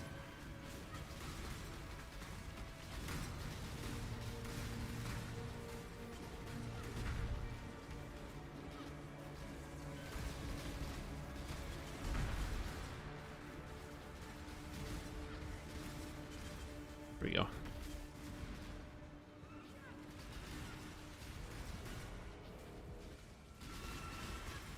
Interesting. I did not know that. Yeah, because I looked up Glacial Cascade for my build, just to compare my build, and every person playing Glacial Cascade is a Saboteur. Playing Glacial Cascade mines. I'm the only playing self-cast Glacial Cascade. Which I find really funny. I don't know why. I don't know why nobody's playing self-cast Glacial Cascade. It works really well. It's a very powerful ability. I like it.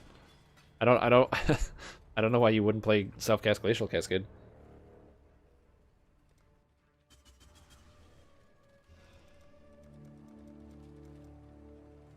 Glacial Cascade Miner? How is it just better? Explain to me how it's just better. Like, I don't understand.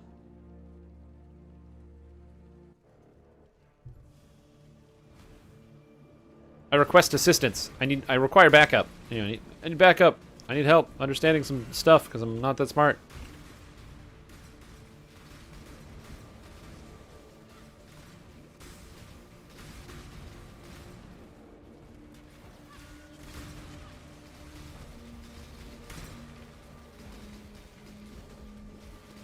Woo!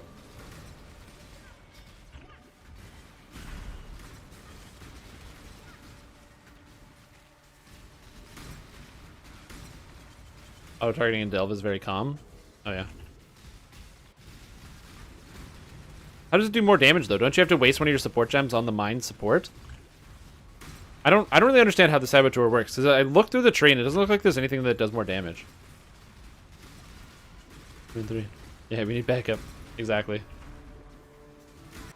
Like, where does the extra damage come from? Like, I don't understand. Is it because you get more mines, so you get more spell casts, or?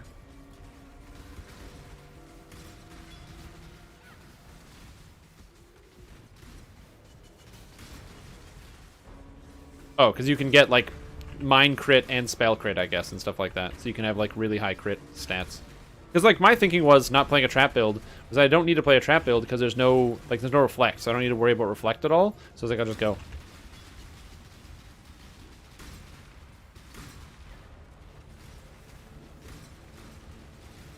Plus 1 extra gem. Well, what gem do you get over self cast? You get 1 less gem because you have to cast you have to put in the mind gem, right? Like to make it a mine, you have to put in the mine gem, unless there's like an item that gives it to you for free. Like if you like, isn't it like Tinker Skin or something is the one you need to get? This shows how little I know about this playstyle and build. Oh, mine is self cast plus 1. Okay. Well, I'm only on a 4 link, so the goal is to get the 5 link. Someday we get the 5 link.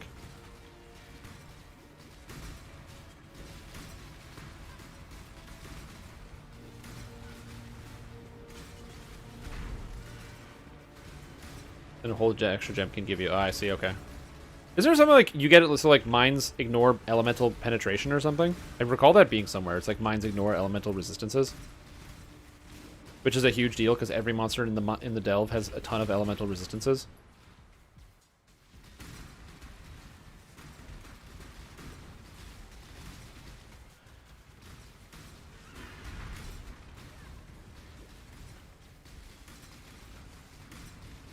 Willing to make another room? I'm gonna do that later. Yes.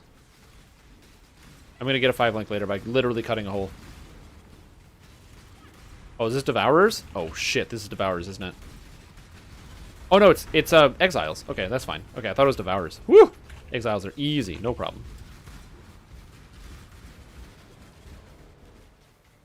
When I'm ready, and not before. All my golems are back. Good. Get him, golems. Woo! Prophecy wand. That's bad. 2 stone ring. Rallying cry. Decoy totem. Armor scrap. Transfer orb. Transfer orb. Ring. Thing. Ring. Banana phone. Doo, doo, doo, doo, doo. I love that song. Don't know why. Probably because I'm an irritating person.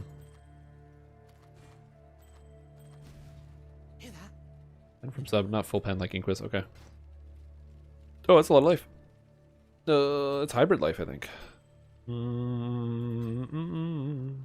This is bad. Deodres or Deodres Scorn, whatever. Helmet. +2 socketed curse gems. Increased damage with hits and elements per curse on enemy. Curse skills of 43% of skill. Increased skill effect duration. Increased elemental damage. Energy shield. This could be a good item, just not for me.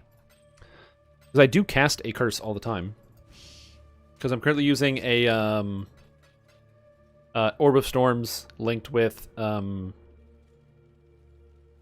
Charge on crit for the extra crit chance. So I get more power charges. And then, oh yeah, because you get power charges for free when you throw mines too, don't you? Isn't that a thing? There's like, you get power charges somewhere around here? Oh yeah, mine detonated. There's like something dumb where you get like free power charges from throwing mines.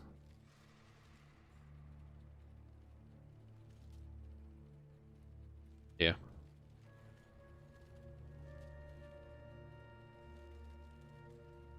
Ooh, level 80 Azurite Mine. Yeah, I'm just gonna keep going this way. Horizontal. Any person starts singing the song that never ends? No. Not that irritating.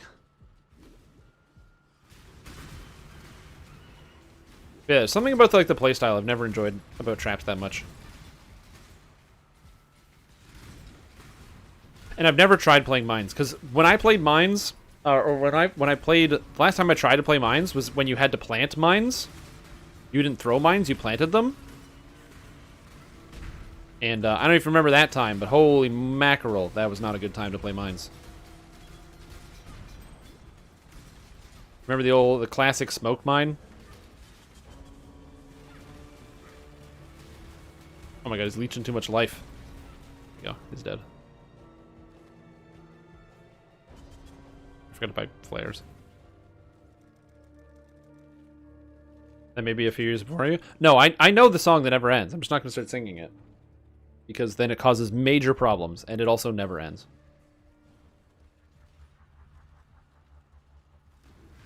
Oh yeah, so there you go. So you've got the experience.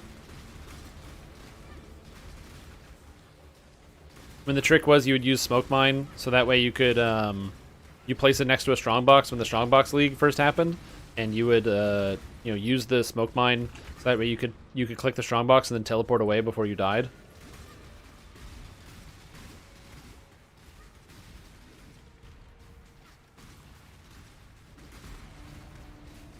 I love that. Good times. When Path of Exile was way slower and you like prepared a lot for stuff. I'm much happier with the version of Path of Exile that we have now, but it was a different time. Old slow PoE. Slow-y.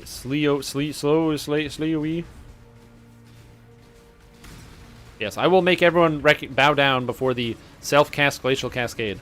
You all know how powerful it is. I'm gonna hit that fucking leaderboard. Everyone's gonna know how strong self-cast Glacial Cascade really is. Holy crap, the drop bears.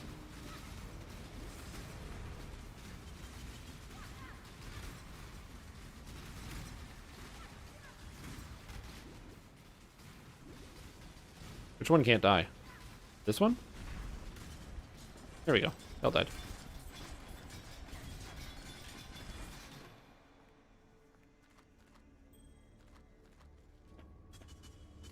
I'm gonna get to level 95 and then everyone will be like, wow, this guy's level 95, that's impossible. Glacial Cascade. You can level with, realistically, you can use any skill. Every skill is viable, it's just some of them just take longer than others. It's one of the things that's always frustrated me about the Path of Exile community, is they complain and cry that only like one skill is viable per league, and then you watch people who will post videos of themselves being like, oh, me fighting, you know, friggin' Awakener with, you know, whatever skill with no armor on. And it's just like a 15-minute fight where they actually just fight the boss. And then they win. And it's like, yeah. Some skills are definitely way better than others. That's, you know, that's how that's going to go. But not like there's like, you know, every skill is useless all the time. When I'm ready, Shit. and not I gotta stop fat fingering all my keys on the keyboard. No. Oh, God.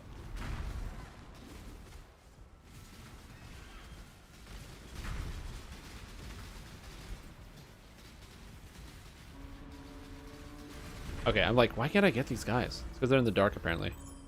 Whoa, that was almost fatal.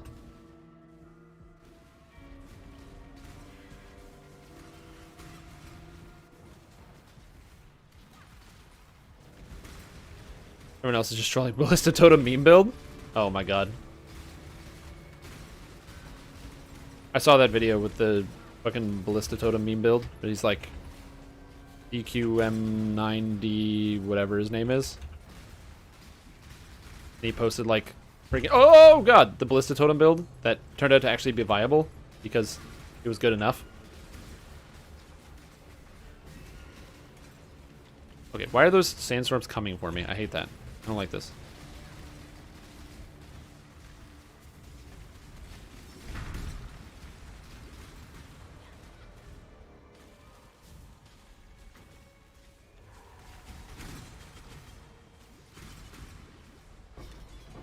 Holy crap, that's some physical damage. Woo! Wait a minute! That's an Elder item! You can get Elder and Shaper stuff in here? Straight up, didn't know that. Did not know you could get an Elder and a Shaper item in here. So how would one redeem a build review for Dungeons & Dragons Online? Yeah, you redeem it with the flasks. You click the sun flasks, and then after watching you've accumulated enough, and then you go there. Sometimes people will just donate them. Did I read the note I just ran by? No, I did not read the note I just ran by. I just clicked them. Was it like foreboding or something? Or did it literally say Elder on it? Fire damage leached his life. Oh, rats. Wait a minute. Does that mean I could just roll this Elder necklace? Wait. Does Elder necklace have, hold on.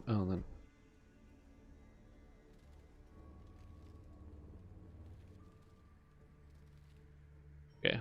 Jewelry, amulet, and Elder.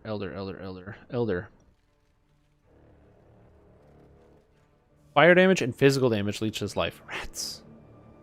Only fire and physical? regenerate life per second, physical damage reduction, cast damage over time, physical damage over time, increase maximum leech, gain physical is extra fire. Ooh, Fizz is fire, and that's an 18. That's literally rated 1800.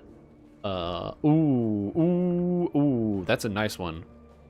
Because I do all physical damage with my Glacial Cascade.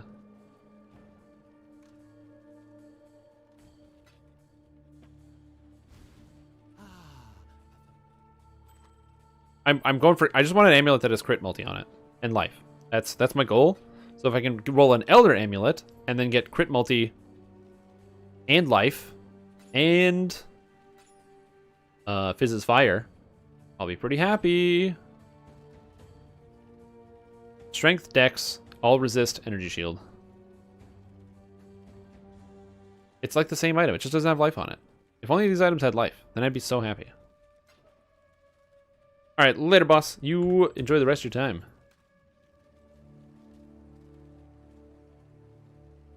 Nope, you just gotta watch the stream. And then by watching, you get to redeem it, and then you get the opportunity to have your build fully reviewed. Oh, wait, so I can just chaos spam this thing instead? The gold necklace, which kind of sucks, but you know what are you gonna do? So I can just be like, whoosh. No, these are all bad. There's crit and fire damage, which is bad. Life, elemental resist, strength, and dex. Man. Life, double resist. No. That's tier 6 crit multi. High tier elemental resist, cast speed, and nothing else. Rats. Anyway, I'll just keep using chaos orbs and chaos spamming that.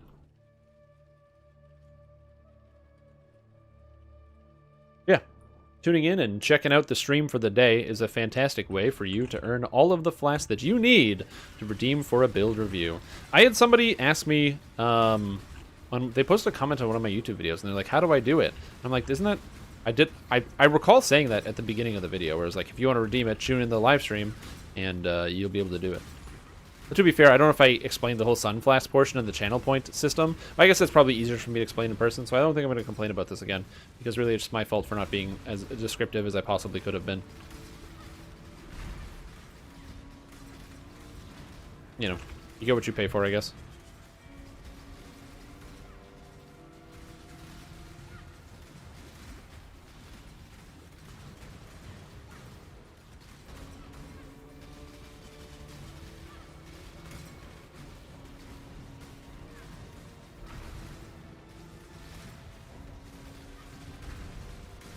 If I could get even fire damage leech to his life is actually fine. That's a perfectly fine prefix.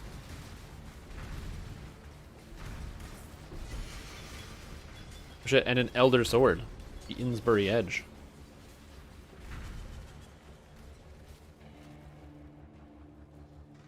Yeah, you accrue points at a reasonable rate, so I don't think it's that bad. Oh my god, 32 crit multi and a bunch of spell damage and cast speed? Ooh, that's super good. That's a really good item. I'd have to give up one of my guys though, so I'm not going to do that, but man, that's a good effect.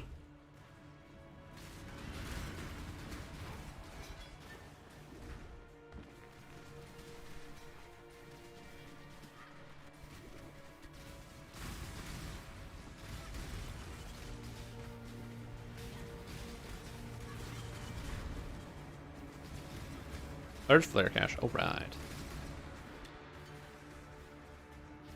Your Azurite. Give me that Azurite. Azurite. Try out PoE 2. PoE 2? Well, PoE 2 is not or P2E. Wait, what's P2E? Wait, what's P2E? Now I'm confused. That one I'm not familiar with. Path to Exile. Oh, Path to Exile. Gotcha. Close down this webpage. This is causing my computer to lag. There's so many ads on a website I was looking at that it was literally causing my computer to lag. Path of Exile. Okay, I was like, holy what is happening to me? Is that pay to everyone? E2E. Yeah, it's pretty fun. I've played Path of Exile for years. Years and years and years. I played Path of Exile before the game released in the beta. I played Path of Exile when you only had 3 acts. And it was good times. You guys remember only having 3 acts? You guys remember when Piety was the final boss? Good times. Good shit. One of my first characters that I ever played was a Lightning Strike Templar. That was good times.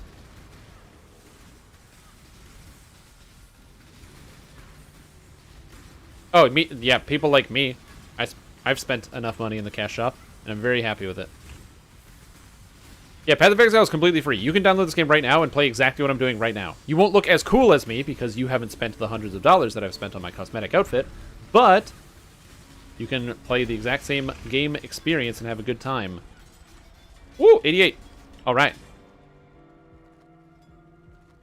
Is that have I pulled 2 Rotgut unique flasks so far on this adventure? Yes, I have. Okay. I can't go left anymore, so I gotta go down here, I guess. Down to level 80.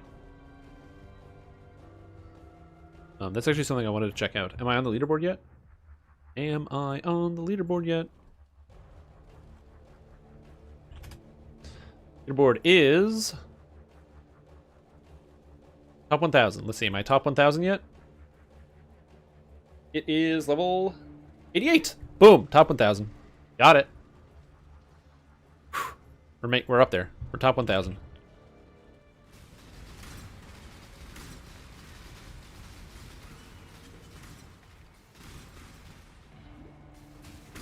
Thinking more people would play if the tree was not so overwhelming. It's not really that overwhelming though. Once you like sort of get used, like once you understand kind of what the tree's design is supposed to be, I think it's not too bad. Like every area is kind of spec'd out for a certain thing. So if you want to play a certain class archetype or a certain thing, you kind of just go in a certain direction. It's honestly not that bad once you get started. But you're right. It is visually overwhelming at first. I'll totally agree with that.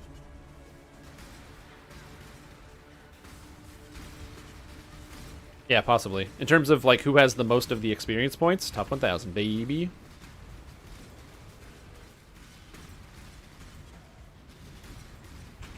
Life is short. Deal with it. Also, I love the witch. Life is short. Deal with it as you kill him. Oh god, her voice lines are great. Oh. Flares? Yes, more flares. Yes, and most people, I agree, most people will also quit before they get super far into the game. Which is a complicated thing, because you don't want people to quit before they get actually into the game and learn about what's going on. Scorched Fossil, thank you. Number of deaths in Cyberpunk? Oh, how many did you get? Were you trying to do some really hard quest?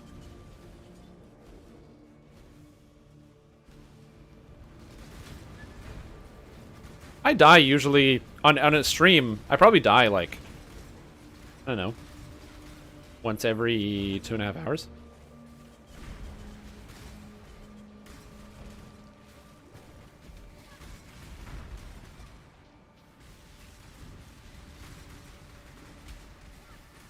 A nested tree. What do you mean by a nested tree? You mean like... No, I don't understand. Also, I forgot to... I'm supposed to take life. 8% life. Boom. 46k life. Or 4.6k. Feeling good. Let's go here.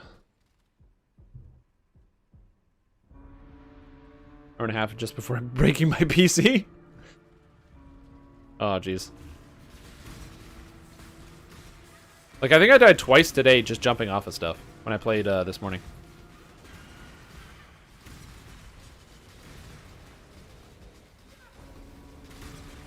Also, if you're wondering if Path of Exile is going to become the new norm, no, it is not. It is Delve League. I want to play during Delve League. What is this? Exiles? Yeah, it's Exiles. Goodbye, Exiles. Adam. No value just to intimidate people? I guess that makes sense. Eldritch Armaments? Ooh, Elder Dagger.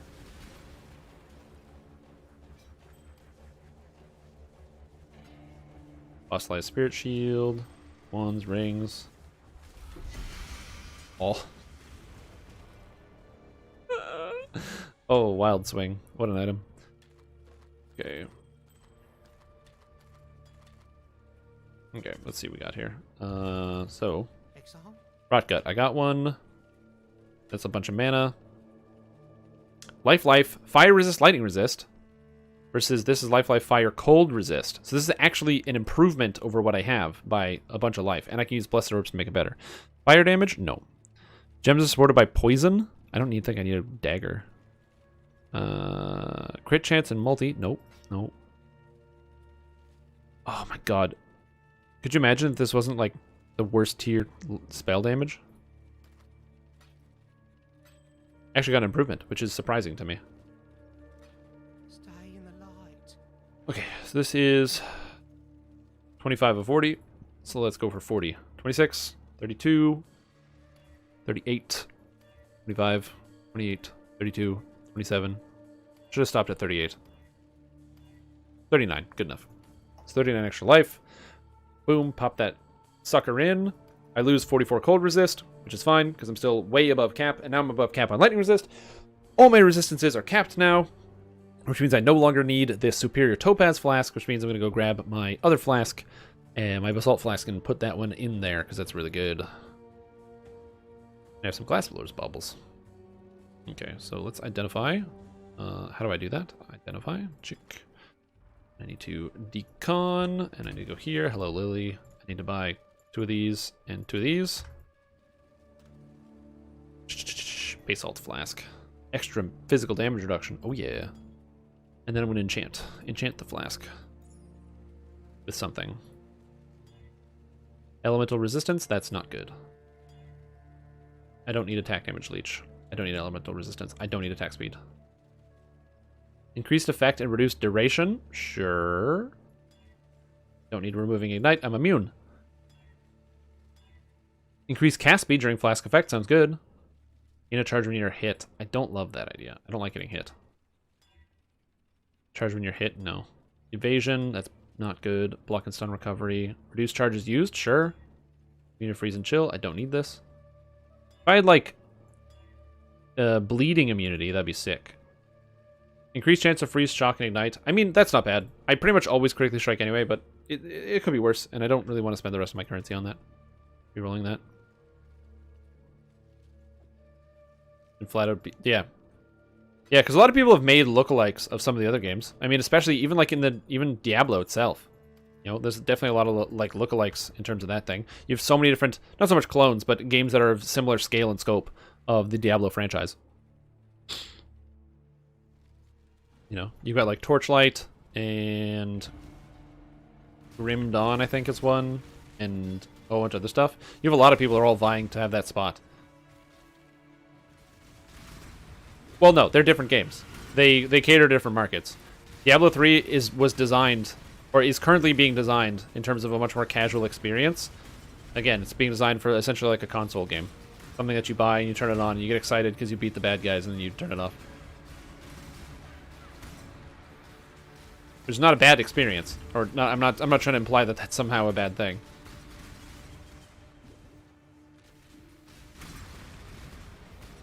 Yeah, Vulcan, another one. Yeah, I haven't played that game. I heard a bunch of people like, oh, Vulcan's going to be amazing. And then since it's released, I haven't heard anything about it. Is it good?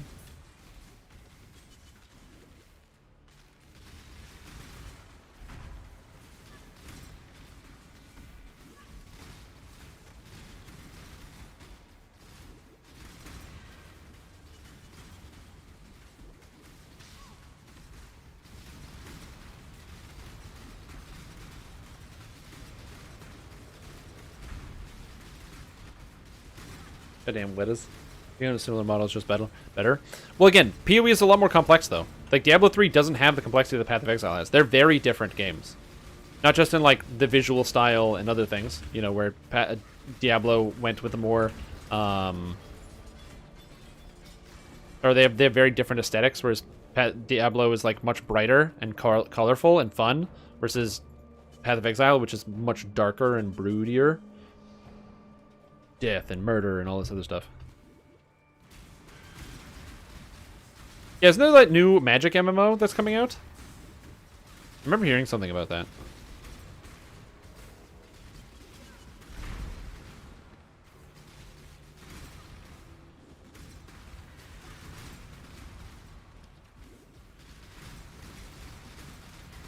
A game I haven't played and I don't know anything about, but...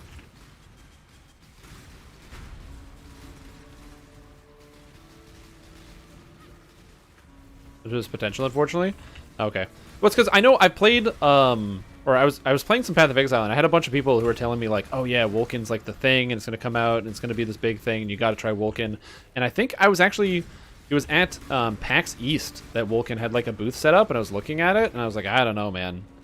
It's not, it doesn't seem bad. It's just, it feels like, it felt like a game that just didn't know what it, like, it's like any regular game. It's, you know, they just didn't have a firm grasp on exactly what they needed to do to make the product successful. Like, they just didn't know what their players want, I guess, if that makes sense.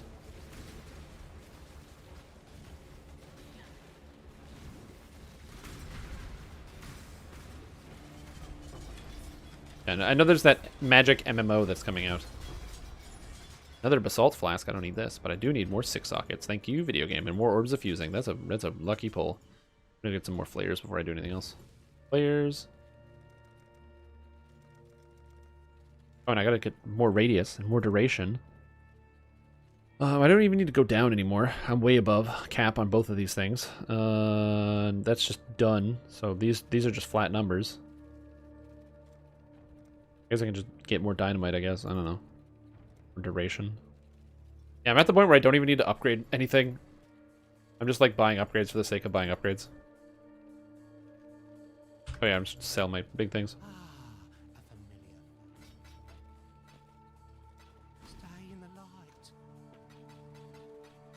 Yeah. So, I don't see there being like a lot of competition for the whole Diablo 4 and Path of Exile 2 thing. Which makes sense. I feel like that's one of the reasons why it's very smart for Path of Exile to rebrand with Path of Exile 2. I don't love the name, but it is very clear what it is. So, which is a good thing. Clarity is important.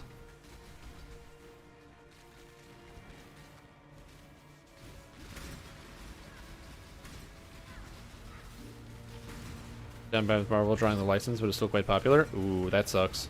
That's the problem with having a licensed product, is what do you do when Daddy with the license says, no, I'm taking this back now. You are not allowed to have this anymore. You're like, no, but I want to play my licensed video game. I wonder why they took the license back. When did that happen?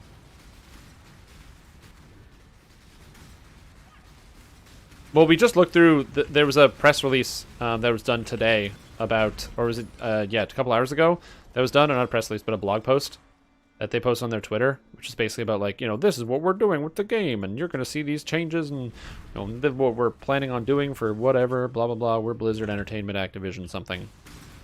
Give us your money. And I didn't really see anything exciting from the post. It was mostly they talked about itemization in Diablo 4, which is so far out. And also, they were like, we're going to do things differently. We don't want you to only pick up items that happen to be legendary, because that seems bad, not really good for game design. Anyway, we're not changing the loot system, so we're going to make it so that you only want to pick up items that are legendary and ignore all other items. Bye! What they said. Oh shit. It's dark. It's dork.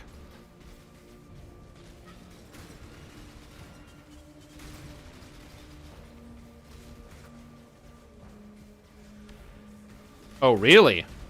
Interesting.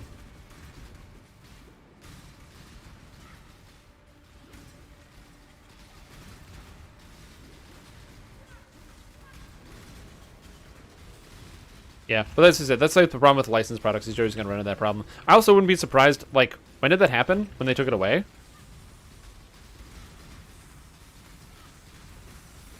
I don't think Diablo 4 is going to fail. I think Diablo 4, as long as they follow in the footsteps of making it a really good couch co-op game, I think people are going to buy it for their consoles. I think they're going to do really well on consoles. Path of Exile is horrible on console because it barely runs in comparison to like some other games. Not that you can't play Path of Exile on console, but like, I mean, hell, Path of Exile barely runs on most people's computers, so. Because optimizing their game has never been like the most important thing for PoE. I'm picking up all this garbage. Where are we going? Up here or down here? There's fossils over here. That's kind of cool. There's also a minion node here, which is neat. I can go for the minion node. That's fun.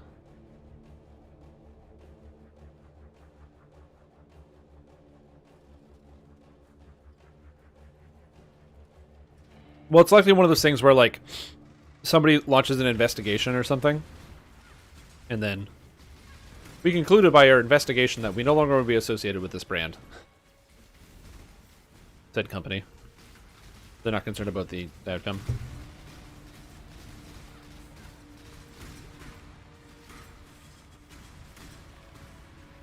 No, Blizzard made much better games when they had to make better games. Blizzard made much better games when they had really passionate people and shoestring budgets and had to figure it out and make it work.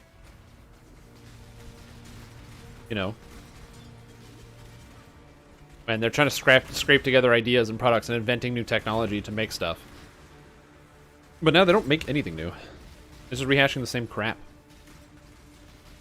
Which makes sense. I mean, also, I'm okay with Blizzard not always making the best game products. I think a lot of people get, like, held up on these ideas where they're like, yeah, you know, Blizzard used to make the best games ever. Why can't they do it now? And it's because they don't have to.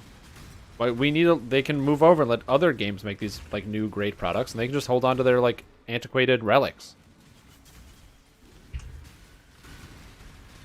Yeah, exactly. Of course they want cash flow, because they have investors and stockholders. They need to have cash flow. If they don't have good cash flow, then their investments dry up and they lose all their money. And everything crumbles overnight. Because they're beholden to the stocks and not the consumers.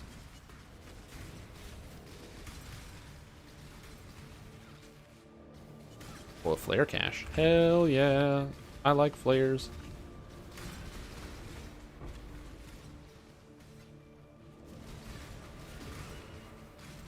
It's something for the highest bidder. Yeah, Marvel released... Ooh, Granite Flask. I need that. Marvel released that console game, right? Recently? There's that, like, Destiny-esque Marvel console game that came out. I saw a bunch of, like, commercials for it and stuff. Where you, like, it's like play as your favorite heroes, but also it's like kind of an MMO, and you get gear upgrades, and you can pick your costume, but you just get gear for your character, and it has stats on it, and it's an MMO, but kind of like Destiny.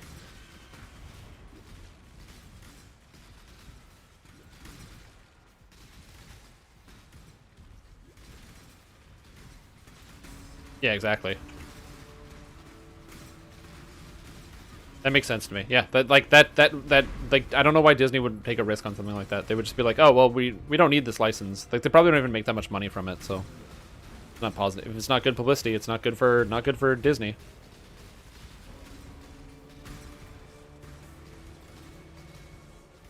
This one? I can click that in a second here, but not like right now.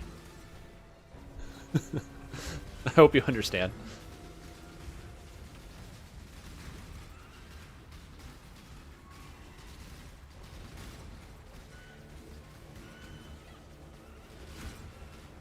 Their EQ.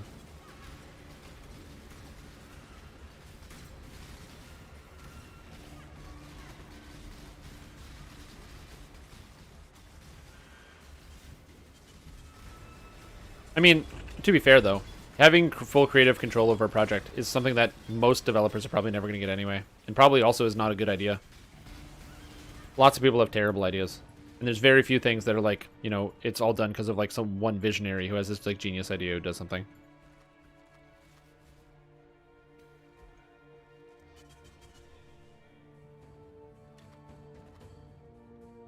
Like collaborative works with lots of other people have control. Sometimes decisions need to be made. Marvel's Avengers? Yes, that's the one. That is the game that I'm talking about. Because I remember seeing like a ton of commercials for that game.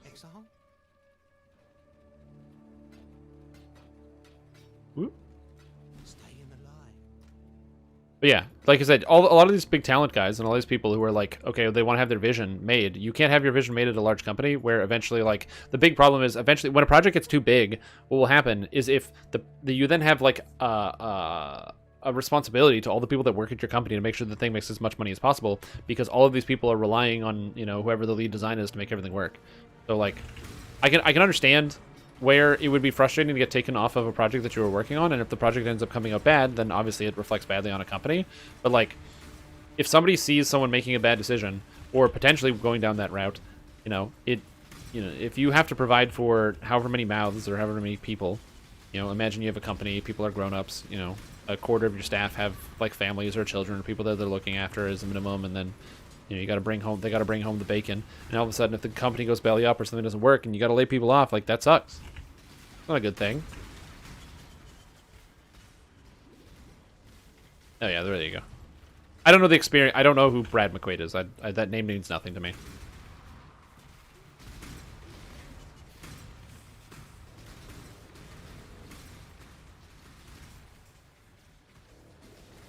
I'm a youngin'.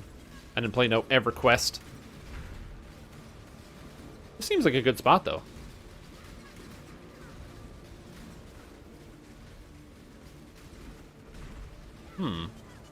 Something in here can't die.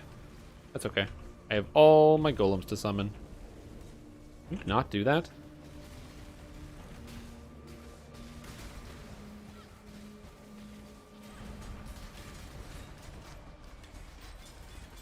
Okay. 1, 2, 3, 4, 5. Holy moly.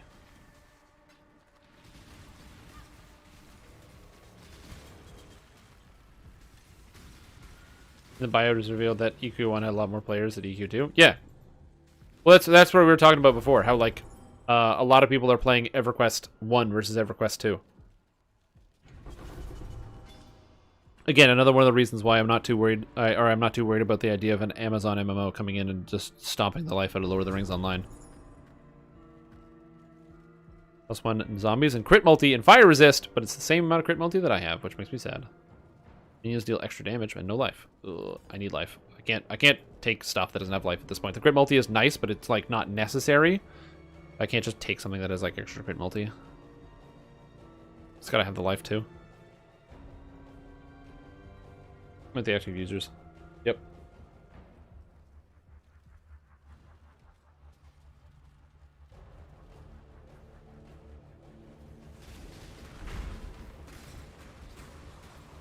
It is, because that shit matters. Lightning McQueen, that's funny.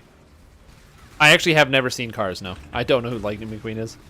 I mean, that's not fair, or not true. I obviously know who he is, because it's just that I haven't watched Cars, so I'm familiar with the brand. Yeah, you never know. People make games that are cross-platform all the time. If they want to make a game that's cross-platform, I'm sure they can figure it out.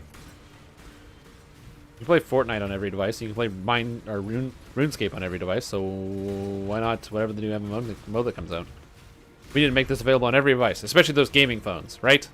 Quick, get Acer on the line and Razer. Get them gaming phones.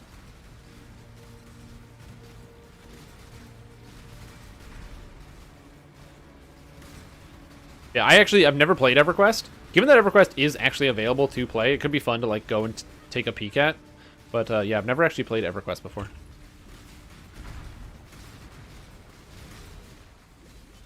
Never, not a 1. Because I'm a young person, and why would I play an old game like that? Ew. Stinky old games. Orb of Annulment! Hell yeah, that's a rare item. Woo!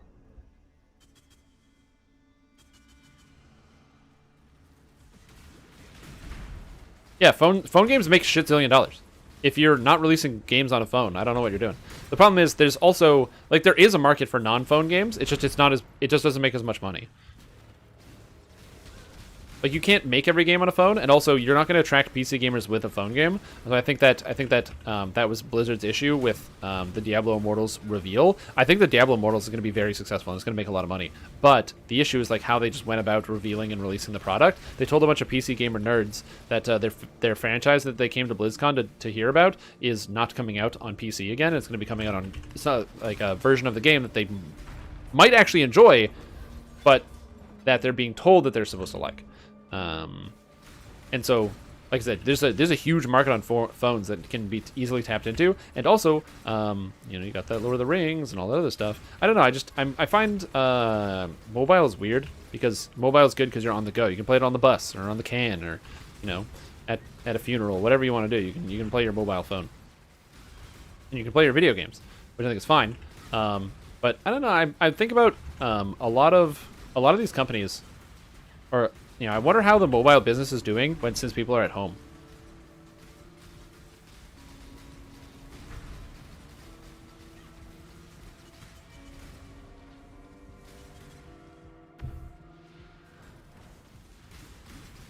On Fortnite when you're Tamagotchi? Not the Tamagotchi, man! Could you imagine? I'm sure you could play Fortnite on a fridge. on like one of them smart fridges, I'm certain you can do that. Like, oh, there's 100% chance you can play Fortnite on a smart fridge.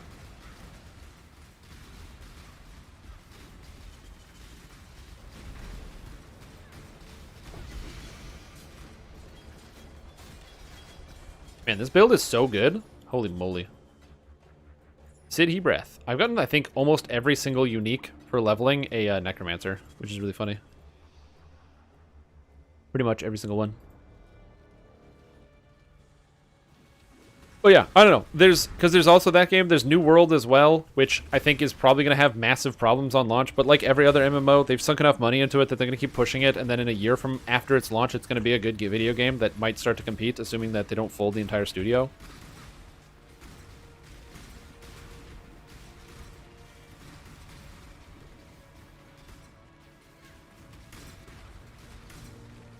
Well, yeah, but also, again, it's just your design limitations are also there. Like, the only successful browser game I can think of is RuneScape. What other successful browser games exist right now?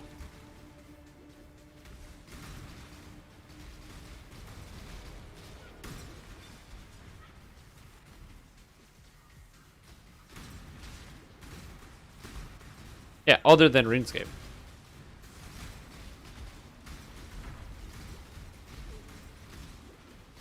Look.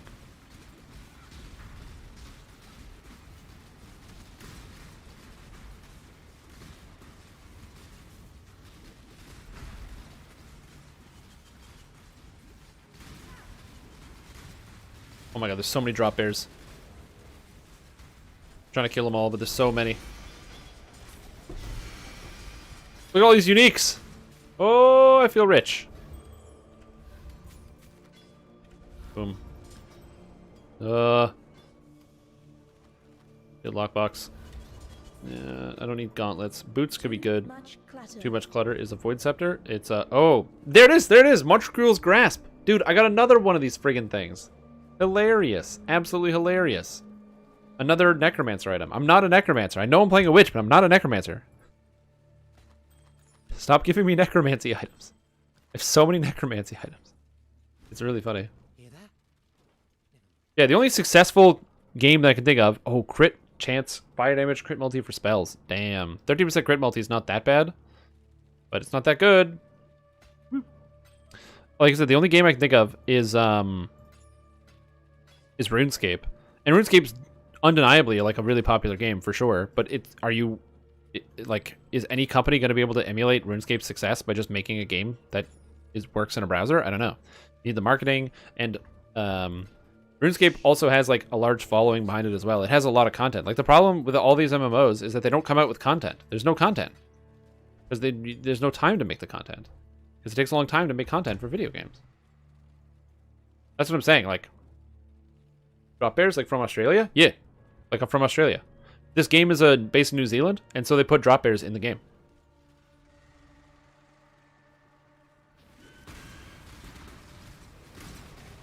Also, I don't think people who would not normally play games would play RuneScape. I think a RuneScape target demographic is still people who play games. Also, I wouldn't be surprised if a lot of RuneScape is largely nostalgia-driven.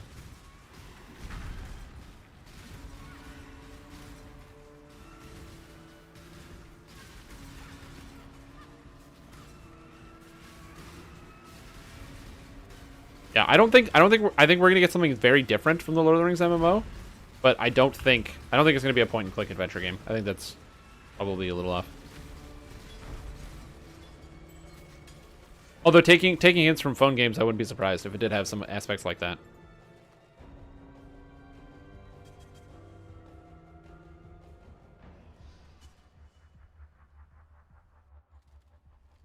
RuneScape is also a sandbox game?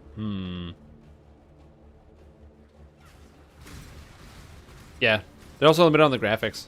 If Amazon's spending like billions of dollars on it, they probably also want it to look nice to coincide with the show. Because they would probably want to have all of the imagery and the artwork and stuff that they've already invested money in and developing and building. Okay. Okay, video game. Okay, there's nothing here. This is the wrong way. Oh, God. Screw you. I just whipped a flare at that guy. Like, none of this. Oh, God. Stop getting stunned. Oh, no stun lock. Oh, shit. Why did I go down? Why did I go down? Oh, no. Oh, okay. I think it's cool. I think it's cool. I think it's fine.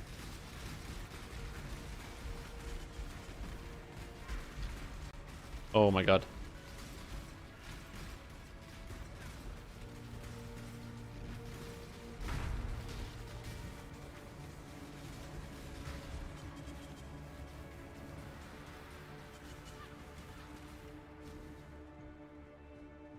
Yeah, I would actually say that probably something like Albion Online is probably your closest example to something like RuneScape. Which is, honestly, is a popular game, although it's not quite a browser game. But it's in the top 100 on Steam, which is pretty good.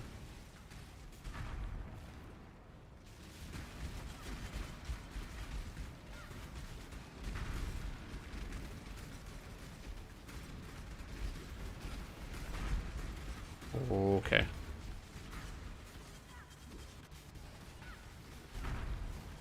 Oh my god, that was scary.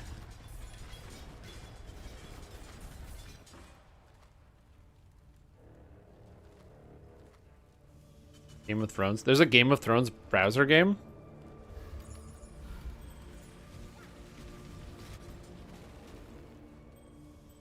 Isn't that the one that's just like, that's like you build a town or something? I remember seeing advertisements for that. I'm trying to remember. I think I've seen advertisements for what you're talking about.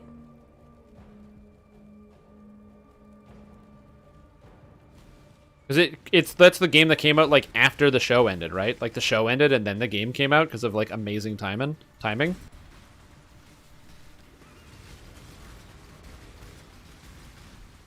was like, hey, when do we want this? Like, our show is about to end. When do we want our video game that's going to coincide with the show to come out? And then somebody's like, how about after the show? And it's like, Jenkins, no, of course we want it to come out with the show. And they're like, well, I'm very sorry, sir, but I don't know what to tell you. How does after the show sound? After the last episode? Like, no. Coinciding with the last episode. Before the last episode. Yeah, in Asia they have a lot of stuff like that. Absolutely. Oh, sweet. I need that. But I can't grab it right now. I literally can't. Can you just toss it on the bed? Okay, thanks, good. Sounds good. I will eat the knife. Okay. Build armies, fight other armies. Oh, so it's just Clash of Clans. Gotcha.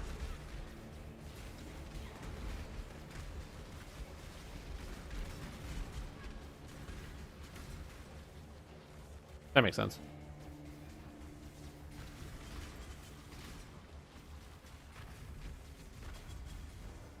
But yeah, Asia is very, very different than North America and even Europe in terms of like consumer habits. The markets are very different.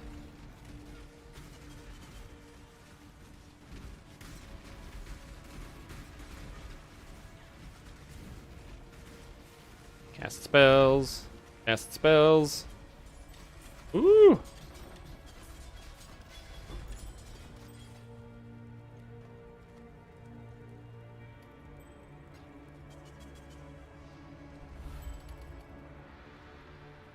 Yeah. I don't think anything's ever going to happen with Game of Thrones. Like, the books are probably still going to come out, and as far as I know, the books have a very different ending story, but yeah. Ow, I need to be careful. My roommate just brought me dinner, so I'm going to eat this now. So I'm going to take a second to eat, but yeah. Yeah, and then also gacha games. They're very popular in Asia, although not so much here. Hell yeah.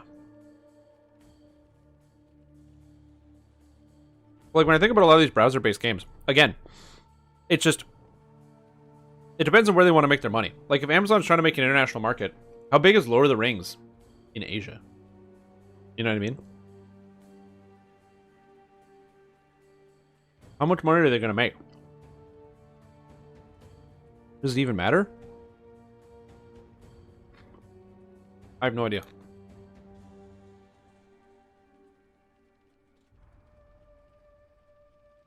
Yeah, I've never watched, I didn't watch Game of Thrones or done the book, so I don't know.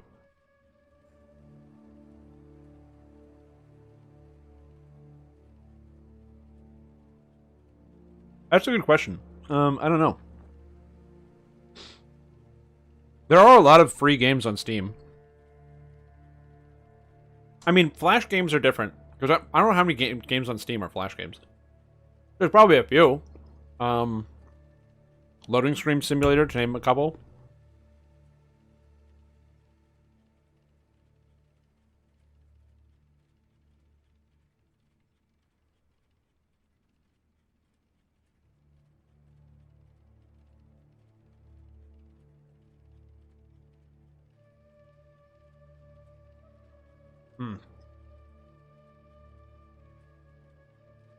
But yeah, I didn't watch any of them. Or I didn't watch the show or read anything.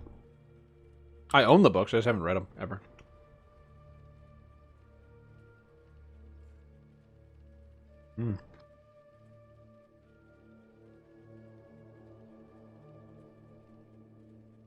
Another project line entirely. That's interesting.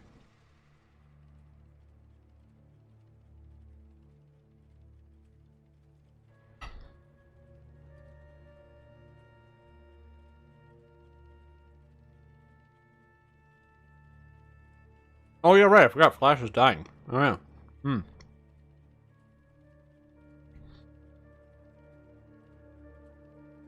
Another project.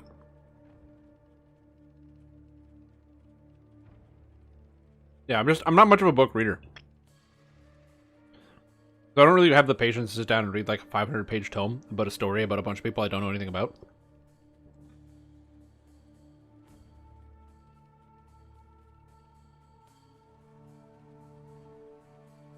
That's also true.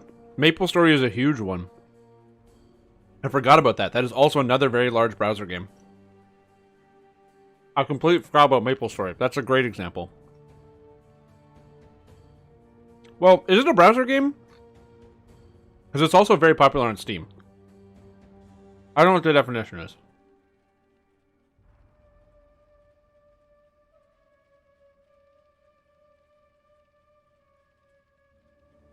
Yeah, MapleStory is a great example.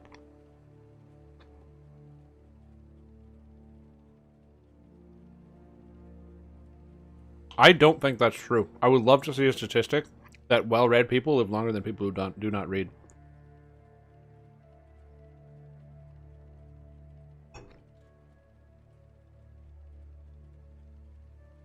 I have no idea how you control those factors.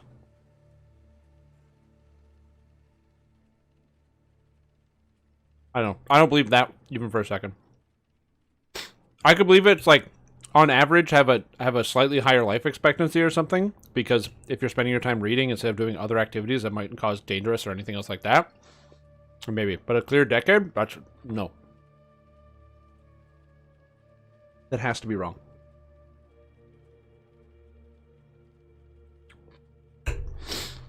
That cannot be correct.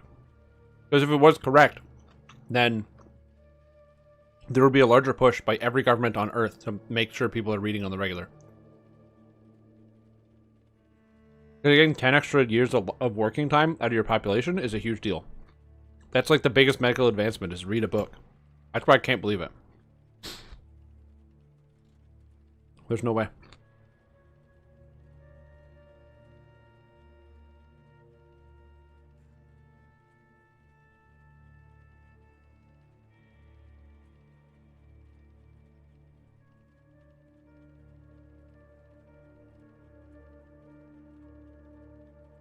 Oh, you can do stuff.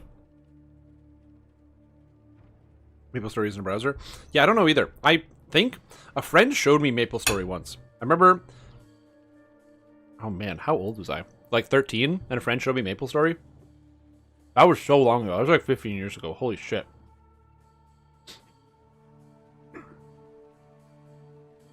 Yeah, but like, what kind of reading?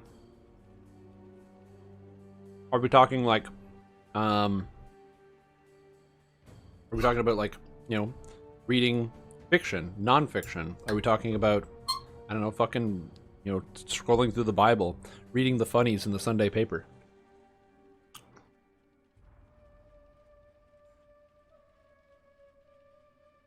Like, the idea that reading helps your mental acuity, that makes sense. You're using your brain.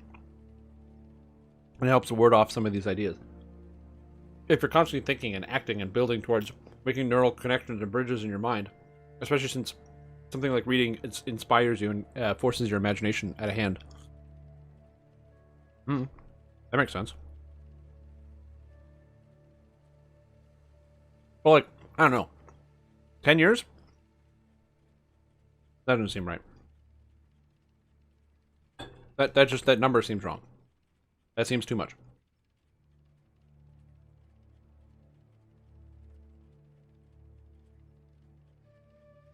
I can believe that people retain their mental abilities, and I know there are studies that say that, you know, older adults who are spending more time and taking more time to do mental exercises are able to retain cognition for longer. That's just true. But there's no way it adds a decade to your life expectancy.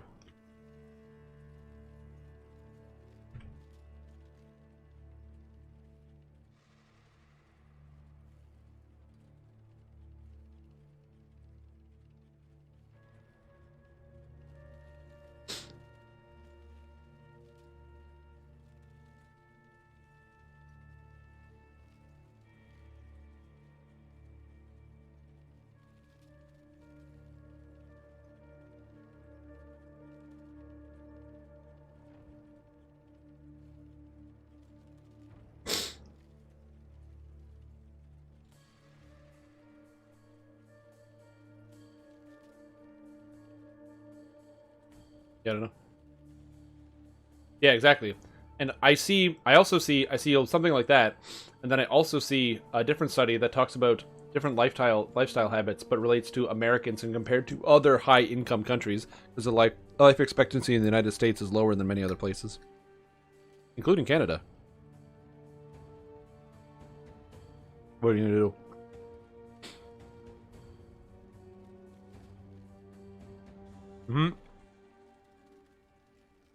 Man, you know what's a browser game I miss?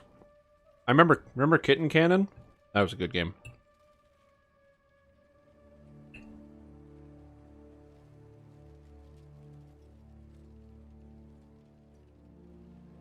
The only thing I know about Maple Stories is a 2D side scroller. And I think it has an anime art style. But I could be wrong. I straight up don't even know. I have to look it up.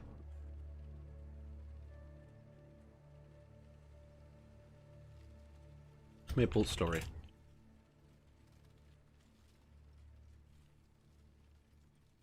Yeah, this is what I remember.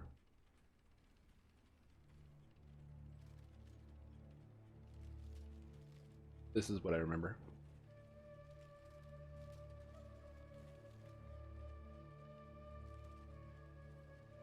Maple Story.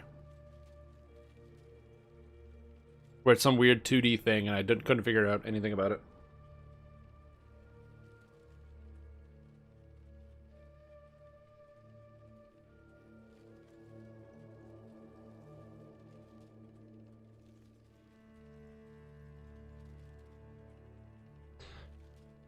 Yeah, this is a game I never played, even though it was like a free browser game. Which one did I play? I played a little RuneScape. You guys remember Adventure Quest? Hell yeah, man. Yeah. Look at this video game. There's your video game.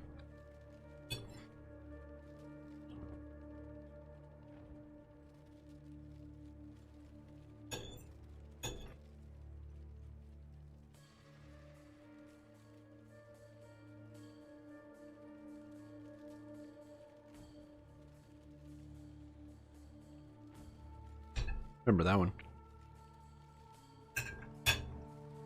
Oh, I don't remember anything about this video game. What'd you say? LOTGD? What the hell is this? Legend of the Green Dragon. Internet slang? Chat rooms? Never heard of that. Get a 12-hour Maple Story stream? I don't know.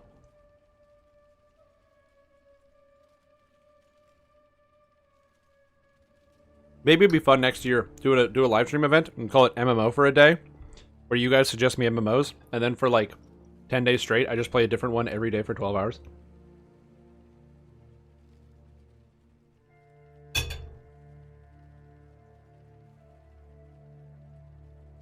I don't know what this is.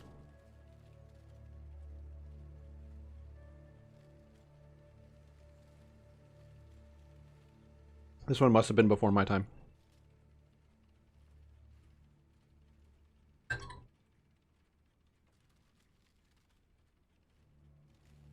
Oh yeah, Neopets. That's a one. Doesn't that exist? Yeah.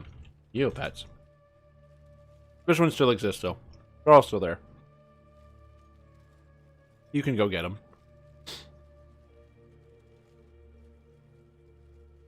Dragon Realms Mud. Yeah, man. Whatever. It's all good. I don't know how to play a Mud.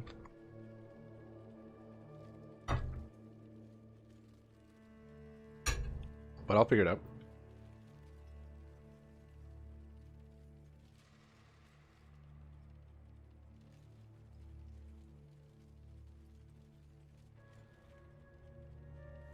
What other games do you type in here?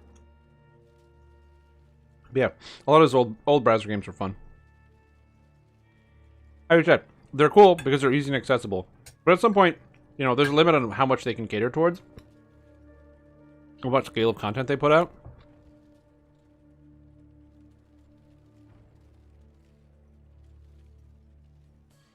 I know what a MUD is. I'm aware of a multi-user dungeon.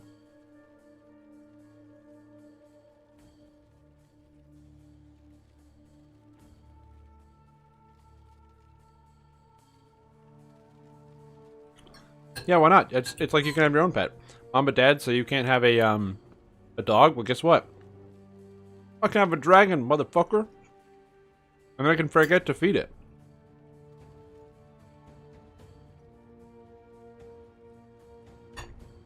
Haven't you ever wanted to play a game where your pet, Neopets, can have pet pets?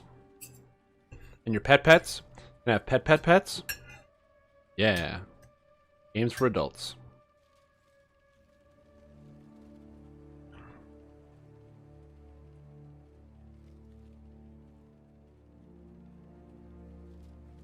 It would be a single day. Or something like that. We do like 12 hours. Boom. As much as we can. 100 Barbarian. You guys and your ancient MMOs.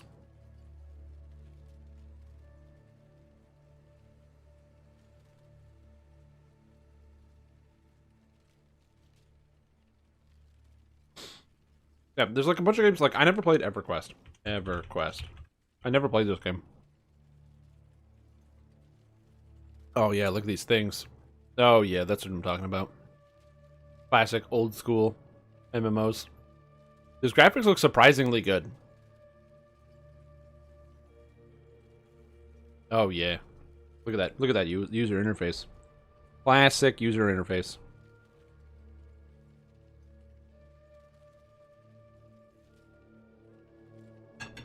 Yeah, rape your Tamagotchi, exactly.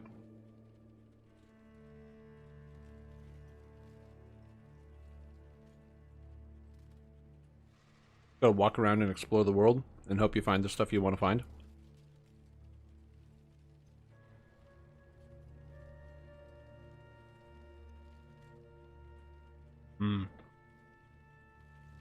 Yeah, I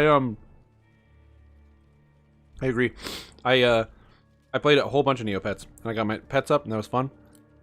To be fair, I think for me, it was the lack of accessibility. Free games are awesome because when you're a kid and you have access to the internet, but you don't have access to money to spend on a game. You need like a credit card or whatever. Free games are like the safe haven. It's a game and I don't have to pay any money. I don't even know how these games made money in the early days. I pretty much the same way they do now, it's just advertising.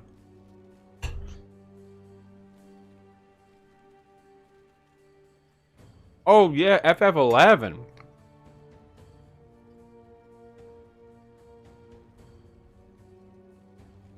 People are still playing this thing?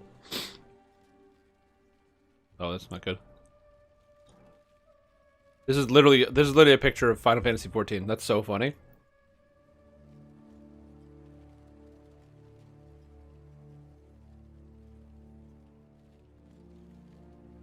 Oh yeah, FF11. I forgot about this game.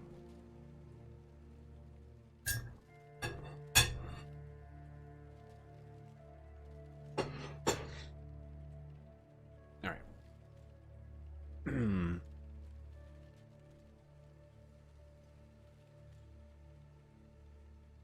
That was good.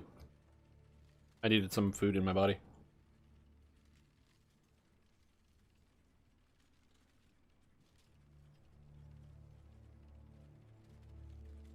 Yeah, I like it when you can move around UI elements. Too many games don't let you do that now. Like World of Warcraft is like one of the biggest offenders, where all their UI needs to be moved and it's impossible to move. Anarchy Online 2001. I think I've never played that game before.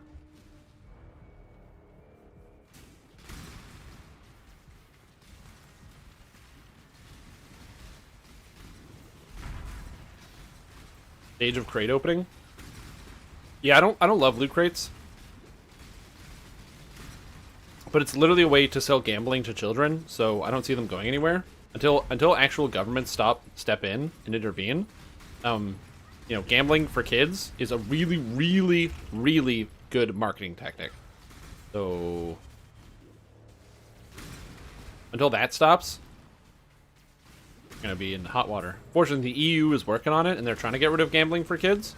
So hopefully they'll be able to successfully stomp that one out. Everything dies.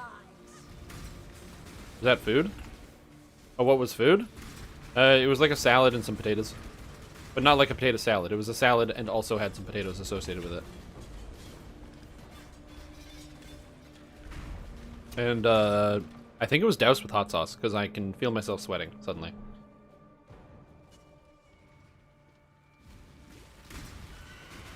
And the salad had some like cheese and some like tofu bits in it.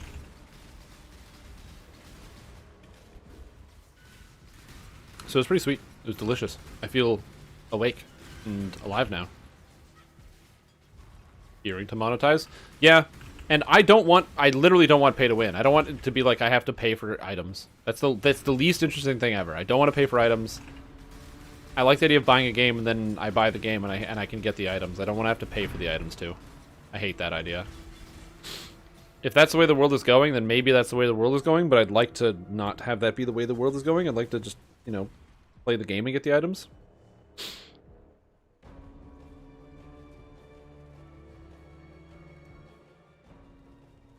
Yep. That's the whole point of the gacha games, isn't it? Grendel's Cave and Utopia? I've never heard of these games. But both of the names both Grendel's Cave and Utopia sound like sex dungeons that you would find somewhere in Cyberpunk 2077.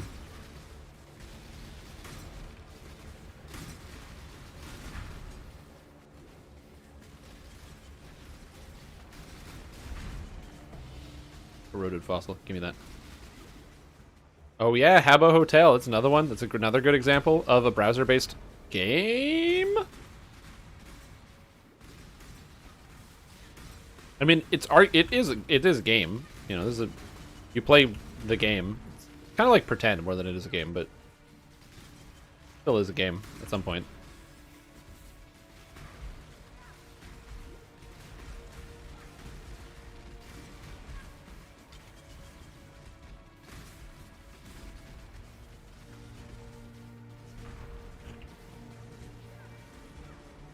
Not prove exact fraud rates. People know their odds are what they're getting.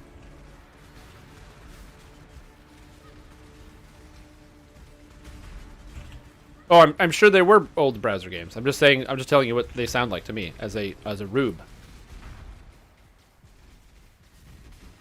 When I'm ready, and not before.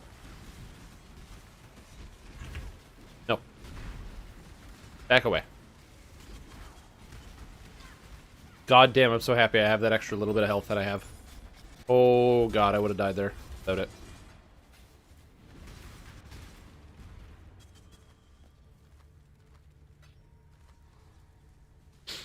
If they cannot provide.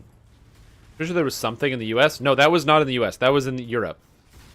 That was a European law. That's not in the U.S. The United States doesn't give a shit about loot boxes. They don't care. They don't care. They have no interest in that. It's only the EU that cares about it. But the EU wanted to ban like Counter-Strike and a whole bunch of other companies for not locating the loot box the stuff.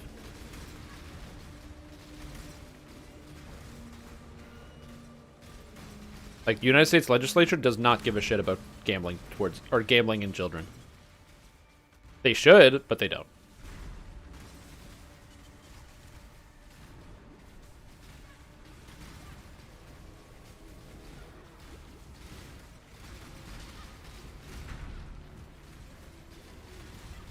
Did though play mobile games? Well, yeah, exactly.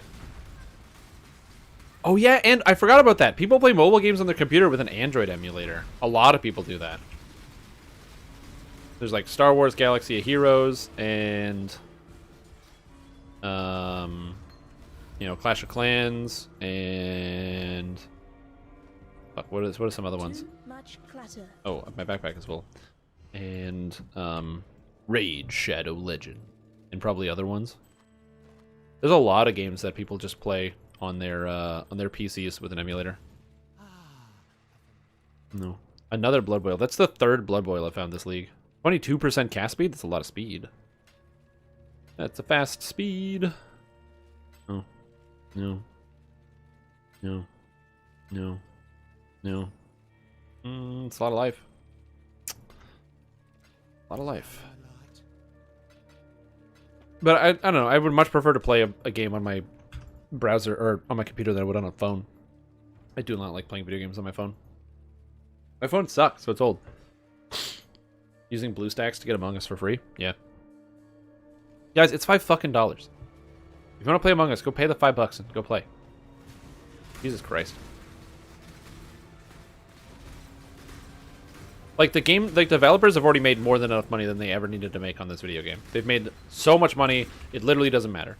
If everybody pirated it Among Us for the rest of time, it would not affect their business. But still, it's just like, it's $5. Go buy the game.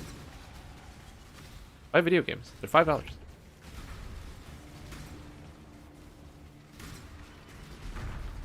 But yeah, that's why when Chris Wilson talked about like their monetization strategy in Path of Exile, because he got pressed when somebody was like, okay, well, why don't you give people one free like premium tab, which are these special tabs that you can customize?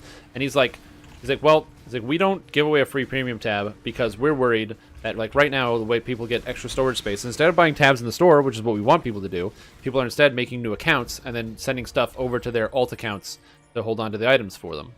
And they're like, and he's like, so if we give away one free premium tab, then instead of somebody buying tabs in the store when they go on sale, they'll instead make like 5 accounts and have 5 premium tabs, one on each account, to do all their trading and stuff with. Because if we don't think it's an unreasonable ask to say, hey, ask people to spend the $5 on the game, but you've just proven that people will do anything they can to avoid spending $5 in the game. Among Us is $5? No, can't be bothered. People don't like spending money if they don't have to, and there's a reasonable number of people who will do anything in their power to avoid spending any money whatsoever.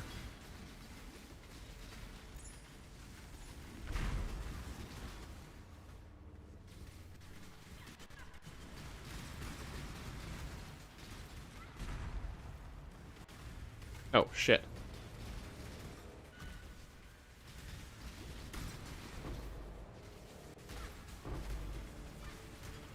Etheric Fossil, Orb of Fusing. I'm out of flares, so I gotta grab this stuff and go.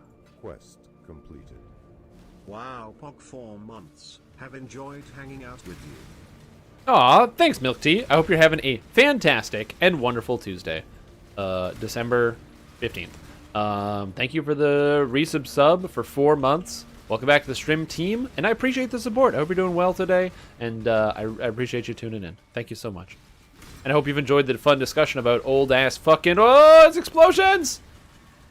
I hope you've enjoyed the discussion of old-ass MMOs and what have you, and our thoughts and opinions as we all creep closer to the time where we won't even be able to play new video games anymore because our digits will be too inaccurate to be able to hit the monsters.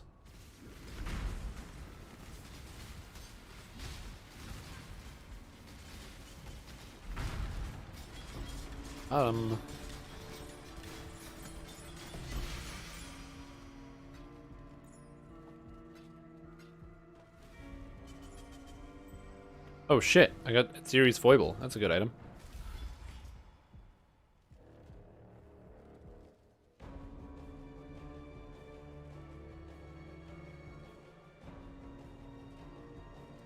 Yeah, well, that's the thing. Somebody has to pay for free-to-play games. I find it funny that there's like this level of malice that people have for like, oh, whales, they're just whales playing a bunch of money. It's like, yeah, somebody has to pay the money or else the game goes down. What are you talking about? Why are you upset that somebody else is paying for the game? I've never understood that.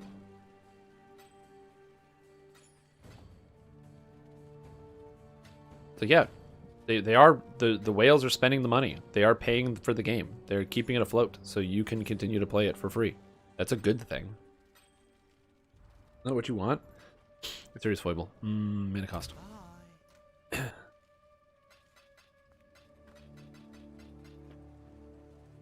Well, 89. Oh, buddy. Fire items. Ooh.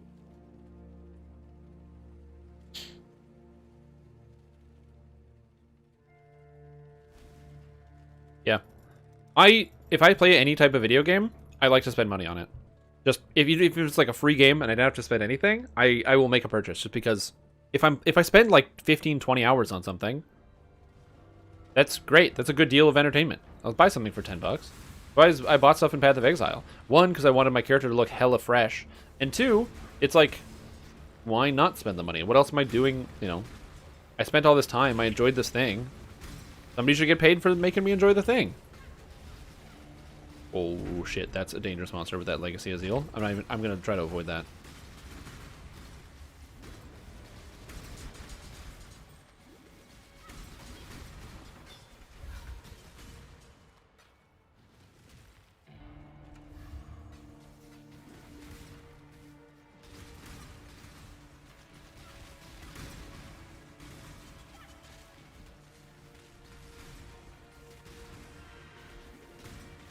Explosion. Funny. Yeah, but don't feel bad about spending money the way you spend your money. Feel bad if it's causing a problem with your life. If you're having issues, you know, paying rent or paying bills or something else like that, or you're trying to you always have to siphon money from other aspects of your life to be able to fund a habit, then feel bad about where you're spending your money and reevaluate. But if you just like spending money on a video game, it doesn't matter what kind of video game it is. Somebody else might not like it. You can spend your money however you want. Don't let other people tell you how to spend your money. But do be mindful of when other people object to how you're spending your money. Don't be like, oh, well, I'm not going to do what you say just because you're telling me some things. If somebody says, hey, are you sure you should be spending all your money on that? Be mindful of that. Ask types of questions. Well, what do you think? Find out people's thoughts. Because it's your money at the end of the day, and you're supposed to manage your own life. But sometimes other people can be insightful and can see things that you might not be able to see. And that type of information and insight is very, very helpful, usually. Astral jewelry and Eldritch jewelry. Ooh, ruby ring. And a cloth belt.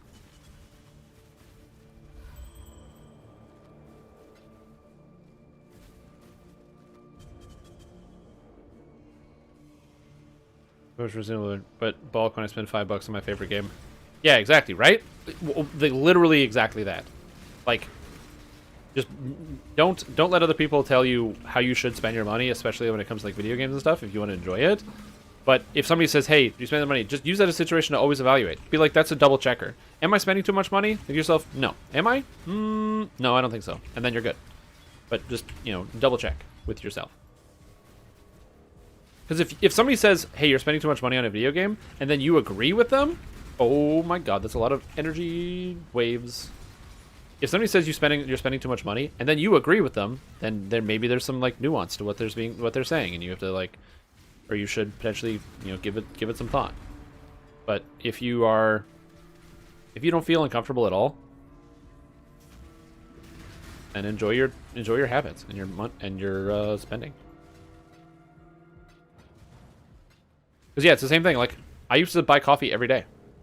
I used to buy coffee every single day. I'd spend, you know, $3 on a coffee, and sometimes I'd get breakfast every single day. Did I need to do that? No. Could I have made breakfast at home? Yeah. Could I make like now I make a pot of coffee, and then I have 1 or 2 cups, but it's been 1 cup pretty much every day. And so I have 1 cup of coffee, and it costs me $0 because I buy a thing of Folgers for $7.99, and I don't even think about my coffee drinking habits anymore.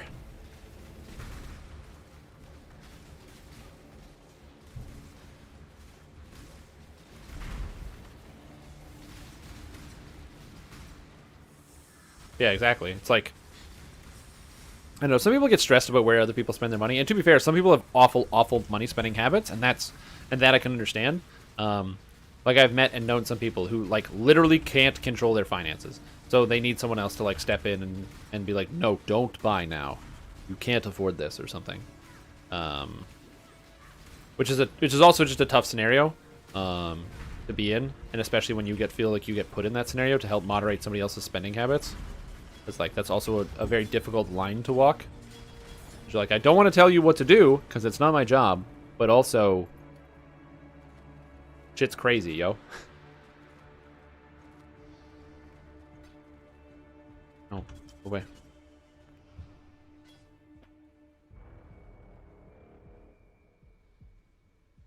Yeah, exactly. $100 free, and that's the way I think about it. Like, a year subscription to a video game, like, so I don't even scoff at like paying $100 to play DDO for a year. Who cares?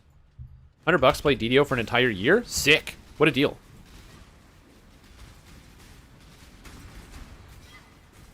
Like, sounds good. I will definitely pay that price.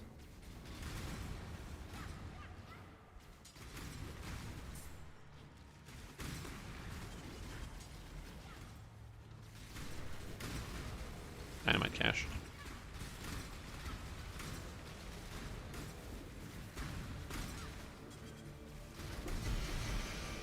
Okay, I don't know what's up with these uniques, but I don't want either of them.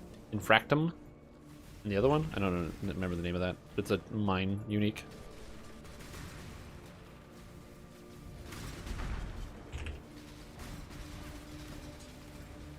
Hidden wealth, something good. I can't believe I still haven't seen an Exalted Orb. I probably rolled through like 70 Chaos and no Exalted Orbs. What a null.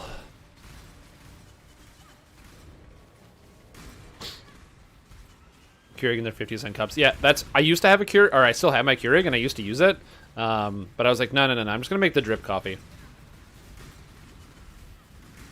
My problem I actually have right now is I don't drink my coffee enough.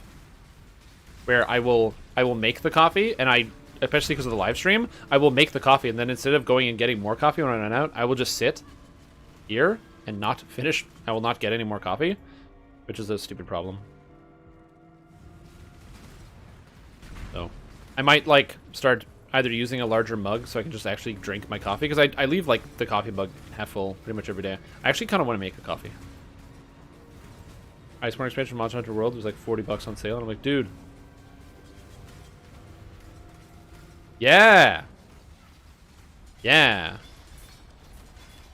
Well, I think you can return. I think you can not accept gifts and it refunds the person, I think, on Steam. Because yeah, 100%. Some people just have no self-control over like their life. They just can't. They can't deal.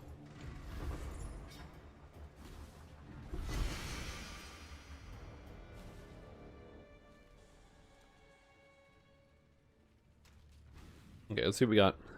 Elder Ring, Shaper Belt. Oku's Embrace. It can't be ignited, so that's useless. Chaos Resist, Lightning Resist, Life. No life. That's bad. 60% mana regen and 27% melee damage? That's bad. Reduce 10% increased cooldown recovery rate and remove shock when you use a flask. Wow.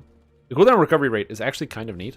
Getting a lot of cooldown reduction is a really cool effect to have on different items. Goodbye, Shaper and Elder items. I probably could have re-rolled that Elder Ring. I don't know what I would have gotten, though, on it. What are my essences at? I have a lot of essences. What's this? One-handed weapon cast speed. Well, cast speed. Fire damage to spells. It's not bad. Attack speed is bad. I don't need attack speed. But a movement speed on boots guaranteed 25%. That's not too bad. Adds lightning damage. Ooh. Increased minion damage. Adds fire resist. That's a lot of fire resist. That's a lot of cold resist. Whoa. I can like... look at this top tier fossil. 48% cold resist guaranteed on an item or cold damage? That's pretty sick.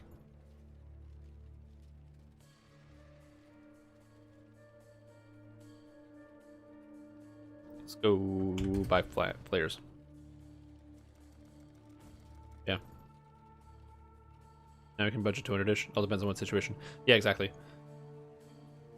I currently, because I'm trying to make sure I am as frugal as possible in maintaining this. I spend... How much money do I spend on entertainment a month? What qualifies as spending on entertainment? I spend about $25 on alcohol a month. I think of unnecessary purchases. And I probably order some type of food or like buy takeout like twice a month. And that's pretty much all my entertainment spending, I would say. But some days, you know, some days you just don't want to make dinner, you know what I mean? Where you're just like tired and you're like, fuck this, I don't want to make dinner right now. Hey, what's up, this guy? How you doing? How are you? How are you feeling today? How's it hanging?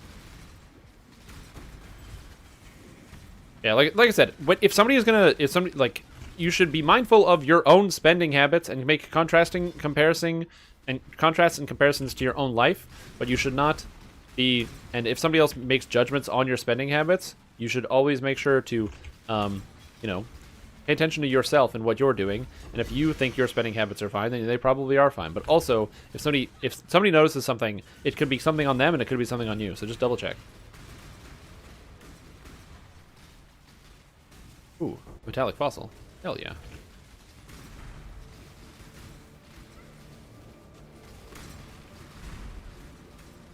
I don't want to become famous.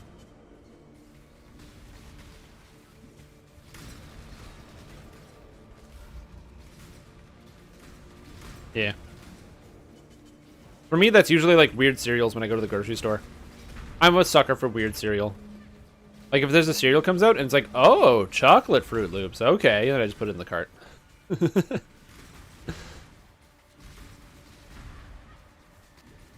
Oh, no, no, no, fuck! Oh, why did I die? Fuck, shit. Oh, God. Why did I do that? I dashed in before I looked.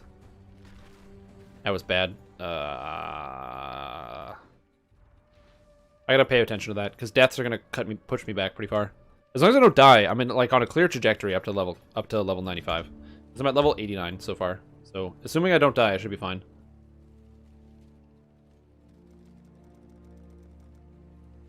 A lot of my spending is D&D scary amount. Yeah, I still haven't bought that new book, Tasha's Cauldron of the Book. I haven't bought it yet. This isn't hardcore? No. I died 4 times on hardcore, and then I was like, nah, softcore.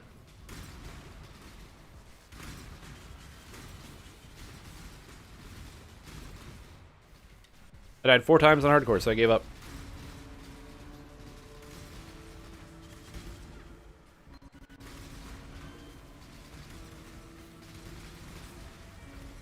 Funny, because he's my best friend. Yeah, exactly. I feel you. Durian Cheetos? Oh, man. Okay, I would totally get a yogurt Captain Crunch. That sounds sick. Yogurt's awesome. It's a great flavor. Like yogurt-covered Captain Crunch kibbles. I don't know what you call the Captain Crunch things. Kibbles? I guess you call them Captain Crunches. It's like, it's the Captain's Crunch.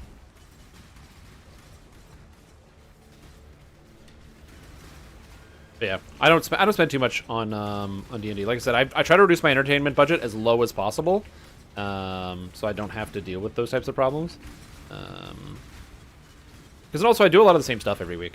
You know, MMOs are great for lowering your entertainment budget because, you know, you're VIP and then you just play a lot. Not having a girlfriend is really good for my budget. And also the pandemic is great for the budget because I don't leave the house. Oh, what? You wanted to go out and do a thing? Oh, you can't because there's a global pandemic, so we'll have to stay inside and I don't have to spend any money at restaurants or anything like that? Perfect. Wait, the beer is how much cheaper at home? All right.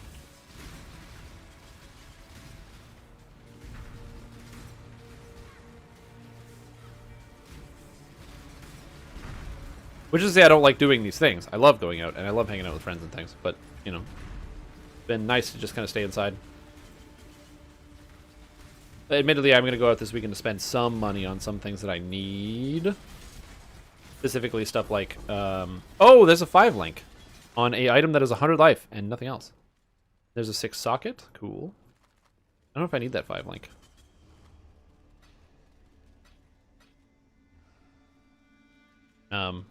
But yeah, I find Wait a minute, attacking monsters. What is happening? I said, I try to be as... I'm currently attempting to be as frugal as possible, which seems to be working so far.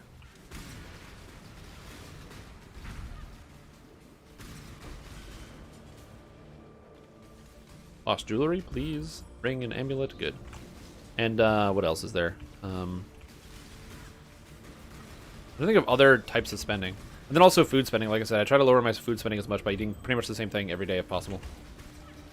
The only thing that I like kind of splurge on is we have a food service, which is like, you know, they deliver a pre-portioned meal to your house and you just have to cook it. And it's good because it helps just keep me out of my cooking chops. I really hate grocery shopping, so I don't have to choose. It just automates for me, which is nice. I just get the food and then I make it. And I like that a lot. Like, I really, really like that service. I hate picking my own food. Don't know why, I just never liked it. I don't like making decisions when it comes to my own eating habits. And so not having to do that anymore is the best. And then it also just, it's all like a good for me food. So I eat healthy all the time, which is awesome. I've lost a bunch of weight because of my changing up my eating habits. Yeah. Like, overall, for me personally, Pandemic's been reasonably good, except for the fact that I've been slowly detaching from humanity because I don't interact with humans as often anymore. You know, that's a thing. But, okay, that's bad. This guy has allies cannot die. Something has allies cannot die. I don't know what has allies cannot die, but allies cannot die. Oh god. Oh god. Okay. No, stop. There you go. Now allies are dying. Well, okay. Let's calm down here.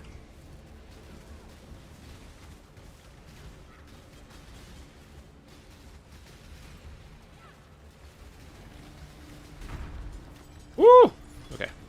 I'm so happy that I have 4850 health. If I had 4200 health, I would have died. And dying is bad. The reason why dying is bad is every time I die, I lose 10% XP. And the goal that I'm going for is getting level 95. So every time you die, it sets me back. Right now, it's about 6 minutes of playtime every time I die. No, probably more than that. Probably about 7 minutes every time I die.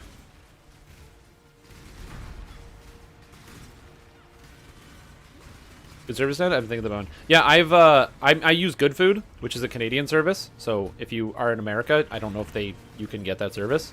You'd have to use, like, you know, one of those other ones. Yeah, I use Good Food, and I'm very happy with the service. It's great. All the food has been amazing. Every time I get a meal, I'm just really satisfied. The worst I've ever felt with a meal is I was like, oh, this is okay. That's the worst I've ever had. I've never had a meal that I just straight up didn't like or didn't want to eat out of the service, which has been awesome. And yeah, it's just been good all around. If there's been situations where they've like made a mistake or something in my order, and I sent them an email or whatever through the service, and immediately they just corrected it, like no questions asked. It was like, oh, we're really sorry, you're refunding your last thing, which is great. One time they delivered to the wrong place, and then they were just like, oh, we'll just, you know, refund it, and then they sent us a new thing, and they gave it to us for free and sent us a new thing. So like I said, class acts all around. Great service every time. Very happy with that. So no issues here. And then like I said, just the fact that I get different food that I've never had before. So sometimes it'll be like, oh, you're making, you know, whatever, and it's like, you're making risotto today, and you're like, oh cool, I didn't make that before. Let me make that.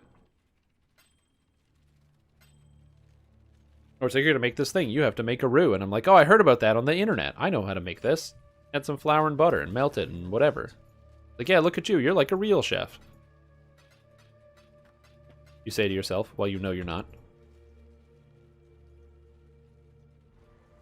Yeah, so I've really been enjoying Good Food. It's worked really well for me. I would highly recommend it if you are also looking for something that is going to running this meal delivery services. Because again, it's just I've lost weight. I'm eating healthier. I still need to figure out how to get vitamin D into my diet. I think I'm just gonna go get some vitamin D supplements. Let's be honest. Get some pills, pop them. I'm not gonna go outside. I'm not gonna kid myself. So, because I tell myself, I'm like, oh yeah, I'll just go outside and get my vitamin D. I'm not gonna do that. I don't do that. Why would I go outside? Do I even know who I am? Where's this necromancer? I'll go outside. Yeah, I'm gonna do that.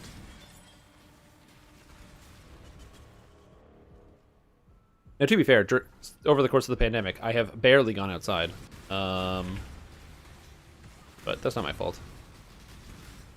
If the people outside would wear any type of protective equipment outside, I would. But I live in a very crowded downtown core, and as much as I love Canada, no, not a single human being on the street wears a mask. They only wear them when they go in the stores, which is not good enough.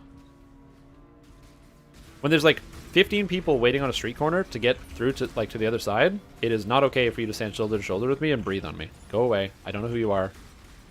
Cases are not going down. Put a mask on the street. You walk into the forest by yourself? No problem. You walk in a secluded neighborhood when there's no one around? You live in the suburbs? Don't give a shit. Downtown, crowded street, like 10 people on a street corner? I don't want to get no coronavirus. Computer in front of the window. I'm in a basement apartment, so I do have the window next to me, but it's very dark and there's always stuff in front of the window.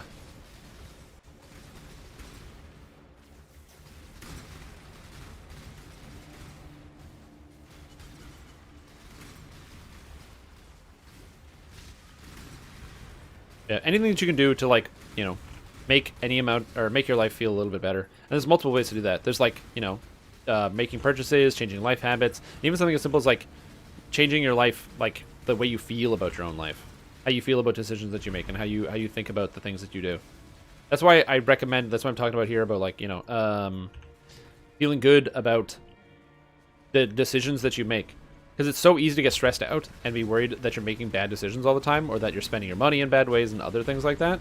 And it's easy for other people to influence those decisions as well, which isn't to say ignore your thoughts and ignore the feelings of others. Don't do that. Accept the feelings of others. Consider how you're supposed to make yourself feel. But then also, at the same time, you know, like, you should, you know, take into consideration that you should feel good about your decisions. And if somebody notices something, it's because there could be something there and it's worth an investigation.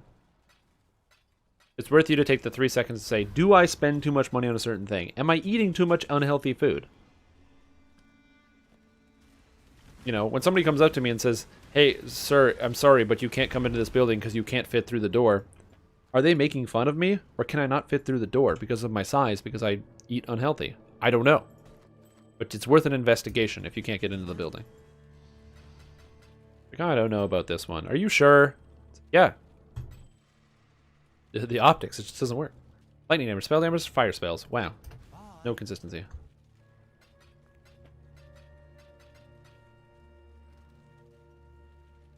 Yep. No, I downloaded it yesterday.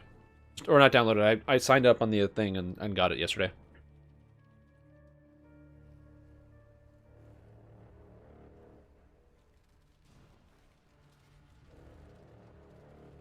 Yeah, I'm exactly with you. I don't understand. I understand how the pandemic is still so hard for some people. Like, not hard as in, like, challenging. Like, it is a 100% a challenging experience for millions of people around the world, or billions of people, I guess, at this point. It's something that lots of us have to deal with. It's a challenge, and it is difficult to overcome. But what shouldn't be hard is understanding what to physically do. I don't understand why this is so hard. Yeah, it's very annoying.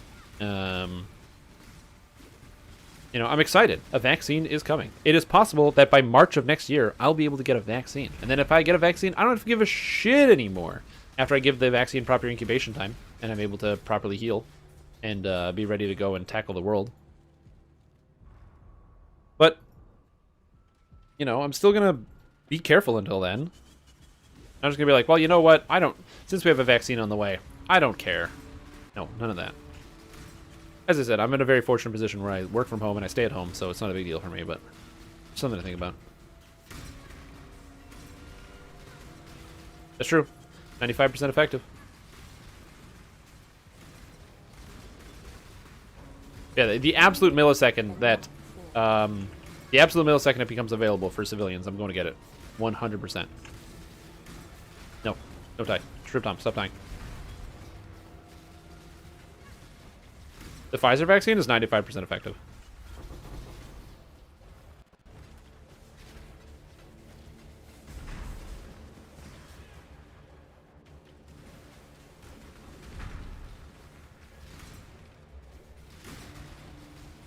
Why nervous? Like, I agree, there's definitely, like, some level and air of caution because, you know, it's a novel vaccine time.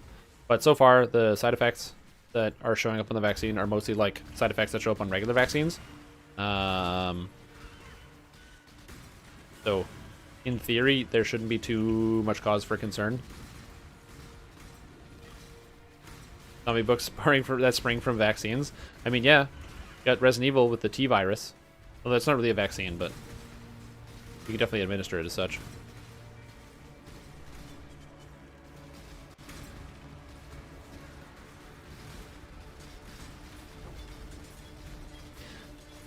How long immunity lasts? How long does immunity last? I knew this. I read it. Well, immunity from, if you actually get sick, you're immune for 4 to 6 months. So, and then it's possible for some people to recatch the virus again, which is obviously a stressful concern that it's only like 4 to 6 months. Ideally, you'd hope for a longer time period to be immune. No, that's bad. That's bad. That is a lot of life, a lot of lightning resist, nothing else. Bad. Mind damage. No. No. All resist mana, crit strike. No. No. No. Yeah. I mean, like I said, I am... There's like one part where it's like, oh my god, there's the concern. But also, people have to get the vaccine. We have to get it. To preserve the general life of society. And the sooner I get it, and the sooner everybody else gets it, then as the quantity's willing to go through, the sooner that everything can come back to normal. And businesses can reopen and all sorts of stuff. Like, my heart is with like the small businesses that haven't been able to open that well because of the pandemic. Like, my roommate and I, when we were still working together, we would go to this this restaurant once a week. It was like this little diner at work. We'd go there for lunch. You know, we hang out. It was all nice. Well, when the pandemic hit, they like just full up closed. And all those people are out of work, and those business owners are like, you know, the restaurant's still there. I think that they now just do like the online takeout or whatever. Like, you know, the food delivery apps and stuff. But I'm like, man, it kind of sucks. We don't want these things to open up so people can go do things.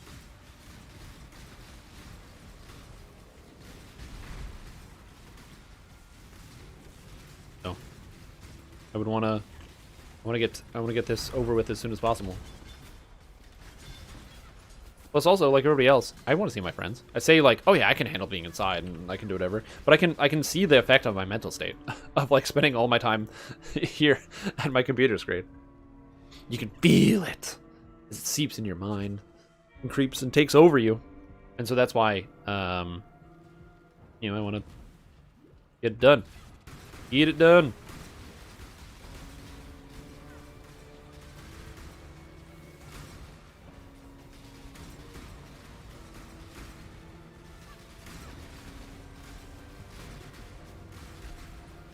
Uh-oh. There's going to be a bad room. Drop bears? Bowers. Okay. Got another aura spider.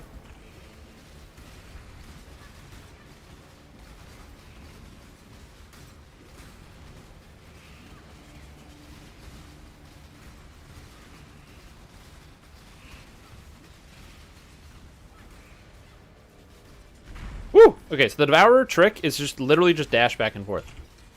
And that gets rid of Devourers, so that's good. Happy about that. If I just dash back and forth, then they don't have enough time to actually grab me. Oh god, I hate Devourers. They're these worm monsters that pop out of the ground at you, and they are so annoying to deal with.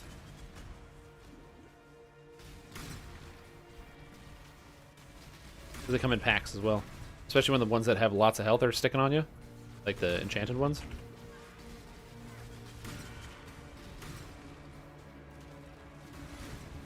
Yeah, so that's what I'm hoping to see. See some positive results, positive things happening, people getting the thing, and no longer feeling the effect of the disease. It's not good. It's not a good thing to have. It affects everybody. Physical health, mental health, the economy, the video games coming out. Man, hate that it slows down the video games coming out. I mean, imagine how good Cyberpunk would have been if there had been no pandemic. If only.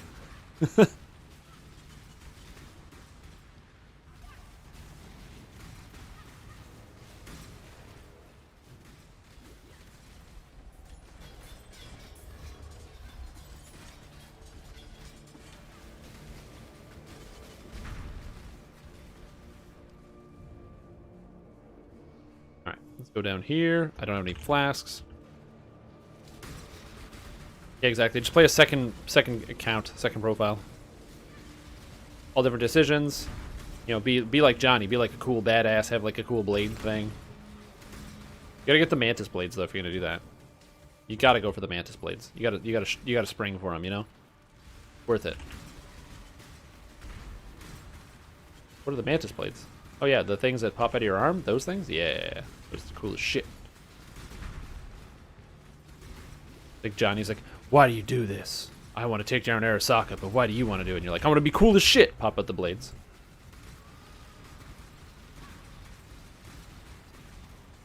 You know, Johnny probably sees the mantis blades and is like, oh shit. Like, we didn't have this back in my day. Where is the boss? There he is. Got him.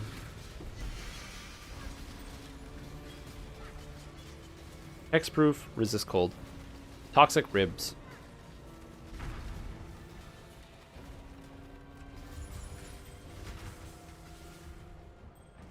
Yeah, but it does seem like they had a game that'll have some fun replayability. I'm assuming they'll probably also have some DLC and stuff that comes out for it to like add characters or add different scenarios and stuff. That could be kind of fun. Or like even expanding stuff that happens with characters. But everyone keeps calling me back and is like, you gotta do this now. You gotta do this. Now you gotta do this. It's like, oh shit. I'm too busy, guys. I can't always just come to the phone. Like, I can't come to the phone right now. I'm so sorry. No, I don't need a socket. Actually, socketed rings are not the worst. Crit multi! Oh, nothing. Damn it. I see a necklace with crit multi and I get excited. Fire, cold, life. No. Max dodge. Hear that? Shh. There it is again.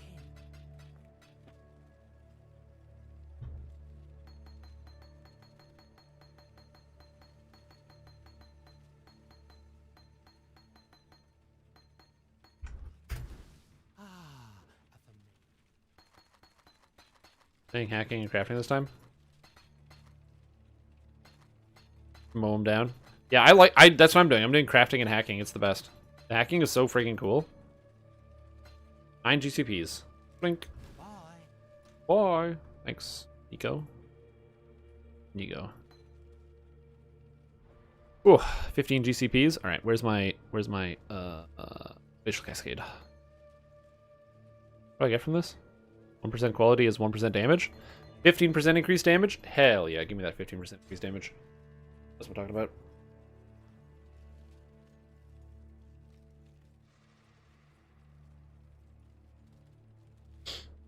Ain't sneaking, but going Rambo is more fun.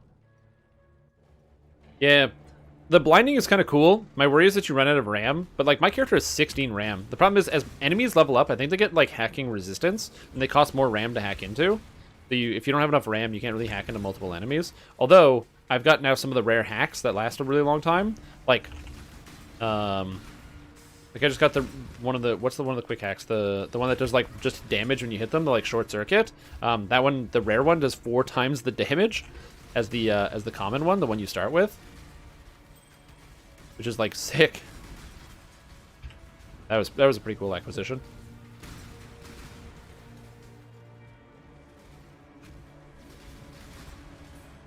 Prismatic fossil. Oh, yeah. No.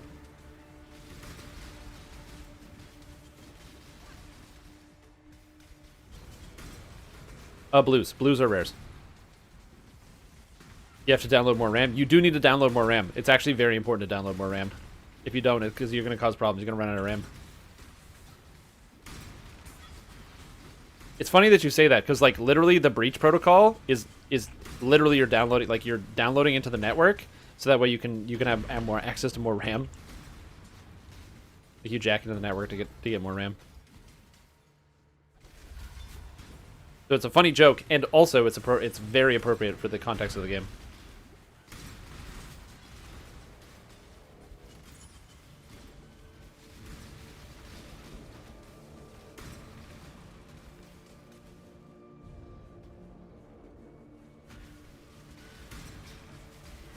I also love the fact that Kojima keeps showing up.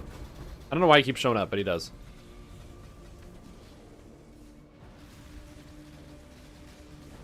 Fuck.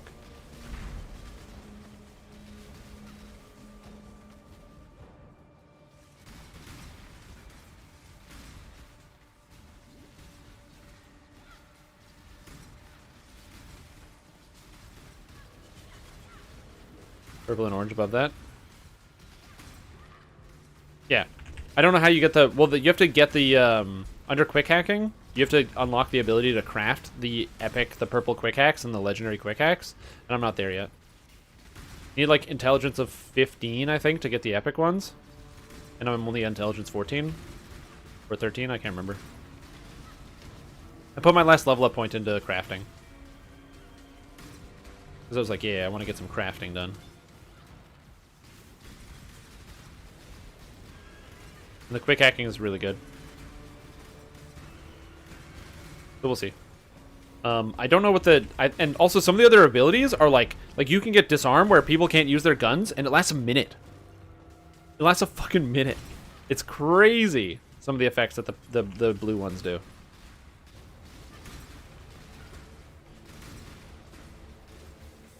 Yeah, something like that. Yep. And then the legendary one, you're going to need legendary components, which means you have to get legendary weapons, or maybe there's like a shop vendor who can sell them to you for like a really high price. Which is like, you know, a little far away. Oops, clumsy me. Oops, clumsy me, as I'm blowing everybody up.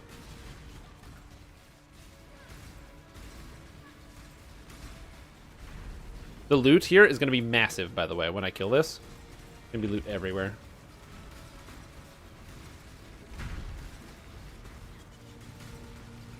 I'll find you, Fairgraves. You're going to be wandering around here. He's going to be waddling around.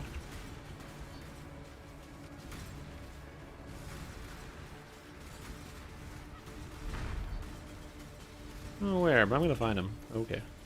There he is. He's waddling here. Gotcha. Captain Stewart, dead.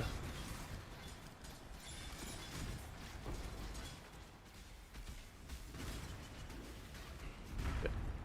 Cultist Vestment. A bunch of other shit. Yeah, it's kind of cool that you actually make the higher tier hacks. I didn't realize that at the time. I was like, how do you make the hacks do more damage? Because they don't do enough. And I feel like they didn't scale very well, but they just make them scale like weapons, where you just have to make the higher level ones and then they actually do more. I was wondering why some of them were labeled as like different colors. Like if there's going to be new hacks, but no, they just only have like 10 different kinds of hacks, or like 15 kinds of hacks, but then they have different levels to them. So you can get like each hack has multiple levels. Like I got the higher tier Contagion, it does double damage of the previous tier Contagion, which is kind of cool. Is it good? I don't know. But you get stuff where like your hacks that spread also like spread over wider radius and things, which is kind of neat. Hear that? No. No. No. No. No. Oh no, I want to sell. Shh. Bye. Almost there. Once I get to 350 on my orbs of jewelry, I'm going to start spamming into this Carcass Jack and try to get a 6-socket. But not yet. Need to buy flares first. Flares.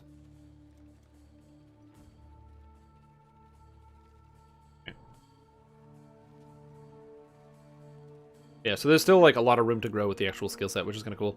I was hoping that would happen. My worry about magic in a lot of these different video games is kind of like the Skyrim problem, where the spells just kind of like blow until you get to a certain point, and then you get the higher level spells, which do a ton of damage. Like in Skyrim, you get like the little flames and sparks spell that shoot out of your hands when you first start out, and you get no good spells after that. And then once you get to the Master Tier, you get like Avalanche and Mega Fireball and all these things that are actually useful instead of completely fucking worthless. And it makes me think about that a lot in some of these games where you're like, okay, you know, how do you balance spellcasting with regular melee? And the answer is you just literally balance it the same by giving it the same scaling system. Which makes sense. Well, I guess the DPS on your weapons is like not really scaling properly, but because that is based on your level. Not 100% the same.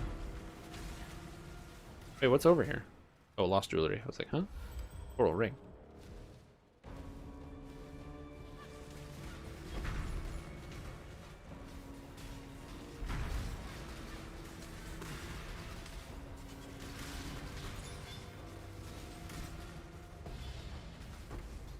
Orb of Annulment. Hell yeah, that's a rare orb. Stuttering Fossil. More speed, less mana. You got it. That's a rare orb. I don't know if I can use that on anything that's valuable. I'm trying to think of what I would actually annul. Like, annulment orbs are pretty much useless without, without exalted orbs. The paladin tank and the Templar is a paladin tank in ESO. Templars make sick tanks, by the way. They're very good tanks. Yeah, they're awesome tanks. I really enjoyed my Templar. The Templar that I played most recently, I leveled the Templar up during the summertime, up to cap, and I played it as a shield to DPS character. So I used sword and shield, but then I actually went DPS and I used like the shield charge and all sorts of stuff. And it was pretty fun to play in regular dungeons. It was, you know, it was no monster. It wasn't the top DPS or something, but oh, buddy, was it good in PvP. There's like the battleground system where you can do like the 4v4v4 PvP, because Elder Scrolls Online is there's 3 factions, so there's 4v4v4, and holy moly, it was good. I just crushed everybody. I'd like finish games where it's like I did like 80% of my team's damage, and I'm just like smashing monsters or smashing people. Do I stream ESO? No, I've never streamed ESO. I have never found, like, or none of my friends like playing the game, so I just don't play the game very often. I was playing the game with somebody over the summer, and it was a lot of fun, and I really enjoyed it. But other than that, I haven't really played the game that much. Like, I played the game in beta, and I played the game when after it released for the first year. But again, I couldn't convince a friend to turn. Like, I couldn't get any turnover rate. I couldn't convince somebody to come play. I was like, come play Elder Scrolls, and they're like, no, no. I'm like, no, come play, come play. Yeah, the game doesn't really lag ever. It's great. I love Elder Scrolls. It's so much fun. Fantastic product. Highly recommend.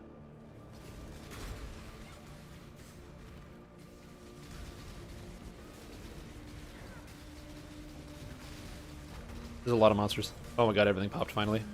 Oh, I don't need flares. Oh, that's bad. Good, doesn't matter.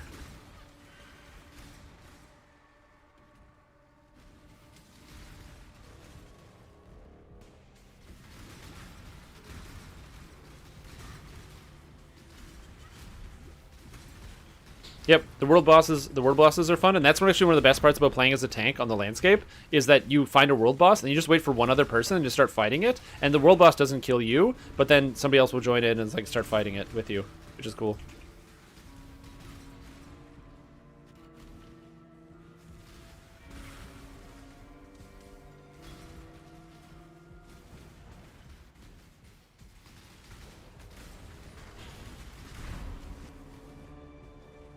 Man, these breaches suck. Yeah, just all of a sudden, Quartz Flask. Yes, I've wanted Quartz Flask for so long. Yeah, I don't know what I'm going to do with the Quartz Flask or where it's going to go, because I don't want to give up my Life Flask, because that seems like a bad idea. Having no Healing Flask seems like a terrible idea. But then also, does it? Yeah, it does. But is it? Yeah, it is. But is it? Yeah, it is. Crit multi, spell damage, spell damage. Oh, buddy, that's really good. Right next to that. 70% crit multi across 2 items, plus a whole shitload of damage. I'd lose a golem, but I'd gain a ton of crit multiplier. Oh, does he sell anything today? No. He doesn't have any fossils. What a butthead.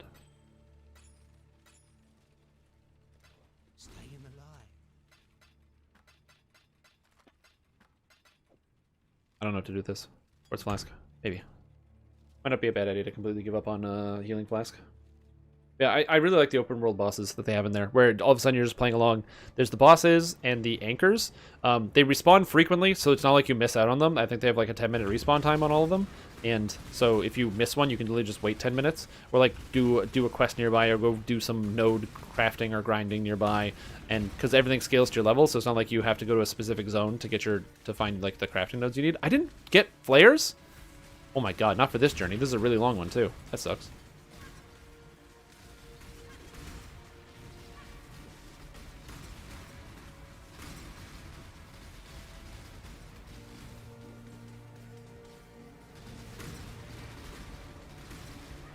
Oh, it's not a long journey. Okay, I thought it was a long journey. Apparently, it's not.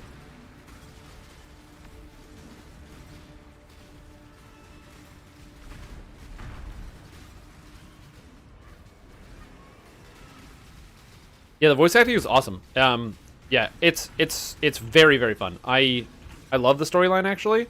The main story is great. How it gets you like involved with your faction and each individual faction. I also love the fact that like no matter which faction you end up playing for, although it's pretty hard to argue against the Ebonheart Pact, but like all the factions are like mildly sympathetic. So you recognize what they're all fighting for. And also, fortunately, everybody hates the Imperials, which is a good thing. Get out of here, Imperials.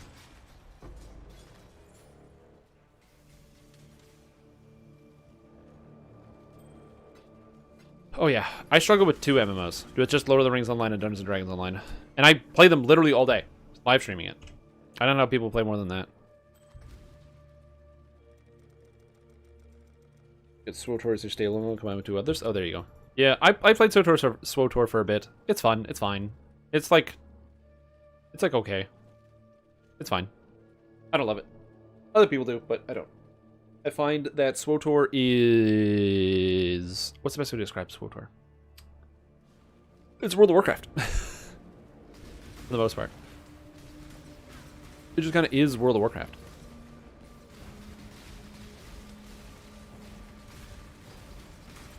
I'm gonna kill this thing. I don't know why. God, I want that 5 link.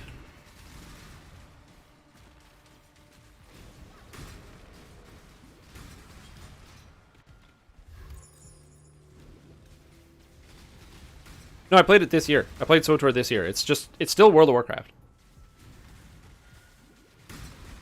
Like I played Juggernaut, and I got full 306 geared, and with my set bonuses and everything, and I was like, cool. I'm playing basically like a half Blood DK, half Warrior.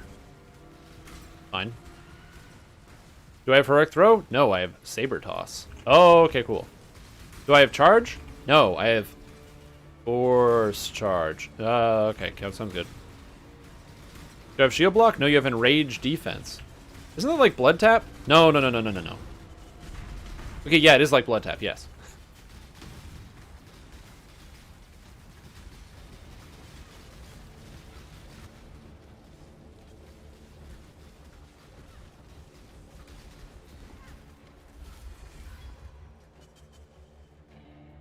Oh yeah, I love SWTOR for the storyline is awesome. Just the gameplay is literally just World of Warcraft. It down to like the very feeling of it. The physics are identical to World of Warcraft, and the movement, the speed, everything, the cadence, it's all the same. You can say that it is incorrect. The game feels completely different. Like from an outsider's perspective, I totally get that. But if you actually play World of Warcraft and then play LOTRO, it feels very different. Like, you know,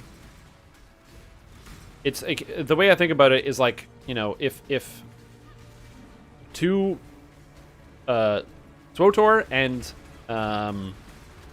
SWTOR and World of Warcraft are two games that mechanically are like, they're basically the same car model, but with two different types of paint on them. So one has one color paint and the other one has the other color paint. And Lord of the Rings is like a minivan. It just drives differently. They both drive, and they both do kind of the same things because they go to the same places, but the base handling is a little bit different.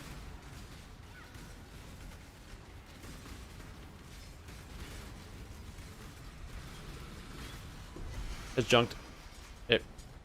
Yeah, absolutely. That's the World of Warcraft way.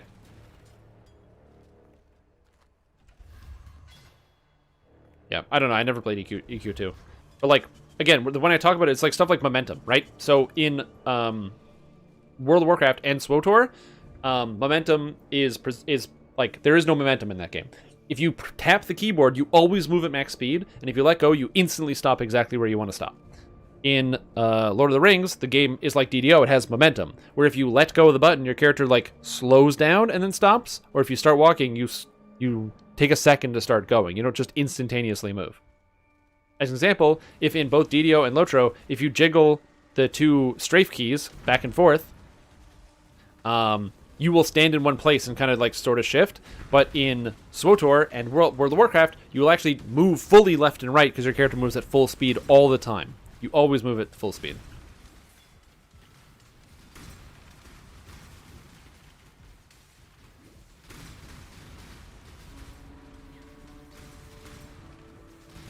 And it's that type of like little momentum stuff. It like screws with my brain. I don't like it. Just doesn't feel right. Feature you work for? Yeah. Oh, I hate that they did it in World of Warcraft. When they added legendary weapons in Legion, and then the next expansion, they were like, oh yeah, that legendary weapons? Oh, you really happy that you got, what's that paladin weapon that everyone wanted?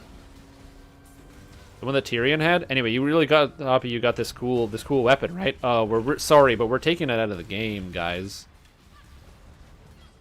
Ashbringer, I think? Yeah.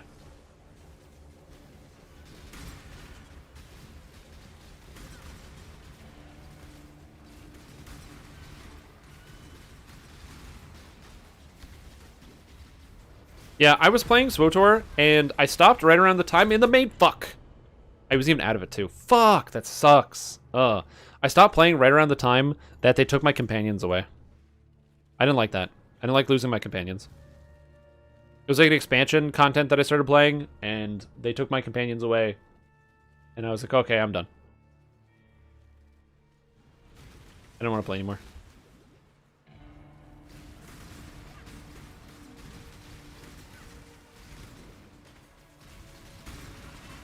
I know it's supposed to be like, oh, you build the story and, you know, you find your companions again and all this other stuff. But I'm like, no. I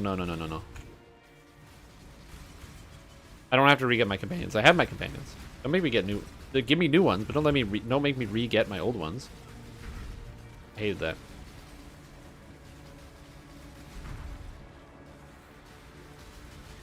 Yeah, but I didn't care. They took away my companions. I was done playing.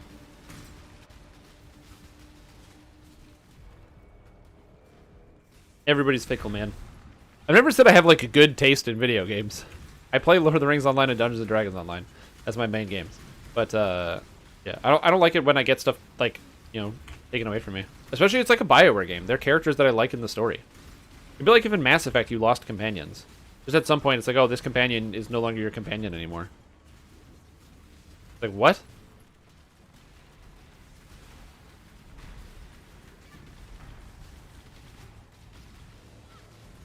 Yeah, I thought that was like really stupid.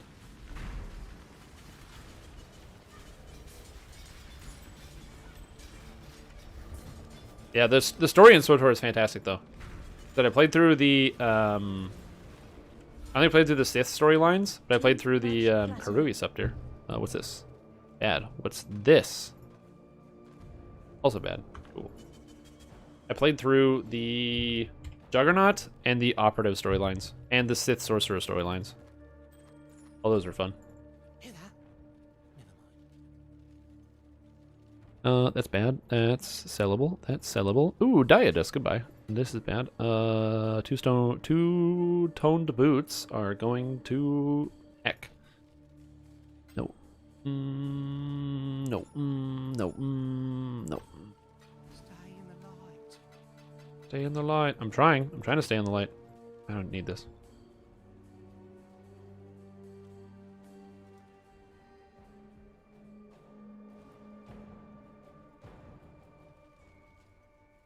You remade your old characters. They had the best episode of all time. Oh, that's kind of cool. Yeah, I agree with you. In World of Warcraft, I never found the combat super engaging.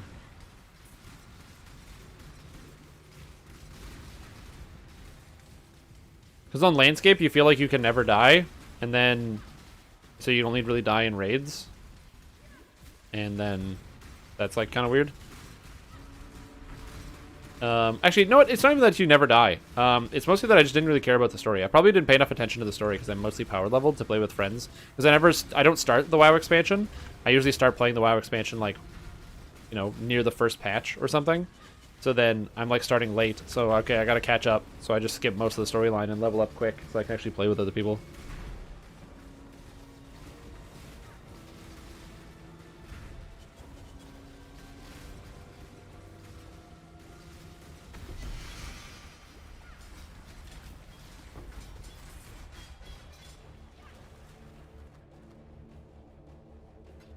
Yeah, SWTOR's best part is its story. I don't recommend playing SWTOR for the gameplay, but it's a BioWare game and has a phenomenal story. Highly recommend. 10 out of 10. If you like Star Wars Knights of the Old Republic, again, if you don't care about what the gameplay feels like, it feels like the same kind of story as Knights of the Old Republic, which is great, because it's both by the same people that did it, and also it has almost the same title, so you'll like it. Yeah, what did I play? I played the Operative that Heals. I can't remember the name of it. That was pretty fun. Oh, yes, and I played the Shadow tank for the Sith Inquisitor. That one was pretty good. And then I played the Juggernaut on the for the Sith Warrior. And those things, I did every single dungeon on what was the heroic called? The high level dungeons or whatever. Maybe it was called heroic. No, master mode. All the flashpoints on master mode, and we did some operations, and that was pretty fun too. I like playing with other people. If I was left to my own devices, I wouldn't play the game. So I could tell I didn't really love it.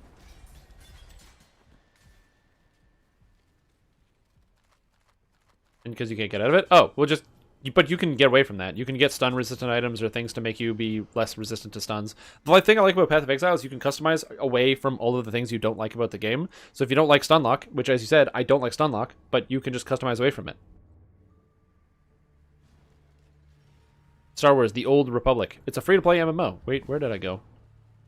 Oh, it went down this way. Like, if here's the thing I don't like about why haven't you started? You don't have to participate. It's the new league with the new content is a fresh economy, but then standard still exists, and everything rolls down into standard, so you don't have to play anyone. You just play the standard league.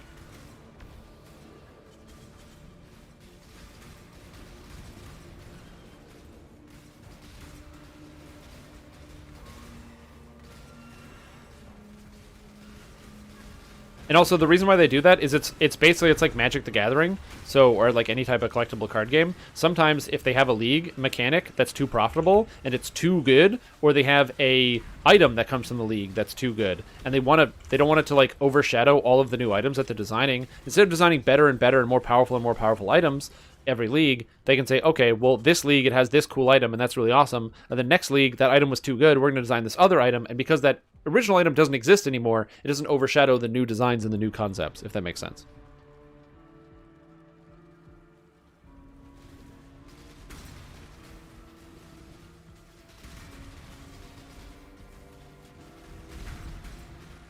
Fuck, what was the shittiest dungeon in SWTOR? Trader against the Chiss or something? There's the one with that stupid train that made my computer crash when I played it. Where I got like 1 FPS trying to play it. Trader, was it Trader amongst the Chiss? Shit, what's that train dungeon? in SWTOR. Endless Delve, pretty good. We are level 89, almost level 90. Oh, nice. Flicker Strike and Poison. I've never played Flicker Strike before. Hurts my brain to watch stuff move around. A 3060 Ti, did you get one? You said trying, so I'm assuming you succeeded, right? Right, son? Yes? You succeeded? Did you win, son? Oh, god damn it. When you say stay up all night, was it just like stay up all night for an online purchase, or because they were like on reserve or something, or did you like physically go to somewhere and stay up all night?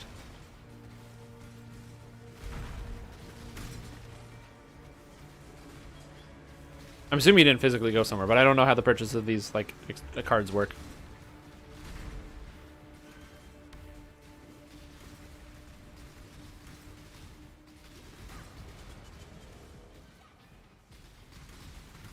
Online purchase, okay.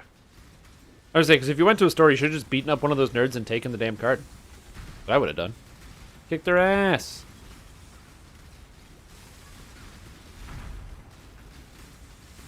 Terror Jowls. Yeah, no kidding. This thing is Terror Jowls. Uh-oh. Uh-oh.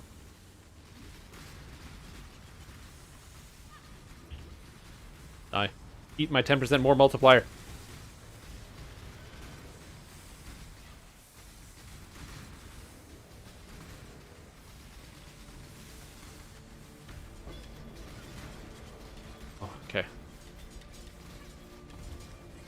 Cut through garb. much clatter.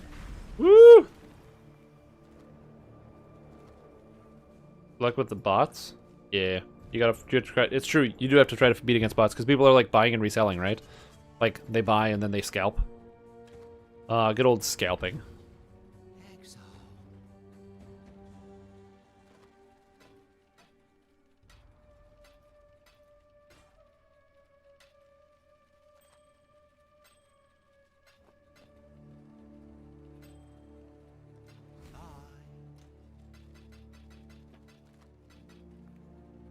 Oh, whoops. I was supposed to sell that, but I didn't. And I was supposed to buy things, but I didn't. Flares. I liked Final Fantasy XIV. It's just too busy. There's too much visual shit on the screen. If they could fix that, I'd love it. You're practicing checking out at Best Buy.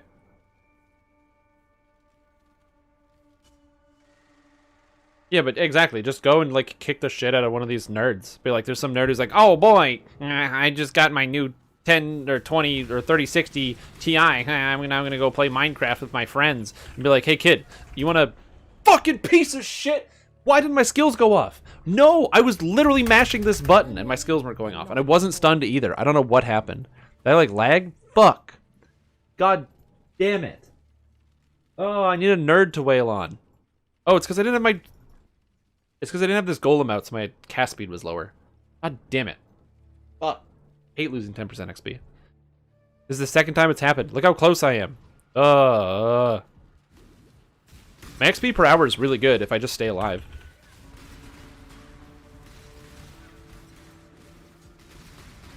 Man, I wish I wasn't working off of a 4-link.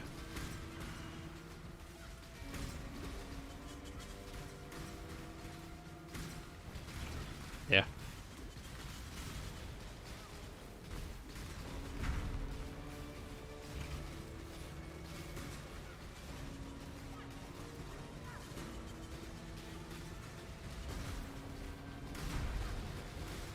But I've never been at this scale of content with a 4-link, so that makes sense. Yeah, like I said, I really like Final Fantasy XIV. The only issue I have with Final Fantasy XIV, for the most part, especially on its visual style, is it's just the screen is too busy. There's so much stuff, it's really hard to tell what's going on, especially as, like, a melee character. I find that very, very, like, agitating. Okay. Once we hit level 90, the plan is... I'm going to have to move up to level 81 maps soon. But once we hit level 90, the plan is to go into... the plan is to go and try to get a 6 socket on my armor, which then I can use to try to get a 5 or a 6 link. Oh, I hate this one.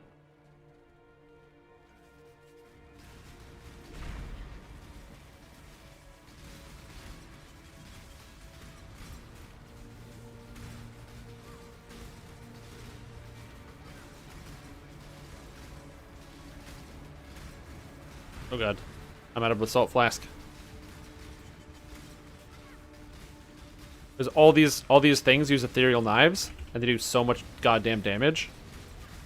This is all physical. You can see them chunking my golems down.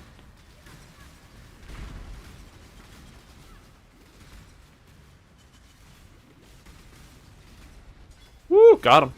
Oh god, I hate that one.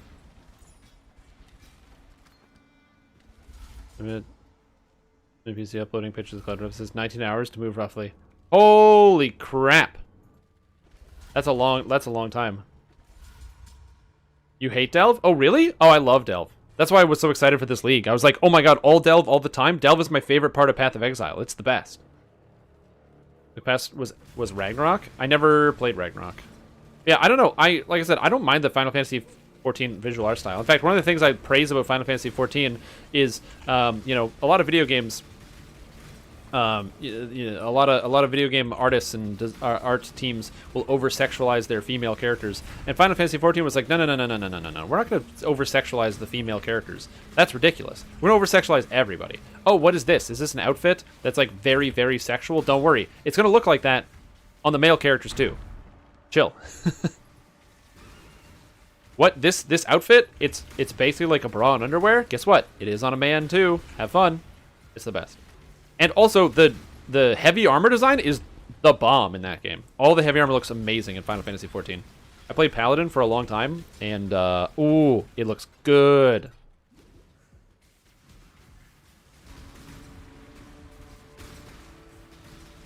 Hey, that is definitely a hot take. A hot take that to not like Delve. Delve is like my jam, man. Also, apparently I went too far this way, which is hilarious. I do like me some Delve.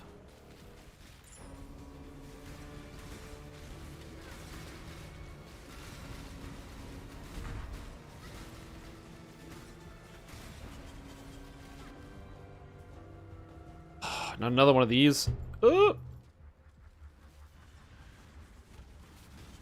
Yeah, so this league I'm really enjoying because, like I said, I really love Delve. It's one of my favorite things is just to explore around and dig deep in these caves. Because why not? You're just being an exile in a cave. Why bother doing anything else? Hopefully, I'm going to make it out of this alive, too, which would be super sick. And my character is, for what I've got, for like the equipment level and the items and stuff that I'm using, I'm feeling pretty good for the most part.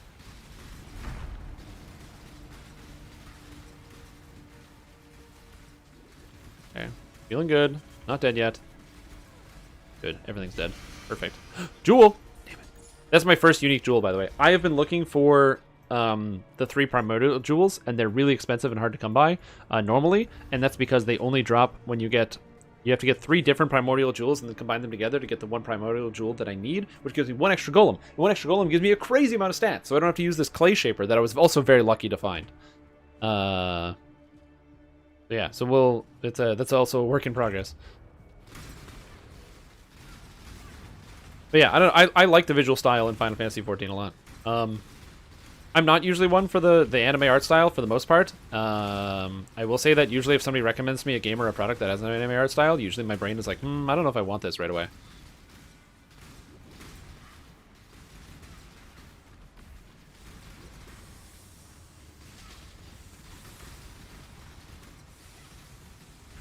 I'm so glad my golems, my boys are in there just like chilling and destroying everything. They're like, yeah, we got it, boss. Slay him, slay him, slay him. As they blow up all the monsters, and I just get to stand back here. That's great.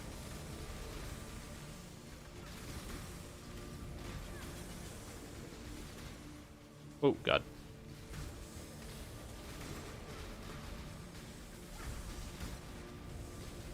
Get out of here. Rare, exploding crap.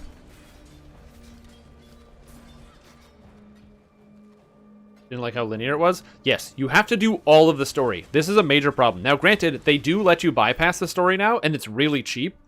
So, if you don't like having to do all of the story, which I did not like having to do, holy moly, is it much better now.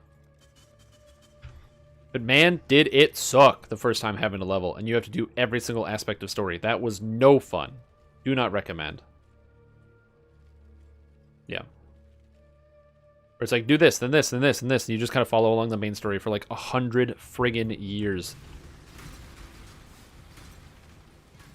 Having to do the MSQ or the main story quest. Which is, again, I'm happy that they want to express their stories, and they want to tell me a specific story. That's good. I do want to hear stories. Please tell me your story, Final Fantasy. But just also don't make it last a million zillion years, and also don't make it preclude me from playing any of the other content with my friends or leveling up. That's the worst. When it's like I can't even play because I have to clear off all the main story, that's when I start having less fun. Like, oh, did you want to do a dungeon? Did you want to do a raid? I'm sorry, you can't. Did you want to play this class? Oh, geez, nope. Main story. At least Samurai and Red Mage, they give you right away now. Or at level 30 or something. They don't make you do all the main story. Although I think for the Dancer and the Gunman, the Gunbreaker, you need to get to level 70, I think. Or 60 to finish the main story of Heavensward. And, oh, and no, yeah, I think you have to get to 70. Maybe. You didn't want to play after 2 months? Yeah. Because I really enjoy that game. I think they've done a good job. Final Fantasy XIV is definitely, in my opinion, one of the better MMOs on the market right now.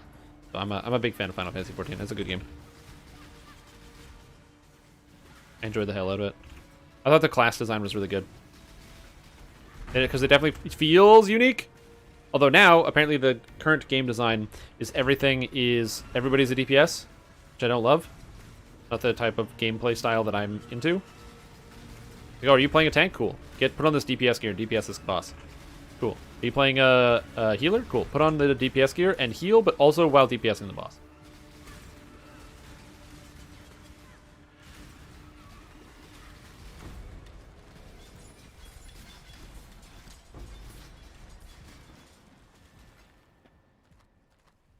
We're so close to leveling, man. We're so close to leveling. Level 90. I just want to get 90. And by just get 90, I mean we're going for 95, but I'm just trying to get 90 now so that I can be a little bit reckless and make some bad decisions. Because she has a guild run. Oh yeah. I find they also just did a lot of things very confusingly in Final Fantasy. Like, for example, with like the banking system, how it's like, oh, there you have like retainers that you have to like summon and call upon, and I thought that was kind of weird.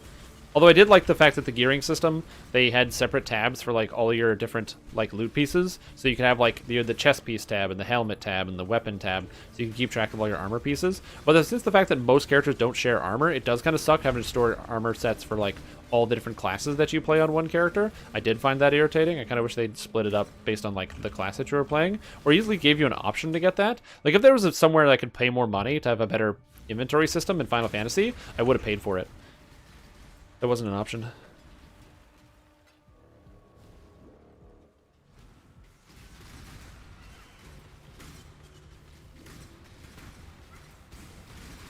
Almost there.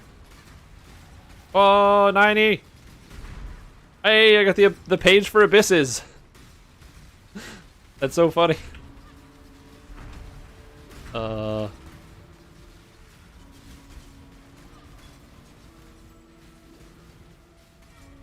Go.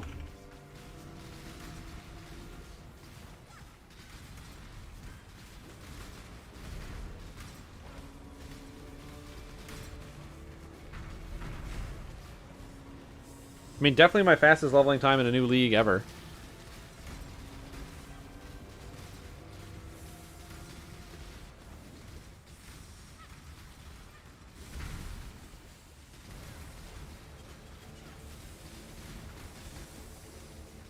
I don't want to use Frostbite instead of Elemental Weakness, because I do mostly frost or cold damage, and it also I think it increases my freezing chance, which is what I want to do. Rock Crusher, the Unbreakable. Guess what, Rock Crusher? You're broken! I crushed you like a rock. Damn it, that was good. Much clutter. Oh, what, really? Too much clutter. One level away from another jewel socket. Okay, cool. And I don't have a jewel for it. Too cool for jewel. I'm sorry, that was bad. That was really bad. I don't know why I said that. That's a bad item. Bad item. Oh, that's actually not that bad of an item, but bad for me. What is this? Strength in passive radius is transformed into dexterity. Uh-huh. Bye. Bye. Okay, trying to do something destructive to my character, but first, Subterran Chart. Go get those items. Chromatic Orb. Chromatic Orb, Heavy Belt. Ooh, Azurite that I didn't pick up. Armor Scrap in town. Alright, great. Okay. So the first thing we're going to do, identify this to make sure it's good. Alright, it's not. And then I'm going to possibly brick my character. But first, I need to use the washroom because I've been sitting here playing Path of Exile for 3 hours and I haven't gotten out of my chair. So 1 minute and then I'm going to brick my character. Brick my character?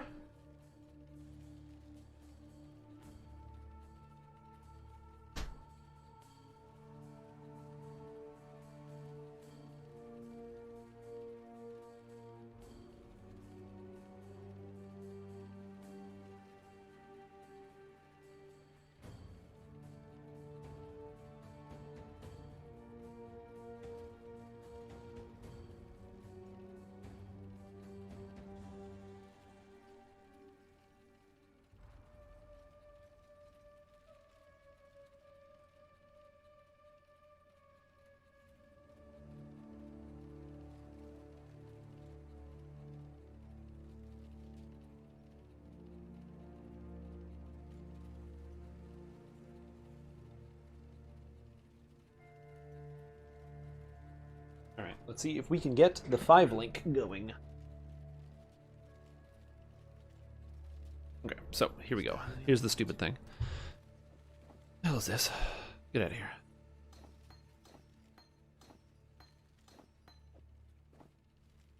Carcass Jack. We're going to go for 6 sockets. 5.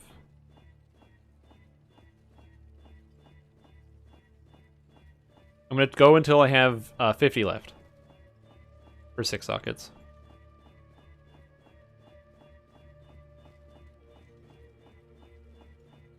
So, oh wow, I got it.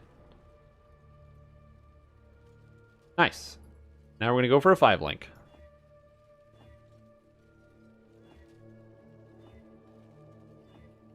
Four link. Reverse 4 link. 4 link.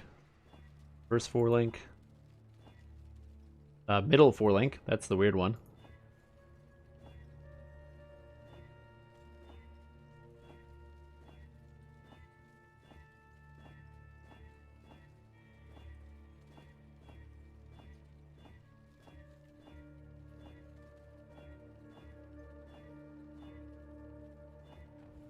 Middle 4 link. Okay, I'm gonna buy some more orbs of fusing.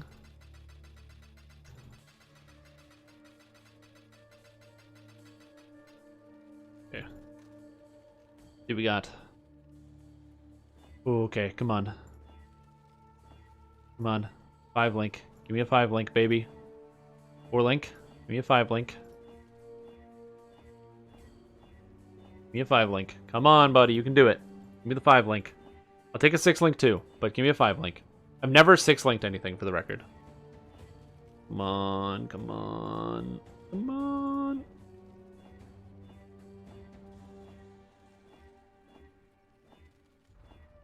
Shit. I can buy how many left? I can buy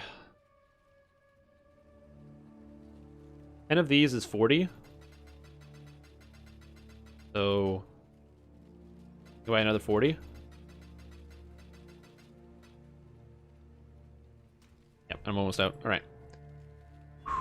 I can do pray.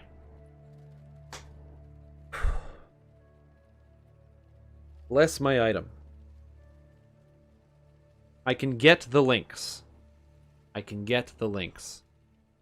Okay, the power is here. The power, I have no regrets. In fact, take these regret orbs, no regrets. I have no regrets about what I'm about to do. Don't need them. I have no regrets. Come on, 5 link. Come on, 5 link.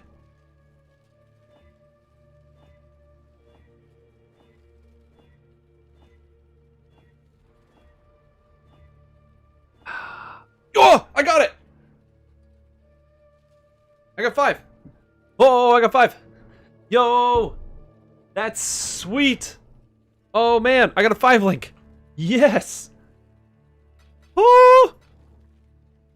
All right, and now we just need 3 blues, a red, and a green in it,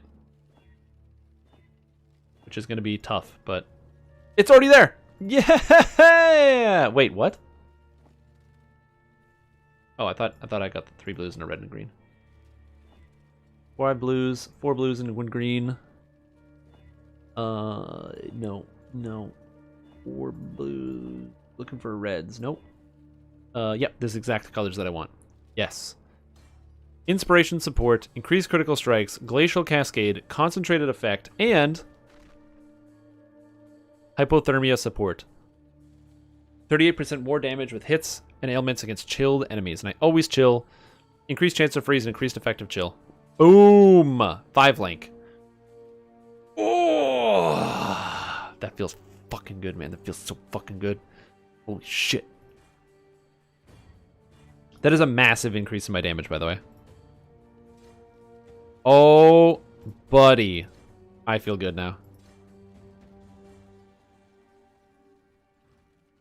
I'm going to take those regrets back.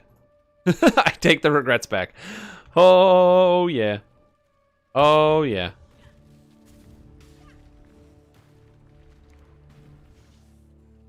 Oh, yeah. Oh, baby. All right. I think I'm ready for level 81 now. Let's move down. I'm just going to double check my XP. PoE XP calculator. PoE tools. Let's see. I am level 90. I'm level 90. Oh, I only get 50% XP from level 81.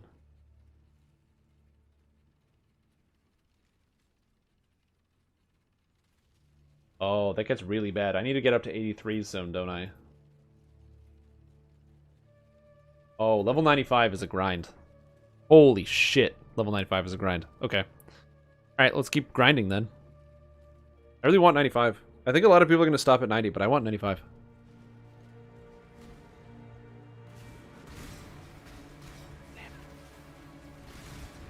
You know, I should go beat that boss. That's what I should do. Now that I have this thing where I can get to chill on people. Oh my god. I'm like destroying everything in one hit now. My hits are just 40% harder now than they were before.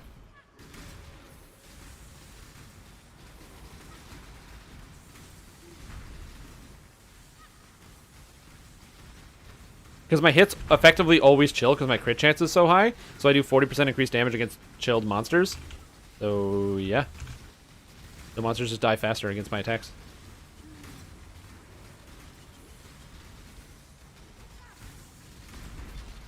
Oh my god, the damage is really crazy. Woohoo! Feels good. Alright, I'm gonna go try that boss again. Hell yeah. Where the hell was that?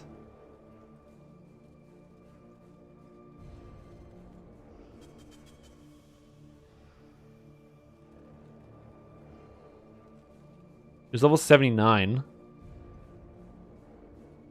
Here he is. That's how far down I went? I wasn't even paying attention. I didn't realize instead of fighting this boss, I went all the way over here. Cool. I can do it. I can kick this boss's ass. I don't know what he's going to give me. Maybe he's going to give me a cool item. Maybe he won't. But I'm going to beat him. I feel it.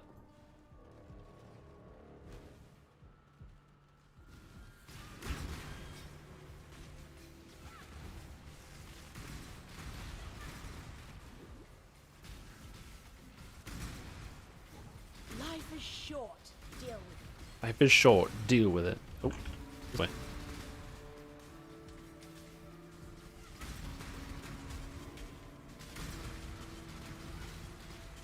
Boss time.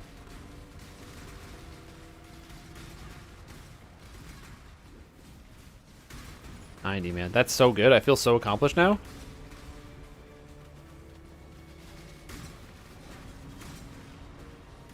Like, that's actually going to increase my clear speed by such a dramatic margin, too. Like, the XP is going to be crazy. Val Nexus. Alright, let's go.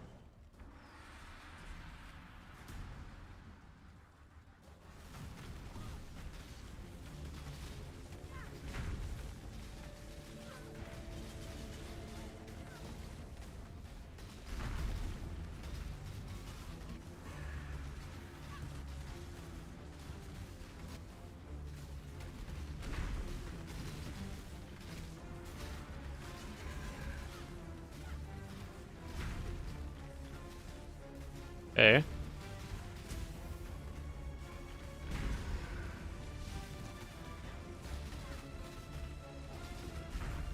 Okay, dodge the beams.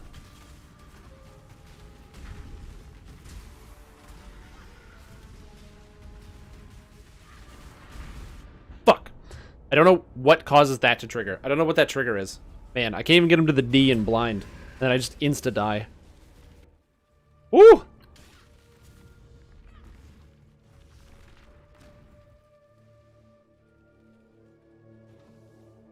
I'm trying to hit him, but it is very hard to hit him when he's moving around like that.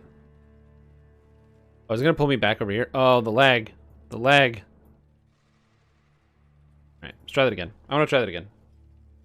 I can beat this guy. I can do it. I'm strong. I'm strong. So strong.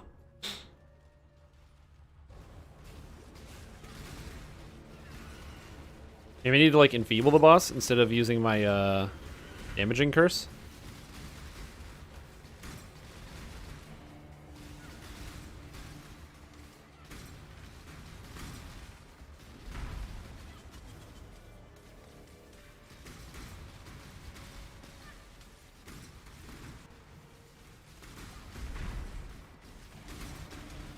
I also don't even know how to get flask back during the fight either, which is important. But so far I don't need my life flask because I just instant die, so that's cool. Yeah, let's see what we got.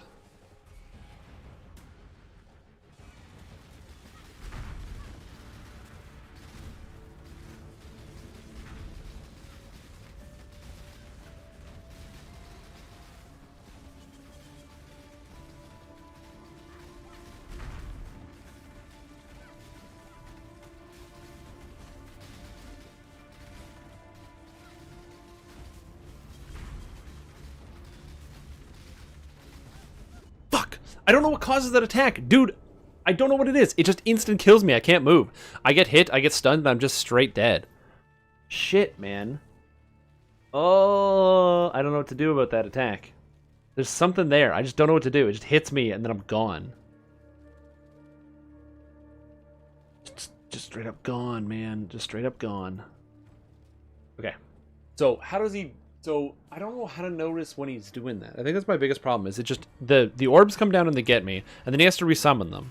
So, maybe if I just stay mobile for a little while... I think it's sometime around when he gets to, like, 75% health he does it. I think. Honestly, I don't know.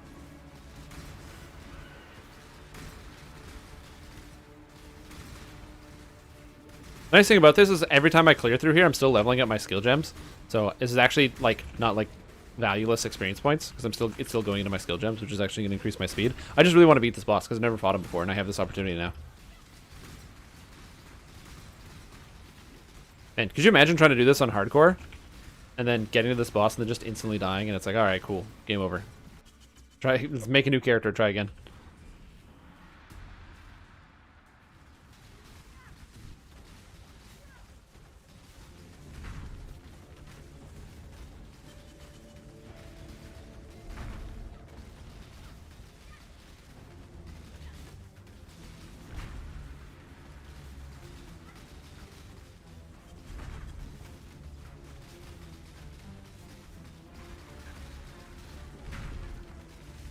There it is. That's it. That's the attack. Fuck! What got me? What got me? No! I don't know what hit me. No! Damn it! I lived through that one attack and I don't know what killed me the other time. Oh. This boss is so tough. Okay. Try again.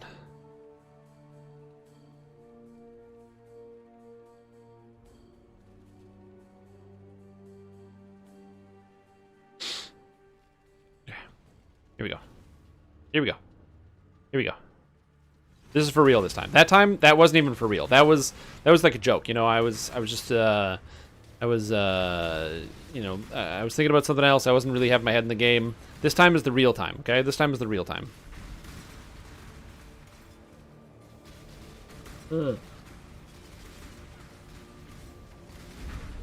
Thank you for the hydration citation. I appreciate that. Is it something to do with the fact that we've been playing for 10 hours and my focus is waning? No, that can't be it. That has nothing to do with it. It's got to be the fact that this is we're doing this. This is real time. Oh god.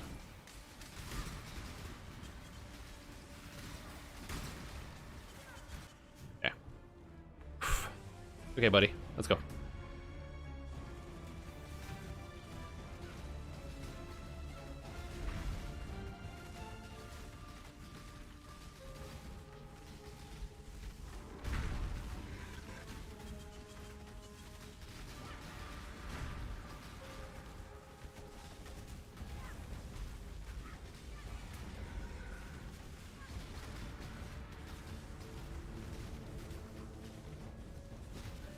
Okay.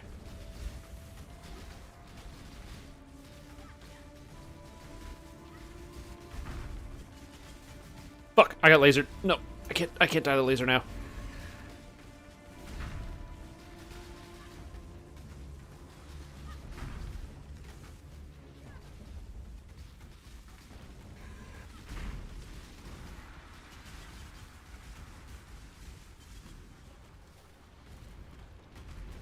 When I'm ready, and not before. Shit.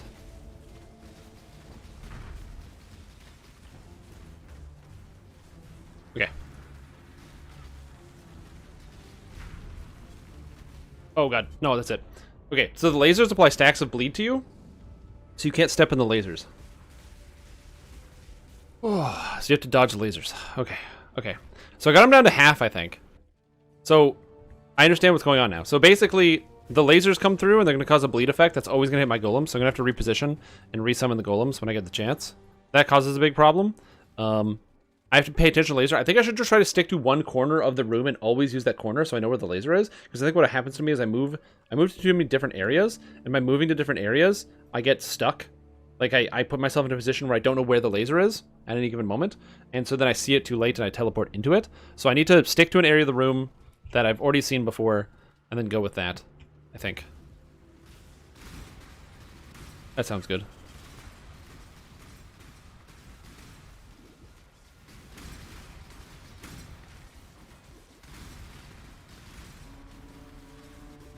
This can't be that hard. I wonder what the loot is. I don't even know what kind of loot you get from this boss. But it better be good, because I'm kicking his ass. But yeah, I got him down to about half. So if I got him down to half, that means I can definitely beat the boss. I just gotta, you know, execute. It's just like with, when we do Drink Souls. You just gotta execute. Execute. Don't make mistakes. Do it right. That's all it is. Just don't make any mistakes. Just do it right. And also, just running over there gives me 1 million XP to add into my gem. So that's not bad.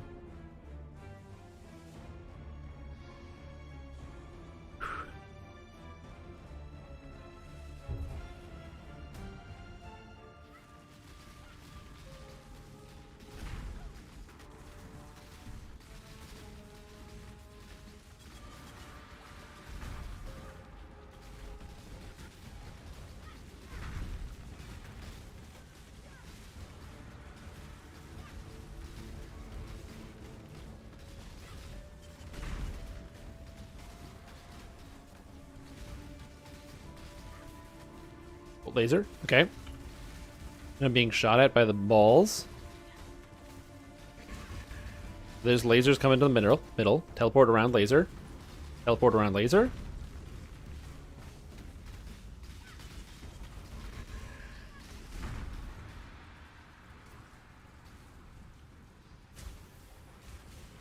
And run away.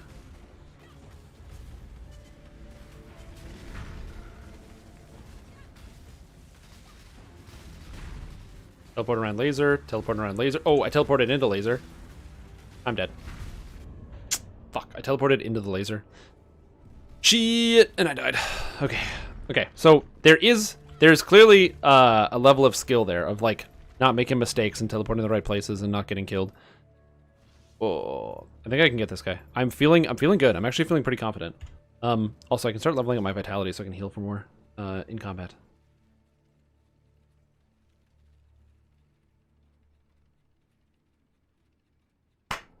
We got this. We got this, guys. We got this. Oh, I'm feeling good. I should be feeling bad, where I'm like, oh man, I can't beat it. But I don't know. This is a hard boss. I've never fought it before. It probably takes like a long time to master a lot of these bosses to be able to beat them well, to like understand their tells and things. And also, my character has so many visual effects, it makes it hard to see almost anything that's going on screen because of all the area of effect that I have. Like, I wish there was a way I could reduce my area of effect to get more damage with concentrated effect, but I actually already run that skill gem, so which reduces the area of effect and increases my damage on a single area, which is very valuable, and I'm very happy I'm using. Because in theory, I could use like increased area of effect if I want to have better wave clear or something, but I already have really good wave clear with my extra effect because of how much AoE I have. Yeah, here we go.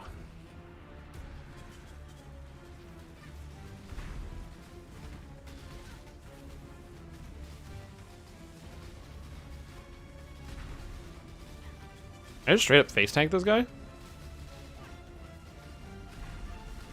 Might be able to just straight up face tank this guy. Fuck.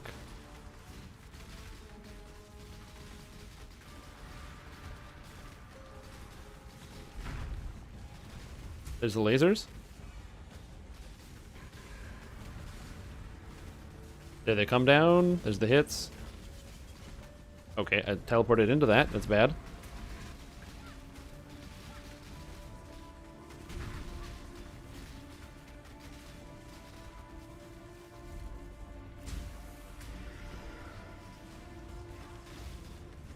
Move around. Don't get hit by that.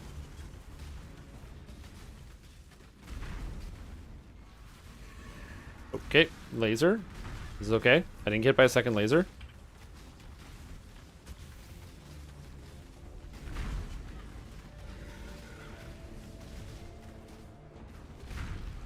Okay, got hit by one. It's okay.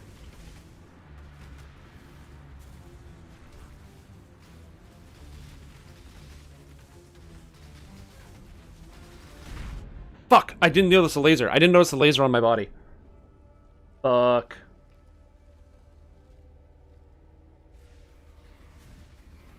Oh, there's an ad phase. Okay, so I made it to half. So that's half. He gets an ad phase. I don't know what happens during the ad phase, but there's ads they're fighting. People are fighting each other. Interesting. Okay. Ad phase. Cool. So there is an ad phase. Mm-hmm.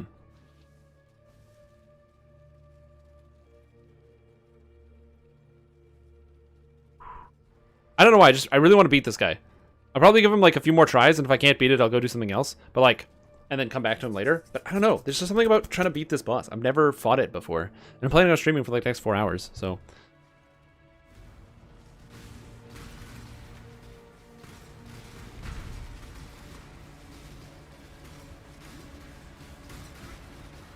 I went from 85 to 89, so I'm feeling pretty good about my progress, or 90, so I'm feeling pretty good about my just general progress. But yeah, I can probably come back here when I've got, like, all my gems are at level 20. Maybe even have, like, quality 20'd a couple of them, and then reset them.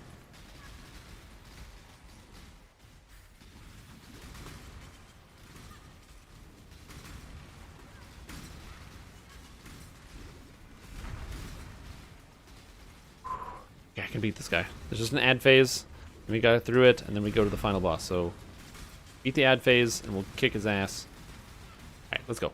Let's go.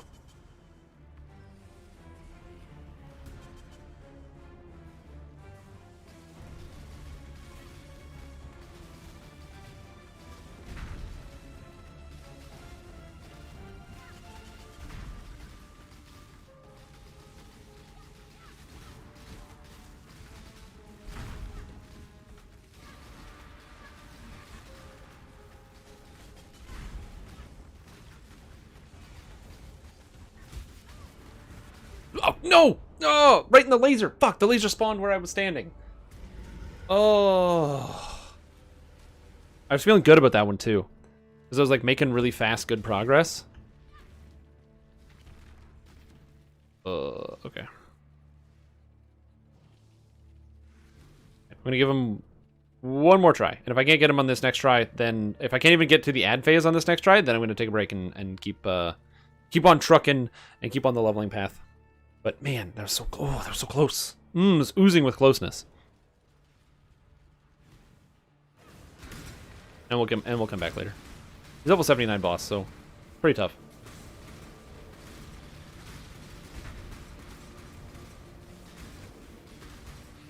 Also, it says he can't be slowed, which makes me wonder if I can actually affect him with my hypothermia, because it only affects chilled enemies, and a chill is a slow.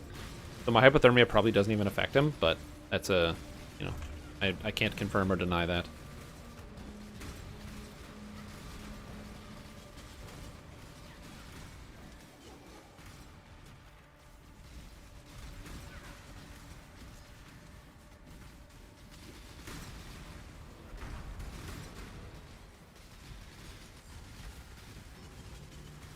I don't want to die on the way to the boss. I just get killed by all the stuff that's outside. Like, oops, I went the wrong way.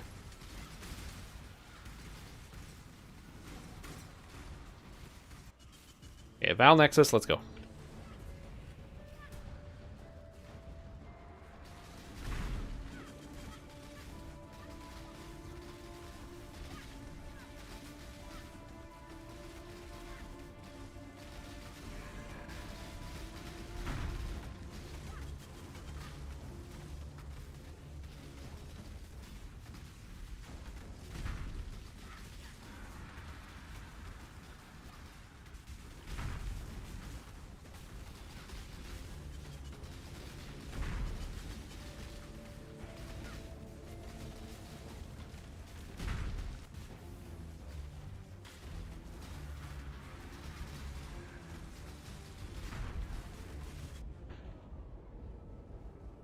Okay, so there's an audio cue. You can hear this like whistling effect when they actually start to drop down, but yeah. Oh, man. Yeah, I just don't have anything else I can switch it to, because it's a green gem, and I can't really replace the green gem with anything useful. Like, there's no green gems that give me extra damage. I guess I can just get added cold as a flat damage boost, which might be okay, but yeah. Alright, we're going to come back to that one. We're going to try something else. in the meantime, in the interim.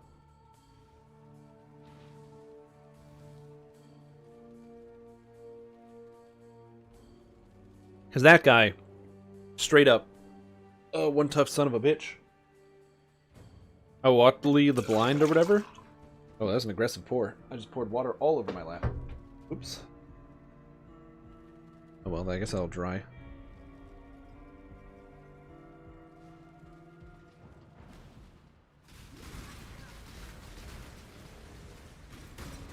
My damage is now way higher on these monsters, so I can at least start clearing and leveling a little bit faster. So I can start doing the 81s and the 82s and the 83s.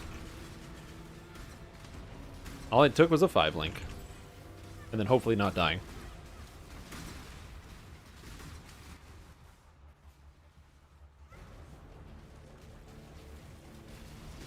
Some exiles. Hello, exiles.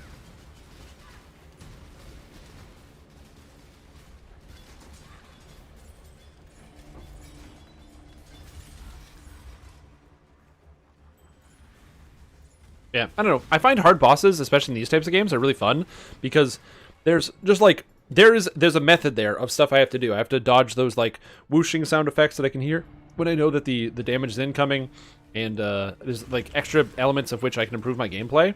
But then there's also the element of like maybe I just need to improve my stats a little bit. And I can come back. Like, yeah, I haven't upgraded my weapon in a very long time, so maybe if I get a weapon upgrade, it might be relatively impactful because I don't think my weapon's that good.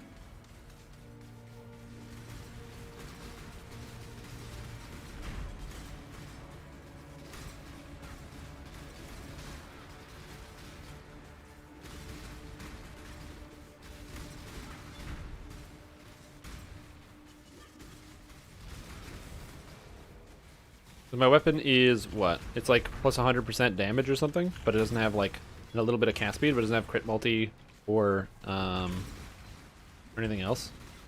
I could probably get a better weapon if I crafted one with like, if I just chaos spammed like a high tier weapon maybe.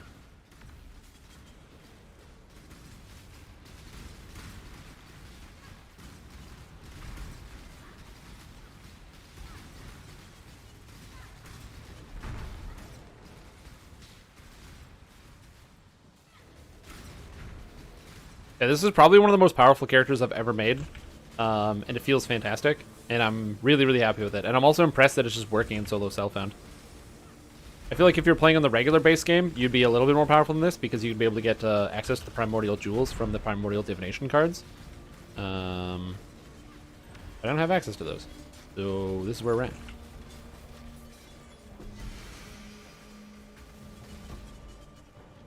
I'm still making some like reasonably good progress in some of the stuff. Killing lots of monsters, having a good time. And laughing along the way. But yeah, this is really strong character. As I said, a key factor as well is getting this last gem level. Once this goes up by one more level, it increases the damage by almost like 20% per level. So that's just a flat 20% damage increase over what I was doing before, which makes it easier to get through some of the phases because it means I have to spend less time fucking up repeatedly. When I'm ready, and not before.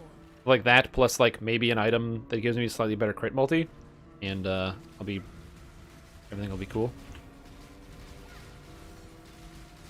How these guys freeze in the air? It's so funny.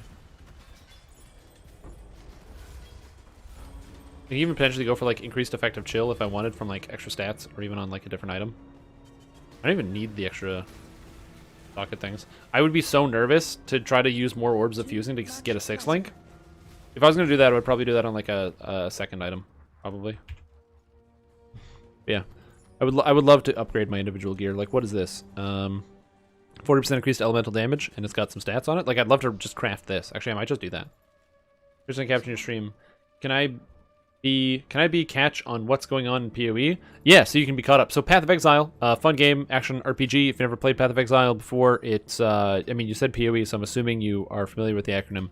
But just in case, Path of Exile, free action RPG. Right now, this is the Delve League. It is only going on until this Friday, so I want to be getting to level 95 before Friday so I can get entered into the contest, because there's a contest where you can win some cool prizes and stuff. Plus, also, I want to prove it to myself that I can actually do it. And Delve is my favorite content in Path of Exile, and they've never done a league like this where it's only Delve all the time. All Delve all the time.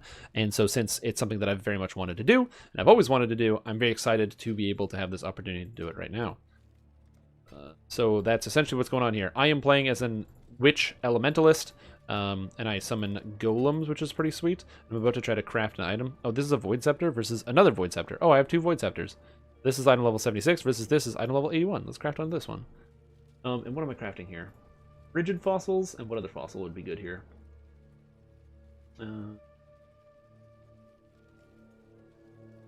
Prismatic fossils?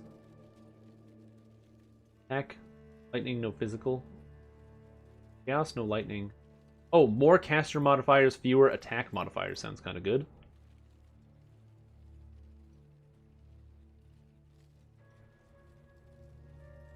And more elemental modifiers. So let's try this. So I'm going to put 1, 2, 3, 4, 5, 6. Etheric, etheric. We'll try those. And then prismatic, prismatic, prismatic, prismatic. Alright, let's see what we got. So, more cold and more caster modifiers on this. Boom. Spell damage. I got no cold damage. No cold modifiers. And I got chaos resistance. Hilarious. Boom. Spell damage, cold damage, and a bunch of mana. That's not good. And more elementals. No fire, physical element. Cool. Boom. Cold, cold, and a bunch of mana. That's bad. And physical and bad stats. And cold damage to spells, critical strike chance. So this is 100% damage, critical and cold damage to spells, but I'm losing out on 16 critical multiplier, so it's actually worse somehow. And 96% cold damage, which is the prefix prefix 3 and suffix 2. Honestly, not that bad. I don't think this is going to be an increase in damage though. Straight up. What's here? Lightning Golem and Chaos Golem. Okay, so let's take both these out so I have like a good comparison. So I'm doing 23k, swap it out, and I'm at 23k. It's like just about the same. It's maybe, okay, so yeah, 23,445, and this is 23,123. So it's like just about the same damage. This is maybe a little bit higher. It edges it out a little bit. Even so, that kind of sucks. Damn, dude.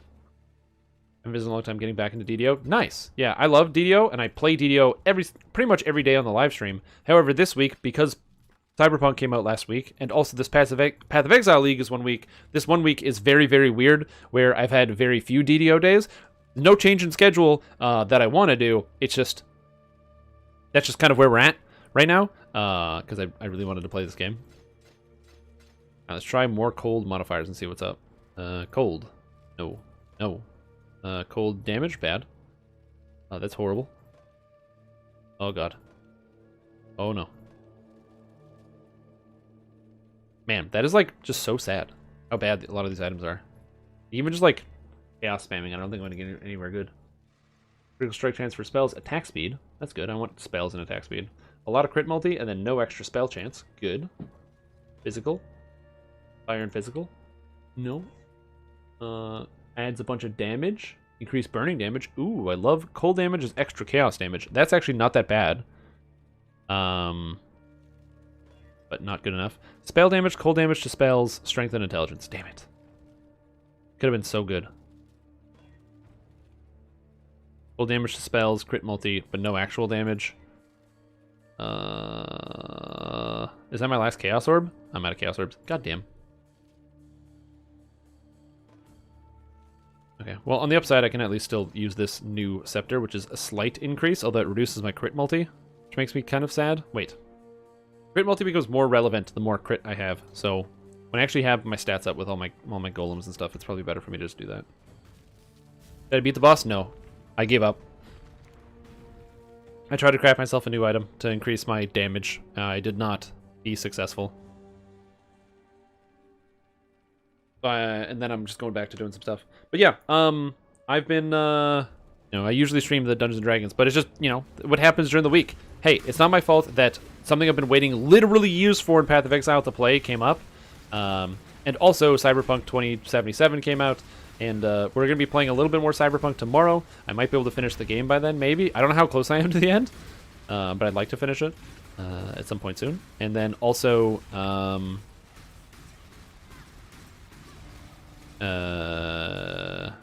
yeah. But this Path of Exile thing will be done, and then we'll be back to the standard schedule of Dungeons & Dragons Online. 5 days a week, 1 day Lotro, and if I have the energy, I stream on Sunday, and if I don't, I don't. Which should be good. Is it good? I really enjoy it. For me, it's really fun. If you go on the internet, people fucking hate this video game. I really like it. I thought it was fun. I'm very happy with my experience so far. The game is, like, the experience has been pretty fun. The different storylines have been great. I've enjoyed the characters and the different people. There's something magical about the fact that, you know, you're playing a video game in a city where almost every single person is just a straight up awful criminal. But you're also a straight up an awful criminal, so, like, it's good enough. So it's fun. It's got a lot of character, and I really like the fact that they give you a lot of different, there's decision making in the quests and how you want to handle stuff. The characters, there's a lot of really funny dialogue as well, but sometimes it's not like intentionally funny. It's just like, it's obviously intentionally funny. It's written that way, but it's not like they're telling you a joke. More so, like, a character will say something that seems really, really out of place. But yeah, I like it. The gunplay is good so far. I haven't had any major game-breaking bugs. The game crashes a lot because it crashes a lot. So that's like a thing. So if you want to play games with bugs, I recommend holding off on your purchase right now and waiting until a lot of the bug fixes come that they're going to be fixing over the next few months. But other than that, I've really enjoyed it, and I don't really have any major complaints. Like I said, I've seen a lot of complaints online about many different things. We even talked about one that people had, which was that some people feel like it's unfair that their character basically is forced to do a bunch of stuff that they don't really want to do. Or, like, you know, it feels like you're going against the core values of your main character or something when you're taking action within the game. And my response to that was like, yeah, I know. That's the story. Pay attention. I don't know. Oh, fuck! God damn it, I lost all my XP. That's perfect. Anyway. I don't know if I'm going to be able to get to 95. I'm going to try to get to 95, but I don't know if I'm going to be able to do it. Might not have the mental fortitude to do it. I'm going to buy flares. But yeah, but overall the story is really good. I straight up just want to play it right now. I would play it right now if it was if I wasn't physically doing this Path of Exile thing. That's why I feel bad about this Path of Exile Delve League. Man, it's pulling me away from the Cyberpunk really hard. Because what I would have done is I would have just played Cyberpunk for the past, like, 5 days straight, finished off everything in the entire game, and called it a day. But I really got to play Path of PoE Delve, and I've been delving off camera too. So it's not like I've just been only doing it on live stream. Last night I was up late with getting the video ready for stream till midnight. And then I got the YouTube video ready. Tomorrow I'm going to get up early so I can actually go to the grocery store and buy some food and things for the rest of my week. Just trying to cram in everything I got to do during the day into the actual day that I've got to cram it into. And then after I'm done the stream tonight at somewhere around midnight, I'll probably go and do, like, the dishes and clean up the house and what have you before I go to bed. I was up at 7:30 this morning. Gonna delve back into PoE. Ho ho ho! Got him. Yeah, basically, literally that.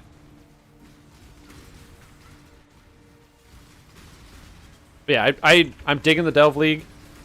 Get it? And it's just my jam. I love exploring around in these damn caves, looking for, like, cool shit. And every time I find cool shit, I get really excited too. Got him.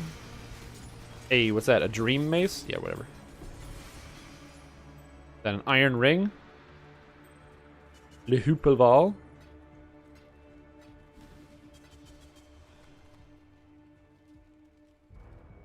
How do I get to this?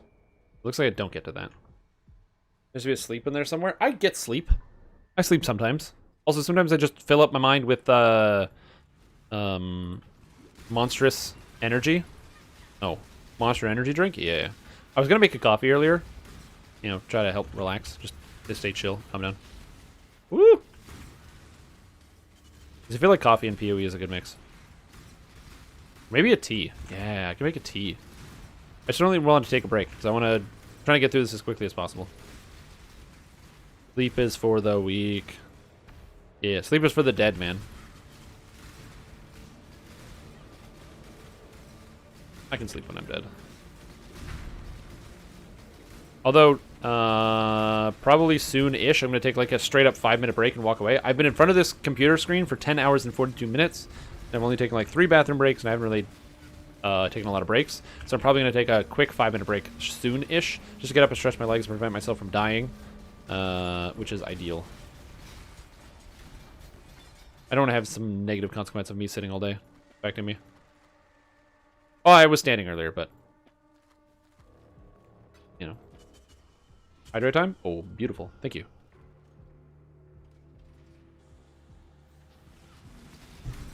Thank you. I've been hydrating really well today. In fact, I've been hydrating so well today. I've just been talking a little bit more than usual, so it kind of drains the liquid from the system. But I've been hydrating so well that my water jug is empty, which is crazy because it was full this morning. Or it's just been 10 hours. I can't tell the difference anymore.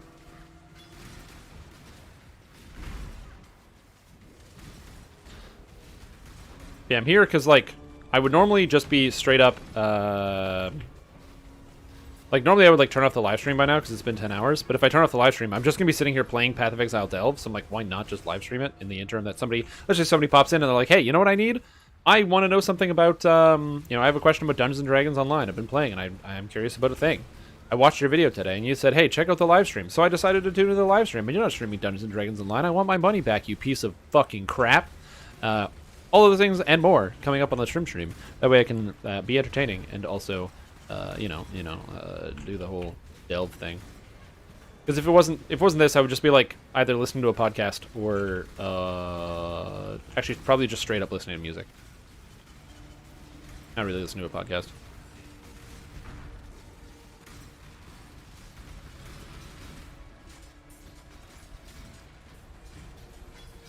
Goodbye, bad guys. DDO stream, but this is nice. Oh yeah, and trust me, there is usually a DDO stream. That's a safe bet. I've streamed like 50 hours of Dungeons & Dragons Online every week for the past 3 months. It's only because of this one slight deviation. But then we're going to be popping back into Dungeons & Dragons Online, talking about Artificer, talking about the Full Metal Alchemist build, talking about the friggin' Super Axe crit Tiefling Scoundrel build. You know what I'm saying? We got lots of builds on the horizon. And at some point I'm going to get... Oh yeah, and the Druid with the Shifter. Ugh, Shifter Druid. Probably some other type of shifters. I need all my Shifter lives.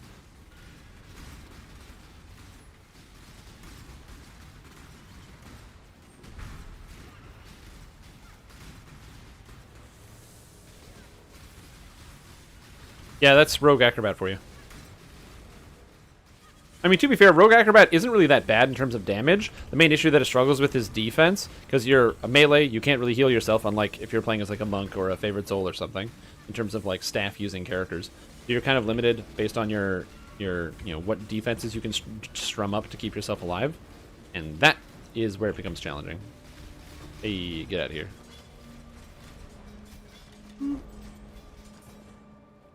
Healed.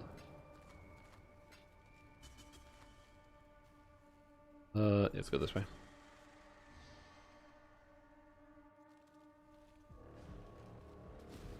I could also possibly make my character slightly weaker, maybe, in terms of offense, I just realized, because I have a really, really strong wand. But then also make my character a lot more defensive, because I have an extremely powerful shield. That has like 100 life and also some spell damage on it and stuff. And we'll see. Very incinerate. I do need more GCPs. Wait, my backpack is that full? Oh shit, I gotta pay attention. We're just running to the next thing. Go, go, go. What's that? Flares? Yeah, flares. Give me 40 flares. Yeah, doing like level 81 stuff. I'm not used to doing level 81 stuff in Path of Exile. I'm usually used to doing lower level stuff, so this is definitely not so much a first, but a newer concept. Because the highest character I'd ever previously gotten is 93. Ever. Path of Exile. So 95 would be a new goal for me, and I'm doing it in Delve League, which is like, you know, one of my favorite ideas for a league. So if I can get to 91 tonight, I'll be happy, and if I get to 90, even close to 92, I'll be very happy. Although at the pace that I'm going at, it doesn't seem that unachievable, or that hard to achieve.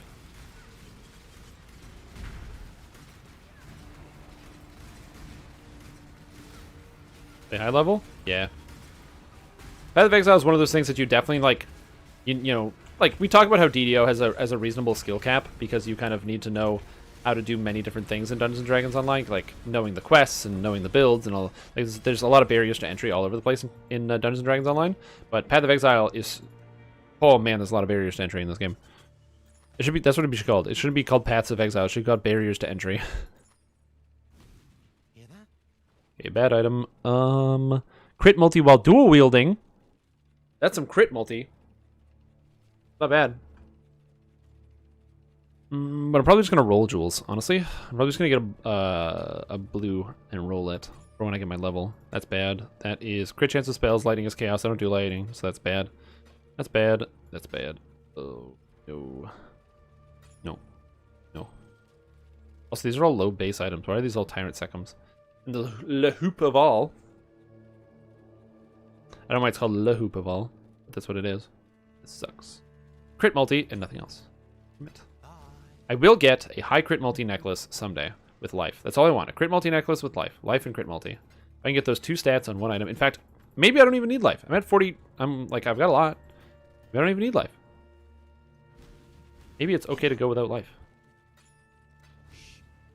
There it is again. You do not need that which has no life. I just crafted this Elder Amulet. And life. Oh shit. Wait a minute. Maybe I can do that.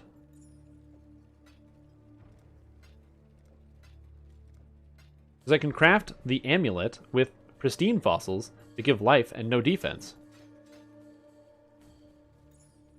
Life and nothing. Life and nothing. Life and nothing.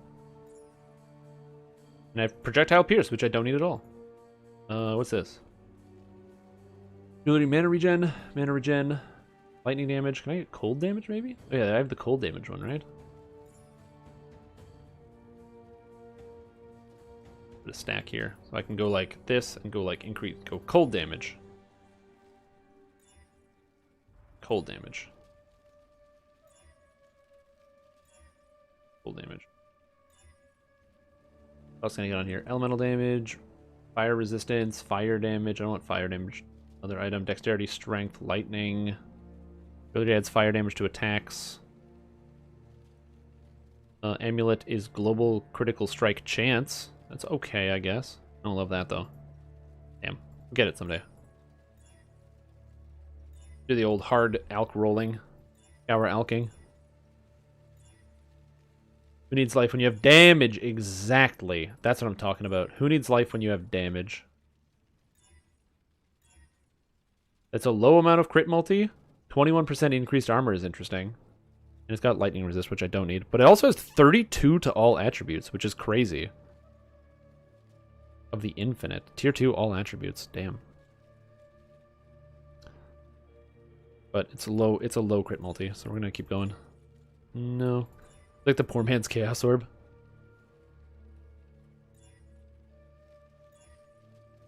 Lightning resistance. Come on, crit multi. That's 19% and life. 19% is not very good. I want to get like tier 1 crit multi. Nope. Got spell damage on it though, and it technically had crit multi and life. Global critical strike chance. No. Elemental resist. I'm just like ripping through currency right now because I feel like it.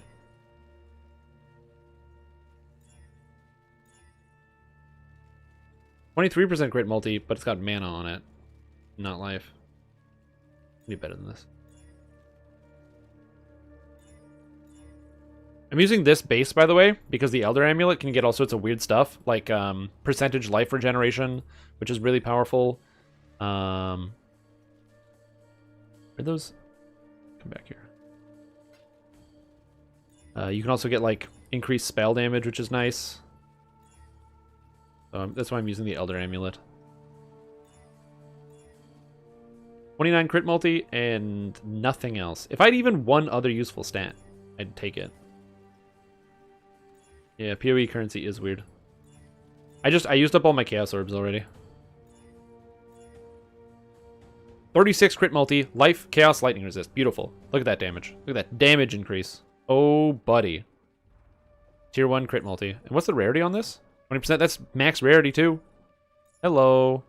Okay, cool. That's a huge bump in crit multi. Now my crit multi is up to Glacial Cascade. 379%. Feels good, man. Okay. I'm going to very quickly take like a 5-minute break. I just need to like walk away and de-think.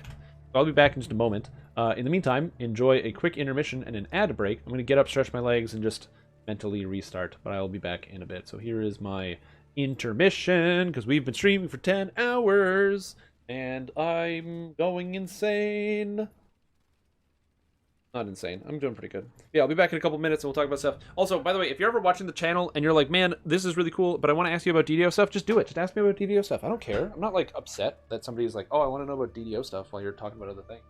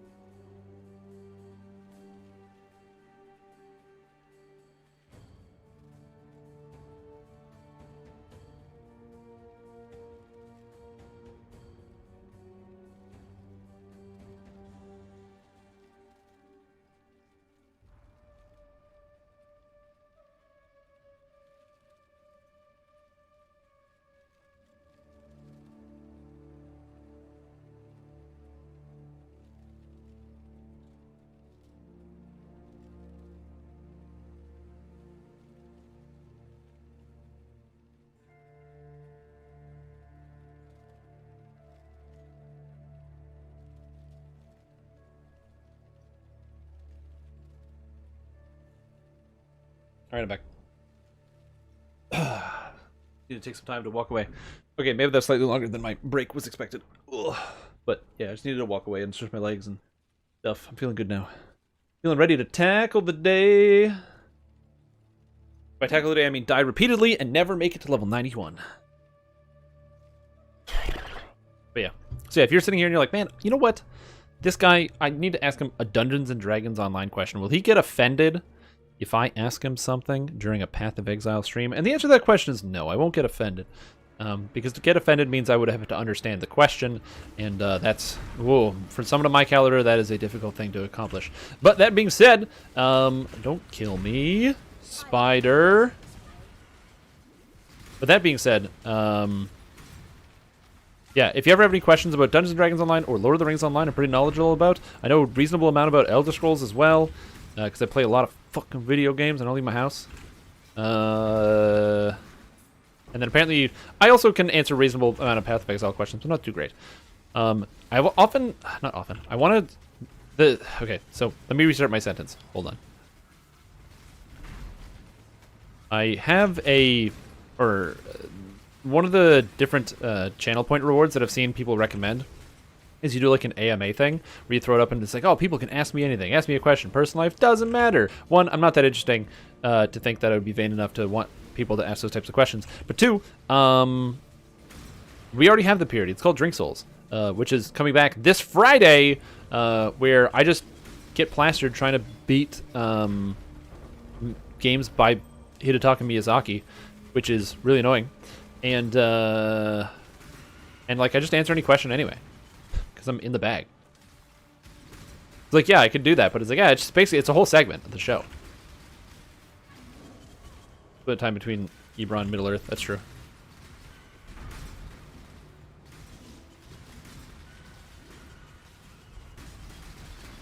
Like I've been, I was messaging this girl, and one of her things on her dating profile, she's like, two truths and a lie. I went skydiving, I went bungee jumping, and I swam with sharks. I'm like, yeah, that all sounds pretty dangerous, but I left my house this week. Think about that. That's way more dangerous. Coronavirus? Come on now. I get in the cage with the sharks and with the cage with the coronavirus.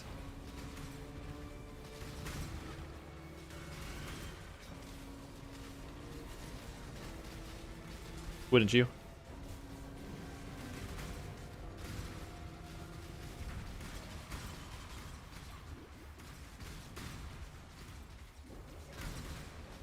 Man, I just realized when I don't ever run out of content to play, like in Path of Exile, I can just play this game forever. I feel like one of the issues that I get with maps is I get stressed out when I run out, and I have to like go down to lower tier maps because I can't I can't maintain my map pool, and I have no sustain of maps, and I just get agitated and I quit.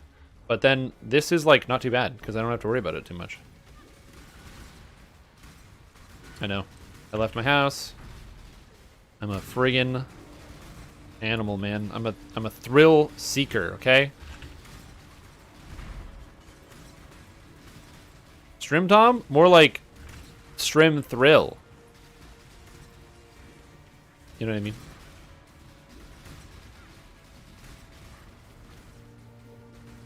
Man, every time someone calls me Tom, it makes my blood boil. It's really funny because it's like I name all my characters like Strim Stream and Strim whatever and Strim Guy. And everyone's like, okay, hey, Tom. I'm like, no. The Strim is the important part, not the Tom part. Get that out of your head.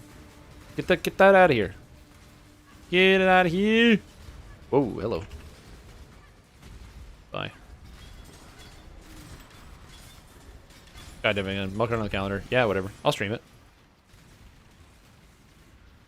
It'll be sick. Skydiving with the Strim guy. Like I said, I'm gonna work on. I want to put some weird content up on this second channel, the streaming channel, or like streams maybe, and just some more focused, or just I don't know, personal stuff maybe. Too much something weird. clutter. I need a cobalt jewel. I actually needed one to roll. Get this out of here. Get this out of here. Oh shit! It's stuck.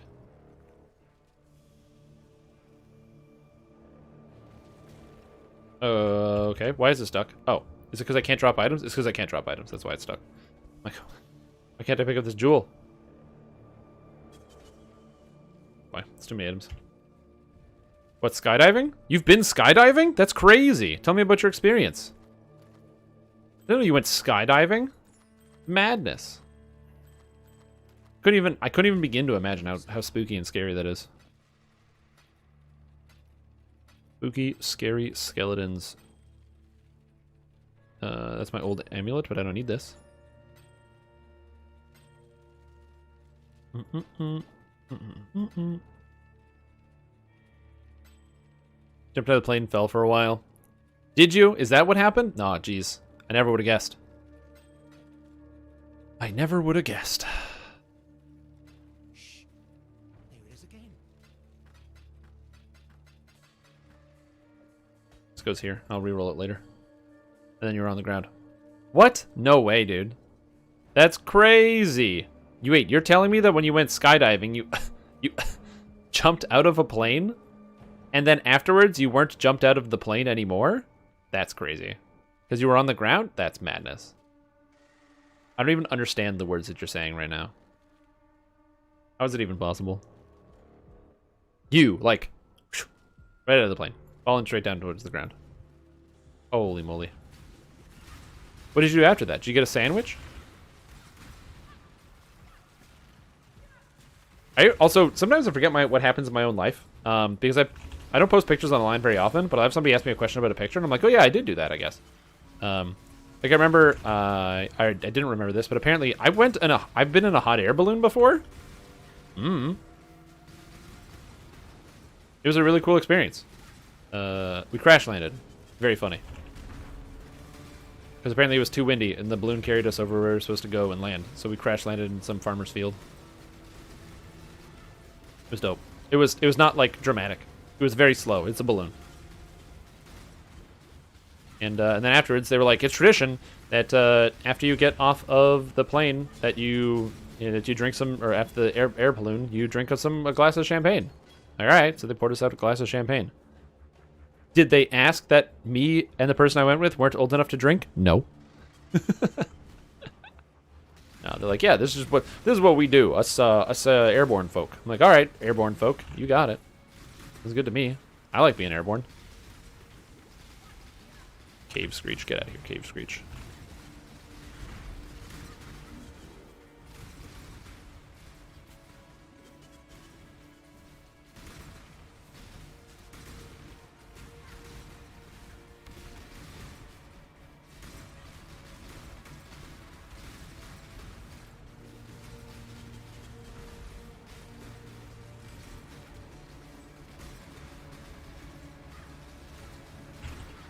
It was not too bad. Good old Canadians. They're just like, nah, we don't care. You old enough to drink? No, we don't care. Don't ask those types of questions. Like, all right. Sounds good, Canadians. I'm basically only picking up weapons at this point, trying to see if I can get anything better than the weapon that I already have. Flares. Flares. I do wish there was like an auto holster that would refill your flares automatically. That'd be nice. Playing without a parachute into a big net. What? No way. Why would you do that? I mean, I guess it's for like the thrill. What do you do if like the wind currents just like screw you up and they're like, hey, you know what? You wanted to go that way? Well, you're going this way now, buddy. I mean, I guess you can kind of like orient yourself in midair. That's why they have those like flying machines, or not the flying machines. But you know, there's like big tubes that they'll have in like malls where you like strap a squirrel suit to yourself and you like fly around. Yeah, that sounds like something that would happen at a Red Bull event. Somebody jumping out of a plane and landing on a net. No, wait, isn't that the dude that like fell from space?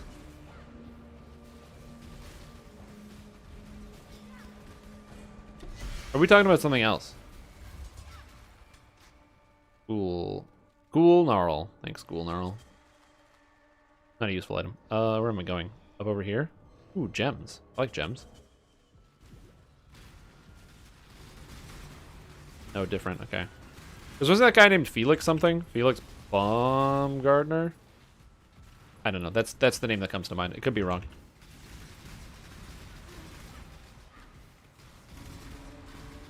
Yeah, because I know there was a guy who jumped from space. Just crazy. I didn't even know you could do that. Perfect fossil. Improves quality. Ooh.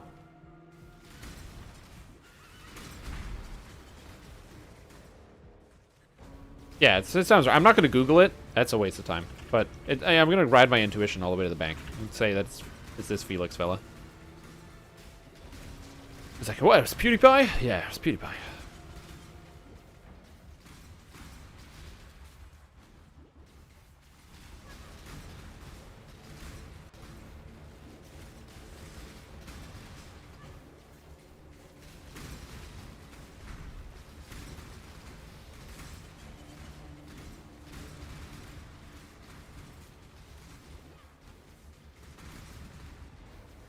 I imagine getting like to level 99 and having like almost there on XP and then dying within like 1% XP. That would suck so bad. It just been like an extra hour of grinding.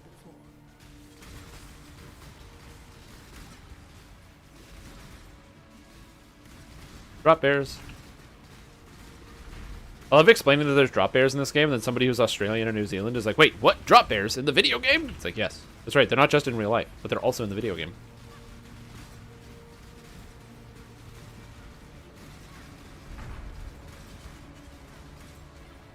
And, sorry, not just in your nightmares. In the video games, too. This.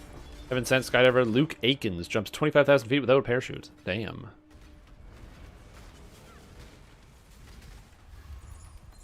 I mean, Luke Akins does sound like the name of somebody who would jump 25,000 feet without a parachute. That sounds right. Did the link show up? Yeah, it did. So I was mentioning Luke Akins and his jump.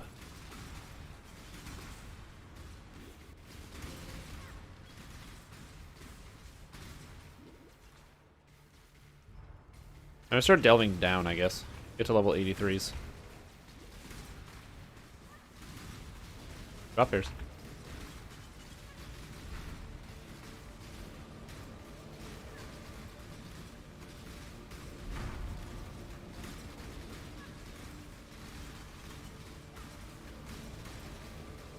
If he missed it as it was live on TV. Oh yeah. Well, that's part of the course of any type of major stunt, right? It is a major bummer if somebody misses it because they're live on TV.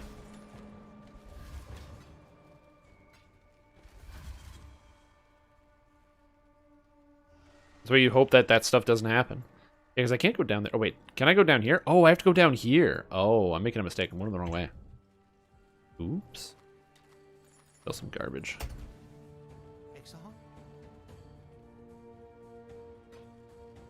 Wait, down. Using old thumb drives instead. Oh, this is for your photo transfer? Yeah.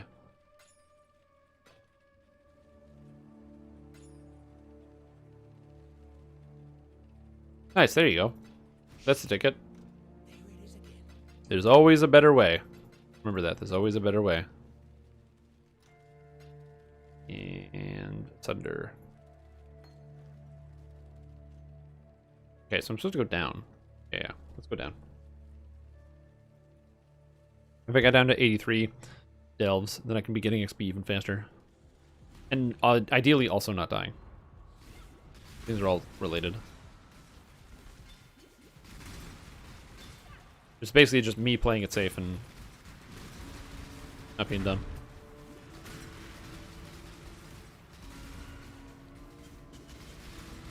I didn't realize how much damage my friggin' blast does.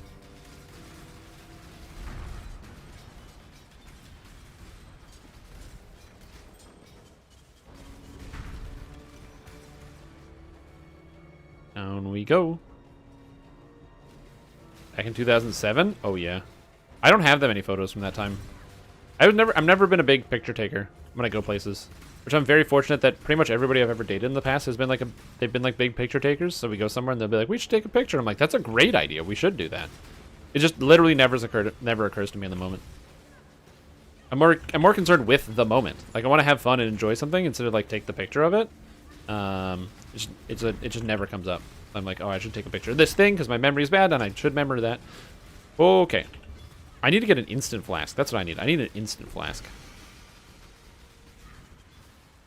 Assassin's garb. Oh, what's this?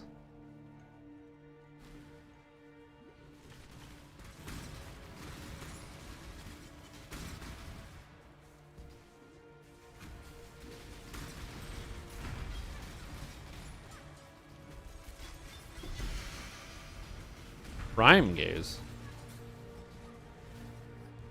I think I can't go past this because I need more mana.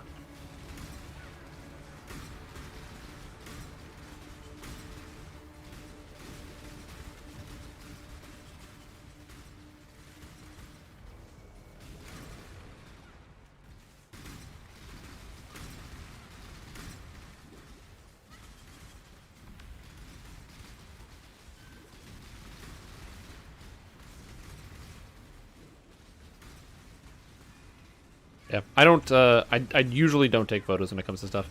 That's why it's like I sometimes often forget aspects of my own life where it's like, yeah, I did do that. I forgot about that.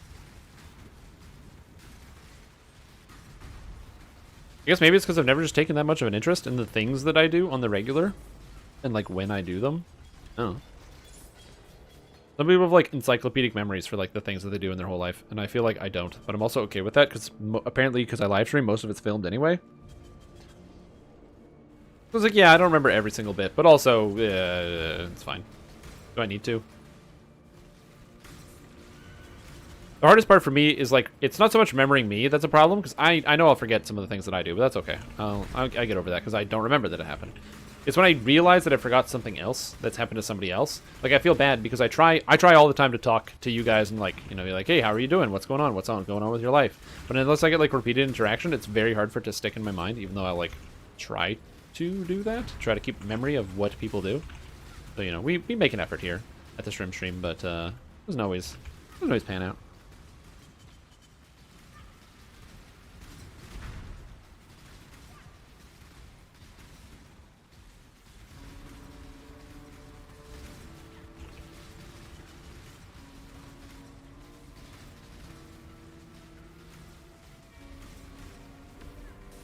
There we go, got them all.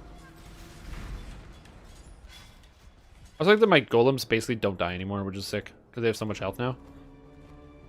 Once they get all the way up to level 20, they'll be even tankier.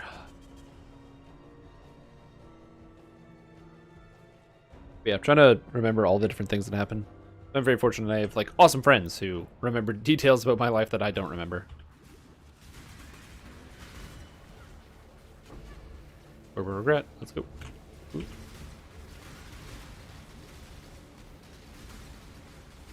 Fuck you, double Screechers. Oh my god, 2 of them in one zone, and I killed one of them. I didn't kill the other one because they have a lot of health.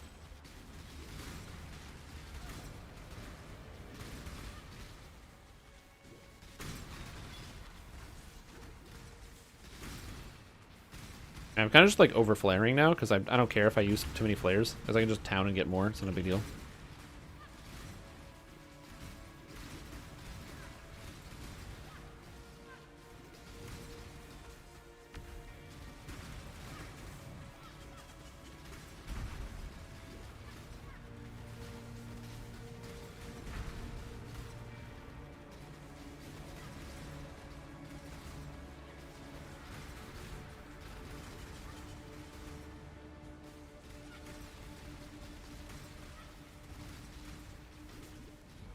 I guess I realized I could use the skill gem Cold Defier and convert my cold damage that I deal into fire damage. Prismatic Ring.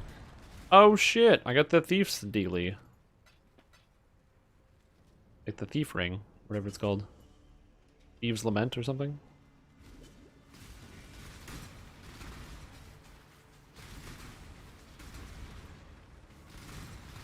Sometimes I need to go buy more flares. Do more exploring. Technically I don't even need to do more exploring. The exploring doesn't really help me that much. It just gives me more fossils that I can fail to craft anything with. Although technically that's also confirmation bias. Like I didn't really craft anything good with my fossils, therefore the fossils are bad. Versus the fossils are actually pretty good. I just got lucky or unlucky, or I don't really know the standard deviations for what the probabilities are of some of the luck things. So it's really hard for me to assess whether I got lucky or unlucky.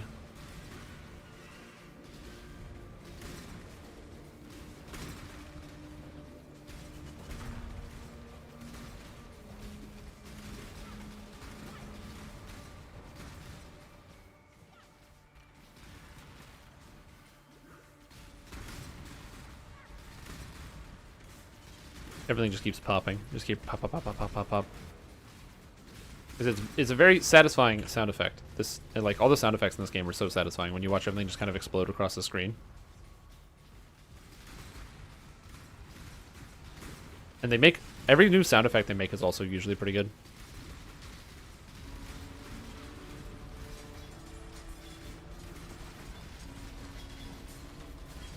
So all the new ones are usually pretty good, which is nice. Whenever they have like new content or something that comes out, the new ones are usually pretty dope. When they add like a new Herald sound effect with a new popping effect.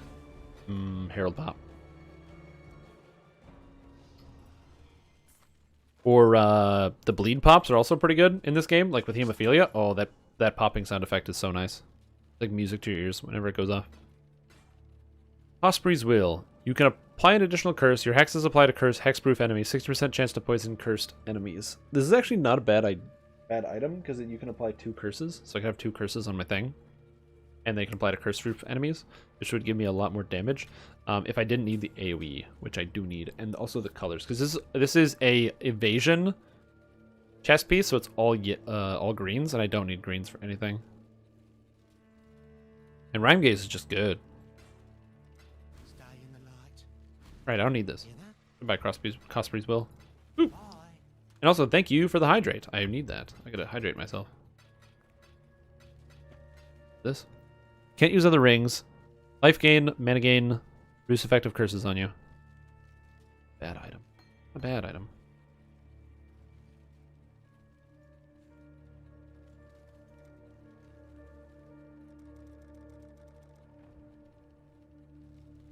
It's not what I need. 81, 81, 81. Right. Down we go.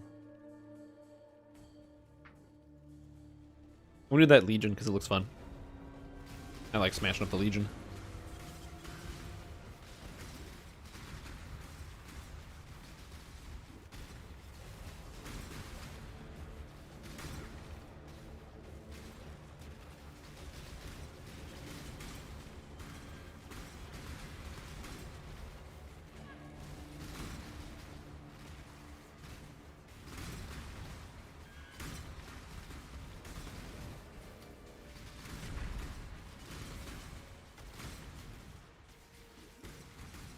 I actually hate going through these little tunnels and stuff.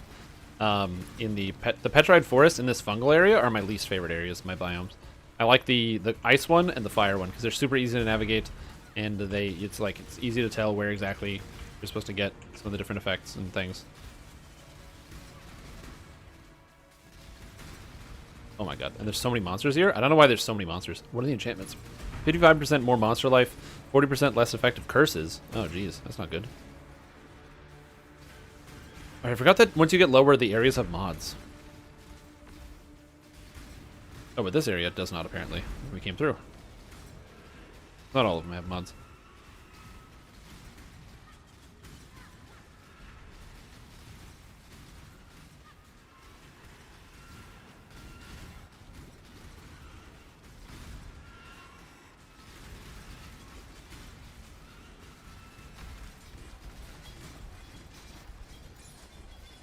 I will say, there's definitely the part about playing Path of Exile where once you play enough Path of Exile and you go to another game, you're like, man, everything else feels so slow. It's like you're playing every other game in slow motion.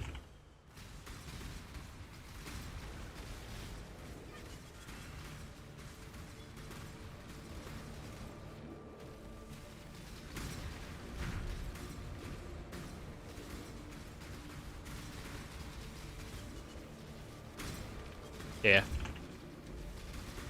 Like, it goes so fast, so fast. All of a sudden, you're just, like, ripping through 100 monsters at a time. Then I go back to Dungeons & Dragons and online. I'm like, wait, I'm fighting 5 monsters? Oh, geez, that's not the same. That's not what I wanted. I want to fight, like, 50 monsters at a time. I only have to pay attention to one thing? I want to pay attention to 30 things.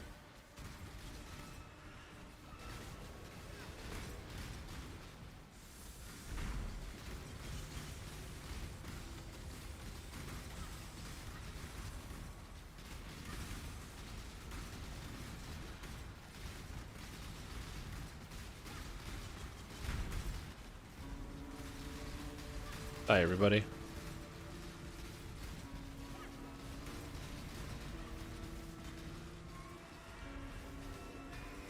don't like that the these things, the Azurite the pure Azerite creatures, they explode when they die, dealing AoE damage. You have to always be mindful of them. They're like like near you. Ooh, a granite flask. A lion's roar. Too bad I'm not a melee. Well, that would be really cool. Yeah, PoE just like starts to go like snap, snap, snap, snap, snap. Like let's go fast. 142,000 XP per hour. Still doing pretty good, honestly. I need about 3 billion XP, and I'm at 2 billion, so I need 1 more billion XP.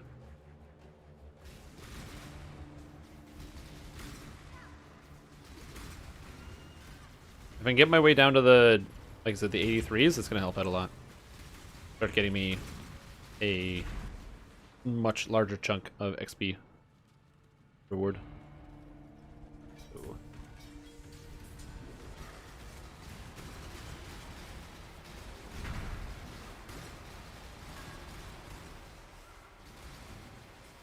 Rings.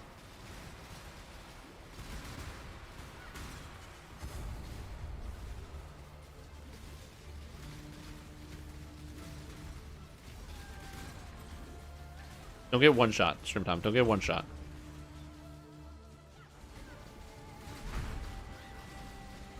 I love how I don't do nearly enough damage to be able to kill these things.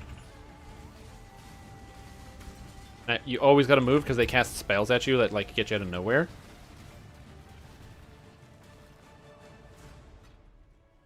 Oh my god, and I love that music. Oh, it's so good. Okay. I have an incubator. A mysterious incubator that drops an item, sure. And a primal incubator that drops a talisman. Okie doke. Attack speed and attack and cast speed. Wow, that's like pretty good. That's 10% attack speed and strength on a jewel. If I was an attack-based character, I'd use it. Since I'm not, I'm going to sell it out of the game. Huh. If I could use this item, it'd be great. Because this is a Void League, by the way. So what that means is all of the items that are gotten here will not translate over the base game. This is just temporary. So this fun that I'm having is just for the sake of having fun, which is weird because I'm not much of a fun-having person. I'm more of an efficiency-having person. So I'm like, oh yeah, I got to farm this out and do this in this order and do this in this order. Because fun is not the name of the game. The name of the game is XP per minute. And for some reason, this is very, very fun. I don't know what's wrong with me. I need to see a doctor.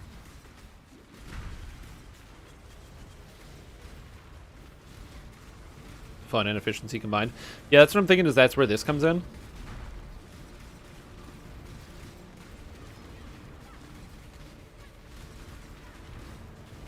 Fun and efficiency.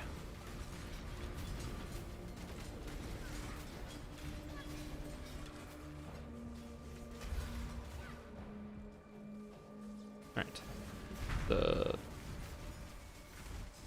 82. There it is. That's where the 82 is. I was wondering where it was. Prime Claw. That is too much health. When they have an elemental resist aura and they resist elements, there's a problem. You go, how much element do they resist? Like 2,000? Oh, okay, cool. How many elements do they resist? Oh, all of them? They resist every element? Okay.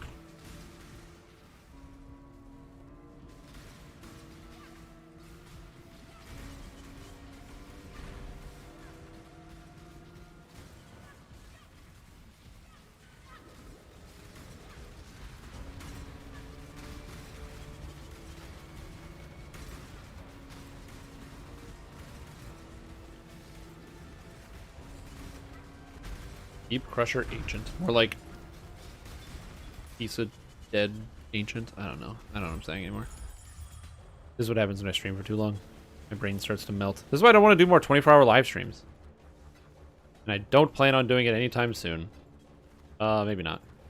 I don't know. We'll see. TBD. To be determined. I have some fun plans in the works of some things I want to do. I gotta get everything set up for my contest that I want to run. Once the UI contest is up and running, it'll free up a lot of time for me. I gotta get the video done and other things, but oh, that's the wrong way. Oh god, this is a bad room. This is a bad room. Bad room. Bad room. Oh god, this is a bad room. Oh my god, that was such a bad room. I am so surprised I did not die. I'm very happy I didn't die, but I'm very surprised I did not die. I was like 100% certain I was going down. Holy moly. Almost 12 hours? Yeah, we're half an hour away. I don't know if it shows you guys how long the stream has been going. I know the bot can tell you, but yeah.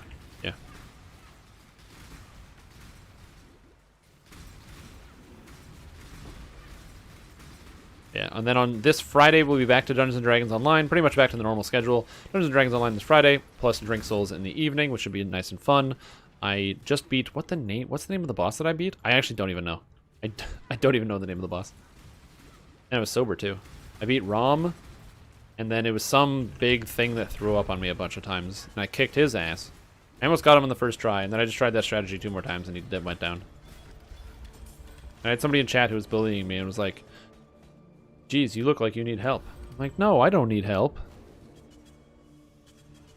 But I needed help. maybe a little.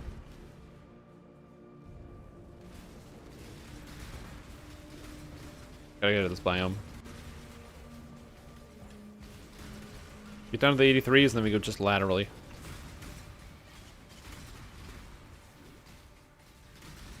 You need help, random viewer.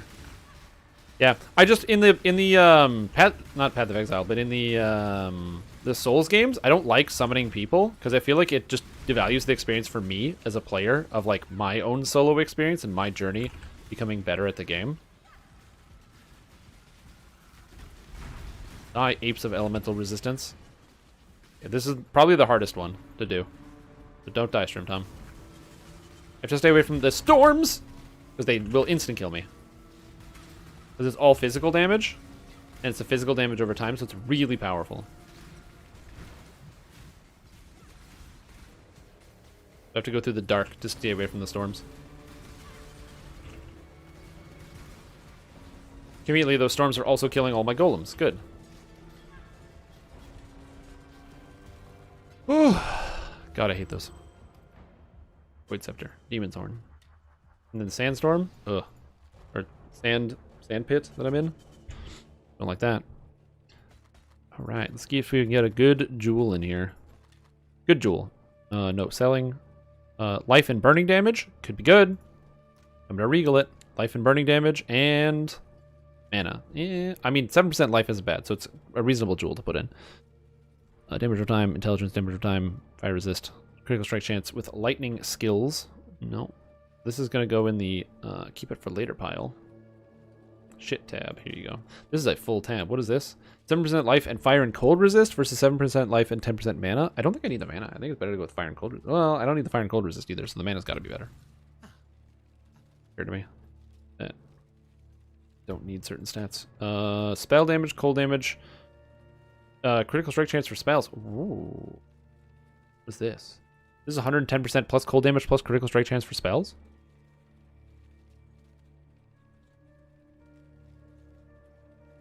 I think this is a better item.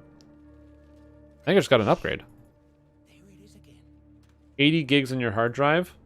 You'll have more photos and videos to move. Oh yeah. Well, dude, with just these with the video streams, I create a terabyte of information a month. Okay. That's 22k DPS. Swap it in. 24k DPS, like a reasonable jump, because it adds flat damage, increased critical strike chance for spells, and then it's got cold spell damage and elemental damage. Cool. That's just an increase. I mean, I lose a little bit of crit multi, but the extra damage is like worth it. It goes in the shit tab. Oh. This tab is getting a little full, that tab. Stressfully so. How have I still not replaced this ring that I got like near the beginning of the game? Double resist, life. Don't get it. I should get a life ring and just chaos spam it until I get something better.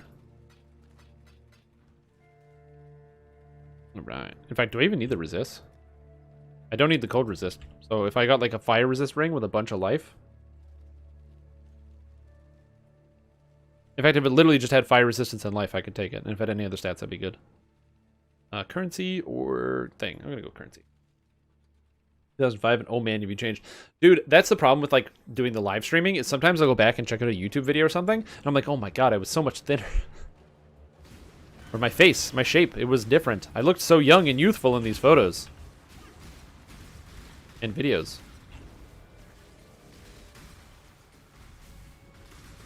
Oh, and oops. There you go, got all my golems back.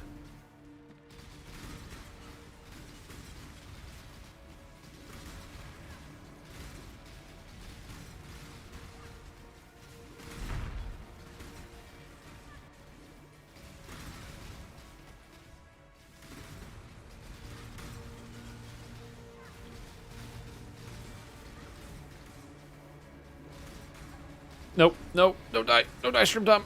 Oh.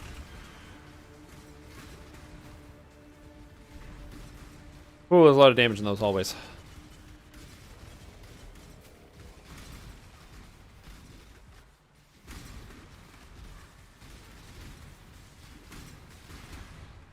I have to like throw out flares in front of me just to prevent myself from dying when the cart moves too fast.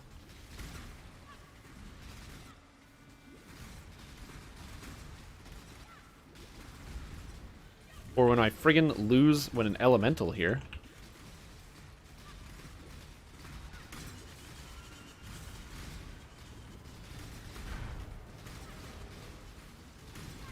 I'm not ready at all to have to be doing this.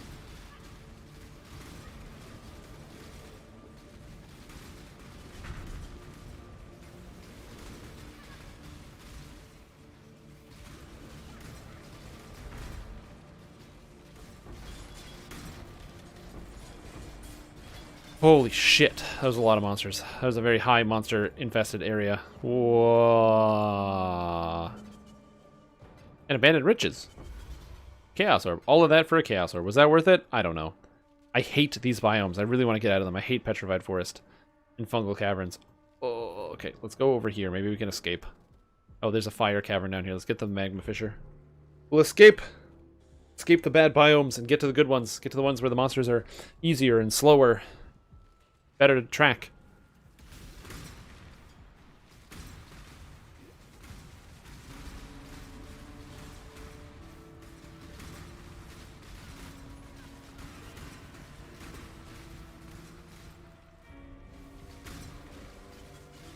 Back to the fungal biome.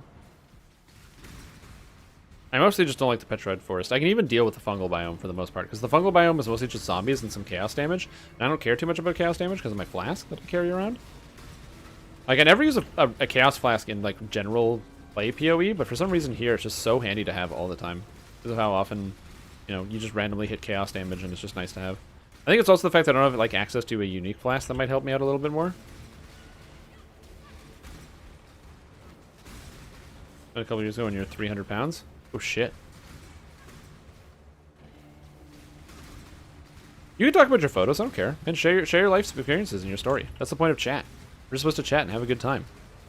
I mean, I can talk about my character build and what I did, and the fact that I just put on items that give me crit multi, and I use my golems to shore up the rest of my stats. So pretty much my entire skill tree is life and mana and crit multi. But I don't think that is possibly as interesting as your life story. Tell me your life story. Who are you? Where did you come from? Tell Dr. Shrimp Tom everything.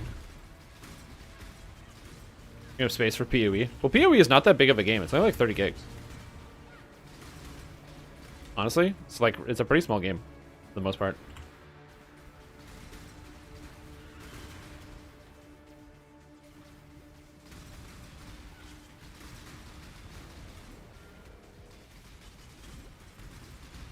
I'm in the Petrified Forest again, I just realized.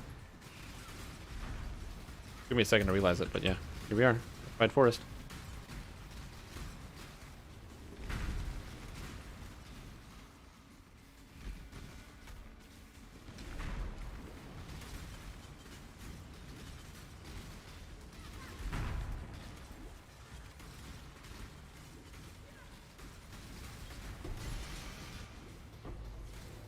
Oh, thank God I had flares.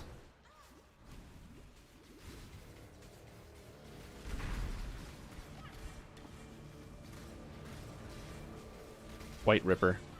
That's what was killing me. Holy moly. Oh. There we go. Trying to imagine someone grabbing an Eternal Burge Net and trying to make an Abyssus or something on this league. Sounds horrible. I'm gonna reload that area. I don't need to deal with all that lag from the items. Yeah. But I don't really... I mean, I have 2 separate SSDs that are pretty much exclusively for just gaming. Like, I don't really care about what else goes on them. Fire, lightning resist, lightning damage to attacks, energy shield, fire damage, cold resistance. Life, mana regen. If only this had fire resistance. Wait, I can craft something with fire resistance, can I? Yeah, I can, can't I? I have a thing that gives, like, fire resist. Yeah, I have fire resistance things. Cool. Essences. Let's see what I can make. Oh, no, that's only a belt and quiver. Jewelry has increased fire damage. This would be increased cold damage. And all elemental resistances. And cold resistance, which I don't particularly need. Lightning damage and all elemental resistances. Damn, that's sad. What else goes on here? Other jewelry. Mana regen. I don't need mana regen. That's bad. On other jewelry, adds damage to attacks. Adds damage to spells. Other jewelry, attack speed. Ring, critical strike chance. Man.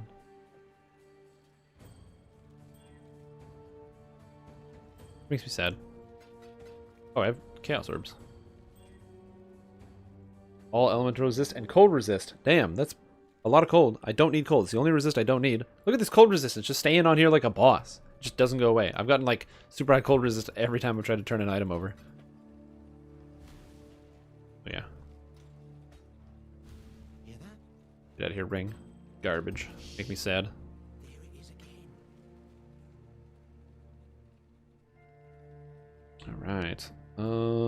Yeah, I want to go maybe... Oh, this doesn't even connect. I have to go down here. God damn it. Because last I checked, he was playing Lotro. What's going on? I'm so confused. I know!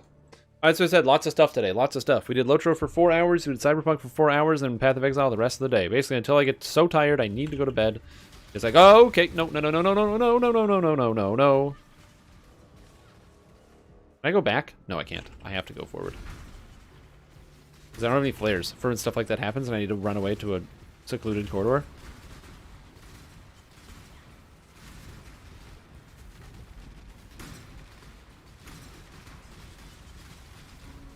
No flares. This is bad. Should have bought flares while I was in town, but I didn't. That friggin' gang of monsters that's behind me.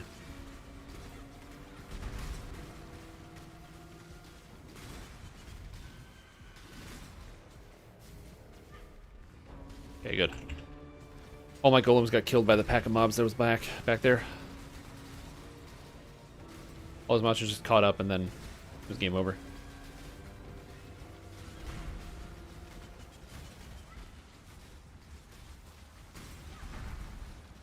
Level 82. These things do not fuck around.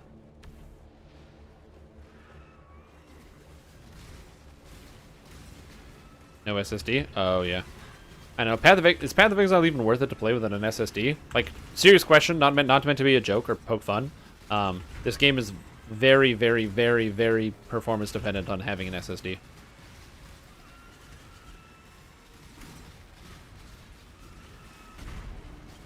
Gonna become 2 AM? I hope not. Actually, that does sound accurate, though. Okay. Gotta get the fuck out of here. Gotta get the fuck out of here. Nope, that's not what I meant by get the fuck out of here. I mean, it is, but give his mind. Woo! Okay, good. Buy flares, StreamTom. Buy flares. Stop forgetting to buy flares. I hate when I forget to buy flares and then I'm just like screwed. So this down is 129, 199. Okay, so I can upgrade both of these, and these are both fine. But I don't think I'm gonna go past depth like 250 or something. So this is built up fine. Better flare radius, better duration, and extra flare. Seems fine. Get more flares. I just want to get out of the Petrified Forest. I really hate the Petrified Forest. The Petrified Forest is full of the Roas, like bone Roas that charge you. And the bone Roas that charge you are terrifying because they charge you and they deal all physical damage. And when they hit you, they deal a shitload. It's just a big ramming hit.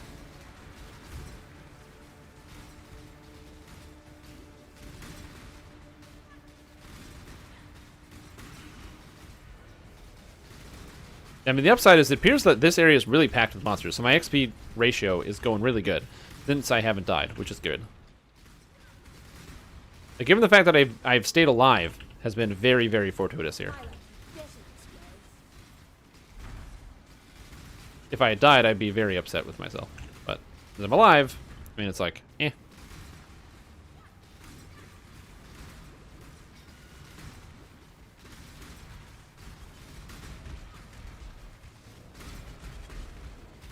The Bone Rower room? I hate the Bone Rower room. Even though I'm, like, getting better at dealing with this room, still it's a problem. Fuck.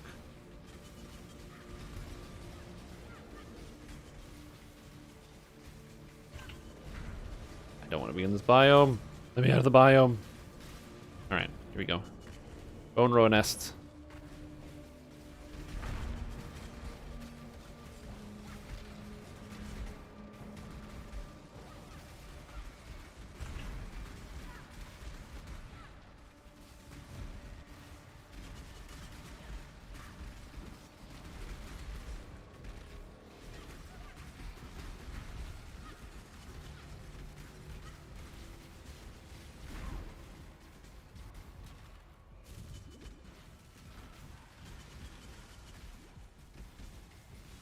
Got him.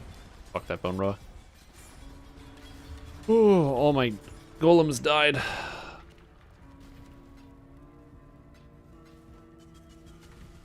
Look at that. So close. So close on XP. Have you considered unplugging the room and plugging it back in? Oh no. That's a good idea, actually. Get a new one. I don't like this room. Give me a new one. Take it back. Level 91! Now it doesn't even matter if I die. Fuck you, video game. What is it, Devourers? Okay, good. Devourers is teleport, and when they pop, and then teleport when they pop. Teleport when they pop. Teleport when they pop. Teleport when they pop. Teleport when they pop.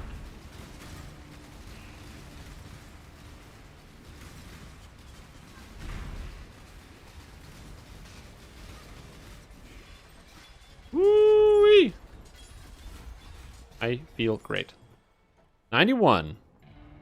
Hey, I'm on the leaderboard, man. I'm happy. Slash ladder. Top of the ladder, there's one guy at level 100, and then everyone else is behind him. Look at this guy. 600 million XP behind. Top 10 is 97. Let's go to the top of the leaderboard right now, real quick.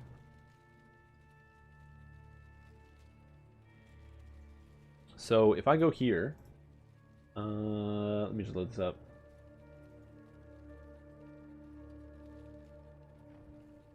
Okay, let's check it out. So, and the style of solo self-found. So you need to be level 88 to qualify for the top 1,000 of players. And if I go to elementalists, there are a lot of elementalists who are 95, and there's one who's level 96. All of them are using Blade Vortex. Am I the only non-Blade? Or there's Penance Brand. One guy's doing Flame Wall and Fireball Elementalist. There are a lot of elementalists. Damn. And all of them are Acrobatics, Phase Acro, Elemental Overload. Oh, they're all going non-crit? Dude, all these guys went non-crit Elementalist. Cool. I did not go non-crit Elementalist. I went crit Elementalist. That's kind of cool. Technically, everybody is on the leaderboard. Yeah, that's true. If I go Glacial Cascade, hold on. Glacial Cascade is 2% of the leaderboard. Look at all these guys. Saboteurs, everything else. Level 95 is the highest one. If I just scale it down to 92, do I even show up on the leaderboard? Nope. I'm not high enough level into 91 yet. I have to scale it down to 91 before I show up. There I am. Oh, no, that's somebody else. Jukes only something. Oh, there's another guy who's playing Glacial Cascade, except he went Acro and Phase Acro. which is really funny, which I did not.